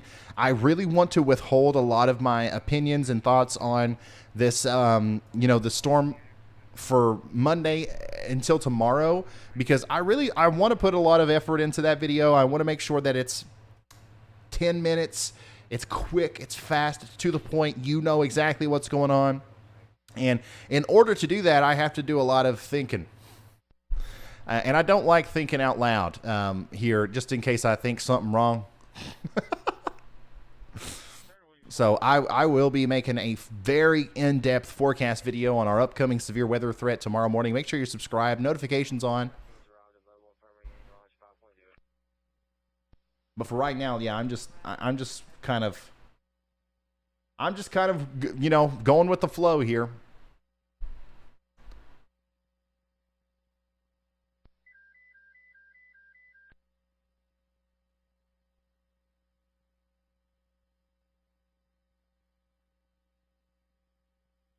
Fast food is really bad for you. Yeah, I know. Your room is making the atmosphere more unstable. Yeah. Yeah. Hey, that'll happen. Jenny says, we all really appreciate the work you and your team do. Thanks for everything. Thank you, Jenny. I appreciate that.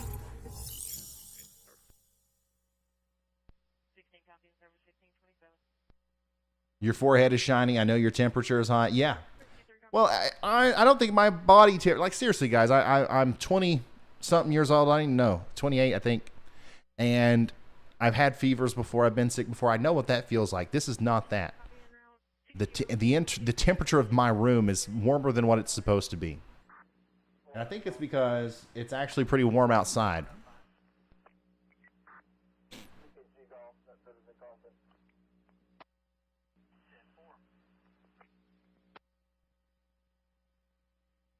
Ryan, what do you got in your PC for specs? 2080 Ti, 64 gigabytes of RAM. Nothing crazy, honestly. I just have a lot. I have a lot of. I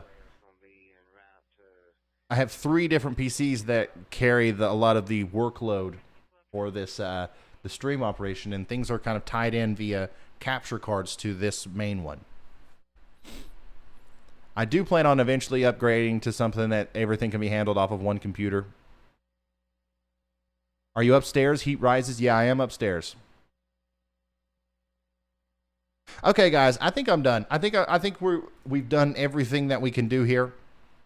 I think that the severe weather threat is coming to an end. What do you guys think?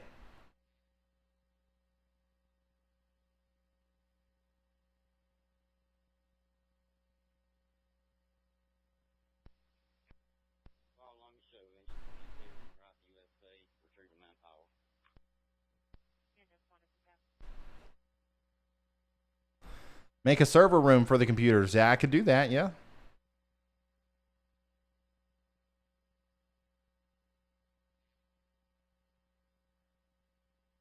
Check your blood sugar right. Hey, my blood sugar's fine, guys. Like, I'm not having some sort of whatever it is that you guys think I'm having. It's just hot in here. I do need to catch up on sleep. Go hang out with your family. My family, I'm alone. Everybody's left me today. Echo's with his grandparents. Steph's off doing fulfilling things with, the youth of America. The academic team coach. This is all I've got. It's just to sweat in my weather room and talk to you guys.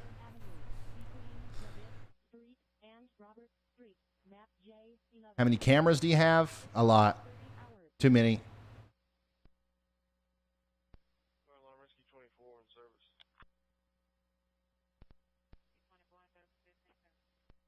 Go get some rest. You're having a meltdown. Oh. If for some reason,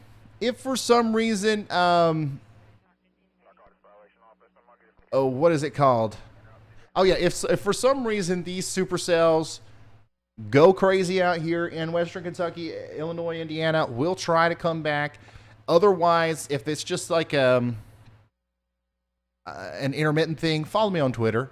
And if you're watching this right now, okay, how many of you are left? If there's 3,500 people left, okay, you guys, if any of you are not following me on Twitter, what are you doing? You're lying to yourself, okay? If you're still here right now, listening to me talking about my caffeine, and you need to follow me on Twitter. A new tornado warning has been issued. Look, it's a sign. I'm not going anywhere.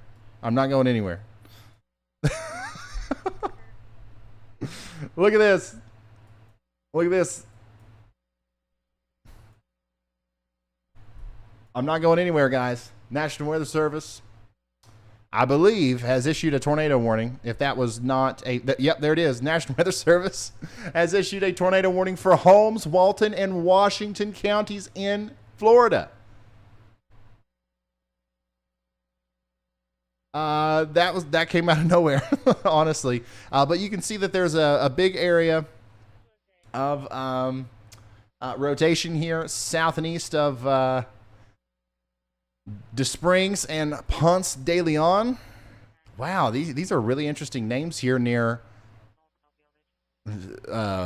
north of Panama City. So Ponce de Leon and that, what is that? Uchiana? Anyways, this is for Holmes, Walton, and Washington counties. Tornado warning was just issued as there is a very large area of rotation here. So we're going to watch this a little while longer. And if this storm is allowed, or if this warning is allowed to expire, then we will call it a night, or we will call it a day. Psych. Yeah, right there. That's where I'd watch out. Somebody's got to get me the pronunciation on that, because I'm afraid to say it, and it might be necessary to say.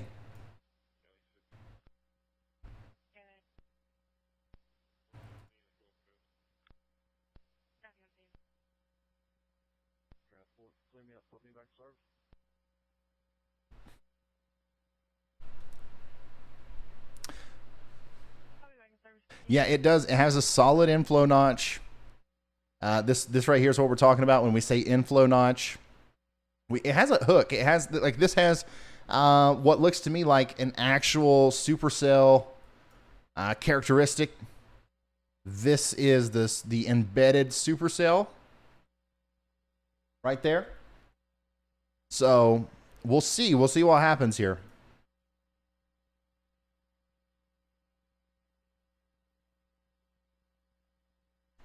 That storm could drop a tornado at any moment. Absolutely, yeah. Let's go ahead and see here. Douglas Crossroads, Knox Hill, Henson Crossroads, 5 Points, Westville, Caryville. Some of these places were under a tornado warning earlier, I believe. All of these places need to be, getting in their safe spots. This is just another example of how quickly this can happen, how fast things can change. And even if, after this one is allowed to expire or whatever, even if I end the stream, I'm like, all right, I'm going to go get some rest. I'm going to go sleep or whatever. Don't let your guard down out here. As long as these storms are still going on, they're going to be able to produce tornadoes at some point.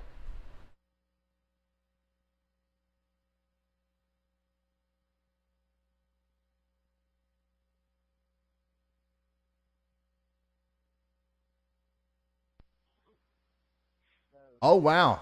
Okay, so the latest update there. Yeah, okay, so I'm going to go ahead and do this.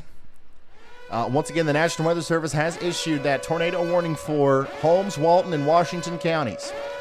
This is a radar-indicated tornado. However, if we see this for one or two more frames, and then we start to see a correlation coefficient drop that coincides with that, we might be talking about a situation where we actually have a tornado down. Right now, we don't know for sure. This is a maybe tornado. Very, very good job from the National Weather Service to issue that warning in the early stages there. And now, once again, I do believe we have enough rotation there to say that there's a pretty good chance that something's happening that could be dangerous. So please take shelter if you're in Douglas Crossroads. This is going to cross County Highway 183 within the next couple of minutes and then go right towards Douglas Crossroads. It's going to go between, let's see here, Knox Hill Road and Douglas Crossroad within the next, 10 minutes or so. This is south of Interstate 10. Interstate 10 has been a tornado magnet today. Interstate 10 has been a tornado magnet today.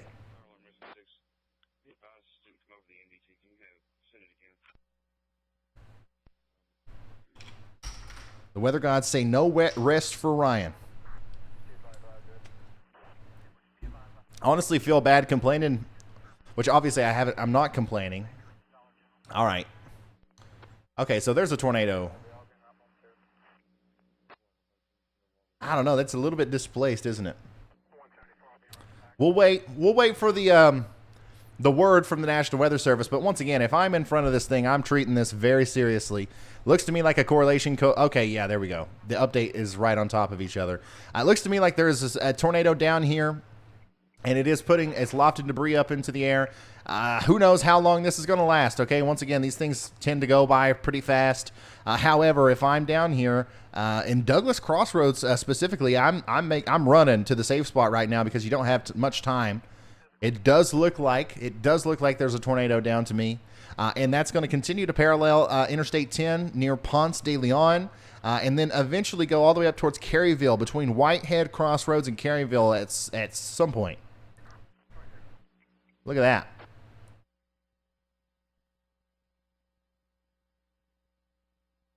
Wow. Yeah, almost certainly a nadir there. So I haven't seen any updates from the National Weather Service. Still don't have that confirmed. But we're going to go ahead and say that it is, okay? If you're watching this right now, if you know, I know a lot of people were logging off and people were filtering out. But if for some reason somebody down here in Florida that's in the path of this thing is watching, we're going to go ahead and assume that it is on the ground and that this is an observed warning or whatever. You better be safe than sorry, right? Better be safe than sorry.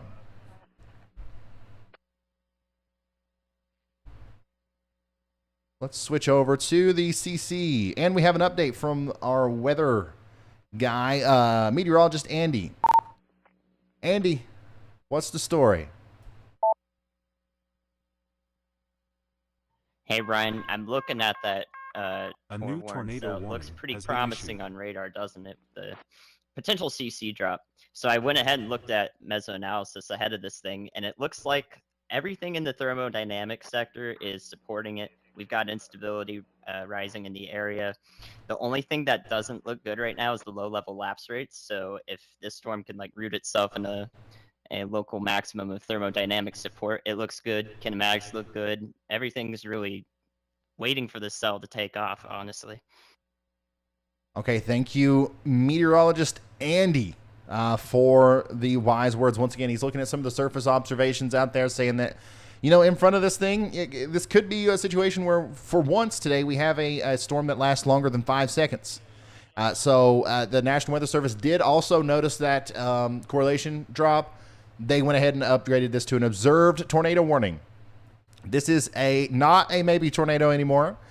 This is a real tornado on the ground right now, and it is approaching the southern side of Douglas Crossroads, and then eventually it is going to go north of Knox Hill, and then eventually over towards the County Highway 18 area, okay?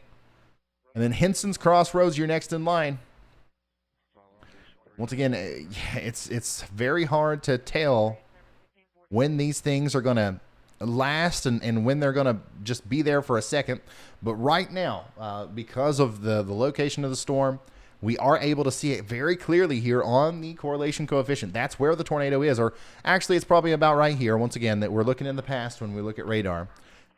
So this is going to be going over here towards Henson's Crossroads within 10, 20 minutes. So let's go ahead and prepare for it.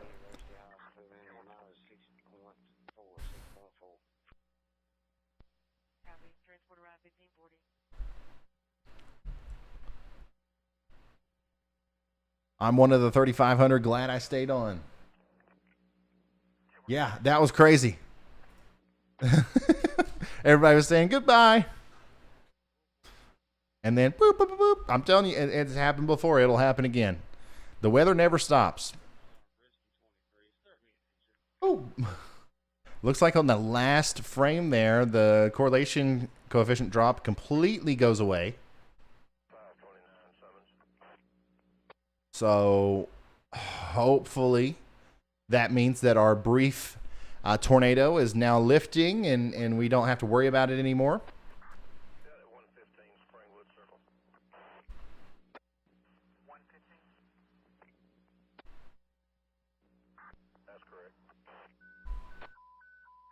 This is in Florida. This is Holmes, Walton, and Washington County in Florida. Holmes, Washington, and Walton counties in Florida. These are the counties currently under a confirmed tornado warning. An observed tornado.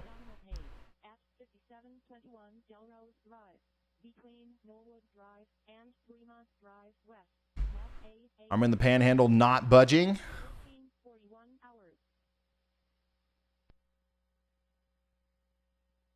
Dude.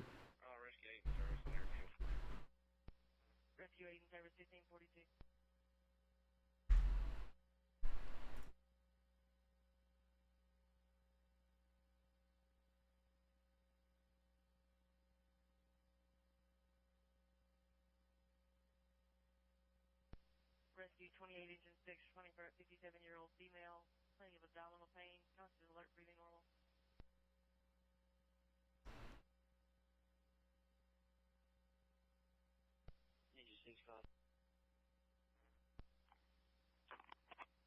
Yeah, just waiting to see if it comes back. It looks like a lot of the rotation has let up, but there's still a very, like, you can still see where that embedded area or the potential supercell is on the reflectivity side. So I'm not ready yet to write this off. But the rotation has let up. I think that the tornado that was down has likely lifted. But now we have to watch very closely as another one could form at any moment here. South of Ponce de Leon. I hope I'm saying that right.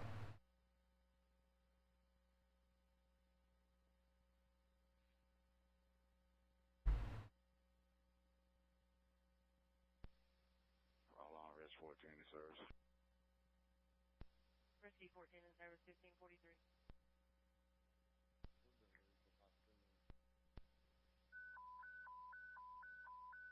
Engine 8.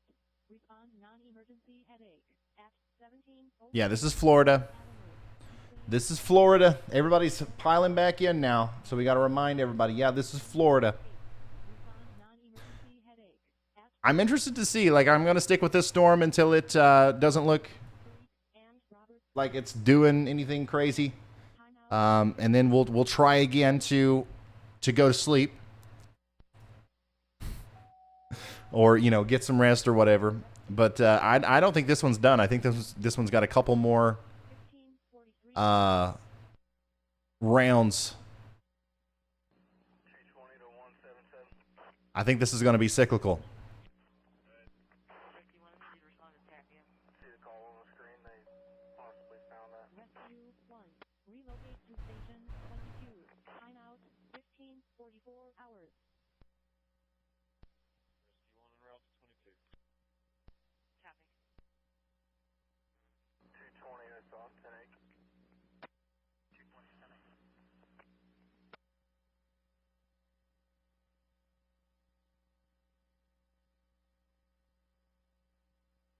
We got Stacy.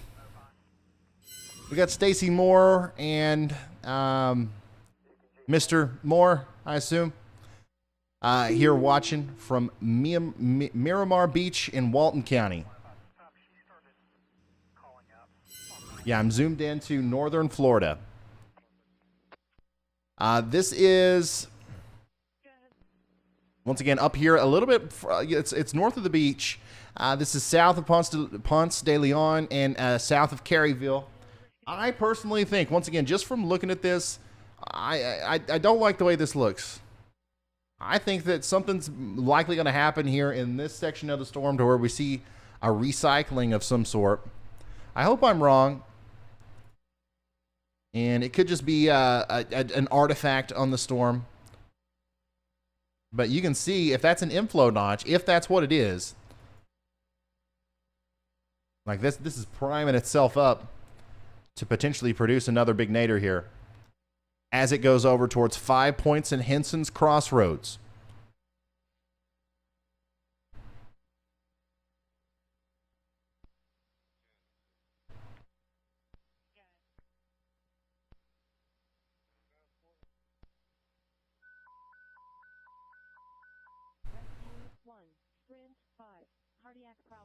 Nate says, I have the magic voice that makes Carl go to sleep.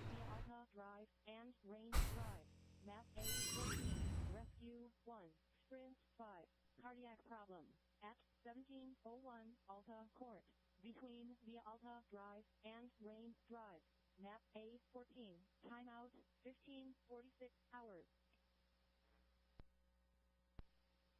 Yeah, the tornado debris signature has appeared to lift for the time being. A tornado warning remains in effect here for Holmes, Walton, and Washington counties in Florida.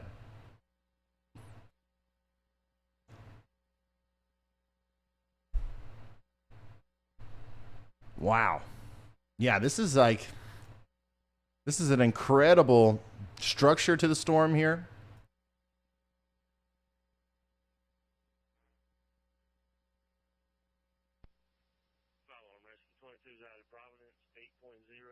But still not seeing anything necessarily concerning on the velocity scans right now. Still, there's 3 areas of rotation inside of the storm.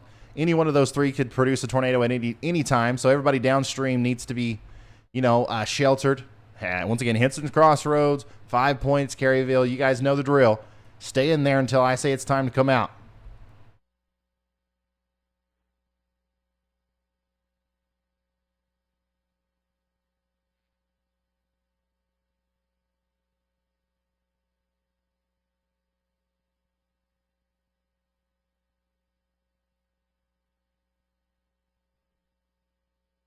Also, it looks like a secondary area of interest is popping up here. I don't know if you guys can see that. You can kind of see a little bit of the curvature there. This is like just a line of embedded supercells, I believe.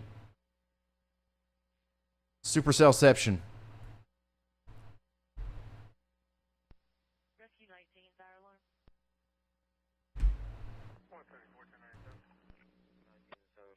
Look at that. That's really interesting.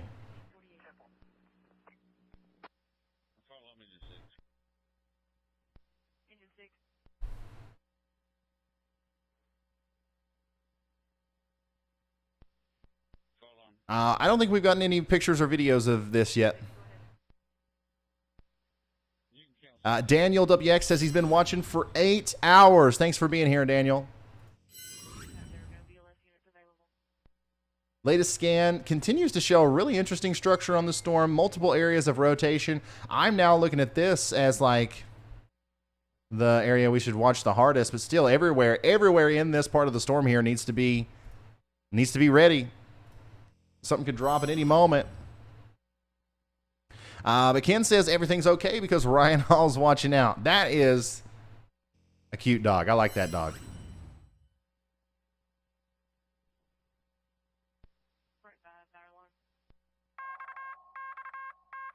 A new severe thunderstorm warning has been issued. Confirming your route to 1701 Alta Court.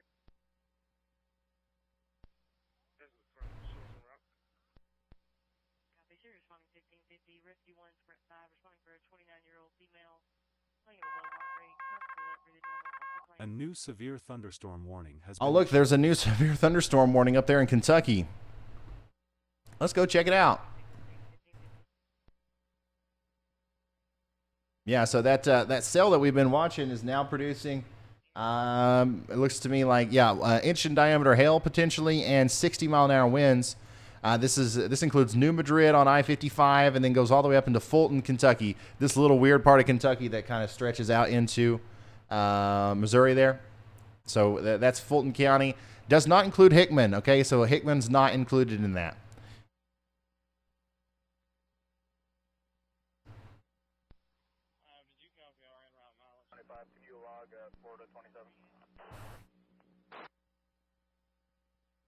Yeah, I think you guys are right. Like, this didn't start until after I ate. So I think I'm just going to quit eating. I mean, it doesn't do me any good at all. I don't know. I don't see the point, to be quite honest.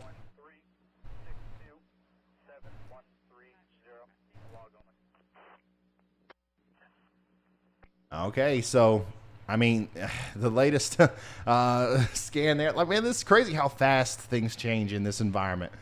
I'm used to seeing stuff like, okay, we got one frame, we got another, like 3 or 4 frames it takes before you to really know the trend, the pattern of what's happening. But this is, everything changes so dramatically every update. Now it looks like this is kind of going linear.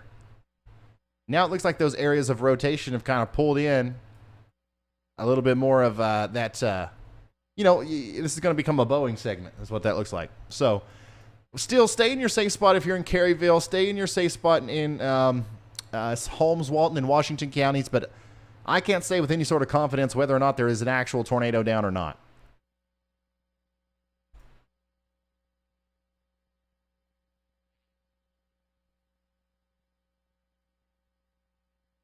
Eating is overrated. 100%, dude. Like, honestly, I don't even like it, you know? Food schmood.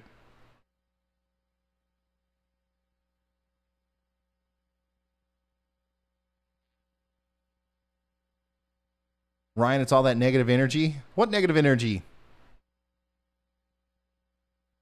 There's no negative energy here. Still some broad rotation, yeah. Textbook occlusion. Yeah, I would love to see an actual video process or like have somebody on the ground filming that. It was a textbook.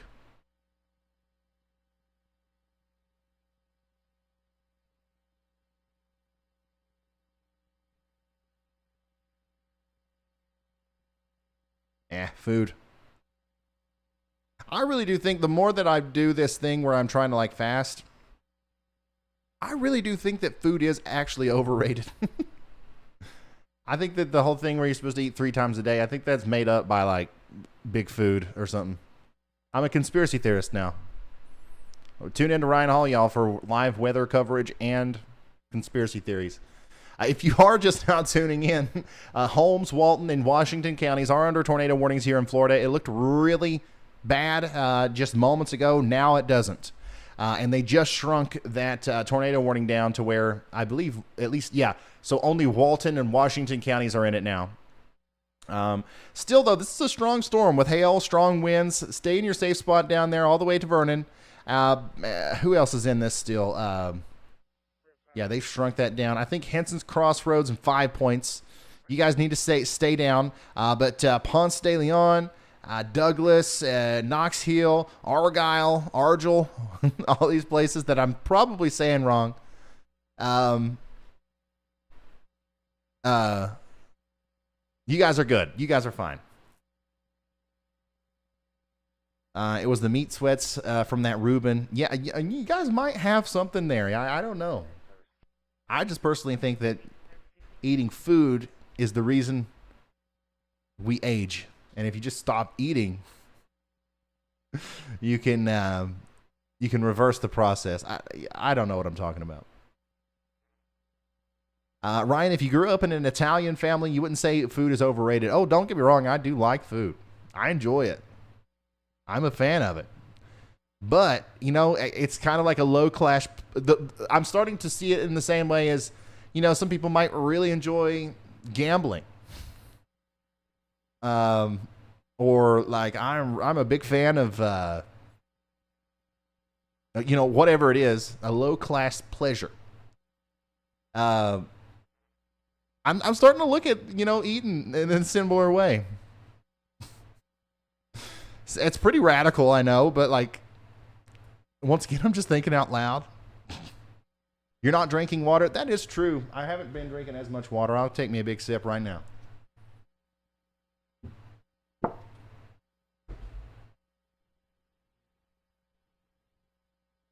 Argyle. So I said it right the first time, right? Okay.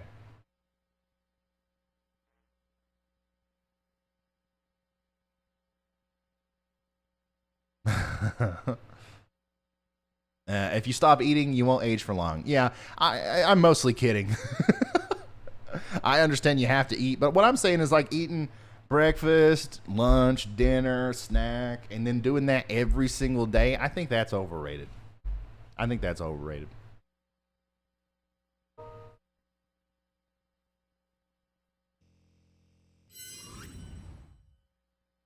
Yeah, once again, here's these dogs that I'm putting to sleep.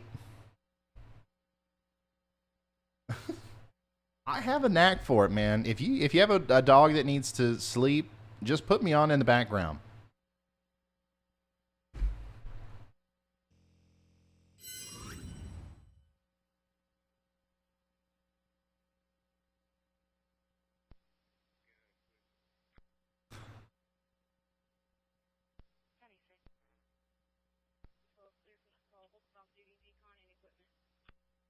Rescue 12 out of service, 1557. Rescue 1 on scene. Rescue 1 on scene, 1557. Fasting is unironically good for you. Yeah, I believe that. I do.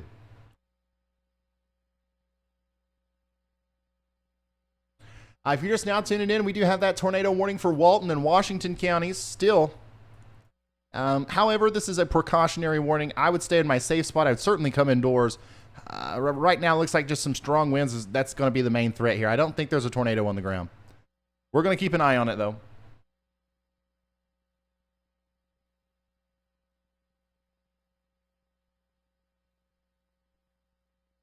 You should do an ASMR video. I don't think that my voice is suited for that.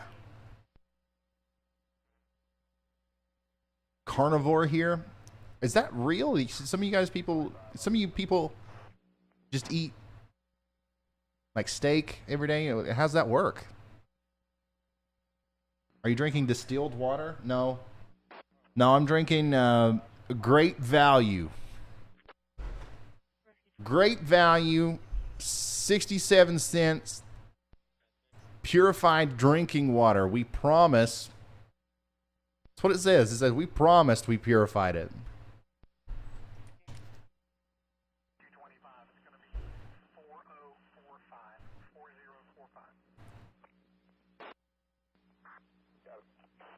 Oh, here's a video from Walton County right now.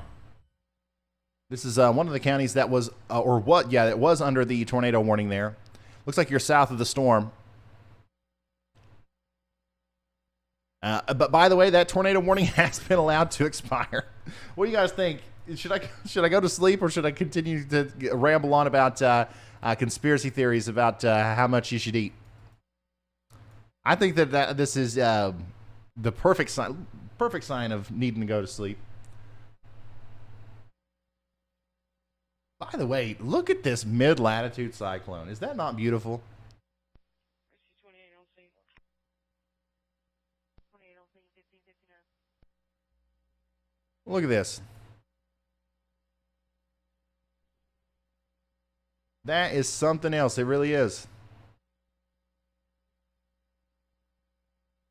This big swirly monstrosity is what's causing all of our problems today. And yeah, we will look one more time at these storms up here in Kentucky and Missouri. This is actually rotating pretty broadly. Certainly not enough to cause any sort of concern for a tornado.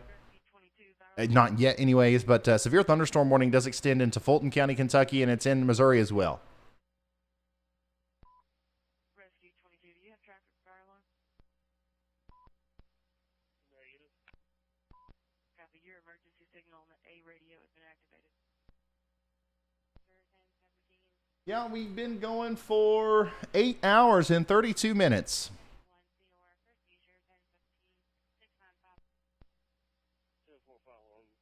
If you're heading out, a quick take on your thoughts for the rest of the Florida Panhandle would be appreciated. Yeah, everybody that's left in this tornado watch, Panama City, Bluntstown, Tallahassee, everybody that's left in the tornado watch has to continue to watch out for things like what we just saw.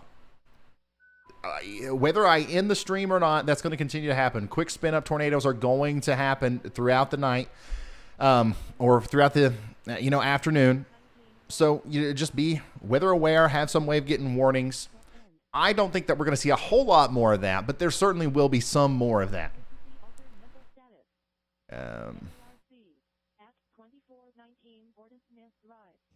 Look at this. I have an effect on dogs. Like they can't help it. They can't help it. You put me on, and they pass out. It's like the goats, the fainting goats. The dogs do the same thing, but with my voice. They just fall over. Look, he was on his way to the bowl, the food bowl. She turned the TV on, and he just falls over right there. I'm sorry about that, honestly.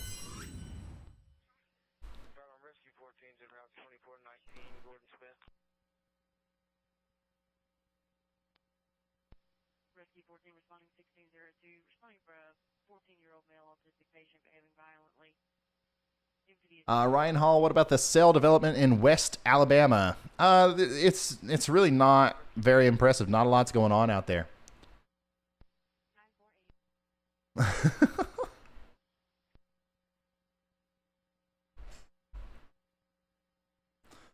I'm boring the dogs to death, yeah.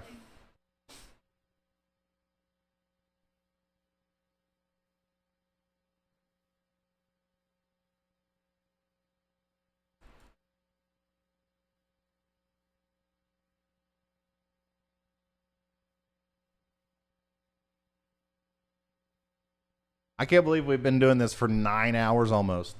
Usually when we do a 9-hour stream, it's intense.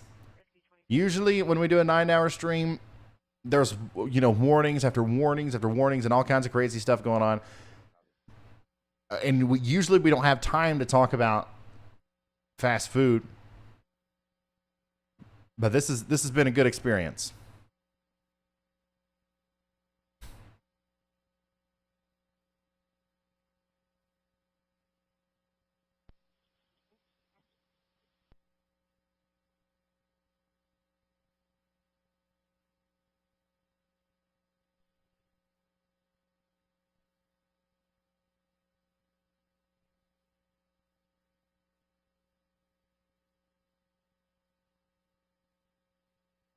The dogs trust you and they can relax. That's the way I'm going to look at it from now on. You guys are so nice to me. Ryan's just chilling with the homies 100%.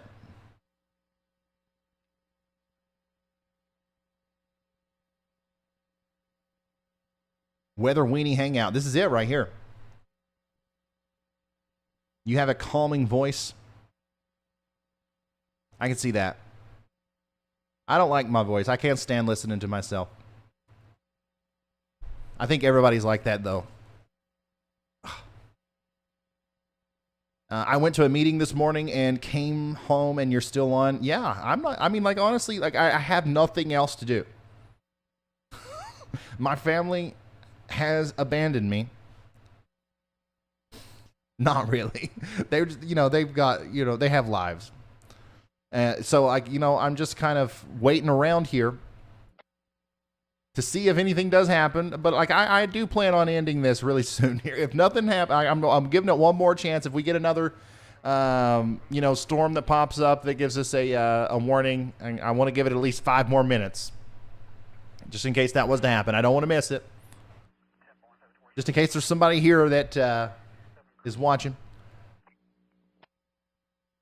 You're good at staying still, right? I think you've frozen.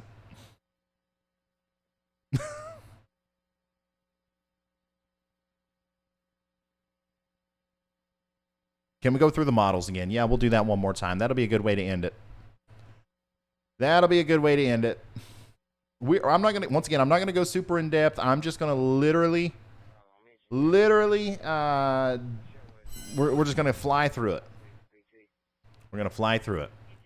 Here is what the radar could look like as we go forward. Time and date's going to be constantly displayed above my head. You see those sails popping up over here? These are the ones that we have to watch this evening. Within the next 2 or 3 hours, it does look like potentially some supercells could pop up. Significant tornado parameter does increase the further south you go, which means that the nadir juice is there. The ingredients for cyclonic rotation and rotating thunderstorms are there the further south you go. So it looks like those storms up there in Kentucky don't have as much of a fighting chance.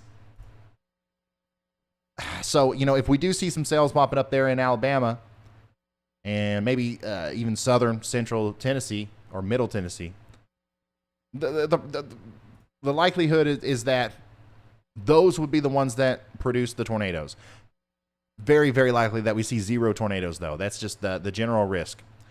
This is all going to die out by midnight tonight, and it's just going to be some leftover showers and thunder boomers as we go into the overnight period. And then, man, tomorrow's forecast is so confusing to me. So we are going to see the initiation of some more supercells and possibly some strong storms up here in Pennsylvania and New York. We talked about this earlier. Around 3 or 4 p.m. tomorrow, and that's going to last all the way until 10 p.m. as a line of storms comes through all the way up into portions of New England around 10 p.m. So you see this? 3, 4 p.m., those are going to start popping up, and then they're going to exit the United States up there. The HRRR really doesn't see much of anything happening for the rest of the slight risk area. But that's just one model, okay? We can't trust one model. I would still be ready for some severe weather all across the East Coast tomorrow. But it looks like the timing is a little bit different, so like a lot of that convection doesn't happen until much later. So that's the rest of this event. And let me just show you, just because it's important that we don't base any decisions off of one model run. This is the Storm Prediction Center's outlook, okay? Slight risk today in the yellow. Slight risk tomorrow in the yellow. That's going to be mainly for wind and hail. Tornado threats, low. Wind and hail. Day 3, nothing. And then day 4 and day 5 and day 6, this is our next big severe weather threat. I think this is going to be kind of like a more traditional stream here on the channel where things are going to be kind of intense. Hope not, but that's what it seems like. Let me show you why we think that.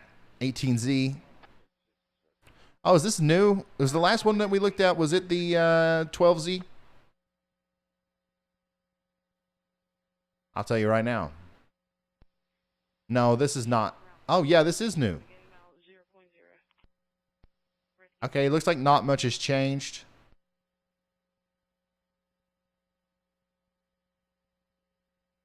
It's a slight downtrend.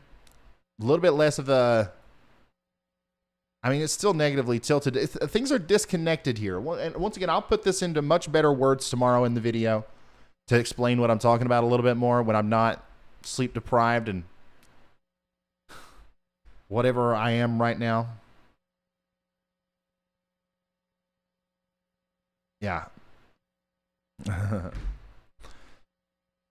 But yeah, it still looks concerning. It still looks like we're going to have a severe weather event.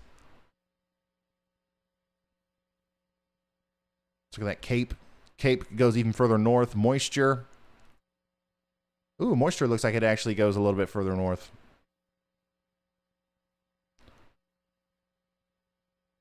Yeah, look at that, 68. We were looking at 65s earlier.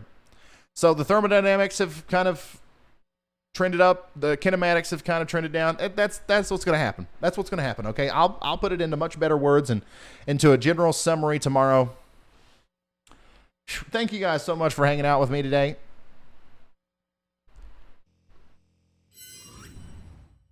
This has been fun. This has been fun. And I'm very glad that there wasn't a huge tornado outbreak down here.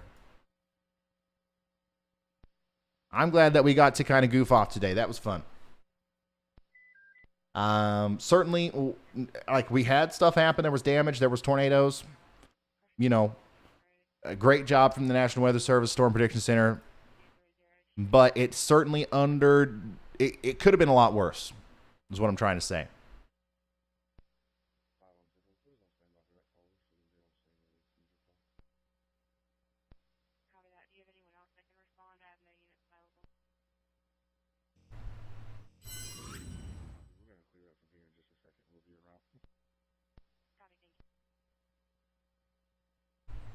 I'm going to freak out if, after I end the stream, you guys start sending me videos of your dogs, like, running around.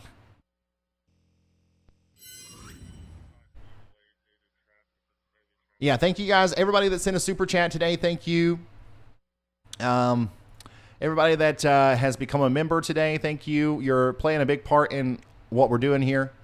The fact that we can still, the fact that we can do something like today and still generate the amount of interest and viewership that we have with seriously, the impact area today was very small. Very small sliver of the population was impacted by today's storms.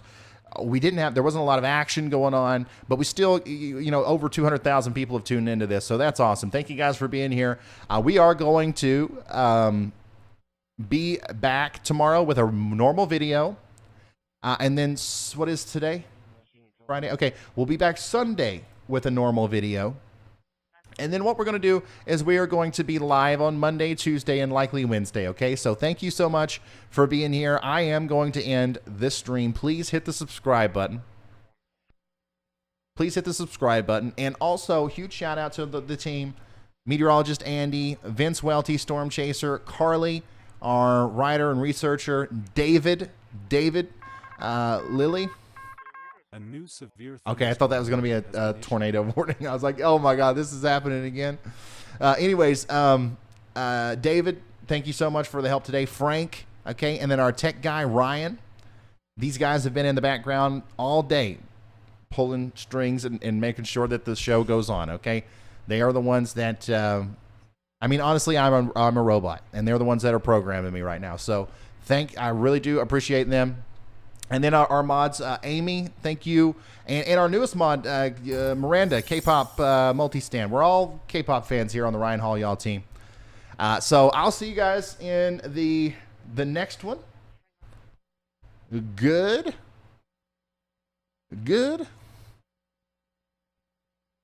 Bye.